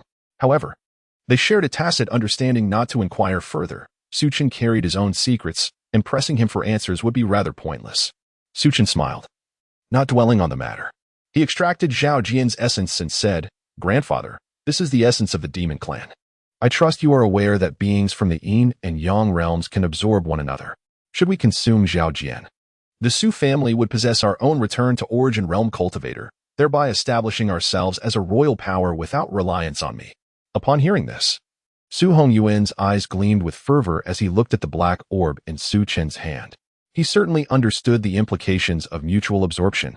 If they were to consume Zhao Jian, the Su family would gain their own return to origin realm, thus becoming a royal power independent of Su Chen. Chapter 62. How should one address the Taoist? Regarding the essence of the demon clan and to whom it should be refined. Both Su Qitian and Su Yuanbai unanimously agreed that Su Hongyuan should devour it. The elder has dedicated much to this family, and now that benefits have arisen, it is only fitting that he be the first to enjoy them. Su Hongyuan is not a timid individual. He promptly retreated into seclusion with the demon clan's essence in Mingwei City. In the eastern region of the Jingong Empire, only Su Chen possesses a dragon mount, and there are also individuals from the Jingong Empire in Mingwei City. Soon enough, news of the Su family from Wanyang Mountain reached Mingwei City. Wait, what do you mean the Su family from Wanyang Mountain? What connection does that have with the Su family in Mingwei City? Recently, the 8th prince ascended the throne, a matter well known to all. The 7th prince's rise was supported by a practitioner of the returning origin realm, who happens to be the young clan leader of the Su family, Su Chen. I am aware of this. Subsequently, the royal family bestowed upon the Su family a blessed land, which is Wanyang Mountain.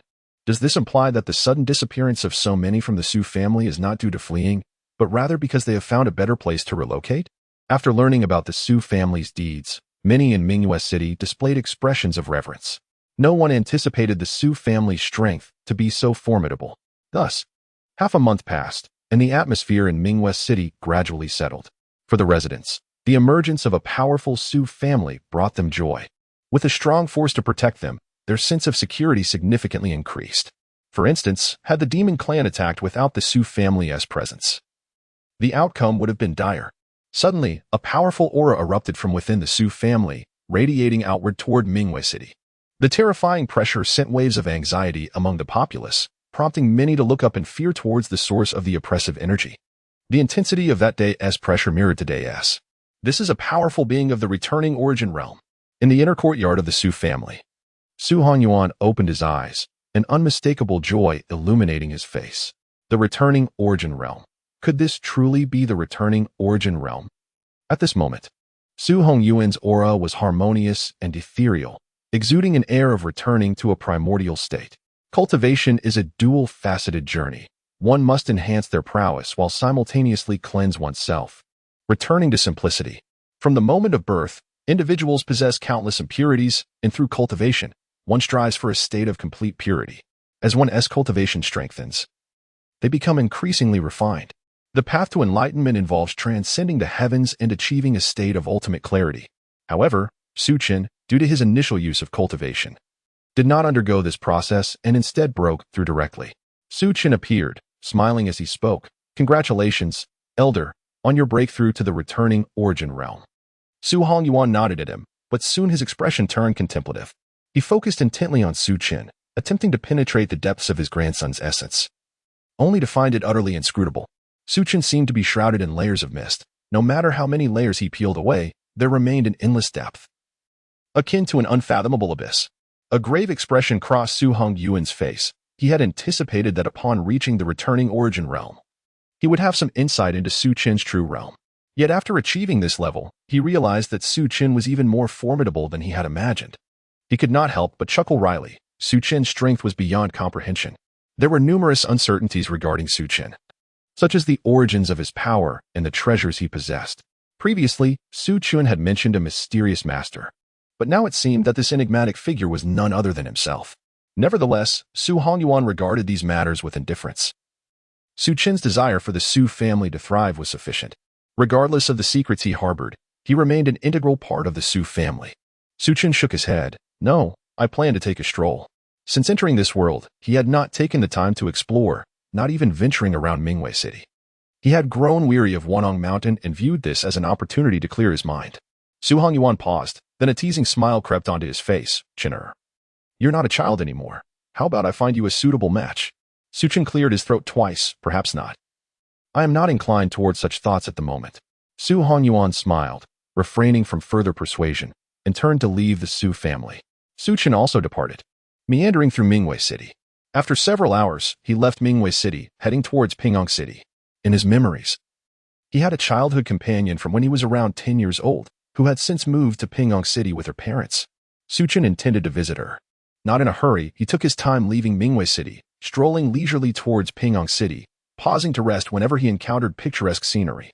Alone amidst the mountains and waters, he reveled in the tranquility of the setting sun. Su Chen cherished the serene and comfortable life, quietly observing the rise and fall of the sun, savoring the essence of nature. The distance between Mingwei City and Pingyang City was vast, and without haste, he took nearly 2 months to cover half the journey. One day, while resting on a stone by a small stream, 2 figures emerged from the nearby woods. Both were clad in the garb of Taoists. One, an elderly man in his 60s, bore a somewhat dazed expression, his eyes dim with fading wisdom. Beside him was a young Taoist, of a similar age to Su Chen, though his face bore a weariness that belied his youth. Upon seeing Su Chen, the young Taoist's demeanor shifted instantly. Within his consciousness, he had sensed no presence nearby the stream. A formidable individual.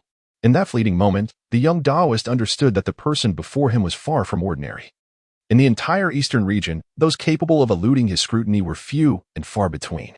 Just as he prepared to leave, Su Chen sat up and, with a smile, inquired, how should one address the Taoist? Chapter 63. Severing the 3 corpses, the trials of cultivation. The young Taoist paused in his steps, clasping his hands in a respectful salute. I am from the Jiyun Taoist temple, known as Ziyang Zhenren, and this beside me is my humble disciple, Ziyang Zhenren. Su Chen nodded, a hint of surprise flickering in his eyes. A Taoist worthy of such a title could only be of a saintly caliber. It was unexpected to encounter a saint in such a place. Su Chen returned the gesture. I am Su Chen. Su Chen. Ziyang Zhenren was taken aback. Hailing from the Jingong Empire, he was all too familiar with this name. Su Chen was a renowned figure in the Jingong Empire, almost universally recognized. Rumored to be merely at the returning Yuan stage, yet, in Su Chen's presence, he seemed far more formidable. As a mid-level Saint King, Ziyang Zhenren found it difficult to fathom him. Such a person must indeed be exceedingly powerful. With genuine curiosity, Su Chen inquired, what brings you here, Taoist? Ziyang Zhenren did not hesitate to answer. He glanced at the elderly man beside him, saying with a hint of resignation, my disciple has severed his middle corpse and lost his wits. I am compelled to follow him as he wanders in this direction. Middle corpse. Su Chen's eyes narrowed slightly, realizing that the elder was on the verge of breaking through to sainthood.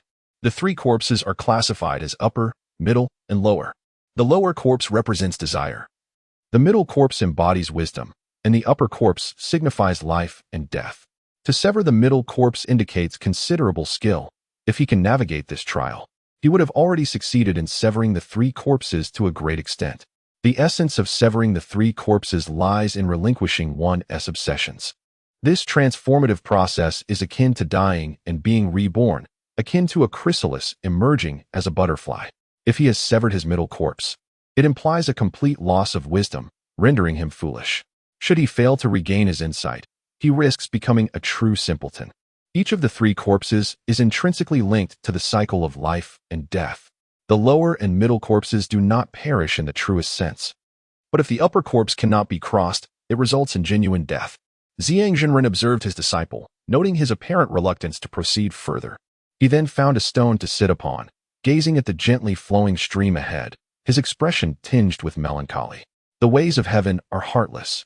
The path of cultivation is fraught with peril. To break through from the returning Yuan stage to the Taoist realm, one must endure the heavenly tribulation. Failure leads only to demise. To ascend from the Taoist realm to sainthood, severing the three corpses is an even more terrifying ordeal, one that has thwarted countless cultivators throughout history. With a smile, Su Chen remarked, "Is this not a trial in itself? Without enduring hardships, how could one attain formidable cultivation?" Ziyang Zhenren paused at this, then burst into laughter. "Indeed, I seem to have forgotten this truth." He then turned to regard the old Taoist with a tranquil expression. Severing the three corpses is inherently a triad of tribulations. One may choose to forego these trials. Having chosen this path, whatever the outcome, it is but a matter of reason. After a brief moment, the old Taoist resumed his aimless journey into the distance, his foot stepping into the icy waters of the stream, oblivious to the chill. The flicker of wisdom in his eyes guided him onward. Ziyang Zhenren rose to his feet. Bowing to Su Chen, "I shall take my leave now." Su Chen nodded, gesturing for him to proceed. He watched as the two figures departed, their paths seemingly aligned towards Pingyang City. However, Su Chen chose not to accompany them. Each individual must walk their own path. Thus, he continued on for 3 more months, finally arriving at Pingyang City. Among the 5 great cities, Pingyang was slightly less grand than Mingwei City. "Esteemed sir, may I inquire whom you seek?" A guard at the Ning family's entrance, upon seeing Su Chen's dignified demeanor, politely inquired. Su Chen replied, "Please convey a message to Ning Yin, stating that an old acquaintance seeks her." "Ning Yin." The guard's expressions darkened abruptly. One of them asked, "What business do you have with Miss Ning Yin?" Although a distant relative, Ning Yin held a respectable status within the Ning family, albeit not particularly elevated. Su Chen replied nonchalantly, "Simply tell her that I hail from Mingwei City." "Mingwei City?"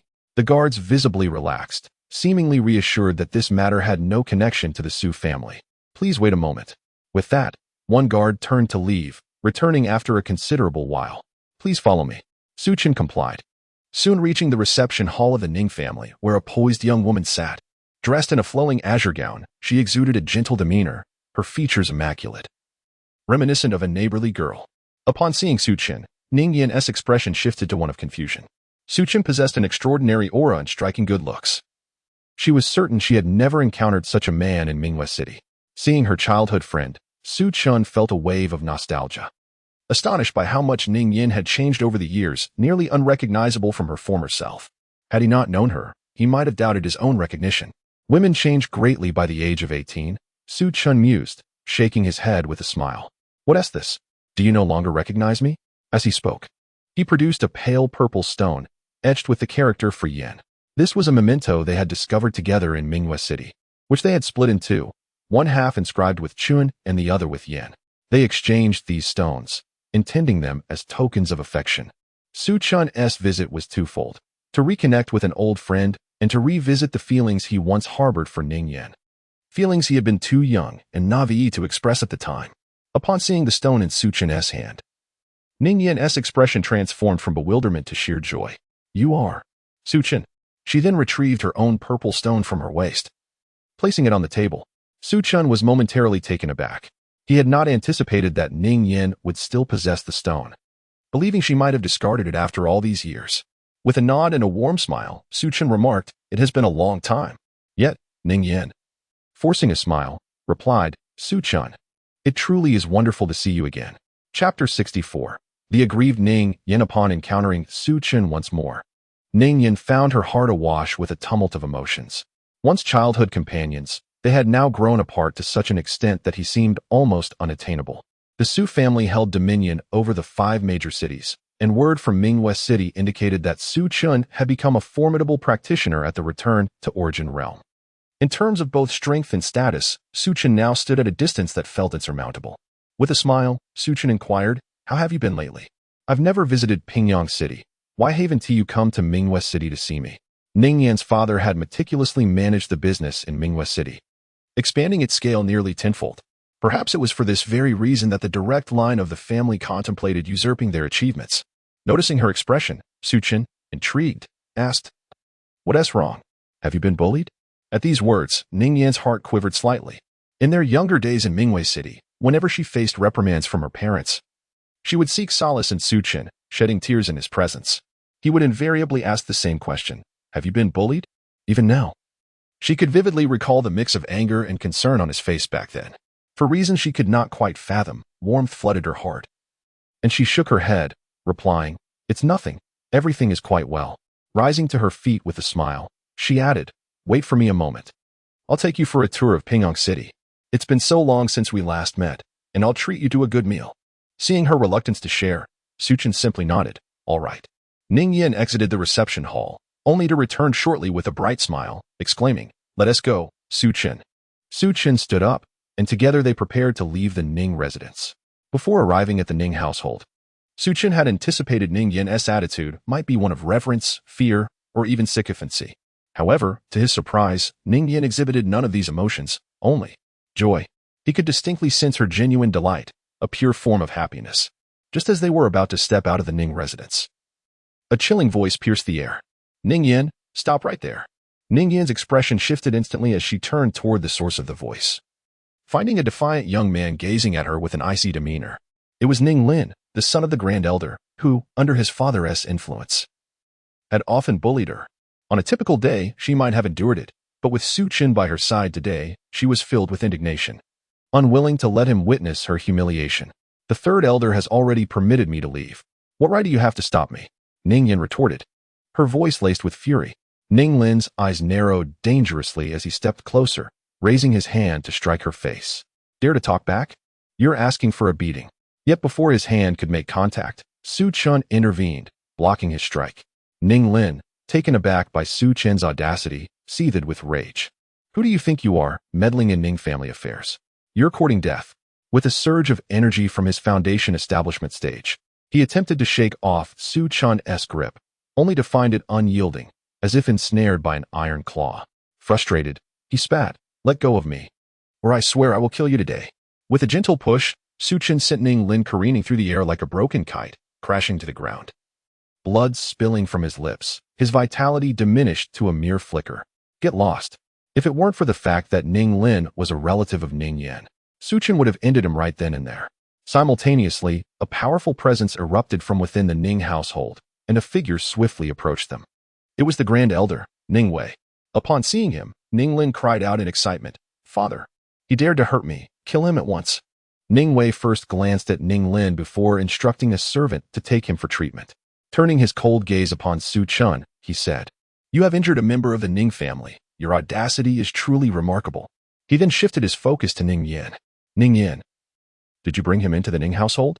A flicker of fear crossed Ning Yin's eyes as she stammered, "Grand Elder, this is my friend. And it was young Master Ning Lin who first attacked me, preventing my departure from the Ning family." "Preposterous!" Ning Wei bellowed, his fury igniting like wildfire. Especially upon seeing his son grievously injured, he was nearly driven to madness. Were it not for the reputation of the collateral branches, he would have slapped Ning Yin into silence. "Ning Lin is of the direct line. You are merely collateral. You will do as you are told. Even if the third elder consented, if Ning Lin says you cannot leave the Ning family, then you cannot. Besides, you are to be wed to the Su family. Yet you cavort with other men. What kind of behavior is that?" Hearing the Grand Elder's callous words, Ning Yin lowered her head, her eyes reddening with unshed tears. Ning Wei was indeed her father. 6 months prior, he had schemed to frame her father, coercing her into marrying into the Su family. The Su family was a dominant force in Pingyang City, boasting 3 experts in the transformation stage. Their youngest son had taken a liking to her, and her father had used her to curry favor with him. Ning Yin had no desire to marry the Su family's youngest son, yet under pressure from her parents, she was forced to acquiesce to the Grand Elder's demands. As these thoughts flooded her mind, an overwhelming sense of grievance welled up within her. She had done nothing wrong, and yet, her lineage faced relentless scrutiny from the Grand Elder. Ning Wei's tone left no room for negotiation, utterly disregarding Ning Yan's pleas. He then turned his icy gaze towards Su Chen, a palpable aura of murderous intent emanating from him. "Now it is your turn.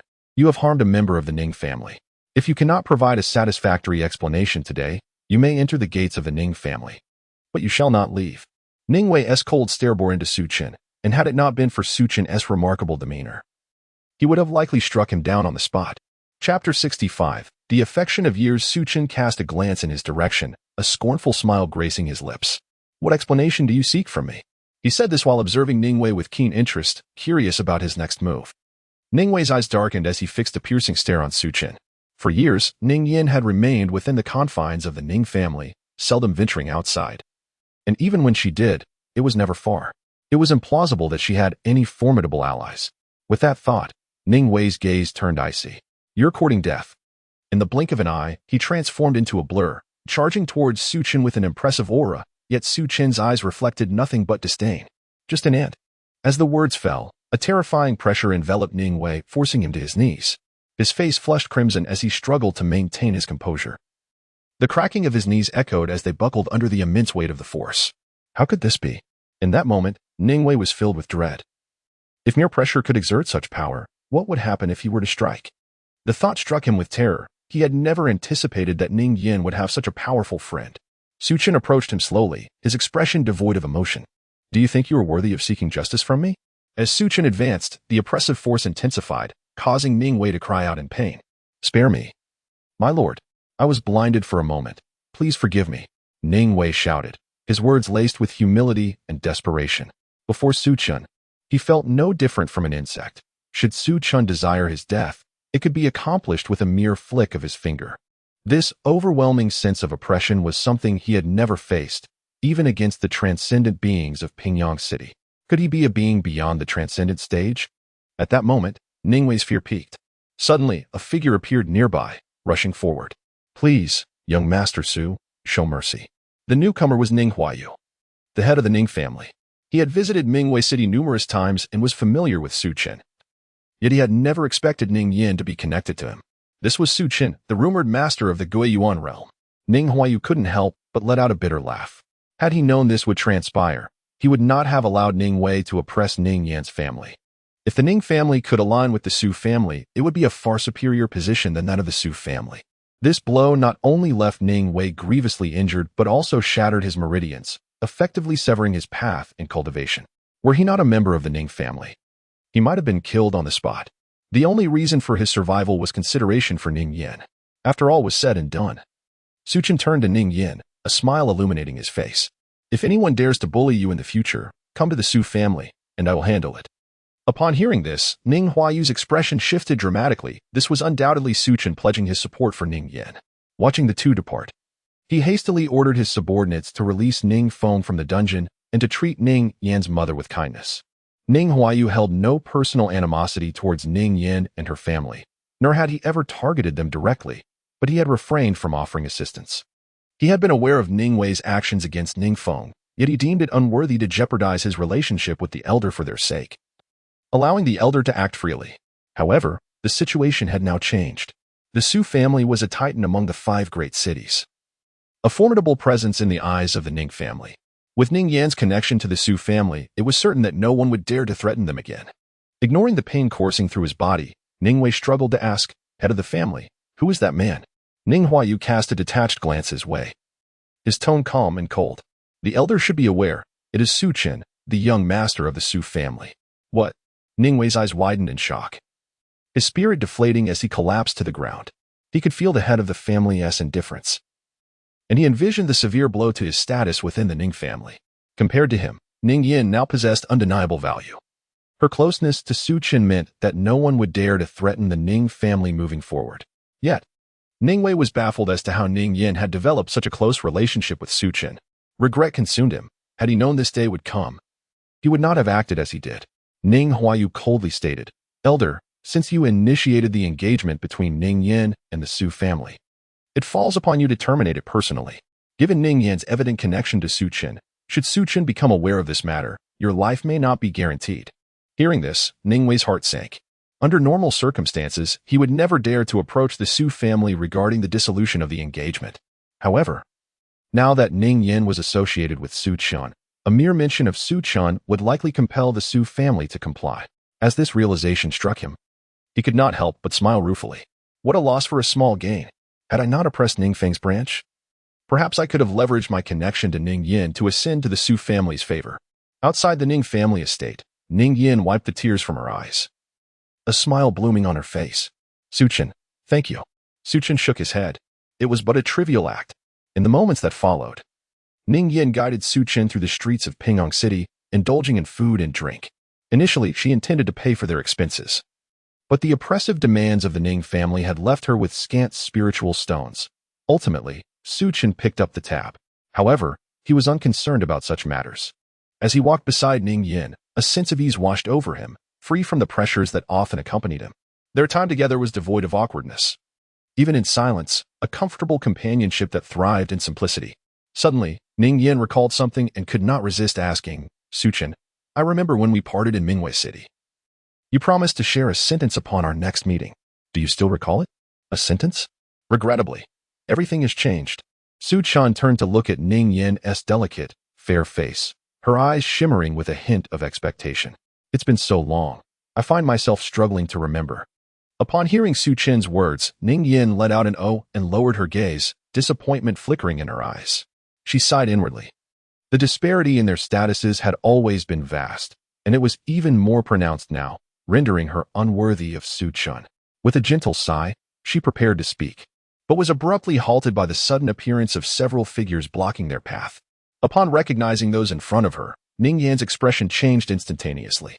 Chapter 66. The relentless proposal of marriage. The figure before her was none other than Su Chen, the young master of the Su family.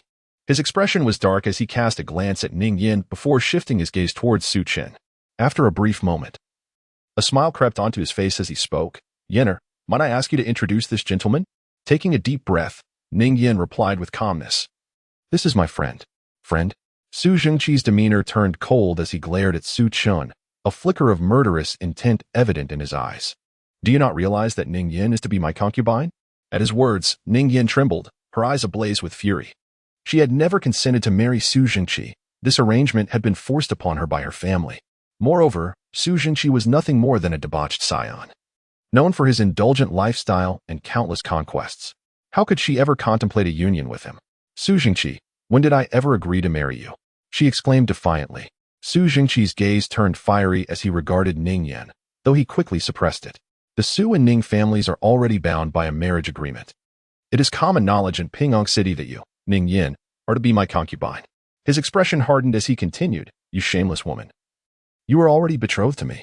Why do you linger with another man? Do you possess no sense of decency? Their confrontation had drawn the attention of passers-by on the street, and whispers began to circulate. Isn't that Su Zhengqi of the Su family? Who are those two? I've been watching for a while. The woman is Ning Yin from the Ning family, who was supposed to be engaged to Su Zhengqi. It seems he caught her with another man. How thrilling. This fellow is bold indeed, daring to touch Su Zhengqi's woman. Does he not fear for his life? Yet, many noted that Su Chen appeared far more refined than Su Zhengqi in both looks and demeanor. Murmurs filled the air, laden with disdain, as several onlookers condemned Ning Yin for her perceived lack of shame. As people regarded Su Chen, they shook their heads, understanding the dire consequences of crossing Su Zhengqi, a man known for his ruthlessness and vindictiveness. Fury ignited in Ning Yan's eyes. Su Zhengqi, when have I ever said I wanted to marry you? I would never wed a man like you. Under normal circumstances, Ning Yin would never dare to speak so boldly to Su Zhengqi, however. The presence of Su Chen by her side bolstered her courage. You insolent woman! Su Zhengqi roared, his anger palpable. You reject my kindness? You are merely a collateral branch of the Ning family. If I wished to have you, I could simply take you by force without the need for marriage. With that, a lecherous grin spread across his face. In his mind, it would have been no trouble to seize Ning Yin, as the Ning family would hardly dare to object. Considering her lowly status, at Su Zhengqi's command, several of his lackeys moved to encircle Ning Yin, their expressions twisted with malicious glee. The audience around them could only shake their heads, lamenting the impending misfortune that awaited her. What a pity! Ning Yin had once been my idol. Now she was destined for disgrace at the hands of Su Zhengqi. She was indeed a beauty in Pingyang City, which is why the fastidious Su Zhengqi had taken an interest in her. As many men observed Ning Yan's plight, they could not help but sigh. Yet, none dared to intervene. The Su family's power was too formidable, making them untouchable in Pingyang City. Su Chen, witnessing the unfolding drama, felt exasperated. All he had wanted was a leisurely stroll, yet trouble seemed to find him.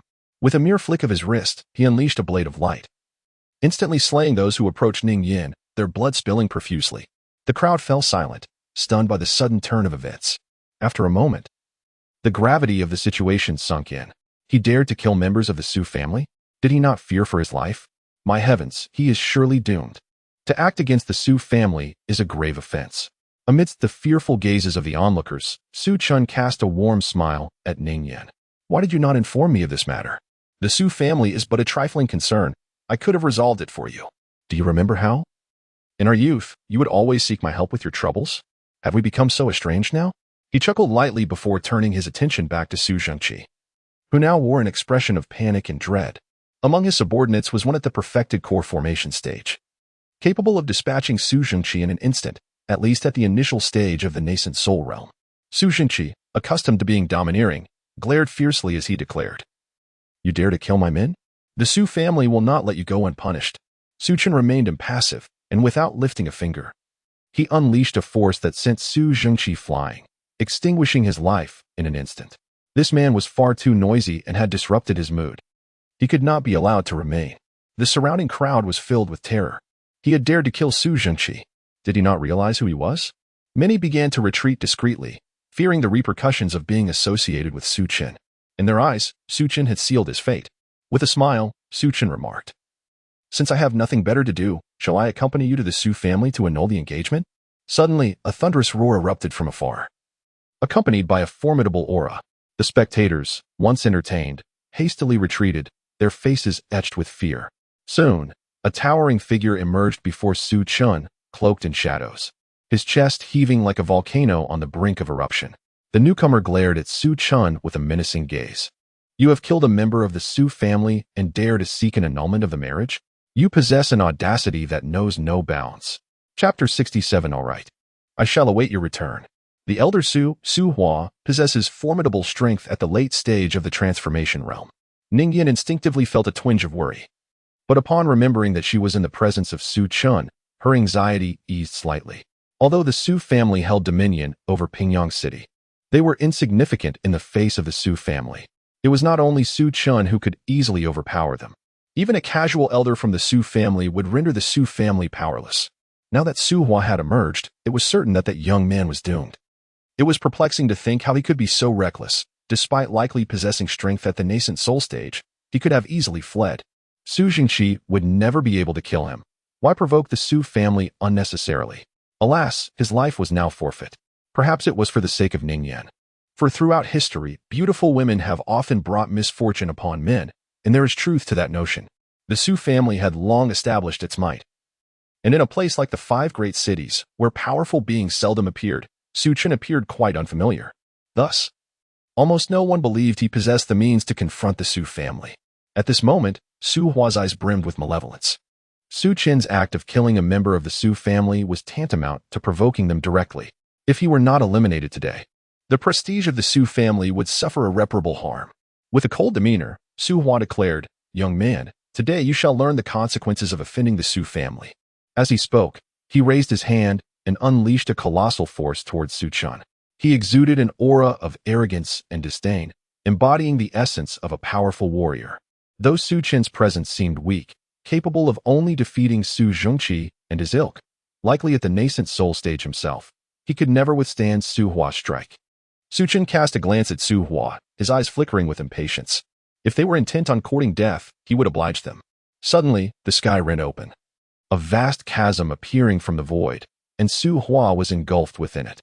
Accompanied by a blood-curdling scream, he was obliterated in the emptiness. Only those at the refining void stage could resist the void. Su Hua, being merely at the transformation stage, stood no chance of survival. Su Chen, taking Ning Yin by the hand, tore through the void, arriving above the Su family estate. Without hesitation, he raised his hand and struck downwards, unleashing a formidable aura that leveled the entire Su family residence to the ground. Observing the destruction he had wrought, Su Chen's gaze remained indifferent. He was aware that many innocent lives resided within the Su family, but such considerations were inconsequential.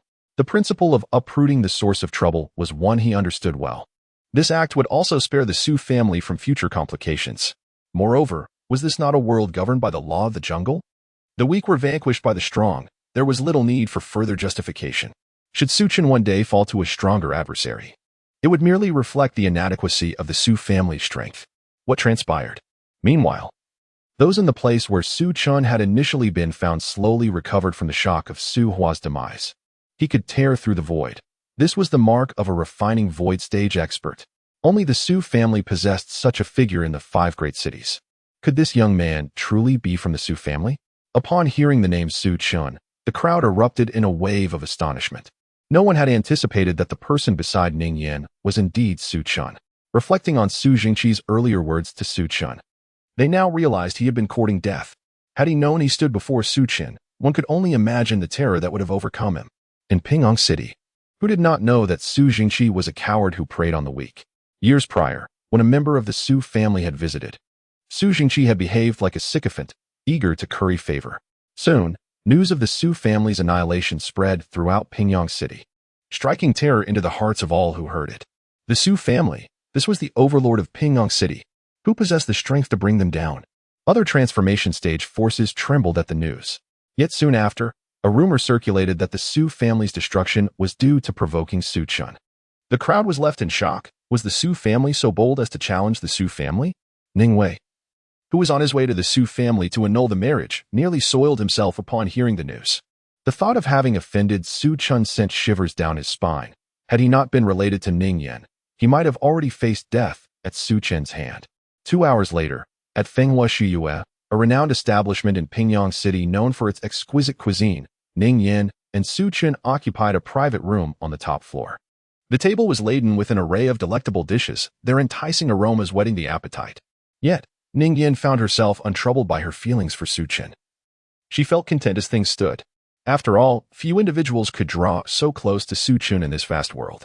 Unbeknownst to her, Ning Yan had unwittingly become infatuated with Su Chen, almost to the point of blind devotion. Their time together had spanned 3 months.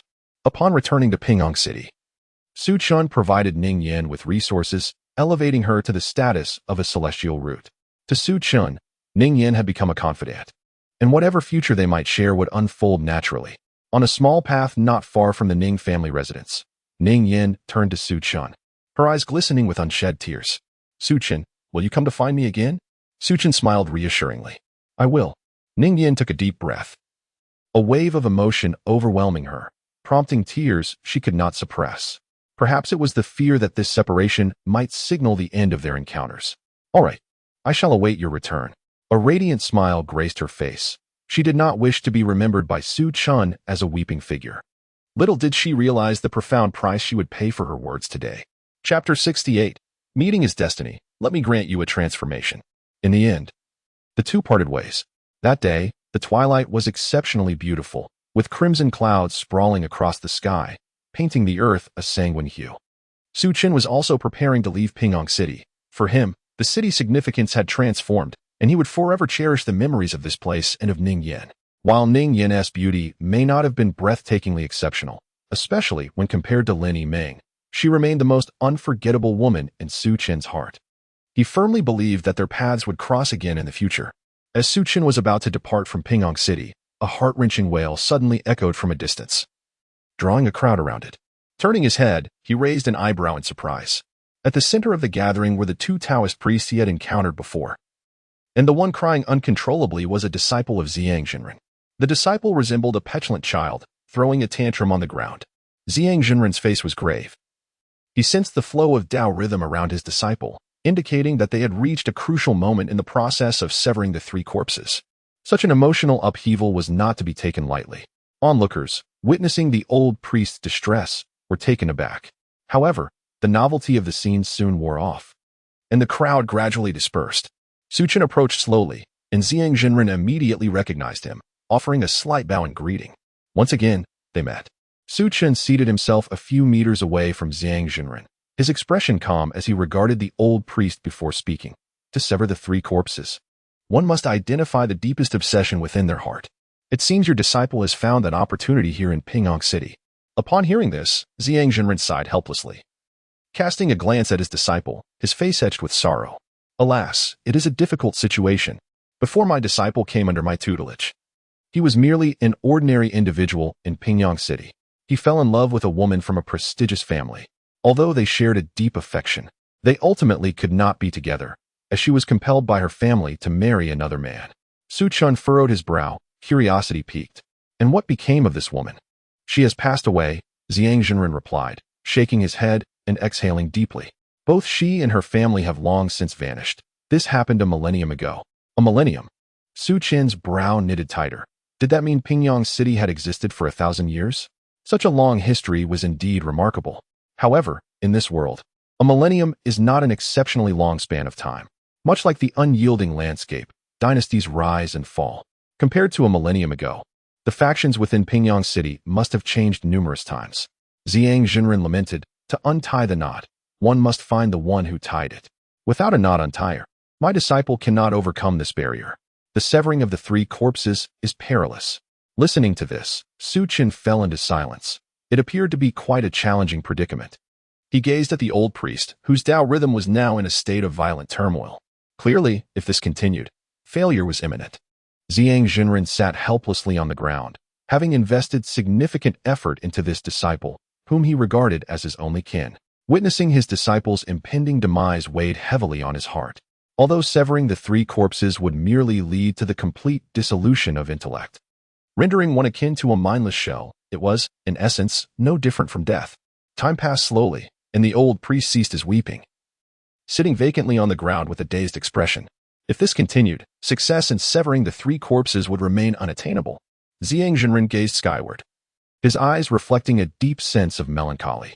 After years of cultivation, most of his friends and family had long since departed. This disciple was arguably his only remaining kin, and now he was faced with the prospect of losing him as well. An overwhelming sorrow surged within Zhang Jinren, despite his youthful appearance. He bore the weight of an elderly, weary man. With a bitter smile, Zhang Jinren pondered the purpose of his cultivation. What is the ultimate aim of pursuing the Tao?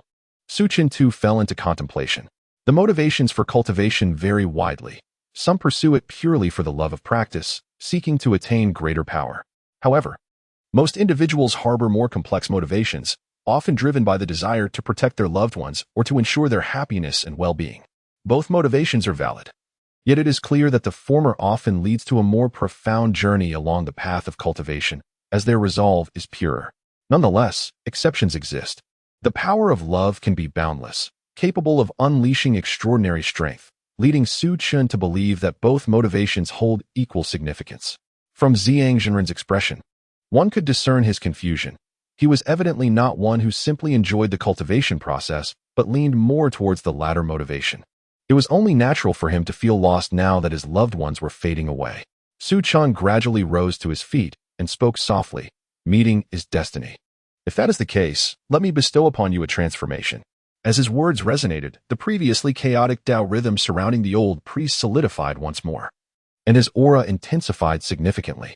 Gradually, clarity returned to Zhang Jinren's eyes, dispelling the earlier days. Surveying his surroundings, Zhang Jinren's gaze was filled with bewilderment. What has transpired? Have I successfully severed the three corpses? At that moment, Zhang Jinren came to a startling realization, leaping to his feet with an expression of sheer astonishment. How is this possible? Su Chen had managed to forcibly intervene in the severing of the three corpses. It is known that this process adheres to the laws of the heavenly Tao, which cannot be defied by anyone, not even a saint. Could it be he has reached that realm? Above the saint, the ancient saint. Only at this level could one influence the celestial order and intervene in another's severing of the three corpses, making it a trivial task. However, those who attain such a realm are all formidable figures. It is inconceivable that he remains so obscure. Why had Zhang Jinren never heard of Su Chen before? Zhang Jinren turned to look for Su Chen, but he had already vanished without a trace. A presence that arrives without a shadow and departs without a sound. A peerless powerhouse. His expression grew solemn. Such a favor must be repaid. The Taoists place great importance on cause and effect. In Jinghong City, the Su family. After a brief moment of contemplation, Zhang Jinren resolved to head to Wangan Mountain next. The Jiuyun Taoist temple, with only him and his disciple, held equal importance anywhere. As far as he knew, the Su family was not particularly powerful, lacking even a Guiyuan realm practitioner. Therefore, it would be prudent to remain at Wangan Mountain for a time, where he could shelter the Su family while assisting Su Chen in guiding their cultivation, thus repaying the favor. Chapter 69, The Terrifying Su Family, Wangzhen Cave Heaven. Half a year passed in the blink of an eye. During this time, the Su family experienced rapid growth, and Su Hongyuan had fully adapted to the strength of the returning origin realm. The old King Jinghong, having exerted considerable effort, was still in seclusion attempting to break through to a higher level, only to find that Su Hongyuan had effortlessly reached this stage. One could only wonder what his feelings would be upon discovering this. With abundant resources at their disposal, Su Chen had also ascended to the integration stage. The overall strength of the Su family now surpassed that of the Jing Empire. One day, two Taoist priests arrived at Wangan Mountain, while Ziyang Daoist appeared unchanged.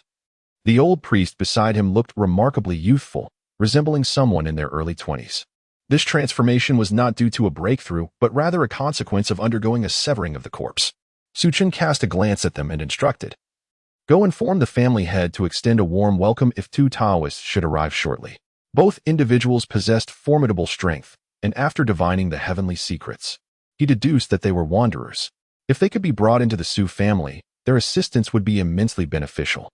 Understood. The servant acknowledged and departed. Before long, a quaint Taoist temple appeared at the foot of Wangan Mountain. Su Chen had never placed such significance on an individual before, and thus Su Chen recognized that these two were undoubtedly of extraordinary origin, treating them as esteemed guests. Although there were plans to construct a larger temple for them, Ziyang Zhenren declined, stating that for someone of his disposition, extravagance held no allure. He preferred the understated serenity of seclusion. After a brief glance, Su Chen turned his attention back to Wangan Mountain, sensing that something was still amiss. Despite the rapid growth of the Su family, it felt as though their foundation was somewhat shallow. After contemplating, Su Chen ascended to the center of Wangan Mountain's summit, raised his hand, and an immense rift in the void materialized before him. Gradually, the rift stabilized, and the space within began to transform.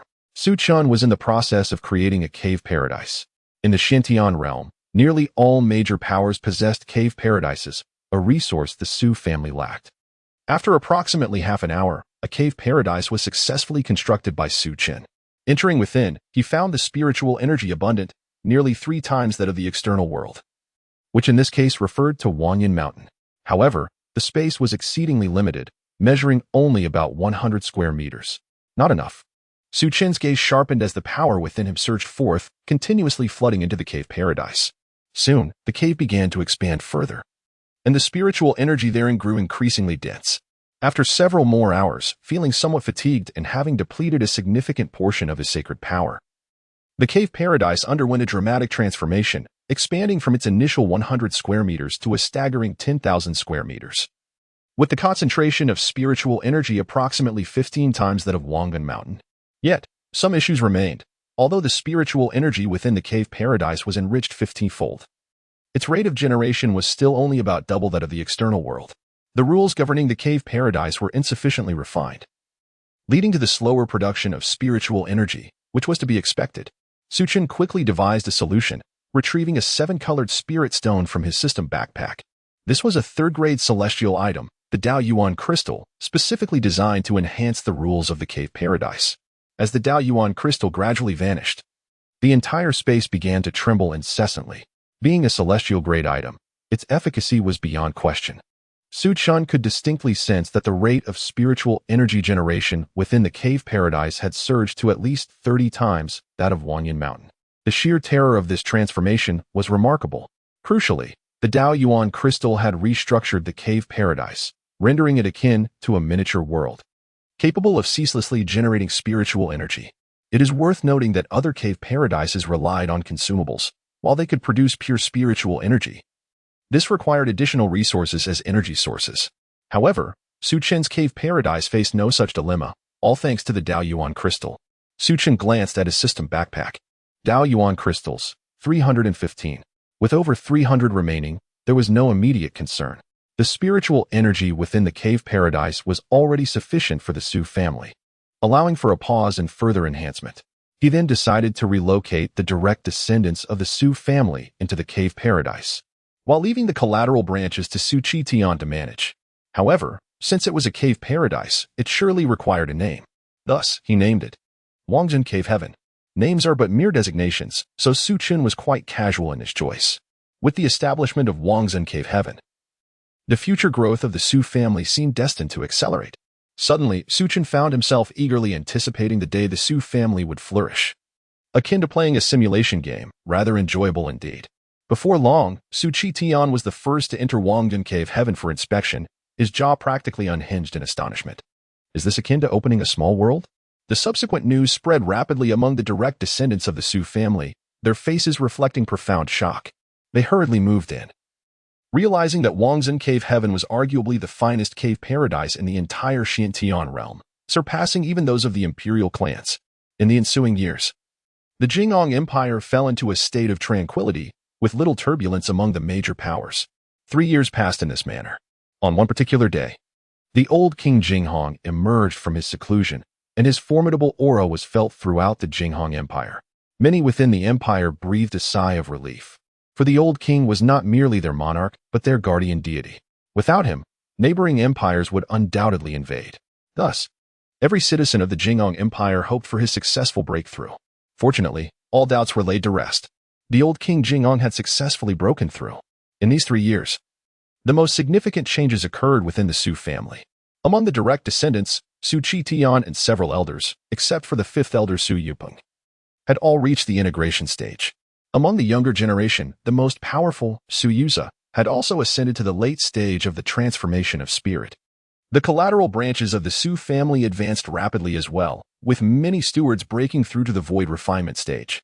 The current state of the Su family could be described as unprecedentedly powerful. Notably, Xiang Daoist occasionally provided guidance to the Su family's cultivation, greatly benefiting even Su Hanyuan and Su Qingtian, enhancing their realms significantly. However, the most astonishing development was Xiang Daoist himself, who found himself questioning his own understanding. Good heavens, the Su family is filled with sacred bodies. Initially, he had merely intended to repay Su Chen's kindness by offering guidance, only to discover their rapid progress in cultivation. At first, he thought little of it, but gradually, he recognized something was amiss. He had encountered no fewer than 20 sacred bodies within the Su family. Xiang Daoist's heart grew heavy with apprehension, as he understood that all of this must be related to Su Chen. It seemed that this individual was far more formidable than he had ever imagined. Chapter 70. The helpless Lin Yiming since the establishment of the Wangzhen Cave Heaven. The power of the Su family has surged exponentially. Within just a year, all the elders of the Su family have ascended to the fusion stage. Currently, the Su family boasts 1 return to origin realm and 5 fusion stage experts. With an abundance of resources and the support of Wangzhen Cave Heaven, the Su family has begun to flourish wildly, achieving breakthroughs at a staggering pace that leaves one astounded. Report to the young patriarch. Princess Lin Yimeng has sent a message again. Upon hearing this, Su Chen replied, "Bring it in." Despite the passage of time, Lin Yimeng has consistently communicated with him, sometimes sending messages every few days, and other times waiting 10 days to half a month. Yet, she has never ceased her correspondence. However, in the past year, Su Chen has scarcely glanced at the letters she sent, as the content remains monotonously similar, predominantly revolving around trivialities of daily life or sharing her recent sentiments and experiences. Consequently, he has neglected her letters, not even bothering to open the envelopes in the last few months. Reflecting on this, Su Chen waved his hand and retrieved all the letters from his spatial ring, nearly 30 in total. This girl has truly fallen in love, he sighed helplessly. Opening the latest envelope. Unlike before, this time there was only a single piece of paper. Su Chen looked down, and a row of words caught his eye. Su Chen, if you receive this letter, it means I have already arrived at the Qinyu Empire. Su Chen, farewell. This letter differed from the previous ones, which were filled with joyful content, yet, he could feel the sorrow woven into every word Lin Yimeng penned. Su Chen's expression changed slightly as he hastily picked up the earlier letters from Lin Yimeng. Dear young Master Su, I learned a new dish this morning, and the people in the palace call it the 7-star rotation. It tastes delightful. Next time you come to Jinghong City, I must prepare it for you to taste. I assure you it will be delicious, dear young Master Su. When will you visit Jinghong City? I have been so bored lately. My father insists I focus on my training, and I feel like I'm going to mold away. As he continued to open several envelopes, the content remained largely unchanged. Yet, upon opening another letter, the tone began to shift. My father has decided to compromise with the Qinyu Empire after discussions with grandfather, surrendering 3 counties to the east of Jinghong Empire. Today, the Qinyu Empire sent envoys again, seeking a marriage alliance, specifically requesting that I wed their eldest prince. What should I do, Su Chen? I do not wish to marry that prince of the Qinyu Empire. The Qinyu Empire has been pressuring my father, and I was forced to agree to the marriage alliance. In half a month, the Qinyu Empire's wedding procession will come to take me away. Su Chen, I do not want to go. Su Chen continued to peruse the letters, and when he reached the final one, his hand trembled slightly. This letter contained only a few words, yet they resonated deeply within him. Su Chen, can you take me away? After reading all the letters, Su Chen closed his eyes and gently exhaled. From those letters, he could sense Lin Yiming's despair and helplessness. He had heard of the Qianyu Empire, a formidable force in the eastern region, guarded by formidable Dao realm experts. Gazing at the collection of letters on his desk, Su Chen felt a whirlwind of emotions. He had long been aware of Lin Yiming's affections, yet he hesitated to tarnish the purity of her feelings, if it were merely a fleeting encounter. He thought he might succumb, for how could any man refuse the allure of such beauty? However, he could not profess true love for her. Even if they were to be together, his feelings might eventually mirror those he had for Ruashi, only indulging in moments of intimacy when the thought arose. He did not wish to betray Lin Yiming's affections. Yet now, as he read the letters, each word seemed to pulsate with boundless love, complicating his emotions further. He gazed towards the Qianyu Empire and, in the next moment, vanished within the mist of Wangan Mountain. Qianyu Empire. Qitian City. This is the imperial city of the Qianyu Empire, its scale far surpassing that of Jing'an City, resembling a small world in its grandeur. Today, Qitian City is adorned with festive decorations as the eldest prince is to be wed. Much like the previous arrangements with the Jing'an Empire, this eldest prince is the most powerful among the royal sons of the Qianyu Empire. However, there is one notable distinction. This prince, renowned for his unparalleled strength, has already been informally designated as the crown prince.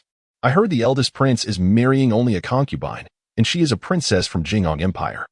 Is such a grand occasion truly necessary? What does it matter to us? Everyone knows our eldest prince values his prestige. It cannot possibly be because of Lin Yiming. However, I have also heard that the Jing'an Empire refused to become a vassal of our Qianyu Empire, which is truly audacious. Especially considering they have just one return to origin realm expert now. Many in the city are discussing this. Yet it is evident that hardly anyone places significance on this wedding. Although both the Jing'an Empire and the Qianyu Empire are royal-level forces, the disparity is immense. In the face of the Qianyu Empire, the Jing'an Empire is no more than a trivial nation. Previously, the Jing'an Empire lacked any return to origin realm cultivators, rendering them unworthy of the Qianyu Empire's attention. However, with the old Jing'an king breaking through to the return to origin realm, they have inevitably drawn the gaze of the Qianyu Empire, which hoped for their allegiance, only to be met with rejection. The price for this defiance has been steep. Not only did they lose 3 counties, but Lin Mu also sacrificed his daughter to preserve the Jing'an Empire. Otherwise, the Qianyu Empire would likely have annihilated them. Such is the law of survival in this world. Even if one refuses to be a vassal of the strong, one must still demonstrate a willingness to submit. Chapter 71. The Empire of 1,000 Feathers. Within the grand palace of the Empire of 1,000 Feathers, Lin Yiming's gaze was shrouded in melancholy. The chamber around her was awash in a vibrant crimson hue, exuding a festive atmosphere. Yet, her sorrowful expression transformed this joy into a poignant scene, imbued with a sense of sadness and desolation. Soon, when the hour struck, she was to wed the crown prince of the Empire of 1,000 Feathers. The thought filled Lin Yiming with despair and helplessness. She bore no resentment towards her father, recognizing his own powerlessness. The most heartbroken upon her departure from the Empire of Jing'an was likely her father. However, there was no alternative. The Empire of Jing'an could not stand against the Empire of 1,000 Feathers, and this was their only recourse. Should they submit to the Empire of 1,000 Feathers, the future of Jing'an would be bleak, complete assimilation, with the Empire of Jing'an vanishing from existence. Thus, Lin Yiming willingly consented to the demands of the Empire of 1,000 Feathers. The thought of marrying a man she did not love filled Lin Yiming with profound anguish. She felt an overwhelming desire to end her life, yet she could not act upon it, for the Empire of 1,000 Feathers would undoubtedly retaliate against Jing'an. Suddenly, her thoughts drifted to the man who haunted her dreams, Su Chen. Since their parting in Jing'an City, Lin Yiming had become utterly infatuated with him. She longed to see Su Chen again, yet fate had not permitted it. This realization deepened her sorrow. Did he truly harbor no feelings for her? Lin Yiming had long perceived that Su Chen might not be interested in her, yet she could not suppress her desire to reach out to him. Eventually, with a heavy sigh, Lin Yiming resolved to cease her inner turmoil. Nevertheless, her emotions continued to surge like a tempest within her, tears cascading from the corners of her eyes. A myriad of feelings, resentment, helplessness, confusion, and pain intertwined within her heart. After a considerable time, a maid entered the room. Her tone frosty as she addressed Lin Yiming. "Your Highness, the prince has summoned you. Please follow me." Lin Yiming remained motionless, and upon noticing her hesitation, the maid furrowed her brow and approached to guide her outside. While referred to as a princess, Lin Yimeng was but a token of face for the crown prince. A gesture meant to placate the empire of Jing. The empire of 1,000 feathers, a formidable presence in the eastern domain, sought to win her over. Not wishing to offend her family, hence the pretense of a wedding. Soon, the two entered a lavish hall brimming with attendees. All powerful figures of the empire of 1,000 feathers, many at the peak of their strength. Within the grand chamber, there were neither ceremonial arrangements nor traditional steps for a wedding. Zhou Mengyang, garbed in a resplendent red robe, occupied the seat of honor, laughing and conversing with others, as if it were merely a casual gathering rather than a day of matrimony. The empire of 1,000 feathers had endured through the ages with numerous formidable individuals. Zhou Mengyang himself was a force to be reckoned with, possessing late-stage strength. The ruler of the empire was rumored to have reached the sacred level, though such tales remained unverified. Today, Zhou Mengyang seized the occasion of his wedding to assemble those who had pledged loyalty to him, fostering camaraderie among his supporters. Your Highness, the princess has arrived, a servant whispered near Zhou Mengyang. He nodded, his expression indifferent as he instructed, let her enter. Lin Yimeng stepped forth into the hall, where the powerful figures regarded her with cold indifference, none rising to greet her. The disdain was palpable, with a slight pursing of her lips. She approached Zhou Mengyang and quietly took her seat beside him. Zhou Mengyang's brow furrowed immediately. He coldly reprimanded, "Who permitted you to sit? Are you not aware of your own status? How dare you presume to sit beside me? Stand aside." To him, Lin Yimeng was merely a plaything of lowly status, a pawn to placate the Jinghong king's apparent affection for his daughter, an arrangement meant to facilitate the eventual absorption of the empire of Jinghong. Were it not for the necessity of leveraging Lin Yimeng against her father and winning over the formidable figure of the empire, he would have dismissed the wedding altogether. Hearing Zhou Mengyang's words, Lin Yimeng's eyes dimmed. She could foresee her bleak future. Perhaps she would soon rank lower than a mere servant. Rising silently, she moved to stand alongside the other attendants, though her body trembled slightly, fists clenched, betraying her inner turmoil. Once a princess of the empire of Jinghong, now she stood humbly among servants. How could she endure such humiliation? A deep sorrow enveloped Lin Yimeng. At that moment, she found it impossible to face her fate with equanimity. She yearned for death. Crystal tears streamed down her cheeks. "Forgive me, father. Your daughter cannot accept such a future." Initially, she believed she could sacrifice herself for the empire of Jinghong, but upon arriving at the empire of 1,000 feathers, she realized her inability to do so. This outcome was unbearable. Even if Zhou Mengyang did not demean her, thoughts of ending her life had already taken root, suppressed only by fears of retaliation against Jinghong. Yet now, the weight of her despair erupted. Suddenly, Zhou Mengyang turned to see Lin Yimeng softly weeping. He rose, his expression darkening as he approached her. With a sharp slap, Lin Yimeng fell to the ground, a crimson mark blooming upon her delicate cheek. Zhou Mengyang's voice was frigid as he scolded on this joyous occasion. "Why do you weep? I am the future heir of the empire of 1,000 feathers. Marrying me is your greatest fortune. Do you dare to feel wronged?" Zhou Mengyang was visibly displeased by Lin Yimeng's demeanor. If she were an ordinary woman, he might have overlooked her behavior, but her exceptional beauty, rare even within the empire, made her a prized asset. Her tears and reluctance to marry him seemed to slide against him, provoking his pride in front of the assembled company. In the hall, the other powerful figures regarded Lin Yimeng with contempt. To them, Zhou Mengyang's status was exalted, and marrying him was a stroke of luck. Her display of grievance was seen as beneath her. Lin Yimeng lay on the ground, feeling dizzy and a throbbing pain in her head. Zhou Mengyang's slap had not been gentle. An ordinary person might have succumbed to such force. Yet, somehow gathering her courage, she rose and, with a cold demeanor, declared, "Wronged? I do not feel wronged. I merely perceive that you fall woefully short of my ideal partner." Lin Yimeng's words cut sharply, causing many in the hall to change their expressions. To speak thus to the crown prince was tantamount to courting death. Lin Yimeng had already resolved to embrace death. Should Zhou Mengyang choose to kill her, it would fulfill her wish. Hearing her defiance, Zhou Mengyang's face darkened, overshadowed by an ominous cloud, his eyes glinting with cold malice. Chapter 72. The resolute Lin Yimeng. Zhou Mengyang gazed at her death-seeking eyes and let out a cold sneer.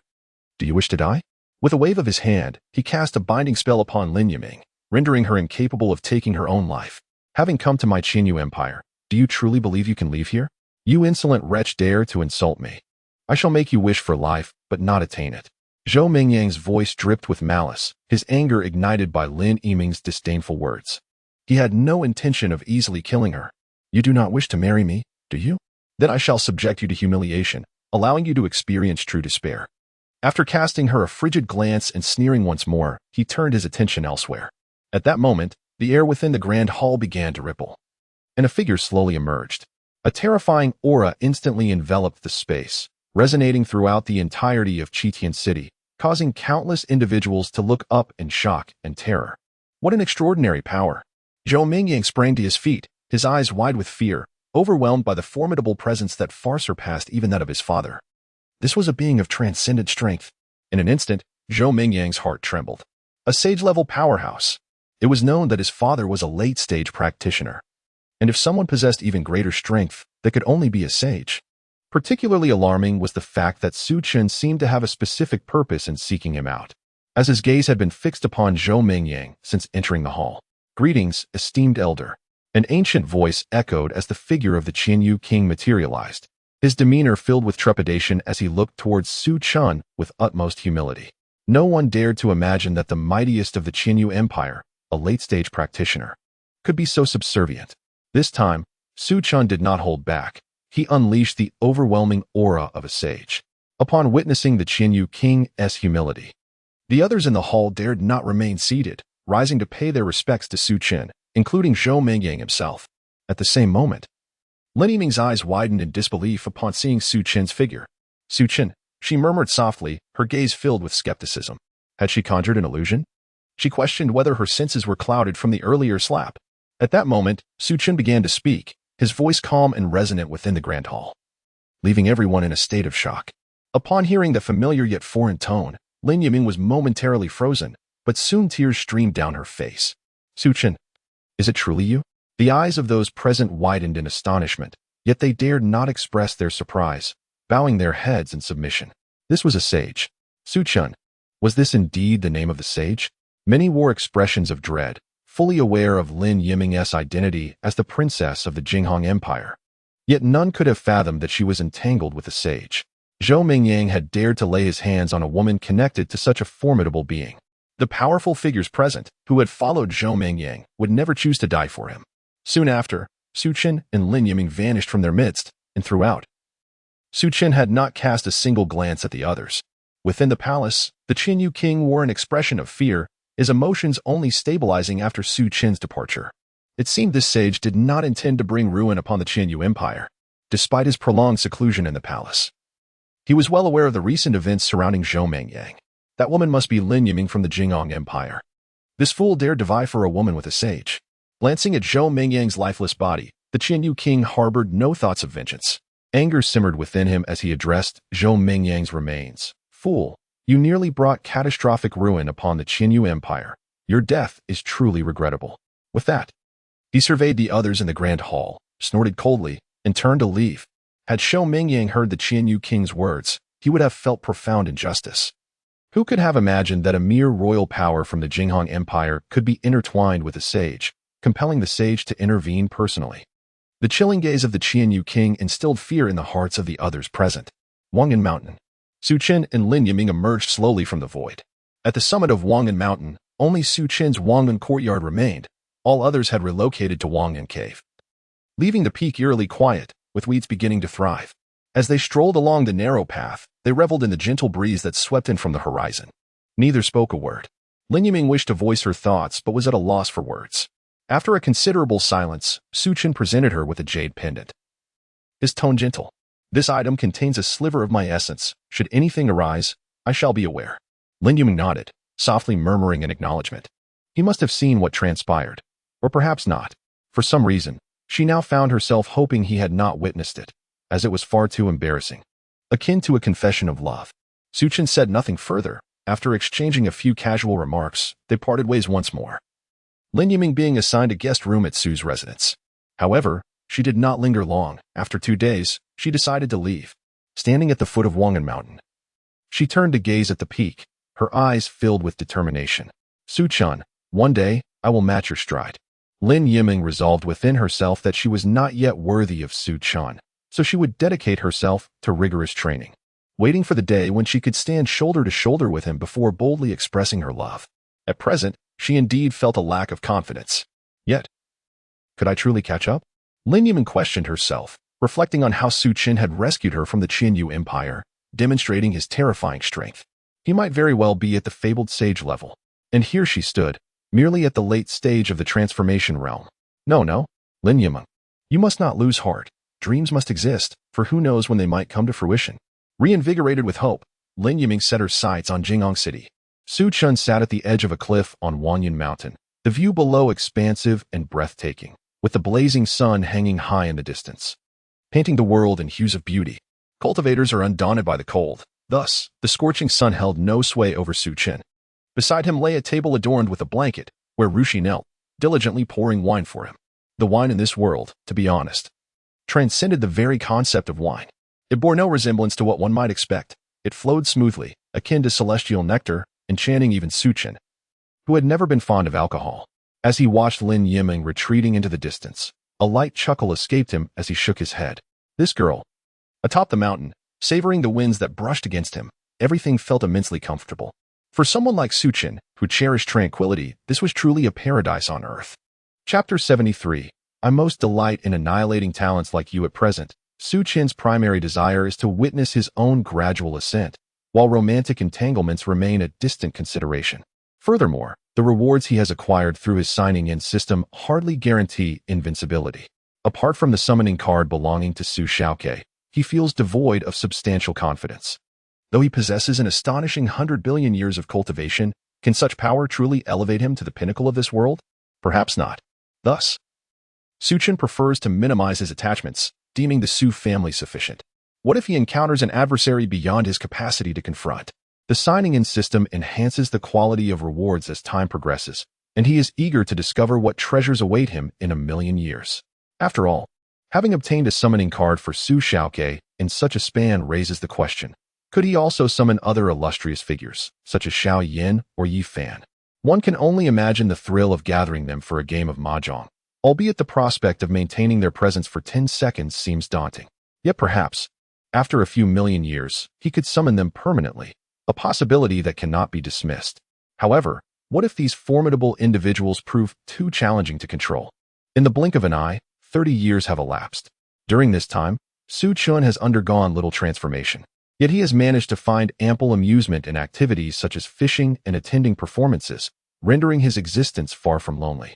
Indeed, it is a marked improvement from the void he endured during his initial transition into this realm. The million years spent in that ethereal space have instilled in him a profound appreciation for even the simplest of pastimes, such as fishing. While a cultivator might deem it tedious, Su Chen revels in the experience.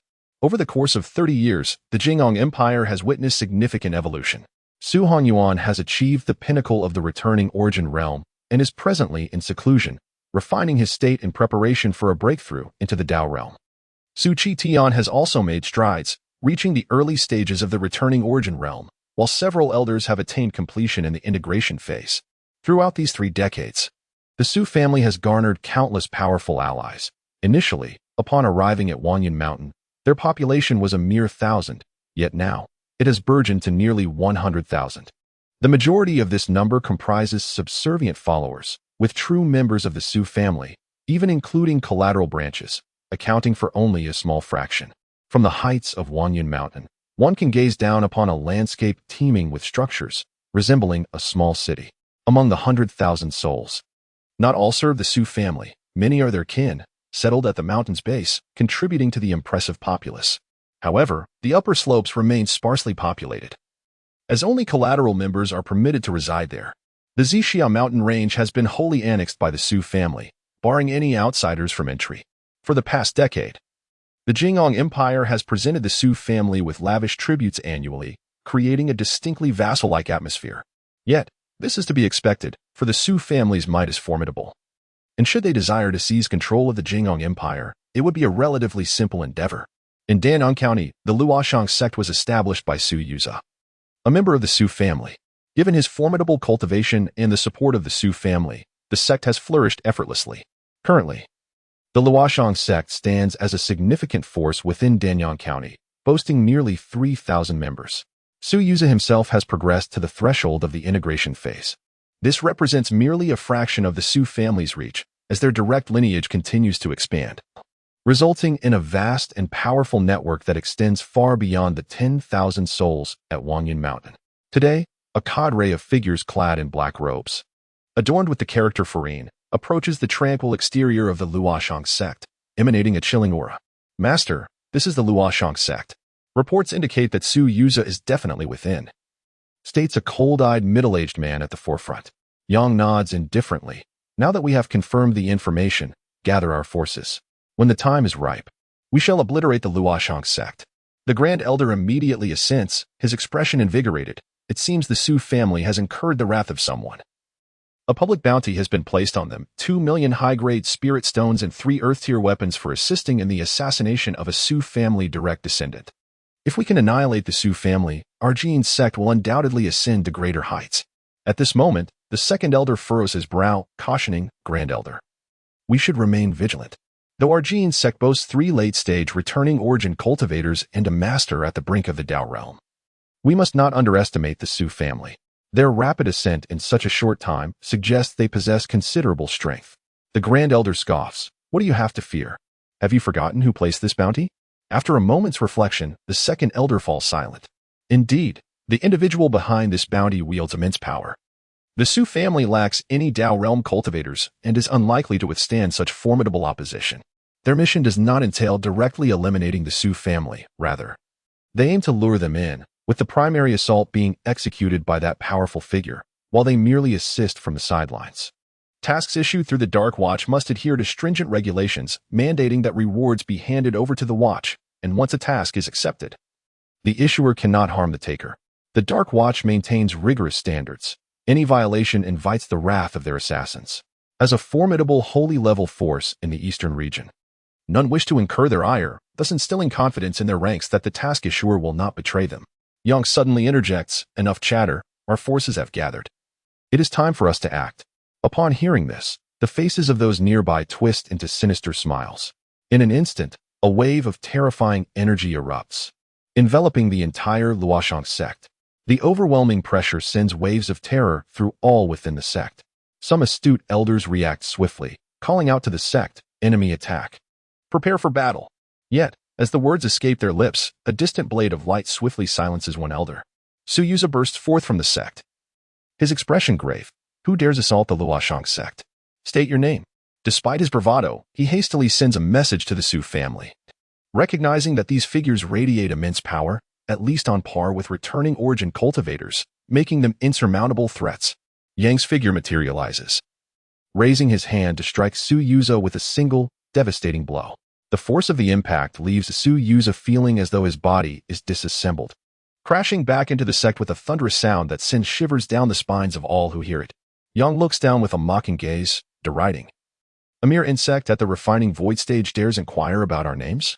Su Yuza, the Jingong Empire hails you as a genius sect master. They say you broke through to half-step integration before reaching 60.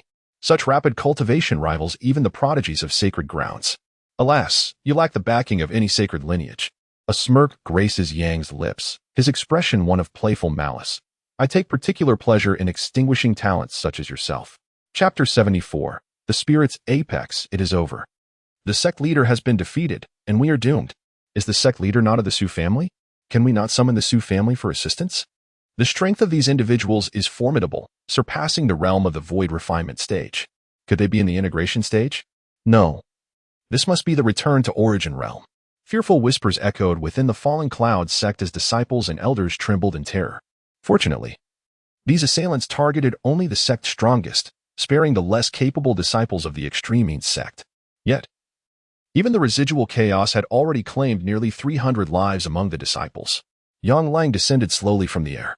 At this moment, Su Yuza lay on the ground, racked with excruciating pain, devoid of any strength to move. Return to origin realm.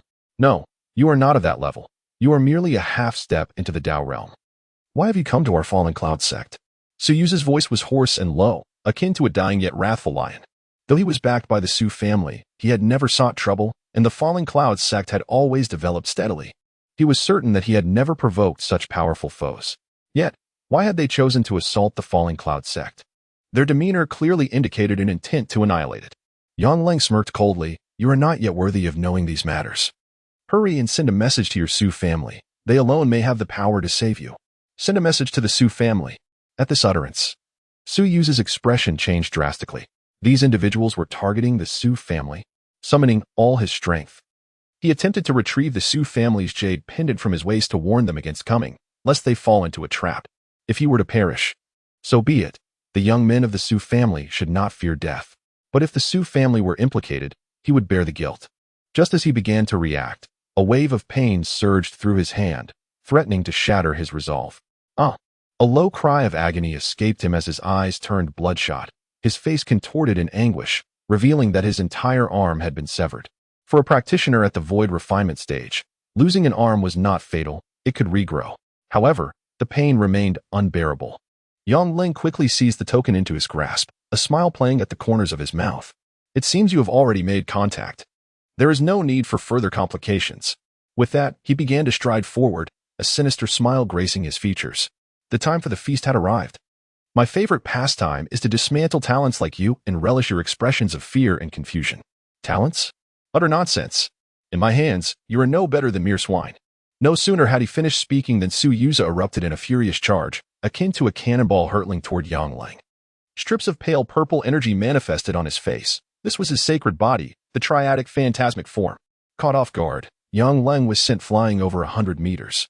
Su Yuza did not pursue. He rent the fabric of space in an attempt to escape, only to find the void sealed. With no other option, he fled into the distance. Yet, scarcely had he made it far when a colossal hand lunged toward him. Your strength has unexpectedly surprised me, Yang Ling remarked. Su Yu's complexion shifted as the purple markings on his face morphed to a pitch-black hue. Simultaneously, his physique expanded by nearly 30%. Boom. Yang Ling's slap once again sent Su Yuza hurtling away, but this time he did not sustain severe injuries. Instead, he utilized the force to propel himself further. This was the capability of the triadic phantasmic form. It comprised three aspects, the purple markings denoting a surge in speed and strength, the black signifying enhanced defense and recovery, and the last, yellow, augmenting spiritual energy and soul strength. With Su Yu's current mastery over the triadic phantasmic form, these enhancements were at least sevenfold. He could simultaneously activate 2 or even 3 types of power, albeit at the cost of diminishing the amplification of each individual ability. What? Yang Ling's expression turned incredulous. His earlier strike, though restrained, possessed the might of a half-step into the return to origin realm. To think Su Yuza could still move after sustaining that blow was astonishing. The initial strike had been delivered with the caliber of a fully integrated practitioner, and Su Yuza had managed to speak then, which had piqued Yang Ling's curiosity. Now, Yang Ling was certain that Su Yuza harbored a secret. After all, Su Yuza was merely a half-step into the integration stage. For him to withstand an attack from a fully integrated practitioner was extraordinary, let alone a strike from someone at the half-step return to origin realm. To not perish instantly was a miracle in itself. Yang Ling's eyes glinted with fervor. No wonder the Su family was targeted. They possessed a significant secret. To wield the strength comparable to that of the half-step return to origin realm at such a nascent stage was a feat only the most exceptional prodigies within the sacred lands could achieve. With thoughts swirling, Yang Ling's aura erupted. In the span of 2 breaths, he closed the distance to Su Yuza, pinning him firmly to the ground.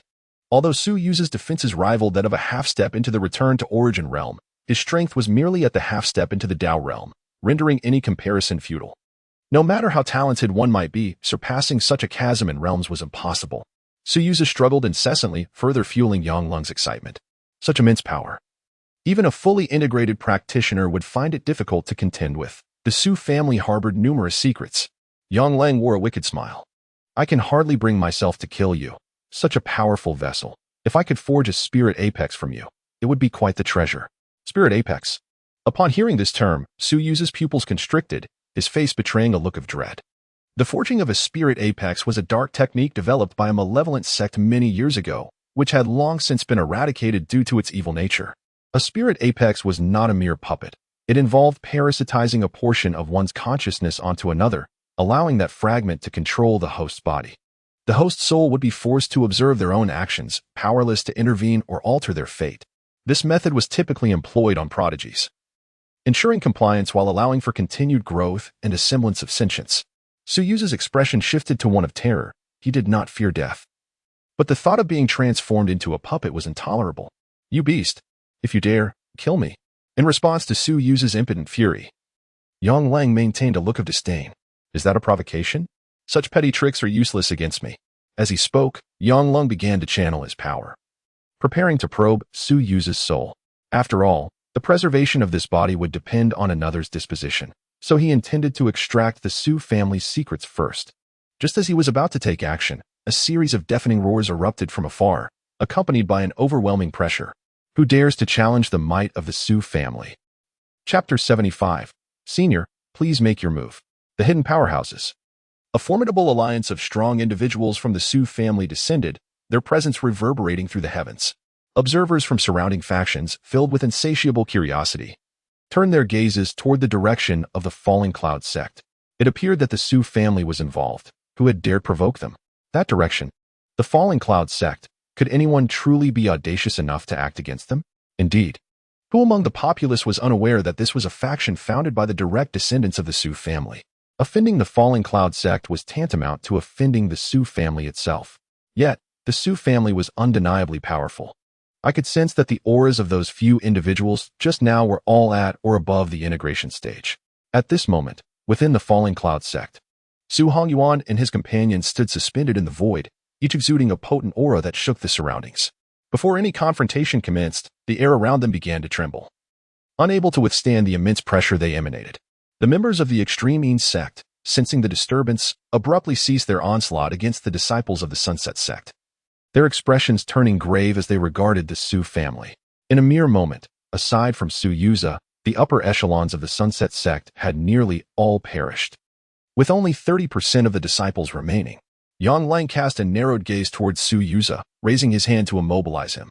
Soul-searching required tranquility. Given the imminent outbreak of battle, it was entirely inappropriate. It would be prudent to annihilate the Su family first, and then proceed with the soul search. He gradually rose to his feet, his eyes fixed upon the 6 figures soaring in the sky, a weight of concern evident in his gaze. According to intelligence, these 6 individuals represented the pinnacle of the Su family's combat strength. One had reached the pinnacle of the returning Yuan stage. Another was in the early stages of the returning Yuan, while the other 6 had reached the completion of the integration stage. The Su family was indeed formidable. I had heard that their strongest member had only reached the refining void stage a few decades prior. To achieve such heights in a relatively short span of time must have involved some extraordinary fortuity. With this thought, Yang Lang's gaze ignited with fervor. The prospect of confronting the Su family might assuredly meant that what lay ahead was no ordinary affair. His expectations were modest. All he desired was for the Extreme Yin sect to benefit from the ensuing turmoil. Su Chen, observing Su Yuza bound to the ground, felt a surge of icy murderous intent, and in an instant, vanished from his position. The next moment, a bolt of thunder erupted across the heavens. This bolt expanded exponentially, ultimately transforming into a colossal lightning pillar that surged toward Yang Lang. Regardless of your identity, any individual who dared to harm the Su family today would not escape unscathed. Yang Lang gazed upon the approaching assault with scorn. How audacious of a mere integration stage cultivator to speak so boldly. He dismissed Su Chen's attack entirely, as the chasm between their strengths was insurmountable. As an entry-level Taoist, he had no reason to fear someone who had yet to reach the returning Yuan stage. However, his expression soon shifted. Something was amiss. The lightning pillar was not solely infused with violent thunderous energy. It was also permeated with a sword aura capable of obliterating everything. This sword aura was concealed within the lightning, eluding his perception. Perhaps it was the distance that had led to his underestimation. As the lightning pillar approached within 300 meters of him, he finally sensed the terrifying power contained within. Boom. A tremendous explosion erupted from the Falling Cloud sect as Yang Lang was violently thrown to the ground, the earth fracturing beneath him, unable to endure such dreadful force. In an instant, the entire Falling Cloud sect was brought to ruin. Countless disciples, witnessing this spectacle, were filled with exhilaration. How wonderful! This was the might of the Su family supporting their sect. Surely, the Falling Cloud sect could be preserved now. Alas, my master and senior brothers have perished. Those wretched foes must be eradicated. The Su family, with their unmatched strength, would surely accomplish this. The might displayed by Su Chen instantly invigorated the surviving disciples of the Falling Cloud sect. Meanwhile, numerous observers lurking in the shadows around the Falling Cloud sect were left trembling in fear upon witnessing Su Chen's terrifying prowess. This was overwhelmingly powerful. It had transcended the bounds of the integration stage. To provoke the Su family, These individuals were truly fearless. I think I recognize these individuals. They belong to the extreme Yin sect of the Great Qian Empire. Yet, how could the Su family's influence, which is confined to the Jingong Empire, have drawn the ire of the extreme Yin sect? Recently, a task was issued by the scouts targeting the Su family, promising generous rewards. I suspect this is related, though my knowledge is limited. Those communicating in secrecy were largely cultivators above the refining void stage, keeping their distance while discreetly observing with their spiritual senses. However, upon hearing about the task to eliminate the Su family, astonishment was evident on their faces. Although the Su family had rapidly developed, their methods were amicable and far from tyrannical. Who would go to such lengths to extinguish them? Within the Fallen Cloud sect, the members of the extreme Yin sect could hardly believe their eyes upon witnessing Yang Leng's predicament. How could this be possible? The sect master was a half-step Taoist. How could Su Yunxian, merely at the completion of the integration stage, inflict harm upon him despite the vast disparity in their realms? Su Hanyuan had not remained a mere spectator. He charged toward Yang Leng with the weight of a mountain, his approach imbued with immeasurable might that was truly awe-inspiring. Possessing the cultivation of a completed returning Yuan, combined with his status as a sacred body, he had no qualms about engaging someone below the mid-level Taoist realm. Thus, even though Yang Leng was a half-step Taoist, Su Hongyuan felt no trepidation. Heavenly collapse. Su Hongyuan channeled his strength into his feet. A technique imparted to him by the Ziyang Taoist, a fundamental maneuver for powerful body cultivators, focusing all his might into a single point. This ability, while simple for those who wield spiritual energy, was exceedingly complex for body cultivators, as their strength did not stem from spiritual energy but from raw power. Consolidating such power into a single point demanded impeccable control. As Yang Leng struggled to rise from the ground, he sensed Su Hongyuan charging toward him once again. This time, he dared not underestimate the threat, pouring every ounce of his energy into his defense. Bang! A deafening explosion reverberated through the air. As the ground beneath the falling cloud sect sank several meters, this was the terror of body cultivation. Blood spewed from Yang Leng's mouth, his body feeling as though it were on the verge of disintegration, his eyes reflecting sheer shock and confusion. Was this truly the strength of someone at the completion of the returning Yuan stage? In the presence of Su Hanyuan, he had no capacity for resistance, as if they were not even in the same league. Yet, Su Hongyuan's aura undeniably indicated he had only achieved the completion of the returning Yuan stage. Suddenly, Yang Leng recalled Su Yuza, whose combat prowess had similarly far surpassed his own realm. Gazing at the formidable aura emanating from Su Hanyuan, Yang Leng could not restrain himself from shouting, "Senior, I have brought the enemy to you. Please, take action." The strength of the Su family had exceeded his expectations, compelling Yang Leng to abandon his solitary struggle. Otherwise, he risked meeting his demise that very day. Upon hearing these words, Su Hanyuan's demeanor shifted, and he turned his attention to the west, adopting a stance of readiness. Not only he, but all members of the Su family mirrored his vigilance. The prowess of this individual was so formidable that to be referred to as a senior by Yang Leng could only imply that they were at least at the entry-level Taoist stage. Chapter 76. The Demise of the Extreme Yin Sect and the Emergence of a Terrifying Power. After a considerable pause, there was still no response, and Yang Leng began to feel anxious. "Senior, the core members of the Su family have already arrived. I implore you to reveal yourself." Yang Leng called out once more, yet silence persisted. In that moment, even someone as naive as Yang Leng realized he had been deceived. Not only him, but the expressions of the other elders of the extreme Yin sect were equally grim. They had planned to use Su Yuza as bait, only to discover that Su Yuza was the bait, and they were too. Although the mission was accomplished, if they perished, the rewards would be returned to the issuer, with the Dark Sentinels claiming a 20% commission. It appeared that someone intended to sell them out first. Yang Leng's expression darkened to its utmost. He struggled to rise, his aura suddenly surging to its peak, devoid of any emotional fluctuation. In such dire circumstances, he had no choice but to confront reality. While the Su family was formidable, the extreme Yin sect was not to be trifled with either. Carving out a path for survival was still feasible. Gritting his teeth, his eyes were filled with rage. Damn it. Being manipulated was an unpleasant experience, but the situation had changed. He needed to remain composed and not let his fury cloud his judgment.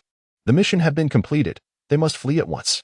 Yang Leng shoved a pill into his mouth, and his previously gravely injured body suddenly revitalized, even growing more powerful. The Tyrant Dragon Pill. This was a type of elixir that could enhance one's strength in a short period, but with significant after-effects. Using it would severely impact one's foundation, and he would not resort to it unless absolutely necessary. Su Hanyuan also came to a realization. They had no allies left. They needed to eliminate their foes without allowing anyone to escape. He had heard of the extreme sect, and any individual spared could pose significant trouble for the Su family in the future. They were certainly not afraid, but should a powerful adversary seek to assassinate them, the younger members of the Su family would find it exceedingly difficult to survive. Su Qingtian's eyes were filled with murderous intent as he suddenly pursued the Grand Elder of the Extreme sect. There were only 7 from the Extreme sect present, 3 at the returning origin stage, 1 at the half-step into Dao, and 3 at the perfected integration stage. These were the pinnacle of their combat strength. Under ordinary circumstances, the Su family would have no hope of contending with them. Yet, in reality, the Extreme sect was being relentlessly pursued and was utterly defenseless. Though Su Qingtian was only at the early returning origin stage, in truth, none below the half-step into Dao stood a chance against him, while Su Yunqian and the others were merely at the perfected integration stage. They could still contend with those in the mid-returning origin stage. However, that was against ordinary cultivators. Furthermore, the sect leader of the Extreme sect was being suppressed. Even if the remaining members could withstand Su Qingtian and his 5 companions, who could withstand the fallout if Yanglong were to fall? Observing the Su family's ferocity, the disciples of the Falling Cloud sect were exhilarated. The Su family was extraordinarily powerful. Is this really the Su family? With such a force to protect us, what is there to fear in the future? Yanglong initially believed that after consuming the Tyrant Dragon pill, he could escape, but he soon realized it was impossible. Su Hongyuan's speed was simply too swift, at least at the mid-Dao stage. Despair filled Yanglong's heart. In a moment of desperation, he turned to make a final stand. Yet Su Hanyuan withstood the damage and delivered a fatal blow with a punch. Simultaneously, Su Hanyuan sustained grave injuries. A gaping wound appeared on his abdomen, blood oozing from the injury. This was a result of Yanglong's desperate counterattack.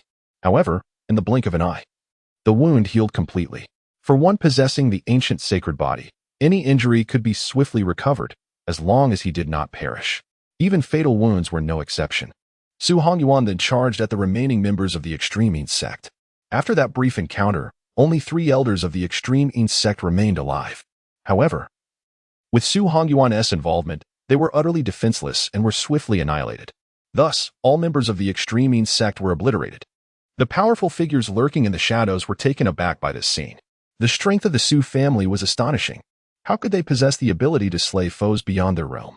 Su Yunqian hurriedly approached Su Yuza, his face etched with concern. Yuza, how are you faring?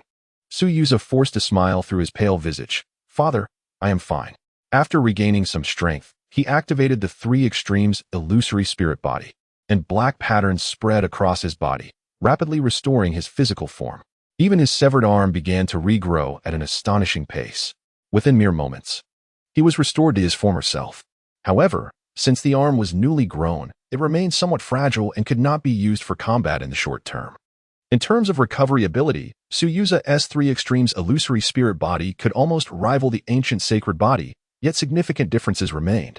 The 3 extremes illusory spirit body required active activation, while the ancient sacred body did not need to be activated, as it was his inherent recovery ability. When fully exerted, it could restore at least 3 times faster than the 3 extremes illusory spirit body, although the latter offered more varied capabilities. Su Yunqian gazed at Su Yuza's astounding recovery ability and could not help but exclaim, "This recovery power is indeed monstrous. Even my thunderclap sword body pales in comparison." Su Yuza looked upon the now devastated Falling Cloud sect with sorrowful eyes, reflecting on the immense effort he had invested for this sect. Countless elders and disciples had perished in this battle. Clenching his fists, he lamented that his strength was still insufficient.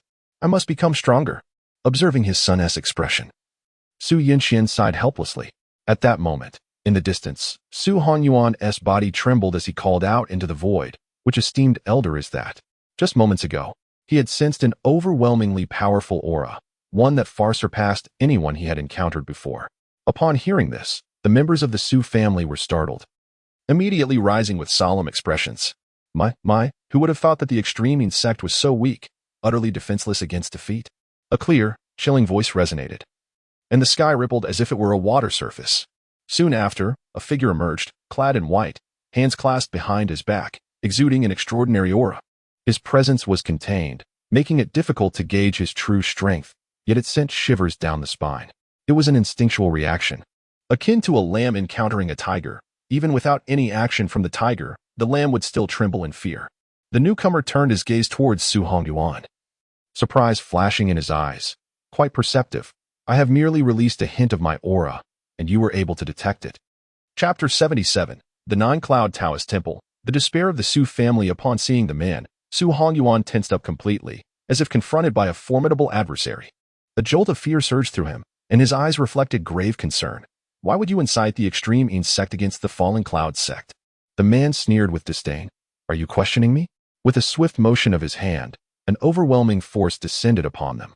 Though Su Chen was an ancient sacred body, he was struck down to the ground by this singular blow, nearly shattering into pieces, golden blood gushing forth relentlessly. The pain contorted Su Chen's features, disbelief flooding his gaze. The Path Entry Realm. No, is this an adept beyond the Path Entry Realm? A saint? He sought to mend his shattered form but found himself utterly incapable. A far more potent force within him obstructed his abilities, rendering him powerless to restore his corporeal body. Seeing this, Su Chen and several elders of the Su family rushed forward, forming a protective barrier around Su Chen. The white-clad man regarded Su Chen's plight, his expression shifting slightly. Golden blood. This is indeed an ancient sacred body, isn't it? The faces of the Su family members paled, for the sacred body was a closely guarded secret. Such knowledge could spell disaster for them if it were to leak out. As their cultivation progressed, they understood the immense difficulty of manifesting a sacred body out of thin air. Although Su Chen was formidable, there were always beings beyond him, and they feared what might happen if others coveted the Su family's secret. The white-clad man scanned the members of the Su family, unleashing a colossal surge of divine consciousness that stripped away their secrets, leaving them as exposed as if they were unclothed. You all. His pupils abruptly constricted. So, every single one of you possesses a sacred body. Shock and disbelief flickered in his eyes. In the eastern region, even a single sacred body within a saint-level power was a rarity. Such a physique was exceedingly difficult to come by. Yet here, an entire family possessed them. The odds of such a phenomenon occurring from a single lineage were extraordinarily slim. His gaze narrowed, and he mused, it seems the Su family harbors significant secrets. Years ago, when he had gathered intelligence on the Su family, they were but a minor faction, lacking even a prime spiritual root. Their sudden ascent must have been due to some extraordinary opportunity in recent decades. In the past few years, he had heard the name of the Su family again, this time associated with alarming growth. He acquired some information indicating the possibility of a saint within their ranks, prompting him to issue a bounty to probe the depths of their power. However, he had not anticipated the incompetence of the extreme sect. Taking a deep breath, the white-clad man gradually regained his composure, his eyes now ablaze with fervor. So many sacred bodies. If I could refine all of you, my own sacred body might ascend to the emperor body. Cannibalism among sacred bodies was not uncommon. In this era, where sacred bodies were rare treasures coveted by various factions, such occurrences had become infrequent. Yet, in the times of the great emperor, such events were more common. Upon hearing this, the Su family member's expression shifted dramatically. The man's demeanor grew increasingly sinister, excitement driving him to exclaim, "Who would have thought that the Su family would present me with such a grand gift? And the secret of your sacred body's emergence will belong to me." Suddenly, he realized that his earlier decision to inform his master that the Su family had been eradicated was indeed the most prudent choice of his life. Otherwise, their secrets might have eluded him. The overwhelming aura of sanctity erupted from within him, a terrifying pressure descending upon the Su family, causing them to collapse helplessly to the ground. This was the essence of a saint. Mere presence rendered them immobile. The chasm between the Path Entry realm and a saint, though only one realm apart, was insurmountable. Even the most extraordinary prodigies could not bridge this gap. Only those with the potential of an emperor could conquer a saint. Although the Su family members were all sacred bodies, they remained distant from such imperial potential. Sacred bodies existed in abundance throughout the Xiantian realm, yet those capable of ascending to emperor were exceedingly rare. However, imperial potential was not merely a matter of physique. Throughout history, many emperors had risen from humble beginnings, achieving greatness through fortuitous opportunities and timing. The white-clad man once more gazed upon the Su family, raising his hand to grasp at them. This colossal hand contained divine authority. possessing terrifying refining powers. Should it seize them, the Su family members would be thoroughly refined in mere moments. The Su family could only lie prostrate on the ground, helplessly witnessing the giant hand approach. Despair and helplessness enveloped their hearts. This was the most formidable opponent they had ever faced. No, it was not their first encounter. The kin of Yiqi had also been this powerful. Moreover, Su Chen now comprehended the true level of Yiqi kin, undoubtedly a saint, and an exceptionally powerful one at that. Had it been the Su Chen of yesteryear, he might have succumbed to despair, but now, with his rapid advancement in cultivation, he knew that given time, he too could ascend to the saint level. Yet now, all seemed destined to end. He could not accept this fate. Summoning every ounce of strength, Su Chen attempted to break free from the oppressive pressure but found it utterly impossible. Just as the giant hand was about to grasp them, a gentle, spring-like aura enveloped the space, dissolving the massive hand. At that moment, a refreshing breeze swept through the heavens and earth. In front of the disintegrated hand stood a middle-aged Taoist, his countenance solemn yet his eyes radiating warmth. With a smile, he spoke, "Friend, might I request that you spare the Su family a path to survival?" Simultaneously, the oppressive force above the Su family dissipated, and upon glimpsing the middle-aged Taoist, they trembled in shock. "You are Master Yuhua." The members of the Su family were astounded. For while they had known of the exceptional lineage of the two Taoists from the Nine-Cloud Taoist Temple, they had never anticipated that one of them was a saint. Yuhua Zhenren nodded with a smile, exuding an aura as refreshing as spring, uplifting the spirits of those around him. The white-clad man regarded Yuhua Zhenren from a position of superiority, his eyes icy. "You must be the saint of the Su family, correct? A mere newly ascended saint dares to obstruct me? How utterly audacious. Very well, it has been some time since I last fought. Today, I shall slay a saint and remind the eastern region of my title as the Saint of the Abyss." Chapter 78, The Formidable Saint of the Guishu. The Jiyun Taoist temple offers assistance. Upon concluding his words, the Guishu saint emanated an extraordinarily potent aura. This presence resonated across the entire Jingong Empire and even reached the neighboring empires, instilling a sense of dread. Saintly might.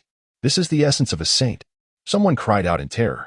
It had been many years since the eastern region had felt the presence of a saint. Who had dared to provoke such a being? That direction, let us hurry and see. To witness a saint in action, even death would be worth it. Many undaunted souls rushed towards the source of the aura, their eyes ablaze with fervor. In their eyes, a saint was akin to a mythic figure. Among those who had come to observe were several powerful practitioners of the Tao realm, eager to witness the saint's might and glean insights into the sacred path. While this assistance might be minimal, any understanding of a saint was deemed beneficial. At that moment, within the Luoyan sect, the Yuhua Zhenren gazed calmly upwards, his gentle eyes betraying a gravity and a hint of murderous intent. A decade prior, he had successfully vanquished his upper corpse. For him, the middle corpse was the most challenging to overcome, while the upper corpse had proved relatively straightforward. As a Taoist, he had cultivated a detachment towards life and death from a young age, with Su Chen aiding him in overcoming the middle corpse. He felt an immense debt to the Su family. Even if it cost him his life, it was a debt he must repay. Thus, he was resolute in protecting the members of the Su family. The aura of Yuhua Zhenren began to radiate, opposing the Guishu saint in the heavens. Though his expression was one of utmost seriousness, the Guishu saint, a name he was familiar with, was the ancestral figure of the Guishu Holy Land and a formidable practitioner at the late Saint King stage, surpassing even his own master. He held no confidence in his ability to triumph over such an opponent. Around the Luoyun sect, numerous individuals had gathered, primarily cultivators starting from the Guizhen realm, including the venerable old Jinghong king himself. The commotion was so significant that, as the ruler of the Jingong Empire, his presence was almost obligatory. This is the Su family, old Jinghong king thought, his expression heavy with concern. How had they provoked a saint? I have never witnessed a battle between two saints in my lifetime. Today, I shall finally have my eyes opened. In the shadows, a recently advanced Tao practitioner watched with fervor. That figure is the old Saint Lord of the Guishu Holy Land. My Morong family is a vassal of the Guishu, and I had the fortune of seeing him once before. What? I have heard he has long since transcended to the Saint King realm. Observers noted, and look at the other saint, his aura is evidently weaker. Likely just at the saint realm and recently advanced. This battle appears to have no suspense. The newly advanced saint is surely doomed. Yet, how did he provoke the Guishu saint? As the discussions unfolded, nearly 10 Tao practitioners had arrived, with many more hastening from afar. even those who had been deeply engrossed in their seclusion. The allure of witnessing a battle between saints was irresistible. A glimpse could enhance one's chances of achieving sanctity. The Guishu saint's eyes were frigid as he raised his hand, causing the heavens to tremble. Shortly thereafter, a colossal hand materialized in the sky. It spanned, measuring at least 10,000 feet, imbued with boundless might, as if it could annihilate the world itself. From below, it appeared as though mere mortals were standing before a deity. A mere saint dares to provoke my presence, the Guishu saint's voice thundered, echoing like a bell. Countless individuals gazed upon the immense hand, their scalps prickling with unease. Though its descent seemed slow, they felt like ants facing the sky, utterly unable to evade. Yu Huazhenren's expression was grave. This strike, though seemingly languid, was unavoidable and must be met head-on. He lifted his whisk, unleashing his sacred power. For the Guishu saint, this was merely a casual strike, yet Yu Huazhenren needed to muster all his strength to counter it, and even then, success was far from guaranteed. The chasm between the saint and the saint king was vast. Each minor realm was a significant divide, and their difference spanned a major realm and several minor ones. In the next instant, a sword coalesced before Yu Huazhenren.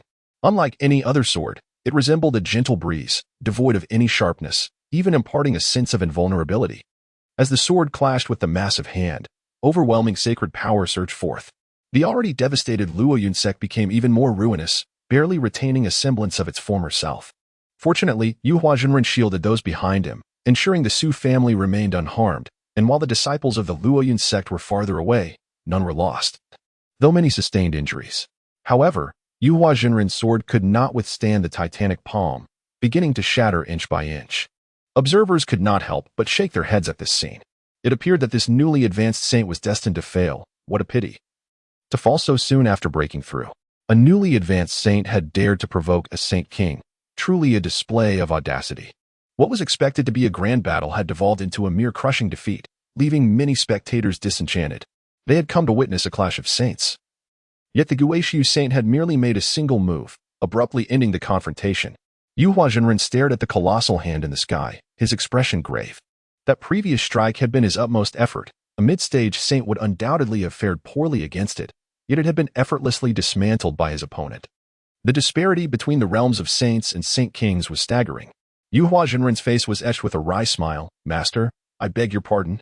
As his words fell, a figure materialized beside him, youthful in appearance yet exuding an ancient and formidable aura. Ziyang Zhenren glanced at the enormous hand overhead and released his own potent presence, effortlessly dispersing the colossal palm with a mere gesture. It was an exceedingly simple feat, devoid of the effort that Yu Huazhenren had exerted. Witnessing this, all present felt their pupils constrict. Another saint? No, a saint king. The Guishu saint's gaze sharpened, his demeanor sobering, having lost the earlier levity. The sacred power within Ziyang Zhenren was immensely powerful, nearly matching his own. Did the Su family harbor such formidable beings? Quickly, the Guishu saint's eyes ignited with fervor. Had the transformation of the Su family into their current state been orchestrated by these two saints? Yet, he deemed such a possibility unlikely. Although saint kings were formidable, they lacked the capability to forge a saint body. Even if they were not the creators, they were undoubtedly intertwined with the events, at the very least being privy to the truth. Chapter 79, The Legacy of the Jiuyun Daoist Temple. The frustration of the Ziyang master. The members of the Su family beheld the unfolding scene with expressions of sheer astonishment. They had thought it preposterous that Daoist Yuhua was a sage. They never anticipated that the Ziyang master was one as well. Could it be that the Su family had two sages guarding their threshold? Although referring to it as guarding may seem somewhat disrespectful, it was indeed the case. The Jiuyun Daoist Temple was situated at the base of the Wangyan Mountain, precisely at the juncture of the mountainside and the foot of the mountain, leading upward to the residence of the core members of the Su family, both collateral and direct descendants. Below lay the dwellings of the family's servants. Thus, it was not an exaggeration to say that the Jiuyun Daoist Temple was their protector. His voice was remarkably calm, yet it brimmed with confidence. Despite his slightly inferior cultivation, he was entirely assured of his ability to vanquish the Guishu sage in the event of a fierce battle. The rationale was simple. His experience far surpassed that of the Guishu sage. Long before the Guishu sacred land was established, he had already attained sagehood, albeit with a more subdued demeanor. Even in the eastern region, he was of the type that kept a low profile, which explained why the two had never crossed paths. The Guishu sage regarded the Ziyang master with an unyielding gaze, his expression devoid of fear despite the formidable aura emanating from his opponent. A mere Sage King dares to oppose me?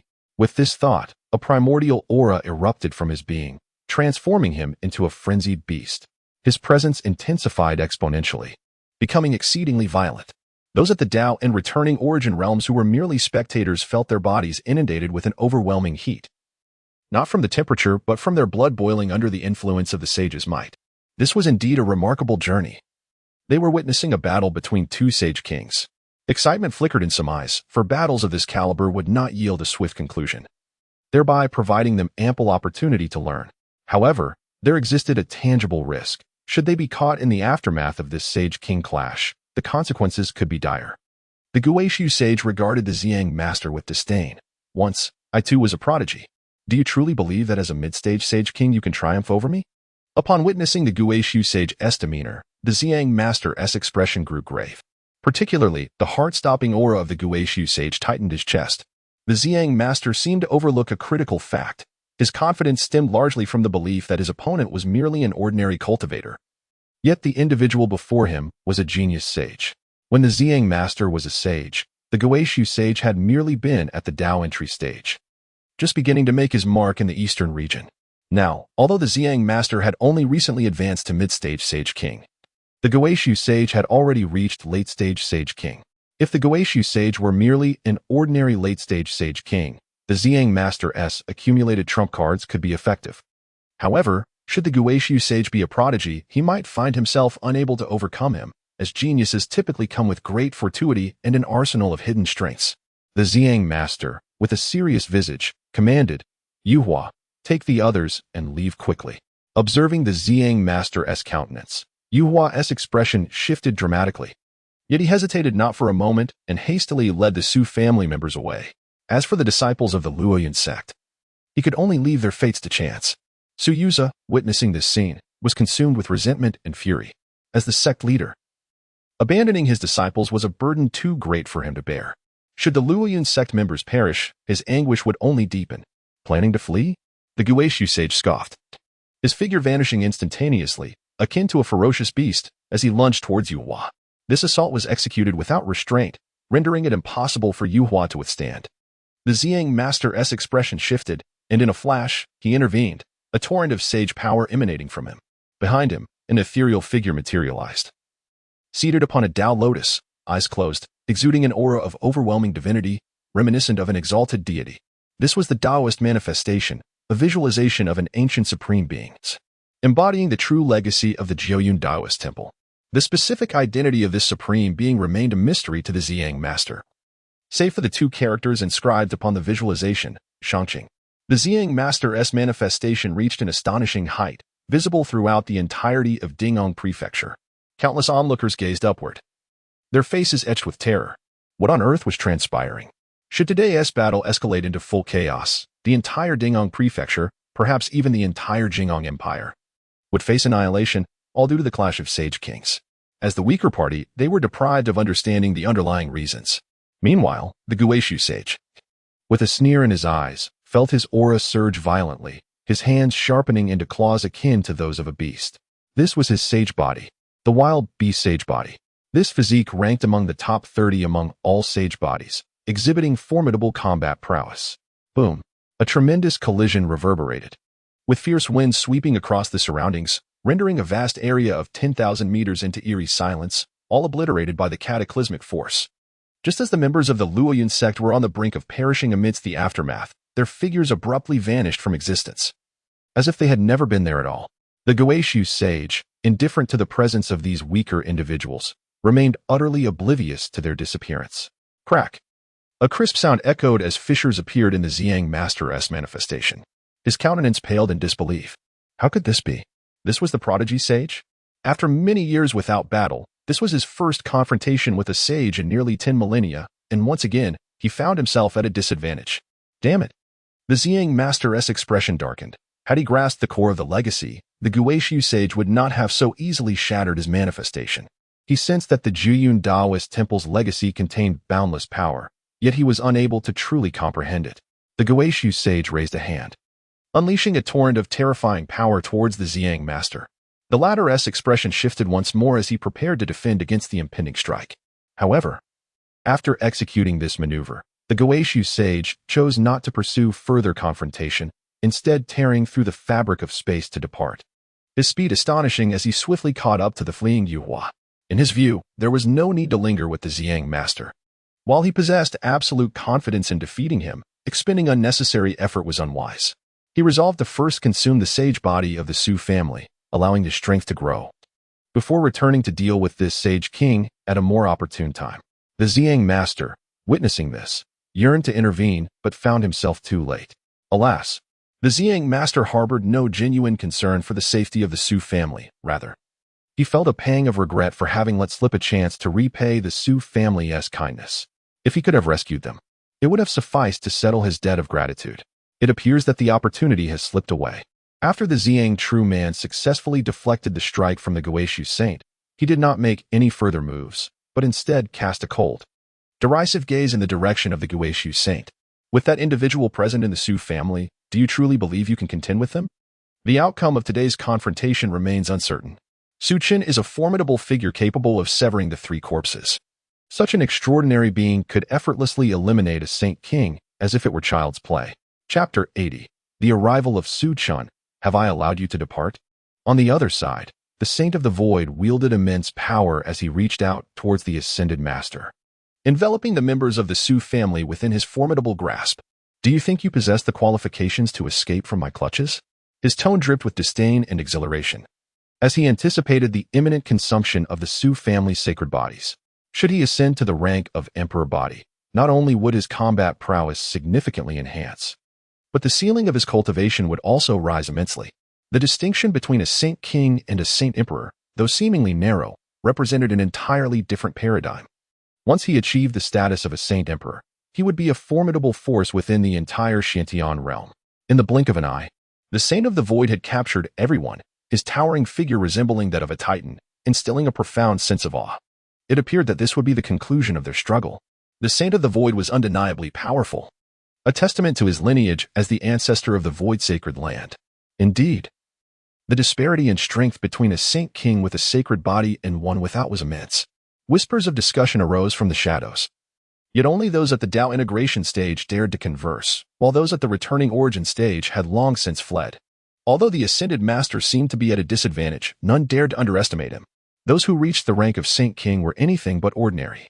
The Saint of the Void gripped the group tightly, a chilling smile etched across his face, evoking a sense of dread. The members of the Su family were utterly engulfed in despair. The adversary they faced was overwhelmingly powerful, despite having a significant card yet to play. They no longer wished for Su Chen's arrival. They believed that even with Su Chen's presence, he would be incapable of defeating the Saint of the Void, whose strength extinguished any flicker of hope within them. The Saint of the Void paid no heed to the Su family and turned to survey his surroundings, his brows furrowing slightly. Why hadn't the Saint King pursued him? Had he recognized his inferiority and chosen to flee? A cold chuckle escaped the Saint of the Void as he acknowledged the other's self-awareness. His gaze then swept across the area, spotting numerous practitioners at the Tao integration stage, while several at the returning origin stage cautiously observed from a distance. The Saint of the Void narrowed his eyes. Under normal circumstances, he would have relished in eliminating those who dared to approach. However, practitioners at the Tao integration stage often had backing, perhaps affiliated with the sacred land. His primary objective was to devour the sacred bodies of the Su family and uncover their secrets. Engaging in conflict with other sacred forces would only complicate matters unnecessarily. After careful consideration, the Saint of the Void decided against annihilating them. He then turned his gaze back to the Su family, a sinister grin spreading across his face. So many sacred bodies, how intriguing. The secrets of the Su family shall belong to me.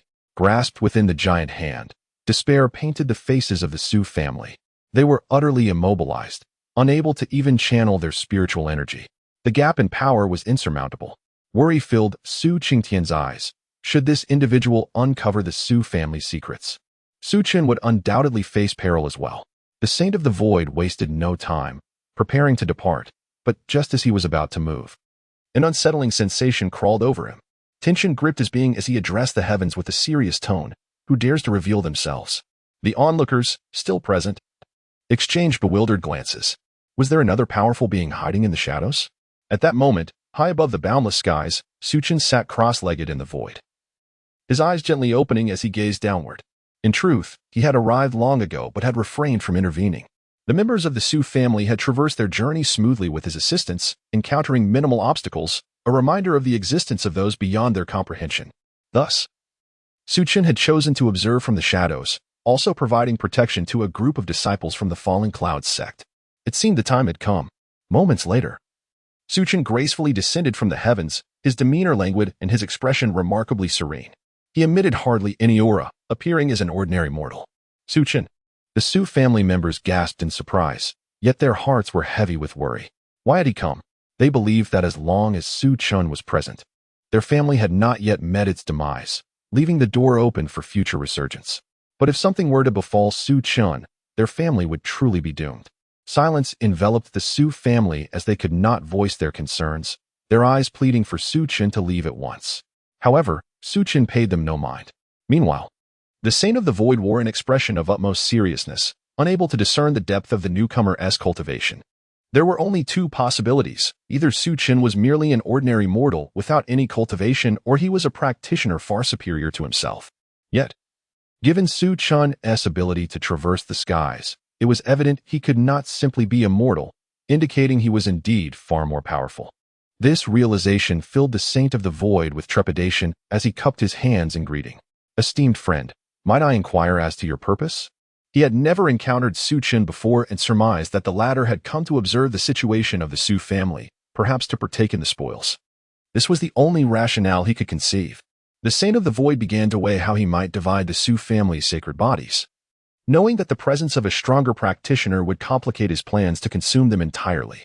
With an air of indifference, Su Chen remained seated in the void, resting his chin on his hand, and curiously inquired, "You must be the one who issued the bounty on the Su family back in the day, correct? I believe it was for 2 million high-grade spirit stones." At these words, the Saint of the Void's expression shifted dramatically. What did this mean? Was he not here for the sacred bodies? Had Su Chen come for his own sake? Su Chen spoke without a hint of concern for the Su family's sacred bodies, instead referencing the assassination task that had been placed on them, causing unease to settle within the Saint of the Void. Facing an unknown powerhouse only heightened his apprehension. Though anxiety gripped him, the Saint of the Void maintained a stoic facade. What do you mean by that, friend? The members of the Su family, hearing the tone of the Saint of the Void, were struck with astonishment. His words were laced with apprehension. Could it be that Su Chen's strength rivaled that of this saint? Was his power truly so formidable? In the distance, the Ascended Master, witnessing Su Chen's emergence, exhaled a sigh of relief, fearing that his young disciple might inadvertently fall victim to the chaos. What do you mean? Su Chen chuckled softly, his voice calm and untroubled. It is quite simple. You cannot conceal your essence from me. You are far too weak. A mere insect could never achieve such a feat, therefore. It stands to reason that there is another who wishes to obliterate the Su family. As these words fell, the pupils of the Saint of the Void constricted. His composure shattered as fear washed over him. In the next moment, he underwent a transformation, morphing into a beast resembling a wolf. Su Chen remained unfazed, his tone steady as he stated, "Have I permitted you to leave?" Chapter 81. The annihilation of the Guishu sage and Su Chen's terrifying power. Su Chen slightly raised his hand, devoid of any earth-shattering momentum, only an endless tranquility. Yet, in this very demeanor, the distant Guishu sage experienced an unsettling sensation, as if he were ensnared within a colossal hand, forever unable to escape. Despite being thousands of miles away from the Fallen Clouds sect, in an instant, disbelief washed over him. How could this person possess such terrifying power? The heart of the Guishu sage plummeted to the depths of despair, chilled to the bone. An indescribable fear enveloped his mind. After many years, he had never encountered such a sensation of dread. Yet, this time it was not only present but overwhelmingly intense. The Guishu sage had never faced such a sense of helplessness and despair. Before Su Chen, he felt like an insignificant insect, utterly devoid of any capacity to resist. A being of an entirely different magnitude. Who is this person, and why does he wield such formidable strength? The onlookers gazed in wide-eyed astonishment, their disbelief palpable. Who exactly is this individual? The Guishu sage, as a sage king, was renowned for his combat prowess, yet before this young man, he seemed utterly defenseless. What kind of terrifying strength could accomplish such a feat? The most astounded were the members of the Su family. Once the Guishu sage attempted to flee, the restraints upon them dissolved, granting them the freedom to move. At that moment, their eyes widened, mouths agape, as they beheld Su Chen. What manner of power is this? watching Su Chen imprison the Guishu sage as if he were a mere insect. They found it hard to believe that this person was indeed the young master of their Su family. It was utterly inconceivable. With an expression of calm, Su Chen spoke. "Speak. Reveal to me the identity of the person behind you. If you comply, I shall grant you a swift death today." Although his voice was tranquil, it sent shivers down the spine of all who heard it. Even the Guishu sage felt his hair stand on end, as if he had plunged into an icy abyss. He swallowed hard, realizing that escape was utterly impossible today. The individual before him, capable of creating so many sacred bodies for the Su family, indicated that his own strength was undoubtedly terrifying, surpassing even the sage emperor, likely a transcendent cultivator of the sage venerable level or higher. Yet, the Guishu sage could not fathom why such a powerful individual would choose to assist the Su family. Suddenly, a multitude of thoughts surged through his mind. Is it possible that the master intends to annihilate the Su family, and this formidable being is the cause? Is this a game of strategy between the master and this powerful figure? Or are there other reasons at play? In that moment, despair completely consumed the Guishu sage. He understood that his only chance of survival lay in cooperating with Su Chen, and thus he spoke with great difficulty, "My lord, I do not know who seeks to destroy the Su family. These are the master's arrangements, and I am not particularly clear on his identity. Only that he hails from the southern region." Suddenly, the Guishu sage's eyes widened, his internal aura becoming chaotic, and blood vessels rapidly filled his gaze. It seemed he had realized something, and his expression turned to one of despair and pleading. "Save me." Su Chen maintained his calm demeanor. Having acquired the information he sought. "The southern region, is it? It appears to align with my previous investigations." He had also looked into his mother's situation. Though he had not uncovered detailed information, he inferred that Yiqi Ling was within the Xiantian realm, most likely situated between the southern and western regions. The western region was the territory of Buddhism, so it was improbable that it was there. Thus, the southern region became the most likely candidate. However, Su Chen was not in a hurry to rush to the southern region. He remained composed, knowing that if his mother had remained unharmed all these years, her current environment must be quite safe. Moreover, he was uncertain of the strength of that faction. What if they were exceedingly powerful? After all, they had managed to block his inquiries. After contemplating for a while, Su Chen decided to be prudent. The southern region was indeed a destination he would eventually pursue. But not at this moment. With Su Qingtian's cultivation progressing, his thoughts began to shift. He realized that he must undertake this endeavor himself. The rationale behind the desire to annihilate the Su family stemmed from their belief that Su Qingtian was a waste, unworthy of associating with their kin. Or perhaps they felt that Su Qingtian had tainted their bloodline. It would not be fitting to approach them solely to exterminate them. Su Qingtian, being a man, harbored his own sentiments regarding such matters. He aspired to grow stronger and stand proudly before those individuals, using his own strength to eliminate any grounds for opposition from the forces behind Yiqi Ling. The Xiantian realm was vast, and only a handful of powerful beings could obstruct his inquiries. As long as he accurately gauged the general direction, finding her would be a simple task. Su Chen made no further moves, merely observing as the Guishu sage gradually faded from view. The world around them fell into a profound silence, with all present merely watching in stunned disbelief. They were unaware of the exact circumstances, believing that Su Chen had slain the Guishu sage, and thus expressions of terror and reverence adorned their faces. Turning away, Su Chen smiled and nodded at the people of the Su family, then waved his hand, casting out the disciples of the falling cloud sect he had protected, before vanishing from the scene. With the matter resolved, there was no need for him to linger any longer. Zhang Jinren watched Su Chen's departing figure, unable to suppress a sigh of admiration. This individual's power was truly terrifying. Suddenly, he chuckled wryly and shook his head. What was supposed to be a simple matter of repaying a favor had now become increasingly complicated. Not only had he failed to repay the favor, but Su Chen had also saved Yuhua Jinren, thereby incurring an even greater debt. Zhang Jinren shook his head with a smile, not overly troubled by the situation. In Taoism, one emphasizes clarity of thought. Becoming too entangled in a single matter is counterproductive. Once everyone had departed, Su Yuza began leading the disciples of the Falling Cloud sect to migrate to other locations. Originally, there was a spiritual vein beneath the Falling Cloud sect, but due to the recent battle, the entire landscape had shifted, causing the spiritual vein to vanish without a trace. From high above, one could see bottomless abysses, fissures created by the conflict. With the spiritual vein now gone, Su Yuza had no choice but to seek a new source for their spiritual vein. Chapter 82. the scroll composed of causality from this day forth. They shall remember that a formidable force has emerged in the eastern domain, the Su family, a power capable of vanquishing a Saint King. As this news spread, it sent ripples of shock throughout the entire eastern domain, particularly among the people of the Jing Empire, who were the most astounded. The Su family possessing a warrior capable of slaying a Saint King was beyond anyone's wildest expectations.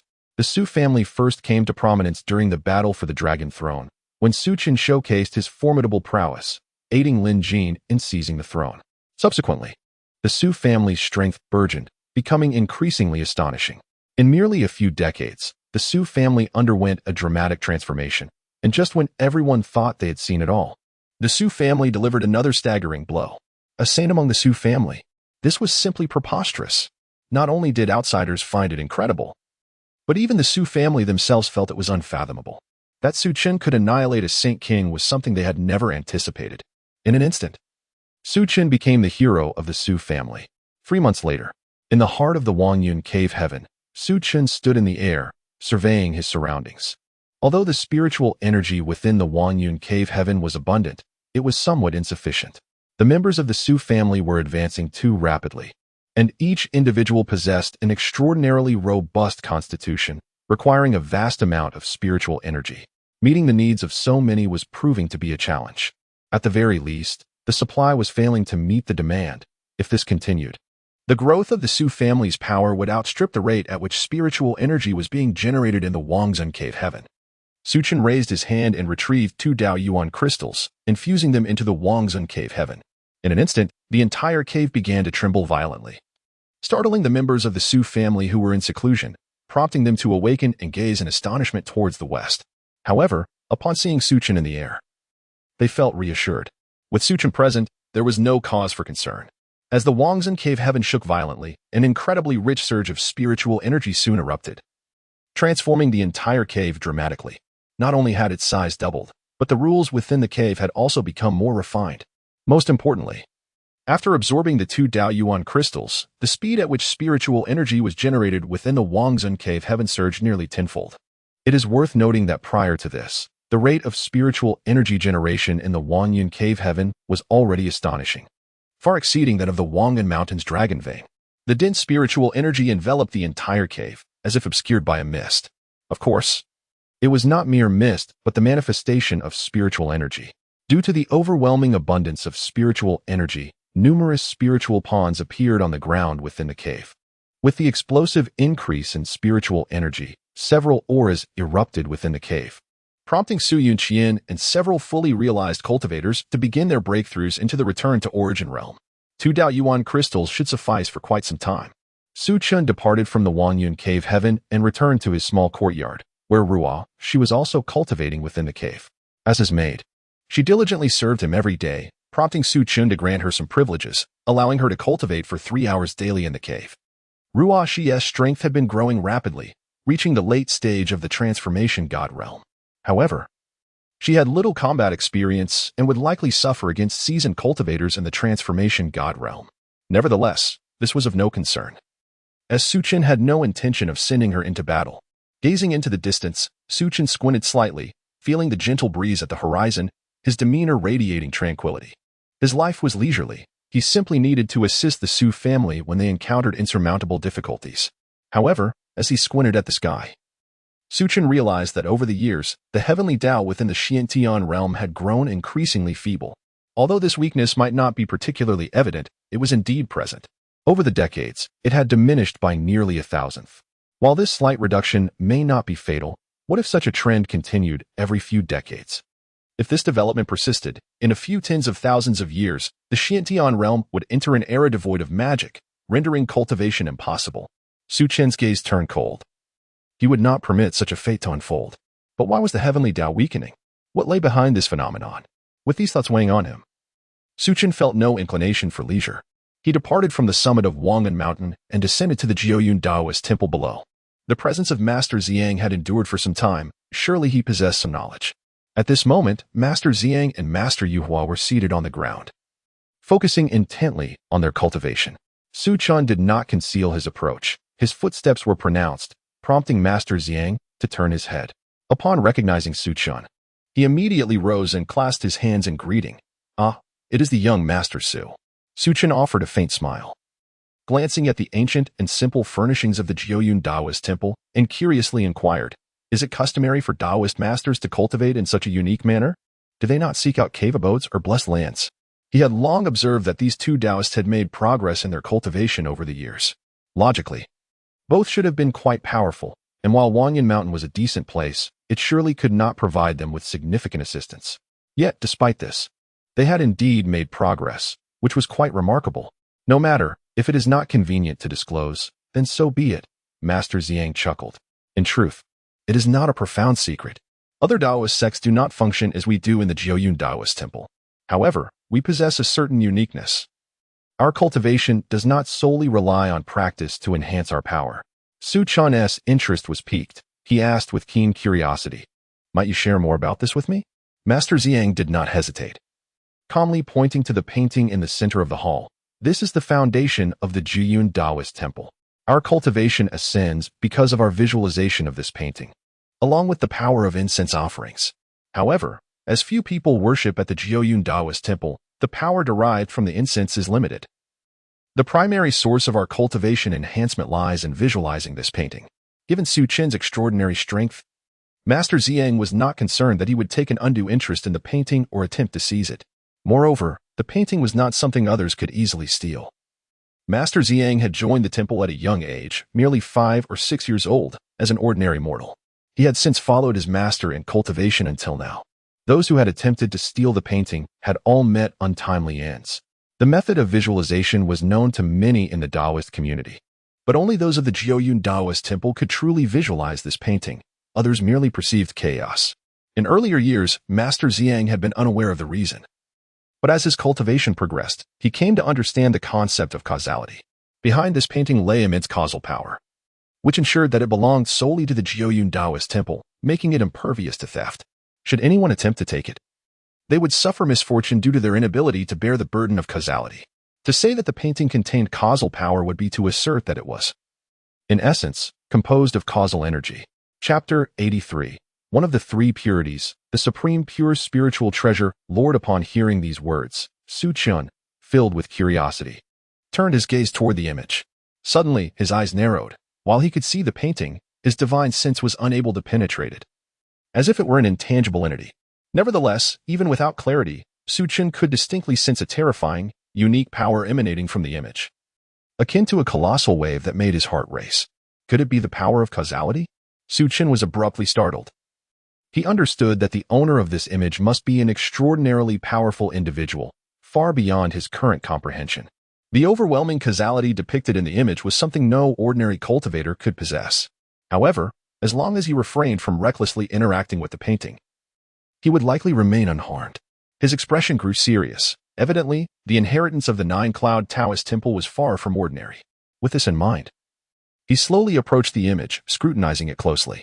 The painting appeared quite ancient, portraying a young Taoist seated atop a Tao lotus, his eyes slightly open, cradling a treasured sword in his hands. To the naked eye, the artwork seemed remarkably mundane. Even Su Chen could not discern its significance. Suddenly, Su Chen noticed two delicate characters inscribed above the image. His pupils constricted in disbelief. Were these not the characters from Blue Star? The script used in the Xiantian realm was entirely different from that of Blue Star. This was the first time he had encountered Blue Star's script in this realm. This was actually small seal script. Su Chen was left dumbfounded. Could it be that someone had traversed to this world before him? The overwhelming power of causality suggested that the image's owner was indeed immensely powerful. After taking a deep breath to calm his emotions, Su Chen focused intently on the two characters, hesitantly murmuring, "Supreme Pure?" His limited acquaintance with small seal script left him uncertain about the meaning of the characters. Upon hearing Su Chen's words, both Ziyang Taoist and Yuhua Taoist were taken aback. "Young Master Su, how do you recognize these characters?" The Nine-Cloud Taoist temple had its own unique inheritance, relying solely on a single cultivation method, which was recorded in small seal script. This script was completely distinct from that used in the Xiantian realm, and the knowledge had been passed down orally within the temple, never disclosed to outsiders. Thus, upon hearing Su Chen recite these two characters, the astonishment on Ziyang Taoist's face was palpable. However, it was evident that Su Chen was even more astonished. On one hand, he was shocked to see Blue Star's script within the Xiantian realm. On the other, these two characters represented far more than mere words. Supreme Pure. Su Chen recalled an incredibly formidable figure from the mythological tales of Blue Star, one of the three purities, the Supreme Pure Spiritual Treasure Lord. Also known as the Heavenly Teacher, the Nine-Cloud Taoist temple adhered to Taoism, and the Heavenly Teacher was also a figure of Taoism. Could it be that there was indeed a connection between the two? At this moment, his understanding of Blue Star underwent a profound transformation. Were those mythological legends truly real? Of course, this remained merely a conjecture. Su Chen turned to Ziyang Daoist and inquired, "Do you know the origin of this image?" Ziyang Daoist appeared somewhat embarrassed by Su Chen's question. To be frank, he had no knowledge of the image's origin whatsoever. Not only him, but even his master had been unaware of it. The Nine-Cloud Taoist temple had endured several plunders, and many of its inheritors had been slain, leading to a nearly complete rupture in their historical records. Ziyang Daoist shook his head. "I do not know. Although I am the master of the Nine-Cloud Taoist temple, I am not well versed in the origins of this image. I only know that our temple's inheritance dates back at least 500,000 years. After saying this, he inquired, "Could it be that young Master Su knows something?" Su Chen shook his head, indicating that he was also unaware. A flicker of disappointment crossed Ziyang Daoist's eyes. Judging by Su Chen's earlier demeanor, he had expected the young man to possess some insights. Alas, Ziyang Daoist chose not to dwell on it further. Instead, he invited Su Chen to sit and curiously asked, "Young Master Su, you are usually elusive like a dragon, yet today you find time to visit our humble temple?" Su Chen did not rush. First, he took out a delicate and exquisite tea set, then leisurely brewed and poured tea. Initially, Ziyang Daoist paid little attention. However, as the rich aroma of the tea wafted through the air, he was taken aback. This tea was extraordinary. The mere fragrance ignited a sense of enlightenment within him. He was a Saint King. To experience such a sensation from a single cup of tea spoke volumes about its potency. Su Chen poured a cup for Ziyang Daoist before serving himself. "Please," Su Chen smiled. This gesture of hospitality was a small token of gratitude for Ziyang Daoist's assistance to the Su family. It could not go unacknowledged. Ziyang Daoist did not refuse. He was not one to indulge in unnecessary formalities. As he sipped the tea, his pupils widened in astonishment. This was the power of enlightenment. Could it be that these leaves were from the legendary enlightenment tree? Ziyang Daoist had previously savored tea brewed from enlightenment tree leaves, while they contained similar powers. This tea was exponentially richer, and the taste was vastly superior. The flavor was smooth and fragrant, bringing a sense of ease to both body and spirit.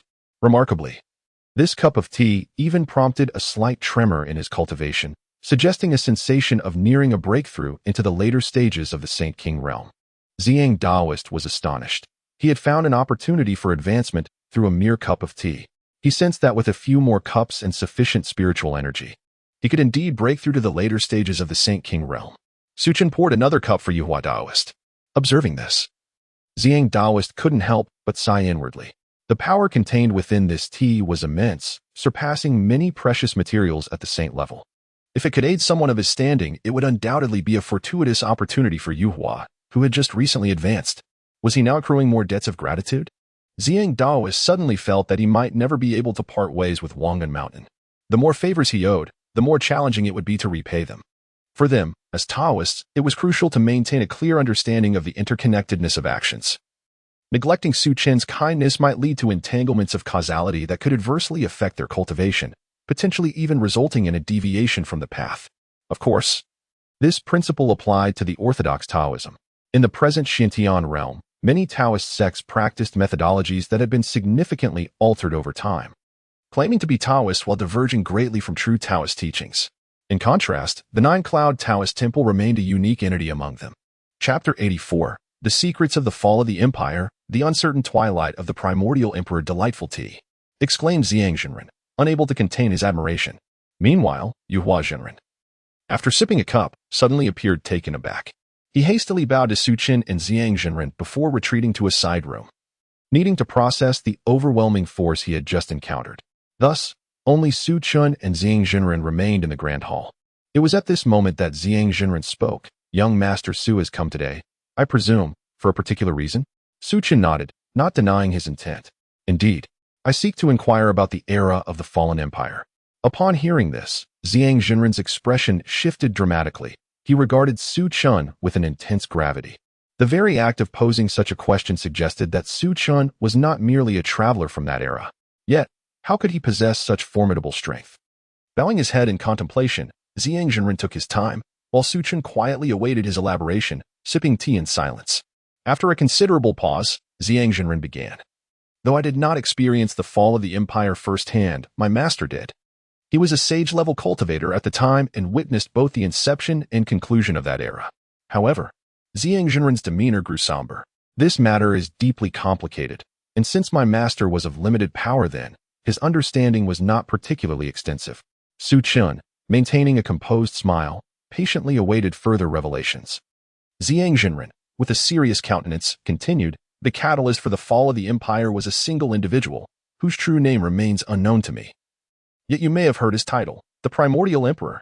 He was one of the 3 great emperors who vanished during that era. Subsequently, the Primordial Emperor began a ruthless campaign against several top-tier sage-level factions. Some claimed he had succumbed to madness, prompting the entirety of the Xiantian realm to unite against him. Another emperor joined the fray. The ultimate outcome was that both the Primordial Emperor and the other emperor simultaneously disappeared. Some asserted they had perished, while others suggested the Primordial Emperor had been defeated. Opinions varied widely. Many sage-level factions also vanished alongside them. Of course, numerous powerful figures who had sought to eradicate the Primordial Emperor survived and continue to exist today. Hearing this, Su Chen furrowed his brow. The account provided by Ziyang Zhenren starkly contrasted with what he had read in historical texts. It implied that the records were largely speculative, while Ziyang Zhenren's narrative was far more credible.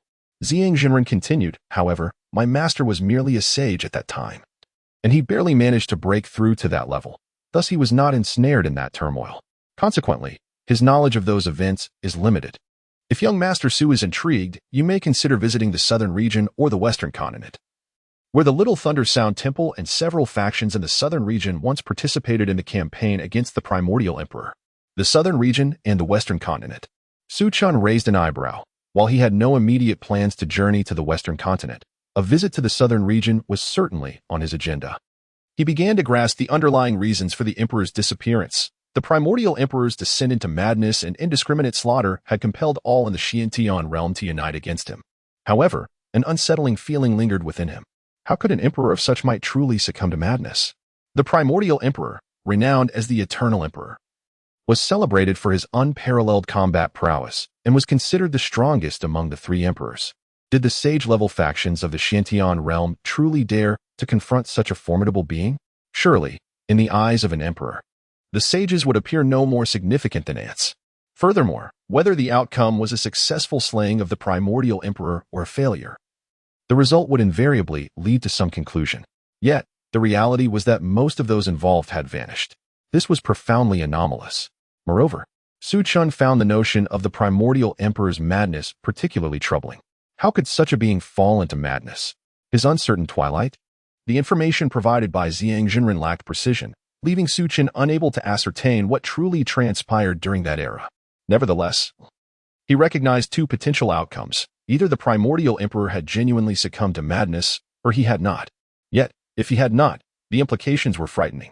If the Primordial Emperor was not mad, then who truly was? Or perhaps no one had fallen into madness at all. But if that were the case, what had sparked the conflict? A multitude of questions burgeoned in Su Chen's mind. He inhaled deeply, having anticipated a straightforward inquiry, only to find matters growing increasingly convoluted. He remained oblivious to the answers he sought, particularly regarding the apparent weakening of the celestial order within the Xiantian realm. Yet, he was certain of one thing. It was undeniably linked to the era of the fallen empire. Suddenly, Su Chen recalled his initial encounter with his mother. When the celestial order had conveyed a mournful wail to him, what had transpired? He took a deep breath.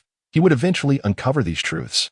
Having spent little time outside the eastern region, his limited understanding of the Xiantian realm was entirely reasonable. However, he would undoubtedly traverse the entirety of the Xiantian realm, and perhaps even venture into the demon realm. At that time, every secret would be unveiled to him. A chill ran down Su Chen's spine as he sensed an immense conspiracy looming over the Xiantian realm. He quickly checked his system inventory, and upon seeing his cultivation spanning over 100 billion years, he exhaled slowly. If necessary, he could utilize it all. However, doing so would undoubtedly overwhelm the Xiantian realm with his power, resulting in the fracturing of this world. When one's strength reaches a certain pinnacle, their very essence becomes overwhelmingly potent, rendering even concealed cultivation futile. Yet, if such a scenario were to arise, the shattering of the Xiantian realm would be of little consequence to him. He could simply lead the Su family to safety. While he could not protect all sentient beings, he could certainly safeguard his own kin. Su Chen was neither a great demon nor an exalted sage. He harbored no illusions of altruism towards the masses. Once he attained invincibility, he might consider the well-being of others, but for now, that was an impossibility. In prosperity, one aids the world. In adversity, one preserves oneself.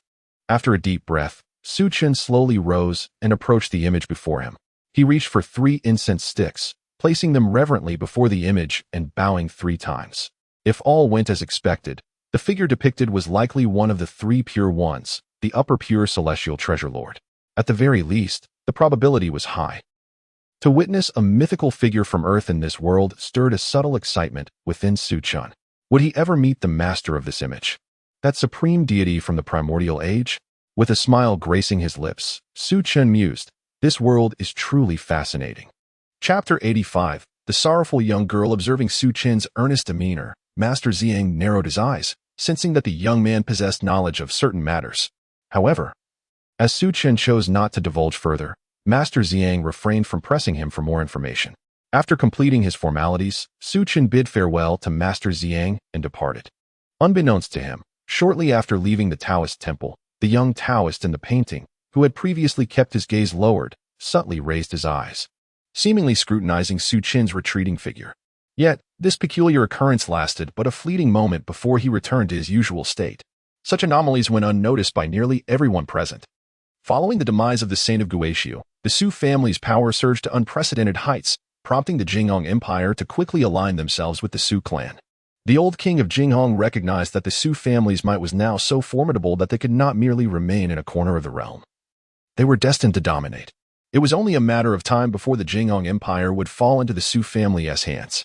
Rather than wait for the Su family to impose their will, it was far wiser to proactively seek their favor, thereby securing a favorable impression. Of course, the primary factor contributing to this decision was the sheer terror inspired by Su Chen's prowess, which left the old king of Jinghong with no inclination to resist. It was not just Su Chen, even Su Hongyuan was beyond his capabilities. After all, Su Hongyuan could effortlessly slay those who had barely crossed the threshold of enlightenment, making the old king, who had just broken through to the Gu Yuan realm, feel utterly powerless. In addition to the Jinghong Empire, the neighboring Qinyu Empire also approached the Su family, expressing their willingness to submit. Compared to the Jinghong Empire, they were in a state of greater panic. Having previously witnessed Su Chen personally invade the Qinyu Empire and eliminate the crown prince, the king of Qinyu feared that Su Chen might harbor ill feelings towards them and thus sought to preemptively align themselves with him. As Su Chen aspired to expand his influence in the eastern region, it was essential for him to establish his own territories and vassals. The myriad factions surrounding the Jinghong Empire had not yet pledged allegiance to anyone, indicating that the Su family would inevitably conquer them all. Nonetheless, these factions did not object. Becoming vassals merely required them to provide sufficient resources to the Su family each year. They would sacrifice some of their own interests in exchange for the protection and deterrence offered by a powerful ally, thus ensuring greater stability and prosperity for their empires, a transaction that was quite advantageous. Not only the Qinyu and Jinghong empires, but numerous other Gu Yuan realm powers in the vicinity also expressed their desires to ally with the Su family, some even without the backing of powerful practitioners. The Su family graciously accepted nearly all of them as vassals. They had never expected these factions to be particularly obedient. As long as the annual resource contributions were met, they were content to let them govern themselves. Within the Jinghong royal family, Lin Yiming was taken aback upon hearing news of the Jinghong Empire becoming a vassal of the Su family, especially in light of Su Chen's status as a saint. Her expression turned despondent. A saint? How could I ever hope to catch up to him? Lin Yiming bit her lip, her eyes glistening with unshed tears. Overwhelmed by an inexplicable sorrow, she had once believed that with diligent practice, she could one day stand alongside Su Chen, even if she could not equal him. She had hoped to narrow the gap. Yet, now she realized that the distance had not only remained unchanged, but had widened to a point that evoked despair. Perhaps it was the awareness of this ever-increasing chasm between her and Su Chen that brought her to the brink of tears, for it signified the futility of any possibility between them. Soon, soft sobs escaped her lips, tears cascading down her cheeks. Though she and Su Chen had not interacted extensively, she found it impossible to forget him. Regrettably, her fighting spirit had dimmed. Su Chen was simply too powerful for her to ever hope to match. Even if she were to break through to the realm of saints, how formidable would Su Chen have become by then? Contemplating this, despair seized her heart once more. After a prolonged period of weeping, she finally ceased, her eyes still red-rimmed. Taking a deep breath, she clenched her small fists, resolute. No, I cannot succumb to defeat. Lin Yimeng urged herself, reminding herself that only a man like Su Chen deserved her devotion, while others were unworthy. Thus, she resolved to dedicate her life to pursuing him. Since meeting Su Chen, her interest in other men had evaporated. In her eyes, none could compare, only Su Chen was worthy of her affection. If she were to assume her fate was to remain alone, then should she manage to catch up to Su Chen before her lifespan waned? It would be a tremendous gain. If she failed, it would be of little consequence, for she had no intention of being with anyone else. Yes, that's it. From this day forth, I must strive harder than ever before. I need to venture out and hone my skills rather than languish in Jinghong City. With that thought, she wasted no time and began her preparations. Just 2 hours later, she departed from Jinghong City. Within the royal family, Lin Jing could not suppress a bitter smile upon hearing the news. This foolish girl. However, he chose not to intervene. Lin Yimeng had grown up, possessing her own thoughts and aspirations, and he preferred not to interfere too much. Yet, could Su Chen truly be someone she could catch up to? Thus, 13 years passed. During this time, the Su family's power escalated rapidly. Following the incident with the Saint of Guishu, the members of the Su family recognized the significance of strength and began to immerse themselves in rigorous cultivation. Coupled with the upgrades of the Wanyun Cave, the Su family members made considerable advancements in their cultivation levels, with Su Hongyuan breaking through to the mid-stage of the Dao realm. Aside from Su Chen, although the Su family lacked a saint, they were still regarded as a formidable force in the eastern region with the presence of Dao realm practitioners. Su Qingtian and his companions reached the late stage of the Guyuan realm and were on the verge of further breakthroughs. Once they all attained the Dao realm, the Su family's strength would become truly fearsome. Naturally, if they were to reach the saint realm, their power would become even more extraordinary. However, Su Chen could clearly perceive that upon reaching the Dao realm, the pace of progress would begin to slow. Once in the saint realm, the speed of breakthroughs would further diminish. Nonetheless, these were minor concerns, as long as the heavenly materials and earth treasures were sufficiently extraordinary. Even advancing a saint would not pose a significant challenge. For saints, the essence of enlightenment was of utmost importance. Many of these heavenly materials and earth treasures contained immense pathways of power, making them invaluable for aiding a saint's advancement. Furthermore, these treasures were born from the essence of heaven and earth, possessing pure energy that posed no risk of side effects. However, excessive consumption could lead to the accumulation of residue within the body. This issue was easily remedied through regular cleansing. Chapter 86. The Three Great Saints Disturb Mount Wangun. What brings you here? In the empire of Jinghong, tranquility reigned supreme. Yet today, a group of unexpected guests arrived. This trio, comprising 2 men and 1 woman, exuded an aura of overwhelming strength, with the elder among them emanating an especially formidable presence. Among the 3, 2 were saints, and 1 was a saint king. A formidable assembly within the eastern domain. The elder turned to the woman behind him and inquired, "Second elder, have you confirmed that Qinglian is in this vicinity?" Mengyu nodded, producing a peculiar stone, and continued, "According to the situation with the Kongming Pearl, she is undoubtedly not far from us." Upon hearing this, a cold glimmer flickered in the elder's eyes. That Qinglian, daring to steal the Kongming Pearl while we were unprepared, is truly deserving of 1,000 deaths. Fortunately, our ancestor left a contingency when refining the Kongming Pearl.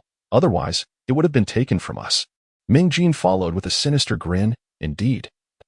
How dare that wretched woman set her sights on the Ming family? This time, we must ensure her demise is anything but swift. She should regret ever entering this world.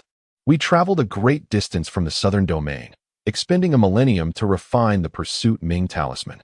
If we do not torment her adequately, my anger shall remain unquenched. In his mind, he began to envision the aftermath of capturing Qinglian. As a saint, he would first seal her cultivation and then toy with her. Once he grew weary of her, he would hand her over to the servants of the Meng family, allowing that wretched woman to endure endless torment. The thought of a saint being reduced to a mere plaything brought him immense joy.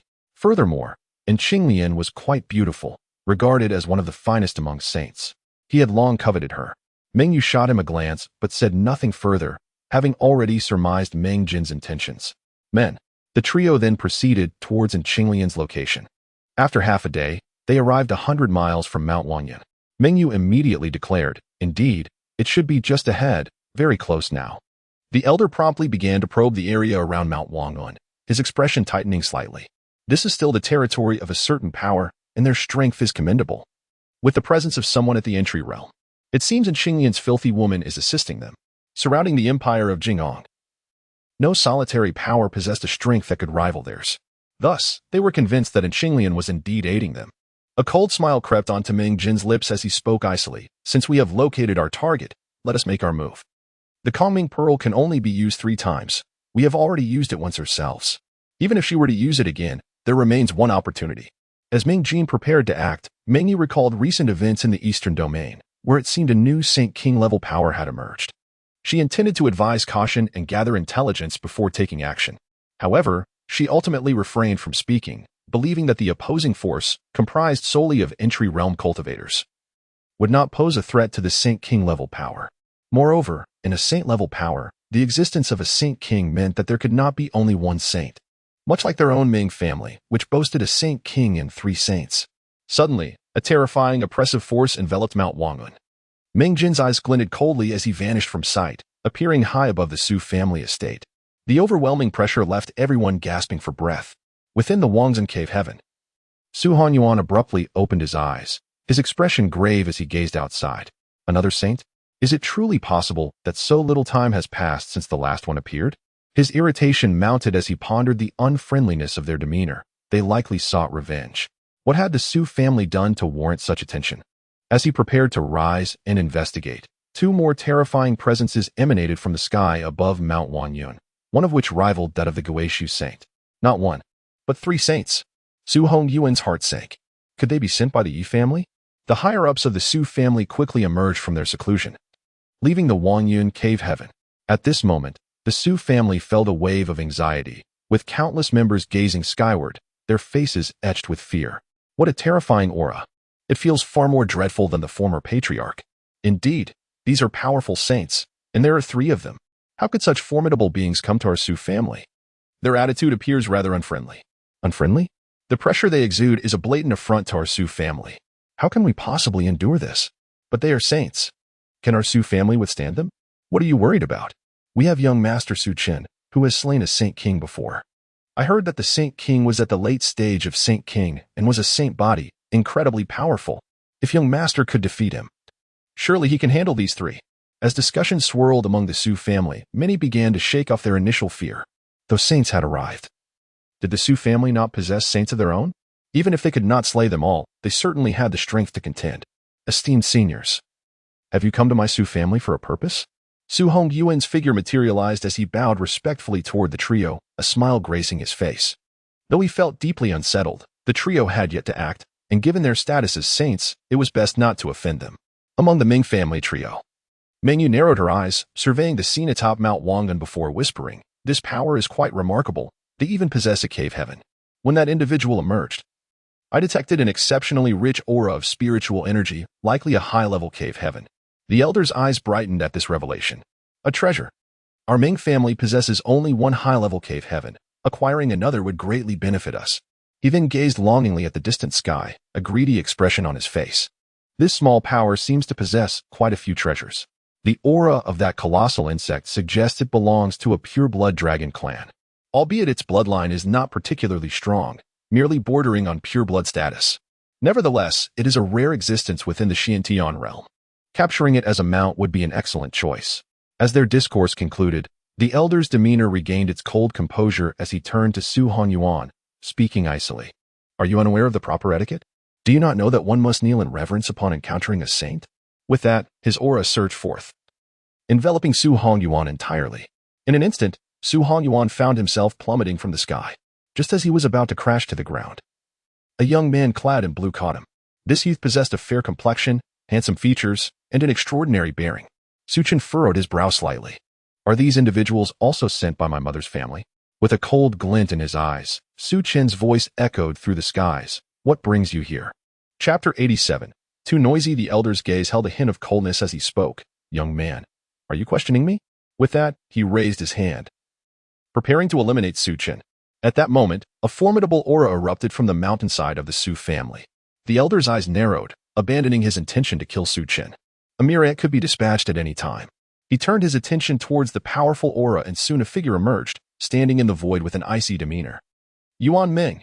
Upon entering the Su family, she had swiftly become a core member among the servants, enjoying favorable treatment and conditions, thus residing halfway up the mountains. Comparable in status to the collateral relatives. Her own strength had also grown rapidly. She had initially been merely a half-step into the divine transformation stage. But now she had reached the later stages of the profound void realm. Compared to the talented scions of the Su family, she was not outdone. The key difference lay in the resources enjoyed by the direct descendants, which far surpassed her own. However, Yuan Ming possessed her own advantages. She had a sage as her mentor, a privilege absent among the direct descendants. The powerful aura emanating from her did not originate from her being, but rather from the ring she held. Ming Jin, sensing this familiar aura, spoke in a chilling tone. And Xinglian, you have made it difficult for us to find you. As his words fell, a figure emerged from the ring in Yuan Ming's possession, clad in a flowing red gown, her waist alluring and her beauty ethereal, as if she were a celestial being, exuding an otherworldly charm. And Xinglian's presence was formidable, showing signs of being half a step into the saint realm. With a bit more time, she would fully regain her saintly status. Her physical form had completely healed, as she had once been a saint. Thus, she did not need to sever the three corpses. Her breakthrough into the saint realm would come naturally. The elder's expression changed drastically as he looked at Xinglian and Yuan Ming. A chilling, murderous intent radiating from his eyes, casting the entire Wanyan mountain into a wintry chill that left everyone feeling an intense cold. The elder coldly inquired, both of you possess the aura of the empty Ming saint body. Have you both already used the last 2 chances of the empty Ming pearl? The ancestor of the Ming family was the empty Ming saint body and had been a peak saint king. Before his demise, he condensed his bloodline power into the empty Ming pearl, an artifact that could grant 3 individuals the empty Ming saint body, albeit requiring substantial resources for activation. Now, both Xinglian and the woman beside her bore the aura of the empty Ming saint body. It was evident that they had fully activated it long ago. Damn it. Ming Jin and Ming Yu's expressions also shifted. They had spent a millennium, even journeying from the southern domain, solely for this empty Ming pearl. Ming Jin's face was filled with fury. And Xinglian, you are despicable. The empty Ming pearl belongs to my Ming family. How dare you use it, you wretched being? Today, I will humiliate you until your death. Had the pearl not been used yet, he would have been the first qualified to wield it. Now that it had been activated, his rage was inevitable. And Xinglian retorted with a cold laugh, your Ming family annihilated mine. Is it wrong for me to claim compensation with the empty Ming pearl? This pearl is mine, and I will eventually destroy the Ming family. Ming Jin's anger peaked. Arrogant. In an instant, a terrifying pressure surged forth, shaking Wangan Mountain with a thunderous roar, creating a sense of impending catastrophe. At the foot of Wangan Mountain, some recently built houses, unable to withstand the force, began to collapse. The might of a saint was truly earth-shattering. The members of the Su family fell into panic, particularly the collateral branches and servants. The direct descendants, however, remained relatively composed. Having witnessed greater spectacles, they understood that while Ming Jin's aura was powerful, it paled in comparison to that of the returning ruined saint. Moreover, Su Chen was still present. What was there to fear? Seeing Ming Jin preparing to strike, and Xinglian could not contain herself, exclaiming, "Stop! If you wish to fight, it cannot be here." Are you joking? Wangan Mountain is the territory of the Su family. If we were to destroy this place, would Su Chen not kill me? Ming Jin cared little for such considerations. He surmised that Xinglian's concern for her cultivated forces only fueled his murderous intent. Today, he not only aimed to kill Xinglian, but also to obliterate her entire faction. The overwhelming might spread throughout the empire of the Surging Phoenix, causing great alarm among its inhabitants. What an awe-inspiring aura. As Ming Jin's presence reached its zenith, a terrifying energy surged forth, causing bloodlines to momentarily stagnate. Just as he was about to make his next move, a cold voice interjected. I ask you, could you refrain from making such a ruckus? The once dominant aura surrounding Wangan Mountain vanished in an instant. Su Chen, appearing beside Ming Jin without notice, lightly raised his hand and grasped Ming Jin's neck as if he were merely a chick. How is this possible? Ming Jin's face flushed, disbelief etched in his eyes. He had not even perceived Su Chen's approach, nor did he possess any strength to resist. What terrifying power was this? A saint king? Or perhaps a saint emperor? A chill spread through Ming Jin, fear coloring his visage. In that moment, he realized that this force was not in Qinglian's foundation at all. The elder and Ming Yu's expression shifted, neither rushing to rescue but instead regarding Su Chen with grave looks. Who are you? Su Chen stood in the void, irritation evident in his gaze. You pests are truly bothersome. Since you have no affiliation with that faction, then prepare to meet your end. As his words fell, the trio was instantaneously obliterated, not even a scream escaping their lips before they vanished, as if erased by an unseen, formidable power. Had they been related to his mother's family, Su Chen would have considered conversing with them. After all, diplomacy precedes warfare. Yet, given their brazen demeanor, it left him somewhat speechless. From the dialogue, it was evident that these three hailed from the southern domain and had come for Qinglian. The Su family had only recently risen in the eastern domain. It was unsurprising they had not heard of them. If blame were to be assigned, it would be for their ignorance. Did they not even consider investigating before provoking trouble? A simple inquiry would have revealed the strength of the Su family, guarded by a powerful saint. Within the Su family, witnessing Su Chen's display of might, countless individuals raised their arms in jubilation, their faces alight with exhilaration. The young master is the strongest. Young master. Young master. Chapter 88. And Qinglian, upon witnessing Su Chen effortlessly eliminate the three prominent saints today. The reverence shown by the Su family towards this young master has reached an unimaginable zenith. In the eyes of the Su clan members, Su Chen's standing has long surpassed that of Su Hongyuan. In this current iteration of the Su family, Su Chen is their guardian deity, their sovereign. This world venerates the strong. Even though Su Chen holds merely the title of young master, his formidable prowess is more than sufficient to earn their allegiance. Su Qingtian gazed upon Su Chen's display of power, unable to suppress a wry smile. Was he truly this formidable? Su Chen cast a glance at Qinglian and casually remarked, "Come to the Wangyun courtyard later." Before long, the tumult subsided. At the pinnacle of Wangyun Mountain, within the Wangyun courtyard, Qinglian stood in a state of mild agitation, facing Su Chen. At that moment, Su Chen reclined comfortably in a rocking chair, his countenance radiating a sense of enjoyment. Qinglian had been there for some time, and upon realizing Su Chen's disinterest in acknowledging her, she remained rooted in the courtyard, her heart racing with anxiety. Although she was acutely aware that Su Chen had undoubtedly noticed her presence, her unauthorized entry into the Su family was inherently improper, especially after causing trouble for them. The overwhelming strength of Su Chen instilled a deep sense of pressure in Qinglian, causing beads of cold sweat to trickle down her forehead. Time passed, and finally, Su Chen slowly opened his eyes, scrutinizing the exquisite beauty before him. In terms of physical allure, Qinglian was indeed the most stunning woman he had ever encountered. Her delicate features were complemented by a mature aura, and the vibrant red garment she wore lent her an air of enchanting elegance. Such a striking juxtaposition rendered Qinglian all the more captivating. Su Chen observed Qinglian with keen interest, his gaze filled with admiration. Such beauty was indeed a rarity. Qinglian sensed his scrutiny, but kept her head bowed, feeling somewhat intimidated. Why is he staring at me? Could it be that he harbors thoughts of me? As this notion took root in her mind, she became increasingly anxious, accompanied by an array of peculiar emotions. Every woman is drawn to strength, and, save for a select few, most seek a powerful man as a pillar of support. Even as a saint, Qinglian was no exception. Before others, she appeared lofty and untouchable, yet in the presence of someone more potent, she felt no different from an ordinary individual. Moreover, Su Chen possessed an agreeable demeanor, a refined gentleman, with an excellent reputation within the Su family. Yuan Ming frequently expressed her admiration for Su Chen in front of her, so Qinglian did not harbor any aversion towards him. If Su Chen genuinely wished to pursue a relationship, she might very well acquiesce, albeit reluctantly. Qinglian's eyes flickered as she hesitantly stammered, "Young Master Su. What do you mean by that?" Observing her flustered demeanor, Su Chen raised an eyebrow and smiled. "Are you truly so oblivious to my intentions? What? This feels rather straightforward." Qinglian's heart raced, and she felt as if her mind had momentarily frozen, leaving her at a loss for words. Could she really agree so readily?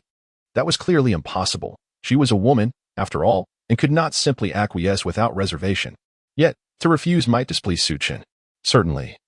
Qinglian did not wish to forego such an exceptional man. Even if now was not the time, there would be opportunities to connect. The mindset of a saint, which had remained dormant for countless years, began to stir. Although her cultivation was formidable and she had many suitors, The annihilation of her family by the Ming clan had left her emotionally despondent, prompting her to reject all advances. However, after so many years, the burden of her sorrow had been alleviated somewhat by her disciple, Yuan Ming. Now, having regained a semblance of normalcy, she found it increasingly difficult to resist the allure of Su Chen's direct proposition. Seeing Qinglian flustered was amusing to Su Chen. A dignified saint, behaving with the bashfulness of a young woman, truly broadened his horizons. Su Chen nonchalantly stated, "I shall offer you two options, either remain in the Su family and serve us for a millennium, or..." He paused momentarily before continuing. "Since the core of the Su family has relocated to the Wangan paradise, the uppermost area has become somewhat neglected, overrun with weeds and trees. You may choose to stay here and assist in its upkeep for the same duration of 1,000 years. The choice is yours." The latter option had only recently occurred to him. And Qinglian was a beauty, and having her remain atop Wangan Mountain would undoubtedly create a picturesque scene, elevating his spirits. After all, a woman of such beauty could overshadow all else. What scenery could compare to her? Upon hearing Su Chen's words, and Qinglian's expression stiffened. Gazing at his teasing demeanor, she felt a surge of indignation. Was she being trifled with? She had genuinely believed that Su Chen intended to claim her. How infuriating. In that moment, a wave of displeasure and disappointment washed over her. Nevertheless, being a saint, she quickly regained her composure and replied, "Then I choose to stay here." Remaining in the presence of such a powerful individual, if she were fortunate enough to receive a small boon, would undoubtedly be a tremendous opportunity for her. Over the years spent in the Su family alongside Yuan Ming, she had gradually grown fond of them, whether direct descendants or collateral branches. The Su family members were sincere and lacked ulterior motives. Having lost her family years ago, she found a sense of belonging within the Su family. Even if Su Chen had not made this request, she would have opted to continue her stay with them. Chapter 89, The World Tree, the Phoenix Tree before long. A charming abode was constructed atop Mount Wanyun, merely 300 meters from Wanyun Courtyard. This residence, petite yet exquisite, bore the marks of meticulous decoration, unmistakably hinting at its female inhabitant, as no man would indulge in such flamboyance. And Qinglian did not shirk her duties, diligently refining the aesthetic of the flora and fauna. It is worth noting that a woman's sense of beauty indeed surpasses that of a man. In just half a day, she transformed the summit of Mount Wangan into a picturesque haven reminiscent of the gardens of affluent elites. The frequently traversed path was even meticulously paved with crushed stones, a vast improvement from its former simplicity. Moreover, Qinglian ventured into the woods to capture some small creatures, all of which were spirit beasts, endowed with a gentle disposition and devoid of aggression towards humans. Among them was a large white dog, emanating a faint aura of a first-tier spirit beast. This dog frequently darted through the forest, eagerly approaching Su Chen for affection. Gazing upon the pinnacle of Mount Wangan, a smile graced Su Chen's lips, affirming that retaining Qinglian here was indeed a sagacious decision. Thus, another decade passed. The Eastern Domain remained tranquil for these 10 years, with little notable change. As the Su family's influence expanded, their understanding of the Eastern Domain deepened. Within this realm, there are not many sacred-level factions, numbering around 10. Among them, 3 are presided over by sacred kings, while the others are merely at the sage level. Following Su Chen's destruction of the Guishu sage, only 2 sacred king factions remained in the Eastern Domain. However, one faction stood out, known as the Dark Sentinel. This organization exists throughout the entire Xiantian realm, shrouded in mystery. According to reports, the Dark Sentinel once vanquished a sacred king-level cultivator thousands of years ago, showcasing formidable power. Hence, Su Chen speculated that the Dark Sentinel was likely not a native faction of the Eastern Domain. Rising from his chair, Su Chen cast his gaze into the distance, his eyes sharpening with a hint of coldness. The Su family had operated with relative moderation over the years. It was time for a strategic shift. For a faction to grow stronger, it must possess ample territory and sufficient vassals to utilize resources effectively.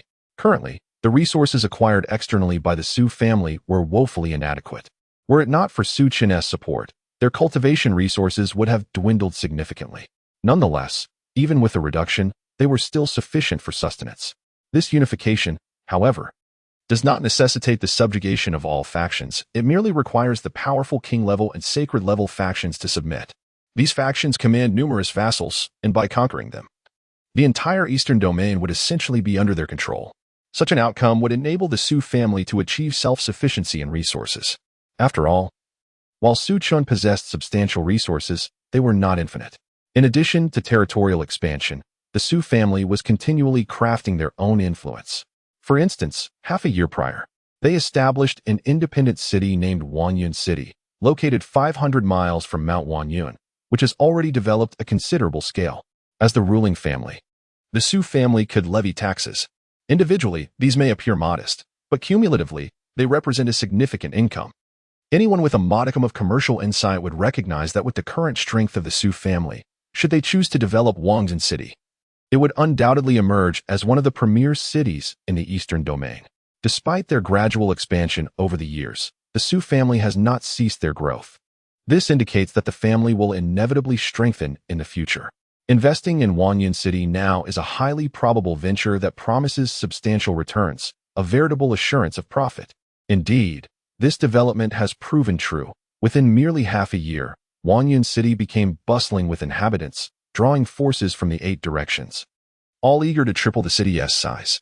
Presently, the Su family's profits from Huanyun City have been staggering.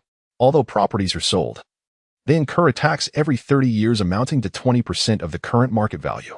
After 10 such payments, a heavy tax of approximately 70% of the market value must be paid. This is not a scheme devised by Su Chen, but rather a standard practice among most private cities in the Eastern Domain. Private cities are exceedingly rare in the Eastern Domain, as most are jointly governed by multiple factions, making total control a challenging endeavor unless one possesses absolute strength.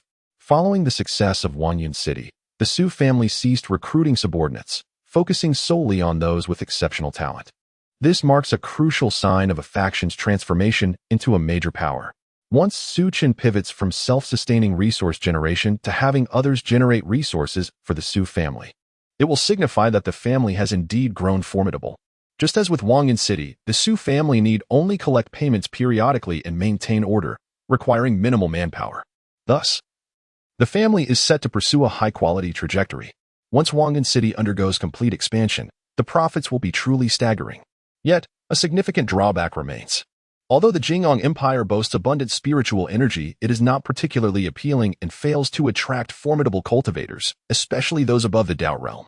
If cultivators of that caliber could be enticed to reside in Huanyun City, the profits would likely multiply exponentially. Su Chen's expression turned contemplative as he weighed whether to relocate or continue developing in this area. After a moment's reflection, clarity dawned upon him. Even if he were to change locations, would there be a place superior to this? Would he be perpetually shifting? Therefore, he resolved to develop here. Having spent so many years on Mount Huanyun, he was reluctant to seek elsewhere. With this thought, he raised his hand, summoning a small golden tree that radiated an enchanting aura of Tao. This tree, known as the Phoenix Tree or the World Tree, was among the few treasures he had obtained through the lottery. Even Su Chen possessed only 11 of these trees. The effects of the Phoenix Tree are straightforward. It can enhance the laws of heaven and earth, growing stronger alongside its wielder and significantly benefiting the world in which it resides. Its most fundamental ability is to amplify the spiritual energy between heaven and earth. Chapter 90. The Secrets of the Xiantian Realm. Unifying the Eastern Domain, Su Chen raised his hand and tore through the void, casting the Wudong Divine Tree into it. In an instant, countless golden threads spread out, beginning to connect the entire Xiantian realm. Simultaneously, the chaotic forces within the void were drawn into the Wudong Divine Tree, becoming its nourishment. This is the terrifying nature of the Wudong Divine Tree. It not only has the power to strengthen the world but can also absorb the chaotic energies from the void, alleviating the pressure on the Xiantian realm. It consumes the most inferior nutrients while returning the most refined energies, such as the essence of the Wudong Divine Tree. In merely a few breaths, the tree had doubled in size. The spiritual energy around Huanyun Mountain surged dramatically, increasing by nearly 30%, and this enhancement continued to strengthen, spreading towards the western Zhou region. The results were impressive. Indeed, it was a divine tree. Within the Xiantian realm, there exists an abundance of chaotic forces, more than sufficient for the Wudong Divine Tree to absorb. It was as if a small sapling had been cast into the vast ocean. After an hour had passed, Su Chen could distinctly sense that the Tao of heaven surrounding Huanyun Mountain had grown significantly. The spiritual energy within a 100-mile radius had also thickened considerably, with even the outermost areas experiencing nearly a 10% increase. The spiritual energy of Huanyun Mountain had effectively doubled. And this was merely the beginning. As the Wudong Divine Tree continued to grow, it would inevitably envelop the entire Huanyun City and even the entire Eastern Domain. By stabilizing the world with the Wudong divine tree, could it be that the Xiantian realm would not weaken? A thoughtful expression crossed Su Chen's face, as it indeed seemed plausible. The Wudong divine tree belonged to the celestial realm, while the Xiantian realm was but a lower realm. Its priority could not possibly exceed that of the Wudong divine tree. Thus, even if the Xiantian realm weakened, as long as the influence of the Wudong divine tree persisted, it would not diminish, and it might even continue to grow stronger, ultimately allowing the Wudong divine tree to support the entire Xiantian realm. With this thought, a smile crept upon Su Chen's lips. He had not anticipated that the solution would be so simple. As long as the Xiantian realm did not weaken, Su Chen could leisurely seek out the reasons for its decline. Suddenly, the Tao of heaven energy around Su Chen began to fluctuate. This was Su Chen's brow furrowed, his expression turning serious. The Tao of heaven energy. In the next moment, his hand was lifted, not by his own volition but by an invisible force of the Tao of heaven. Almost immediately, Su Chen felt a soft sensation in his palm. What was this? Could it be the spirit of the Xiantian realm? Every entity possesses life, and the Tao of heaven is no exception. As he pondered, darkness engulfed his vision. When it returned, he found himself in a desolate space filled with malevolent energy that made him feel nauseous. This malevolent force was pure evil, distinctly different from the demonic energy of the demon realm. This evil essence was so corrupt that even a sage would likely succumb to it. What could this possibly be? Su Chen's heart was heavy with concern and confusion. Yet, amidst this desolate space, glimmers of golden light began to emerge. That was the Wudong divine tree? As he discerned the source of that golden radiance, he realized it was none other than the Wudong divine tree he had cast. He noticed that in the areas illuminated by the tree's golden light, the malevolent energy retreated, unwilling to approach and taint itself. Suddenly, Su Chen's vision returned to normal, and the Tao of heaven energy around him vanished. Taking a deep breath, Su Chen realized he had peeled back a layer of the secrets hidden within the Xiantian realm. The great battle during the era of the fallen emperor undoubtedly had a faction that succumbed to evil. This was certain. No wonder the Tao of heaven had weakened. It was tainted by that sinister aura. That malevolent energy possessed unparalleled corrosive power, which had affected the Tao of heaven, leading to the decline of the Xiantian realm. However, with the presence of the Wudong divine tree, this issue was already manageable. It merely required some time. Moreover, he had 10 Wudong divine trees at his disposal. If one was insufficient, then 2 would suffice, ensuring that the Xiantian realm would not collapse. Once the Xiantian realm was restored, he would be able to break through to the Emperor realm. Currently, he was just a step away from the quasi-emperor level. Had it not been for the world's inability to accommodate such a powerful being, Su Chen would have already achieved this. But where did this malevolent energy originate? A look of gravity crossed Su Chen's eyes, but he shook his head after a moment. He would eventually uncover the answers. With the environmental concerns addressed, he turned his gaze towards the distance. Unifying the eastern domain was imperative, and it needed to be resolved swiftly. Su Chen instructed Ruashi, have the Su family send messages to all the king-level forces in the eastern domain, summoning them to my Su family within half a month. Failure to comply will result in consequences. He needed to ascertain the thoughts of these individuals within the eastern domain. If they were willing to submit, they would become vassals of the Su family. If they remained obstinate, they would face immediate annihilation. This would also serve as an opportunity to demonstrate his strength. In this world, formidable power could avert many troubles.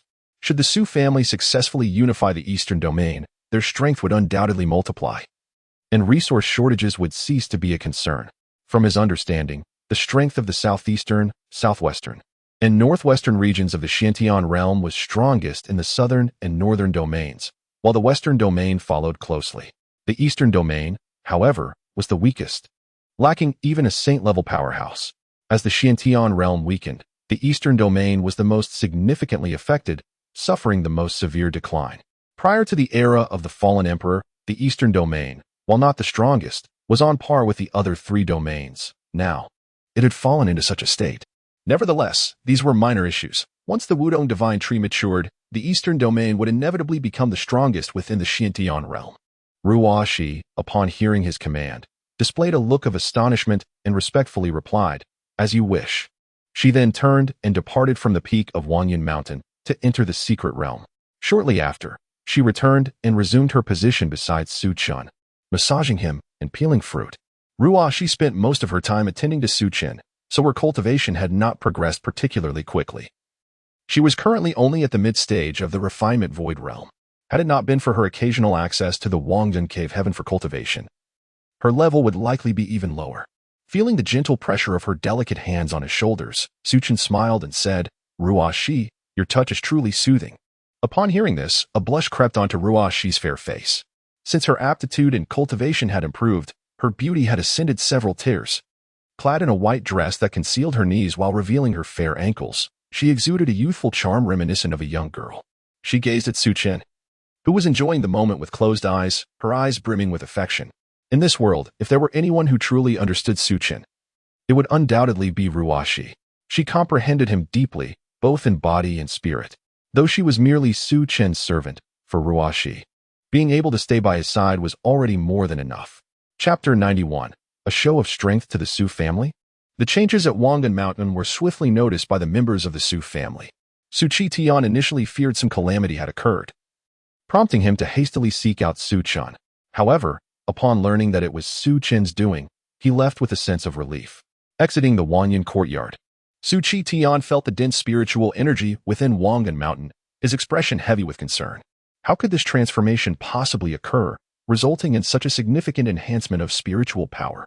As he pondered, his figure vanished from sight, embarking on an exploration beyond Wanyan Mountain, eager to ascertain whether the surrounding spiritual energy had similarly intensified. After circumnavigating the area, he found the spiritual energy to be exceptionally abundant, a notable increase compared to before. The most crucial observation was that he distinctly sensed the spiritual energy between heaven and earth becoming increasingly dense, and it was expanding outward. Su Tian could not suppress the swallow that rose in his throat. The Su family's power was steadily growing, and the anomalies at Wanyan Mountain signified that spiritual energy was becoming remarkably plentiful. Would Wanyan Mountain, in time, emerge as the epicenter of the eastern region? This thought sent a shiver down his spine. If that were indeed the case, it would be an extraordinary development. Such a notion would have been unimaginable in the past. A mere dream. Yet now, it appeared to be on the verge of becoming reality, stirring within him an exhilarating sense of anticipation. Observing the Su family's gradual ascent filled his heart with immense joy. "Linner, our child is destined for greatness." A vision of a figure flashed in his mind, causing Su Tian's gaze to momentarily dim. However, after a brief moment, his eyes regained an unwavering resolve. In the eastern region, atop Dongheng Mountain, a magnificent terrain stood, a rare spectacle in the entire region. At this moment, 9 individuals gathered at the summit, each exuding formidable auras, radiating a faint sanctity. These individuals were the sovereigns of other holy powers within the eastern region. Leading the assembly were a venerable elder in his 60s and a suave middle-aged man, the ancestors of the Qingren sacred land and the Zhou clan, respectively, both of whom were among the last remaining sacred kings in the eastern region. The Qingren ancestor spoke with an air of solemnity. "I trust you are all aware of the purpose behind our gathering today. Su Chen has invited us to the Su family, having slain the Guishu saint, which suggests his power is at least at the half-step sacred emperor level. What are your thoughts? Shall we accept his invitation?" As soon as he finished speaking, a young man coldly interjected, "What of the half-step sacred emperor? My Tianlang sacred land will not attend." This declaration plunged the assembly into silence, mutual glances exchanged among them. While Tianlang's sacred land was relatively modest in strength within the eastern region, only at the mid-stage of the Saint Realm, it boasted a terrifying background, Tianxing sect. This sect was located in the southern region, possessing formidable might, rumored to be home to 3 sacred emperors and once having produced a great emperor. However, the legacy of that emperor had nearly faded into obscurity over time. Though Tianlang's sacred land harbored no fear, the others could not afford to provoke a half-step sacred emperor. The pivotal concern was that the individual in question might not merely be a half-step sacred emperor, but perhaps a full-fledged sacred emperor. The Zhou clan ancestor could not help but inquire, "What does the Su family desire by summoning us?" The Tianlang sacred lord sneered, "What else could it be? They believe themselves powerful and wish to assert dominance. Beyond that, I can conceive of no other motive." The Qingren sacred lord's eyes narrowed, a glimmer of cold light flickering within. He, too, stood at the pinnacle of the sacred king realm, a mere step away from breaking through to the half-step sacred emperor stage. In recent years, he had sensed the faint stirrings of potential breakthroughs. Should the Su family seek to intimidate him, he would not acquiesce. In truth, the Qingren sacred lord had surmised Su Chen's intentions, to showcase his strength and compel their various factions to relinquish portions of their territories. He was well aware that the territory of the Jing Empire, albeit not entirely inadequate, could hardly sustain a power of sacred king or sacred emperor caliber. A flicker of hesitation crossed the Zhou clan ancestor's gaze. His lifespan was limited, and the Zhou family was left with but one mid-stage saint. To provoke a half-step sacred emperor now would be decidedly reckless. He had already devised a plan, should Su Chen exert pressure. He would concede a portion of their interests to safeguard the Zhou family. The Xian'in sacred lord suddenly spoke. We have yet to encroach upon the territory of the Guishu sacred land. Surely, the Su family would not turn their ambitions toward us? Upon hearing this, many of the tense individuals visibly relaxed. Indeed, they had not laid claim to the territory of the Guishu sacred land. Perhaps Su Chen merely intended to demonstrate his prowess. Of course, this possibility remained speculative. Amidst the group, thoughts diverged. Some were disdainful, others sought to ingratiate themselves, while some contemplated resistance. Yet, a singular sentiment bound them: apprehension. A half-step sacred emperor, perhaps even a sacred emperor, was not a force they could afford to confront. Achieving the saint realm represented a significant elevation in power. Even a half-step sacred emperor was beyond the reach of the sacred kings, particularly with so many saints among them. Should they unite against Su Chen? They might stand a chance. However, these individuals were seasoned tacticians. Unity was not in their nature. The Qingren sacred lord stated coolly, if that is the case, let us proceed to the Su family. After a moment's hesitation, he turned to the Tianlang sacred lord. With Su Chen's rising arrogance, will you not temper him? He queried, noting that among them, only the Tianlang sacred lord seemed unperturbed by Su Chen's assent. The Qingren sacred lord's words dripped with a hint of flattery. The Tianlang sacred lord, a figure of pride, found the sentiment agreeable, feeling his status elevated. With a hint of disdain in his eyes, the Tianlang sacred lord replied, what does it matter? They still rely on me. Very well, I shall accompany you to witness the unfolding situation, he declared nonchalantly. The others rejoiced at the prospect. With the Tianlang sacred lord's formidable backing, Su Chen would surely think twice before overstepping his bounds. Then, esteemed friend Tianlang, please lead the way, the Qingren sacred lord exclaimed, gesturing graciously to honor the Tianlang sacred lord's status. The Tianlang sacred lord accepted without reservation, stepping forward as they made their way toward the Su family. He was no fool. He understood that these individuals aimed to use him as a pawn. Yet, he felt confident. As a member of the Tianqing sect, even if Su Chen were a full sacred emperor, he would not dare to act recklessly against him. If only he could maintain his composure. The Tianlang sacred lord was willing to serve as a tool for them, desiring to demonstrate the weight of the Tianlang sacred land in the eastern region, while simultaneously wishing to instill a sense of humility in Su Chen. Chapter 92, Demonstration, the death of the heavenly wolf, Saint Master before long. Several auras erupted outside the Wanyan Mountain. However, they were relatively mild, entirely lacking the ferocity that accompanied the arrival of the three members of the Ming family. This aura was merely a faint holy might. Without reaching the realm of returning to origin, one would find it difficult to perceive. In the Wanyan cave heaven, Su Hongyuan opened his eyes immediately, his expression grave as he said, informed Chinner, they have arrived.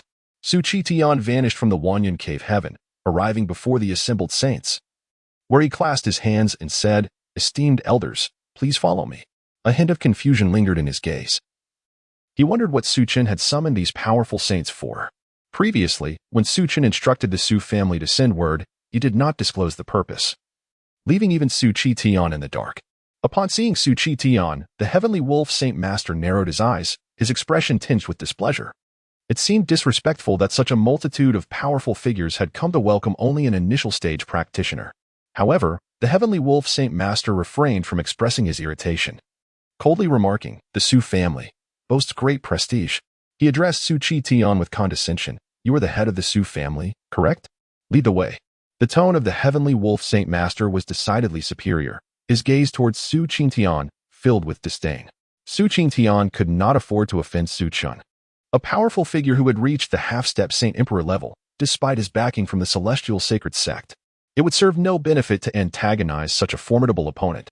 Yet, he could not fathom why Su Chen would trouble himself over a few insignificant individuals. Su Tian's face stiffened as he felt the heavenly wolf Saint Master's condescending attitude.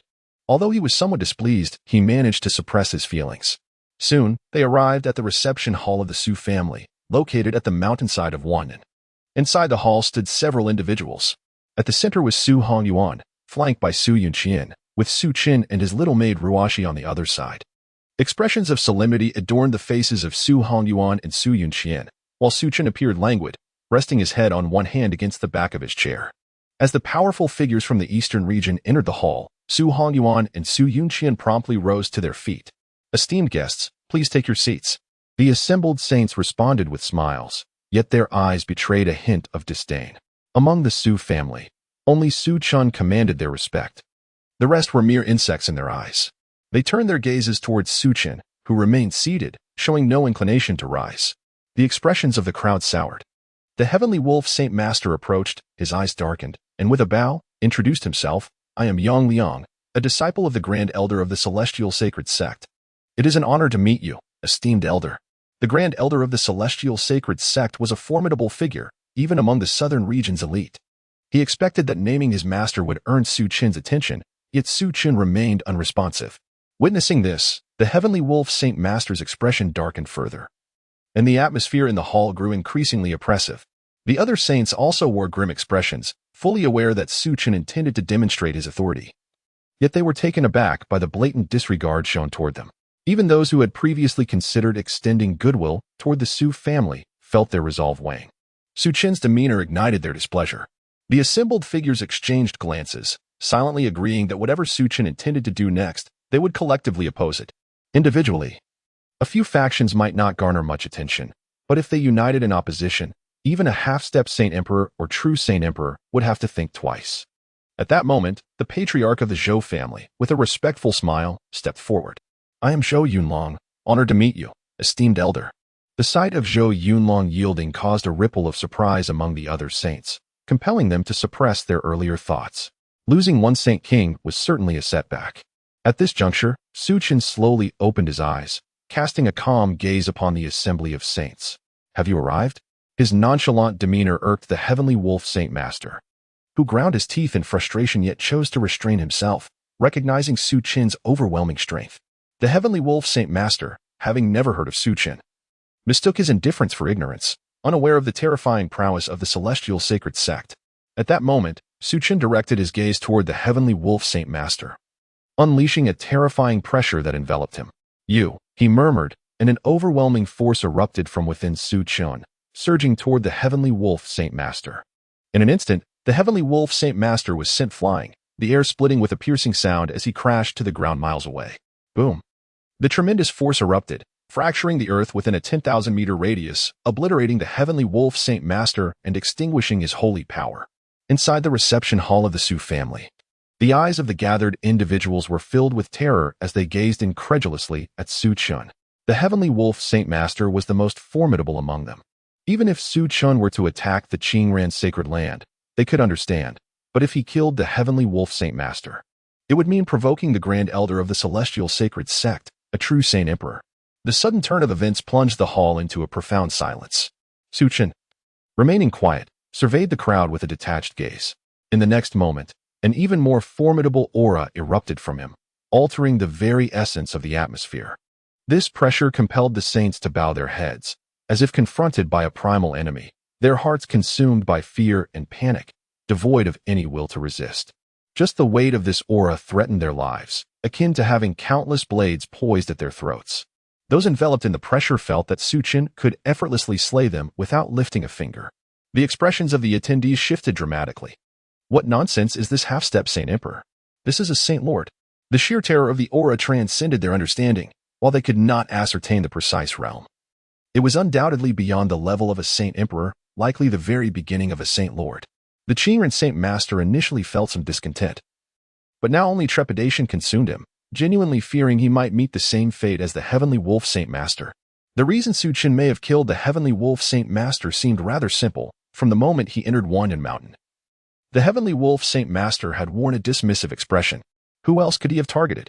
The shadow of death loomed over the hearts of the assembly, the terrifying pressure causing several saints to involuntarily kneel, their eyes filled with fear. This kind of terror mirrored that of a beast confronted by a superior bloodline. Su Hongyuan and the others, sensing Su Chen's aura, wore expressions of shock. Goodness, he has become so powerful already? Please, take your seats. Chapter 93. Unification of the Eastern Region. Su Chen's ambition was to dominate the entire Eastern region, necessitating the assistance of these individuals to manage the affairs of the Su family. Should he eliminate them, chaos would inevitably ensue throughout the Eastern region, a scenario Su Chen wished to avoid. Observing their expressions of trepidation, he inwardly nodded, confident they would behave accordingly. The Holy Master Qingran and the ancestor of the Zhou family exchanged a glance, swallowing hard before obediently taking their seats. Their previous dissatisfaction with Su Chen had long since dissipated. In this world, right and wrong were dictated by strength. When one possesses power, even the most egregious actions are deemed correct, attracting numerous sycophants in the process. Su Chen remained silent, and the atmosphere in the hall grew tense once more. In light of the recent demise of the Holy Master of the Heavenly Wolf, they dared not provoke Su Chen. The crux of the matter was Su Chen's formidable strength. Even if the Heavenly Sacred Sect were to arrive, they would not fare well. He was a being of the sacred venerable level. In an era where emperors remain hidden and sages are scarce, the sacred venerable stands as the pinnacle of power. Though there exists a realm beyond the sacred venerable, the practitioners of such caliber are exceedingly rare. After a considerable pause, Su Chen spoke in a measured tone. I have summoned you all today to discuss a matter. Discuss? The crowd turned to Su Chen, noting his indifferent expression, and quickly averted their gazes. Could it truly be a discussion? Zhou Yunlong swallowed hard, though fear gripped him. He forced a smile and said, I am eager to know what you require of us, and I shall comply without hesitation. The others stared at Zhou Yunlong in unison, thinking, so you're the clever one, are you? They understood that Su Chen had no intention of discussing anything. The events about to unfold would surely require them to pay a heavy price. Yet, they still harbored a glimmer of hope. What if Su Chen deemed their interests insignificant? Su Chen directed his gaze toward Zhou Yunlong, who immediately lowered his head, a mask of humility upon his face. For the Zhou family, survival necessitated allegiance to a powerful figure, and Su Chen fit the bill perfectly. Should Su Chen take a liking to the Zhou family, they would undoubtedly thrive even after his eventual downfall. Su Chen continued, It is commendable that you possess such awareness. It may prevent a bloody conflict. The matter I wish to discuss is straightforward. My Su family desires to unify the entire Eastern region. This includes, but is not limited to, your submission to my Su family. Who among you is in favor, and who against? Upon hearing this declaration, the room fell silent, as if struck by thunder. Even the three members of the Su family were momentarily taken aback. Su Chen had not summoned them to display power, but rather to seize control of the Eastern region in one fell swoop. Su Qingtian's eyes sparkled with excitement. If these individuals truly submitted to the Su family, their influence would be unprecedented. The assembly of saints present felt as if their breath had caught in their throats.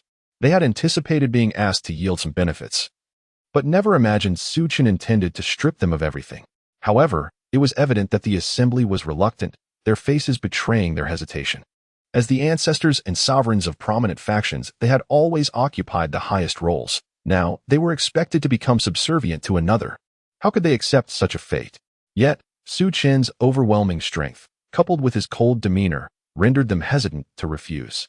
Fearing they might share the same fate as the Holy Master of the Heavenly Wolf, a profound silence enveloped the hall. Su Chen, uninterested in further pleasantries, addressed the Holy Master Qingran. You may go first to express your stance. The Holy Master Qingran's expression froze. How was he to respond? If he refused, he would likely meet an immediate demise.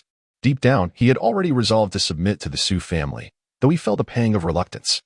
As a force of sacred king stature, his sect had always enjoyed the prestige of others becoming their vassals. Now, they were to become subordinates. Such a humiliation was unbearable. What reputation would remain for the Qingran Holy Land if this were to spread? Filled with resignation, he forced a smile and stated, The Eastern region has indeed been chaotic of late, necessitating a powerful leader. The Su family is well suited for this role, so I agree to your request, young Master Su. From this day forward, the Qingran Holy Land shall be a vassal of the Su family. Hearing this resolute declaration, Zhou Yunlong discreetly cast a glance at him. The old fellow had certainly retained his knack for flattery over the years. The assembly, composed of seasoned veterans, concealed their reluctance, appearing outwardly pleased, despite their inner turmoil. The reality was that they had no choice. Su Chen's strength was overwhelming.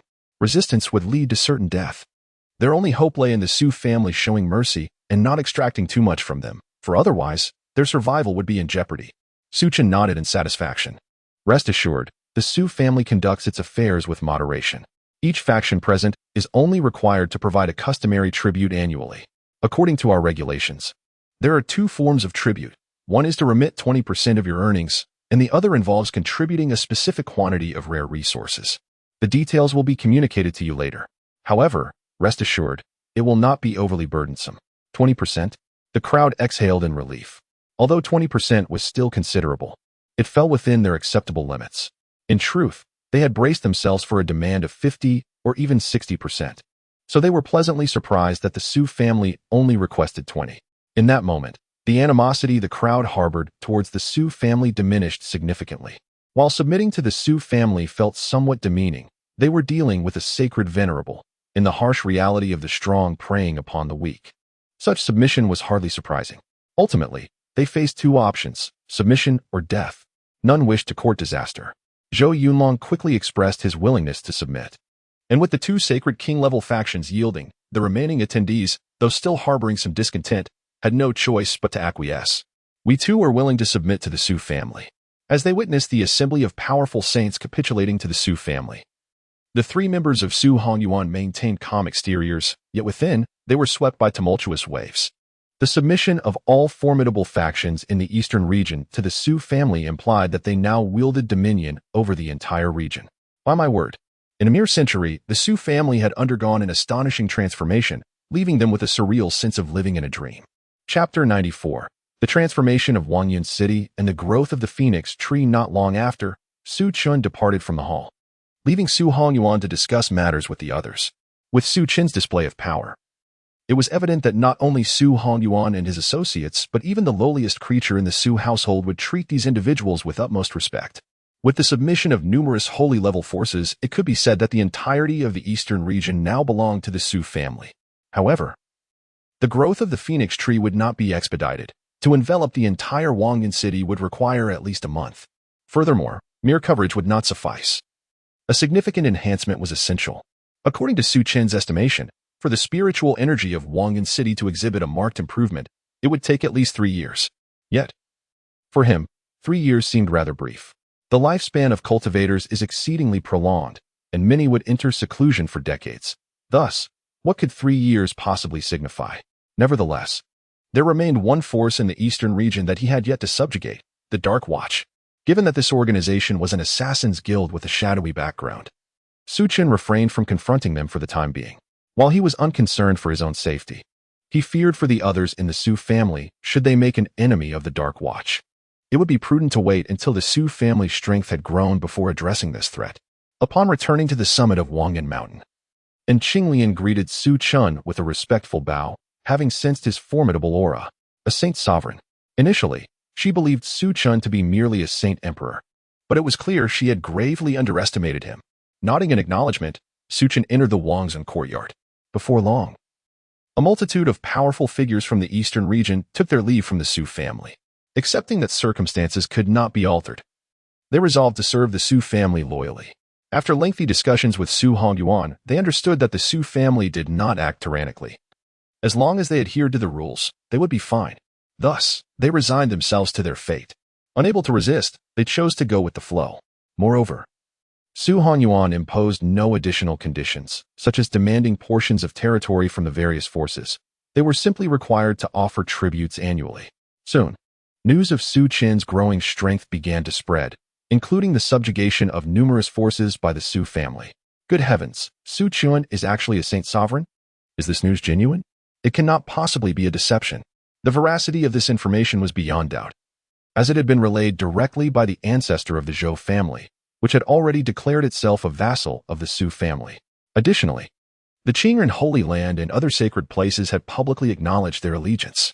Rumor had it that the Lord of the Celestial Wolf had been slain, a figure with formidable connections to the southern region's heavenly sacred sect, known for its multiple saint emperors. Just a saint emperor. Su Chen is a saint sovereign.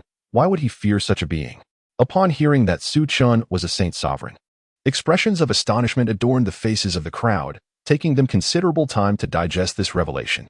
What left them most awestruck was the notion of unifying the eastern region, a feat rarely witnessed throughout history. Under Su Chen's influence, Wangyun City experienced an increase in population.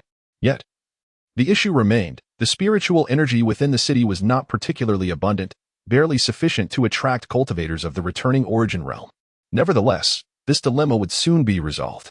In the ensuing months, Su Chen, to safeguard the lives of those within the Su family, crafted a jade talisman for each important member of both the direct and collateral lines. These talismans contained a fragment of his consciousness, potent enough to unleash the combat prowess of a mid-stage saint, ensuring their survival in critical moments. 5 years swiftly passed. The phoenix tree had grown significantly, towering from its initial half-meter height to now over 10 jing. Surrounding Wangan Mountain, the spiritual energy had surged, with the mountain itself showcasing the densest concentration, having increased nearly 6-fold. Comparatively, the spiritual energy of Wanyan City had risen by 70 to 80%. Although this may seem like a mere increment, it was profoundly significant. The elevation was not confined to a single area, and its extensive reach rendered even a 70 to 80% increase formidable. After years of development, Wanyan City had expanded nearly 5-fold compared to its original size. Yet, despite this growth, it was still teeming with people. While the city could not rival the grandeur of Jinghong City, its vibrancy was unparalleled. The transformations in Wanyan City gradually became known to a wider audience, with 2 nascent Dao realm forces establishing themselves there. In recent days, Su Chen had not ceased to smile. Wanyan City was proving to be exceedingly lucrative. Property prices within the city surged every few days, allowing the Su family to accumulate wealth effortlessly. Coupled with the annual tributes from various forces, the Su family could be described as extravagantly affluent. Once the phoenix tree and the Su family reached their peak potential, the Su family would truly ascend to the status of the Eastern region's sovereign. With a smile, Su Chen gazed upon the vast cityscape. Wangan City had grown immensely, making Wanyan Mountain appear diminutive in comparison. Since the rise of the Su family, the surrounding 300 to 500 miles had seen little movement from outsiders. Save for the occasional Su family member, a saint sovereign was a force to be reckoned with. Even the entire heavenly sacred sect could not contend with such power. They had no reason to antagonize a saint sovereign over the celestial wolf lord. Leaving Wanyan Mountain, Su Chen ventured forth, with Ruashi obediently following at his side. It had been a long while since he had roamed freely. In the past 6 months, Su Chen had seldom gone out, preferring to remain within the confines of Wangan Mountain. While others might have grown weary of such isolation, Su Chen found himself increasingly lethargic. Previously, he had enjoyed fishing and barbecuing, but he had since abandoned even those simple pleasures, finding them too cumbersome. The primary reason was the comfort of his sign-in system, which required no strenuous effort. Su Chen mused that perhaps it would be more fitting to call it a lazy system. As Su Chen and Ruashi strolled forth, their seemingly slow pace belied the rapid transformation of their surroundings. In mere moments, they had traversed from the Jinghong Empire to the neighboring Xianming Empire. In a secluded forest, dense with foliage yet sparse in spiritual energy, an elderly man sat by a stream, fishing, lost in thought. Upon hearing footsteps behind him, the old man was startled. However, upon turning to see Su Chen, he visibly relaxed. Young friend Su, back for another fishing trip? Chapter 95, The Dispute of the He Family. Old He. Su Chen smiled at the elder, whose cultivation was not particularly strong, merely a practitioner at the 9th level of Qi refinement. However, he possessed considerable expertise in the art of fishing, from whom Su Chen had learned a great deal about this craft. Approaching the riverbank, Su Chen raised his hand, and with a subtle wave, a small chair materialized beside him. He then retrieved his fishing rod and bait, entering the state of fishing. Ruashi stood obediently behind him, her nature consistently reserved. She seldom spoke, simply following along, doing nothing unless instructed by Su Chen. Su Chen and He Yun had become acquainted through their mutual interest in fishing. Their shared passion, combined with He Yun's talkative nature, had fostered a comfortable camaraderie between them. Most of Su Chen's fishing techniques were imparted to him by He Yun. With a smile, Su Chen remarked, "I've been occupied with family matters lately and haven't had the opportunity to come by." Upon hearing this, Ruashi could not suppress a smirk. Unlike others, she was well aware of Su Chen's habits. Often, he would simply lounge about all day. How could one be so leisurely, yet claim to be busy? However, she dared not call him out, for she had faced the consequences of his mischief before, finding herself bedridden on several occasions. He Yun nodded, refraining from further inquiry. Deep down, he was quite aware that Su Chen was no ordinary individual. The exquisite maid by his side was not something a common family could possess. Soon, a fish weighing nearly 2 pounds was pulled from the water. He Yun swiftly gutted it, cleaned it, and then set up a fire to roast it. His purpose for fishing was not merely sustenance, but to relish the experience itself. Thus, the fish he caught were either released back into the water or prepared for immediate consumption. Had Su Chen not been present, He Yun would likely have opted to release it. Before long, the aroma of grilled fish wafted through the air. Not only was He Yun adept at fishing, but his culinary skills were also remarkable, surpassing those of many renowned chefs. Remarkably, this fish was an ordinary catch, not a beast of the wild. He Yun handed the grilled meat to Su Chen and tore off a piece for Ruoxi. After taking a bite, Su Chen praised, "Old He, your skills remain unparalleled." Just as he prepared to enjoy his meal, a distant urgent shout pierced the air. A middle-aged woman approached, residing directly across from He Yun, and their families maintained a cordial relationship. Upon hearing her call, He Yun's expression shifted dramatically. He hastily discarded the fish meat and fled as if calamity had struck. Su Chen and Ruoxi exchanged puzzled glances but quickly stood up. "Let us go see what is amiss," he suggested. He Yun was a good man and had served as his mentor in fishing, having benefited from his kindness. It was only right to lend assistance during his time of need. Pingshui Town. This quaint locale lay at the edge of the Xianying Empire and housed a populace of approximately 20 to 30,000. Upon entering the town, He Yun rushed toward his courtyard. In no time, he arrived at a small dwelling where 5 individuals were gathered. The visitors were resplendently attired and emanated a formidable aura. The leader, a middle-aged man, sat with an impassive expression, gazing coldly at Yi Ling, who was bound and struggling in the center of the courtyard. Upon seeing He Yun, the middle-aged man smirked mockingly. Unable to contain himself, He Yun shouted, "He Liao, if you have grievances, direct them at me. Why harm Linger?" He took a step forward to free He Ling from her restraints, but He Liao waved his hand, sending He Yun crashing against the wall. With a slight furrow in his brow, He Liao spoke with a chilling detachment. "He Yun, I have extended many opportunities to you. Surrender the item, and both you and your granddaughter may live. If you fail to comply today, I shall take He Ling's life. This is your final chance." Hearing He Liao's icy words, He Yun's face darkened. He understood the man was capable of such cruelty. Yet, he also knew that surrendering the item would certainly lead to their demise.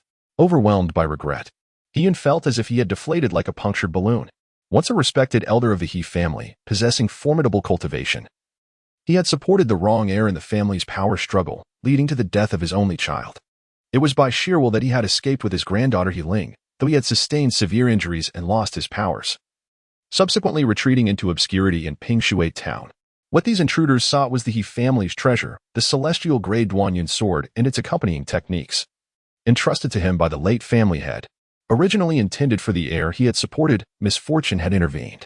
Taking a deep breath to steady himself, He Yun's expression hardened. "You desire the treasure, but should you kill Yi Ling, you shall never lay your hands on it." He Liao's face contorted with impatience. Rising slowly, a menacing aura emanated from him. "Old man, the head of the family's patience is limited. You have lived undisturbed in Pingshui Town for 20 years, and the family head has granted you ample time. Do you truly wish to court death?" He Yun scoffed. "Court death? You think that by giving you the item, I will survive?" At this, He Liao shut his eyes, his impatience reaching a boiling point. Gradually, a chilling aura seeped from his being, lowering the temperature within the courtyard. Upon reopening his eyes, he spoke with a voice laced with malice. "Stubborn fool, do you truly believe I cannot deal with you?" He then turned to a younger man beside him. "Yang Xian, take Yi Ling to the room and do as you wish." Yang Xian, a servant of their clan with mid-tier transformation abilities, served the family head. Upon hearing the command, a wicked smile spread across his face, and he replied, "As you command." Third elder. He moved towards Yi Ling, casting a taunting glance at He Yun as he did so. "Old man He Yun, I won't be setting up any barriers, so you can listen closely to your granddaughter's cries." Ha. Yang Xian's laughter was sharp and filled with malevolence. Rage and murderous intent surged within He Yun. "You dare?" Feigning fear, Yang Xian retorted, "Oh dear, He Yun is angry. How frightening." With that, he struck out, sending He Yun crashing back against the wall. Blood erupted from He Yun's mouth, and a sharp pain coursed through his body, rendering him unable to rise. With a cold glint in his eyes, Yang Xian approached Yi Ling, seizing her and dragging her towards the room. Witnessing this, He Yun's vision turned red, and he hoarsely shouted, "Release her." Helplessness and despair flooded his heart as he watched Yi Ling fall into peril, leaving him powerless to resist.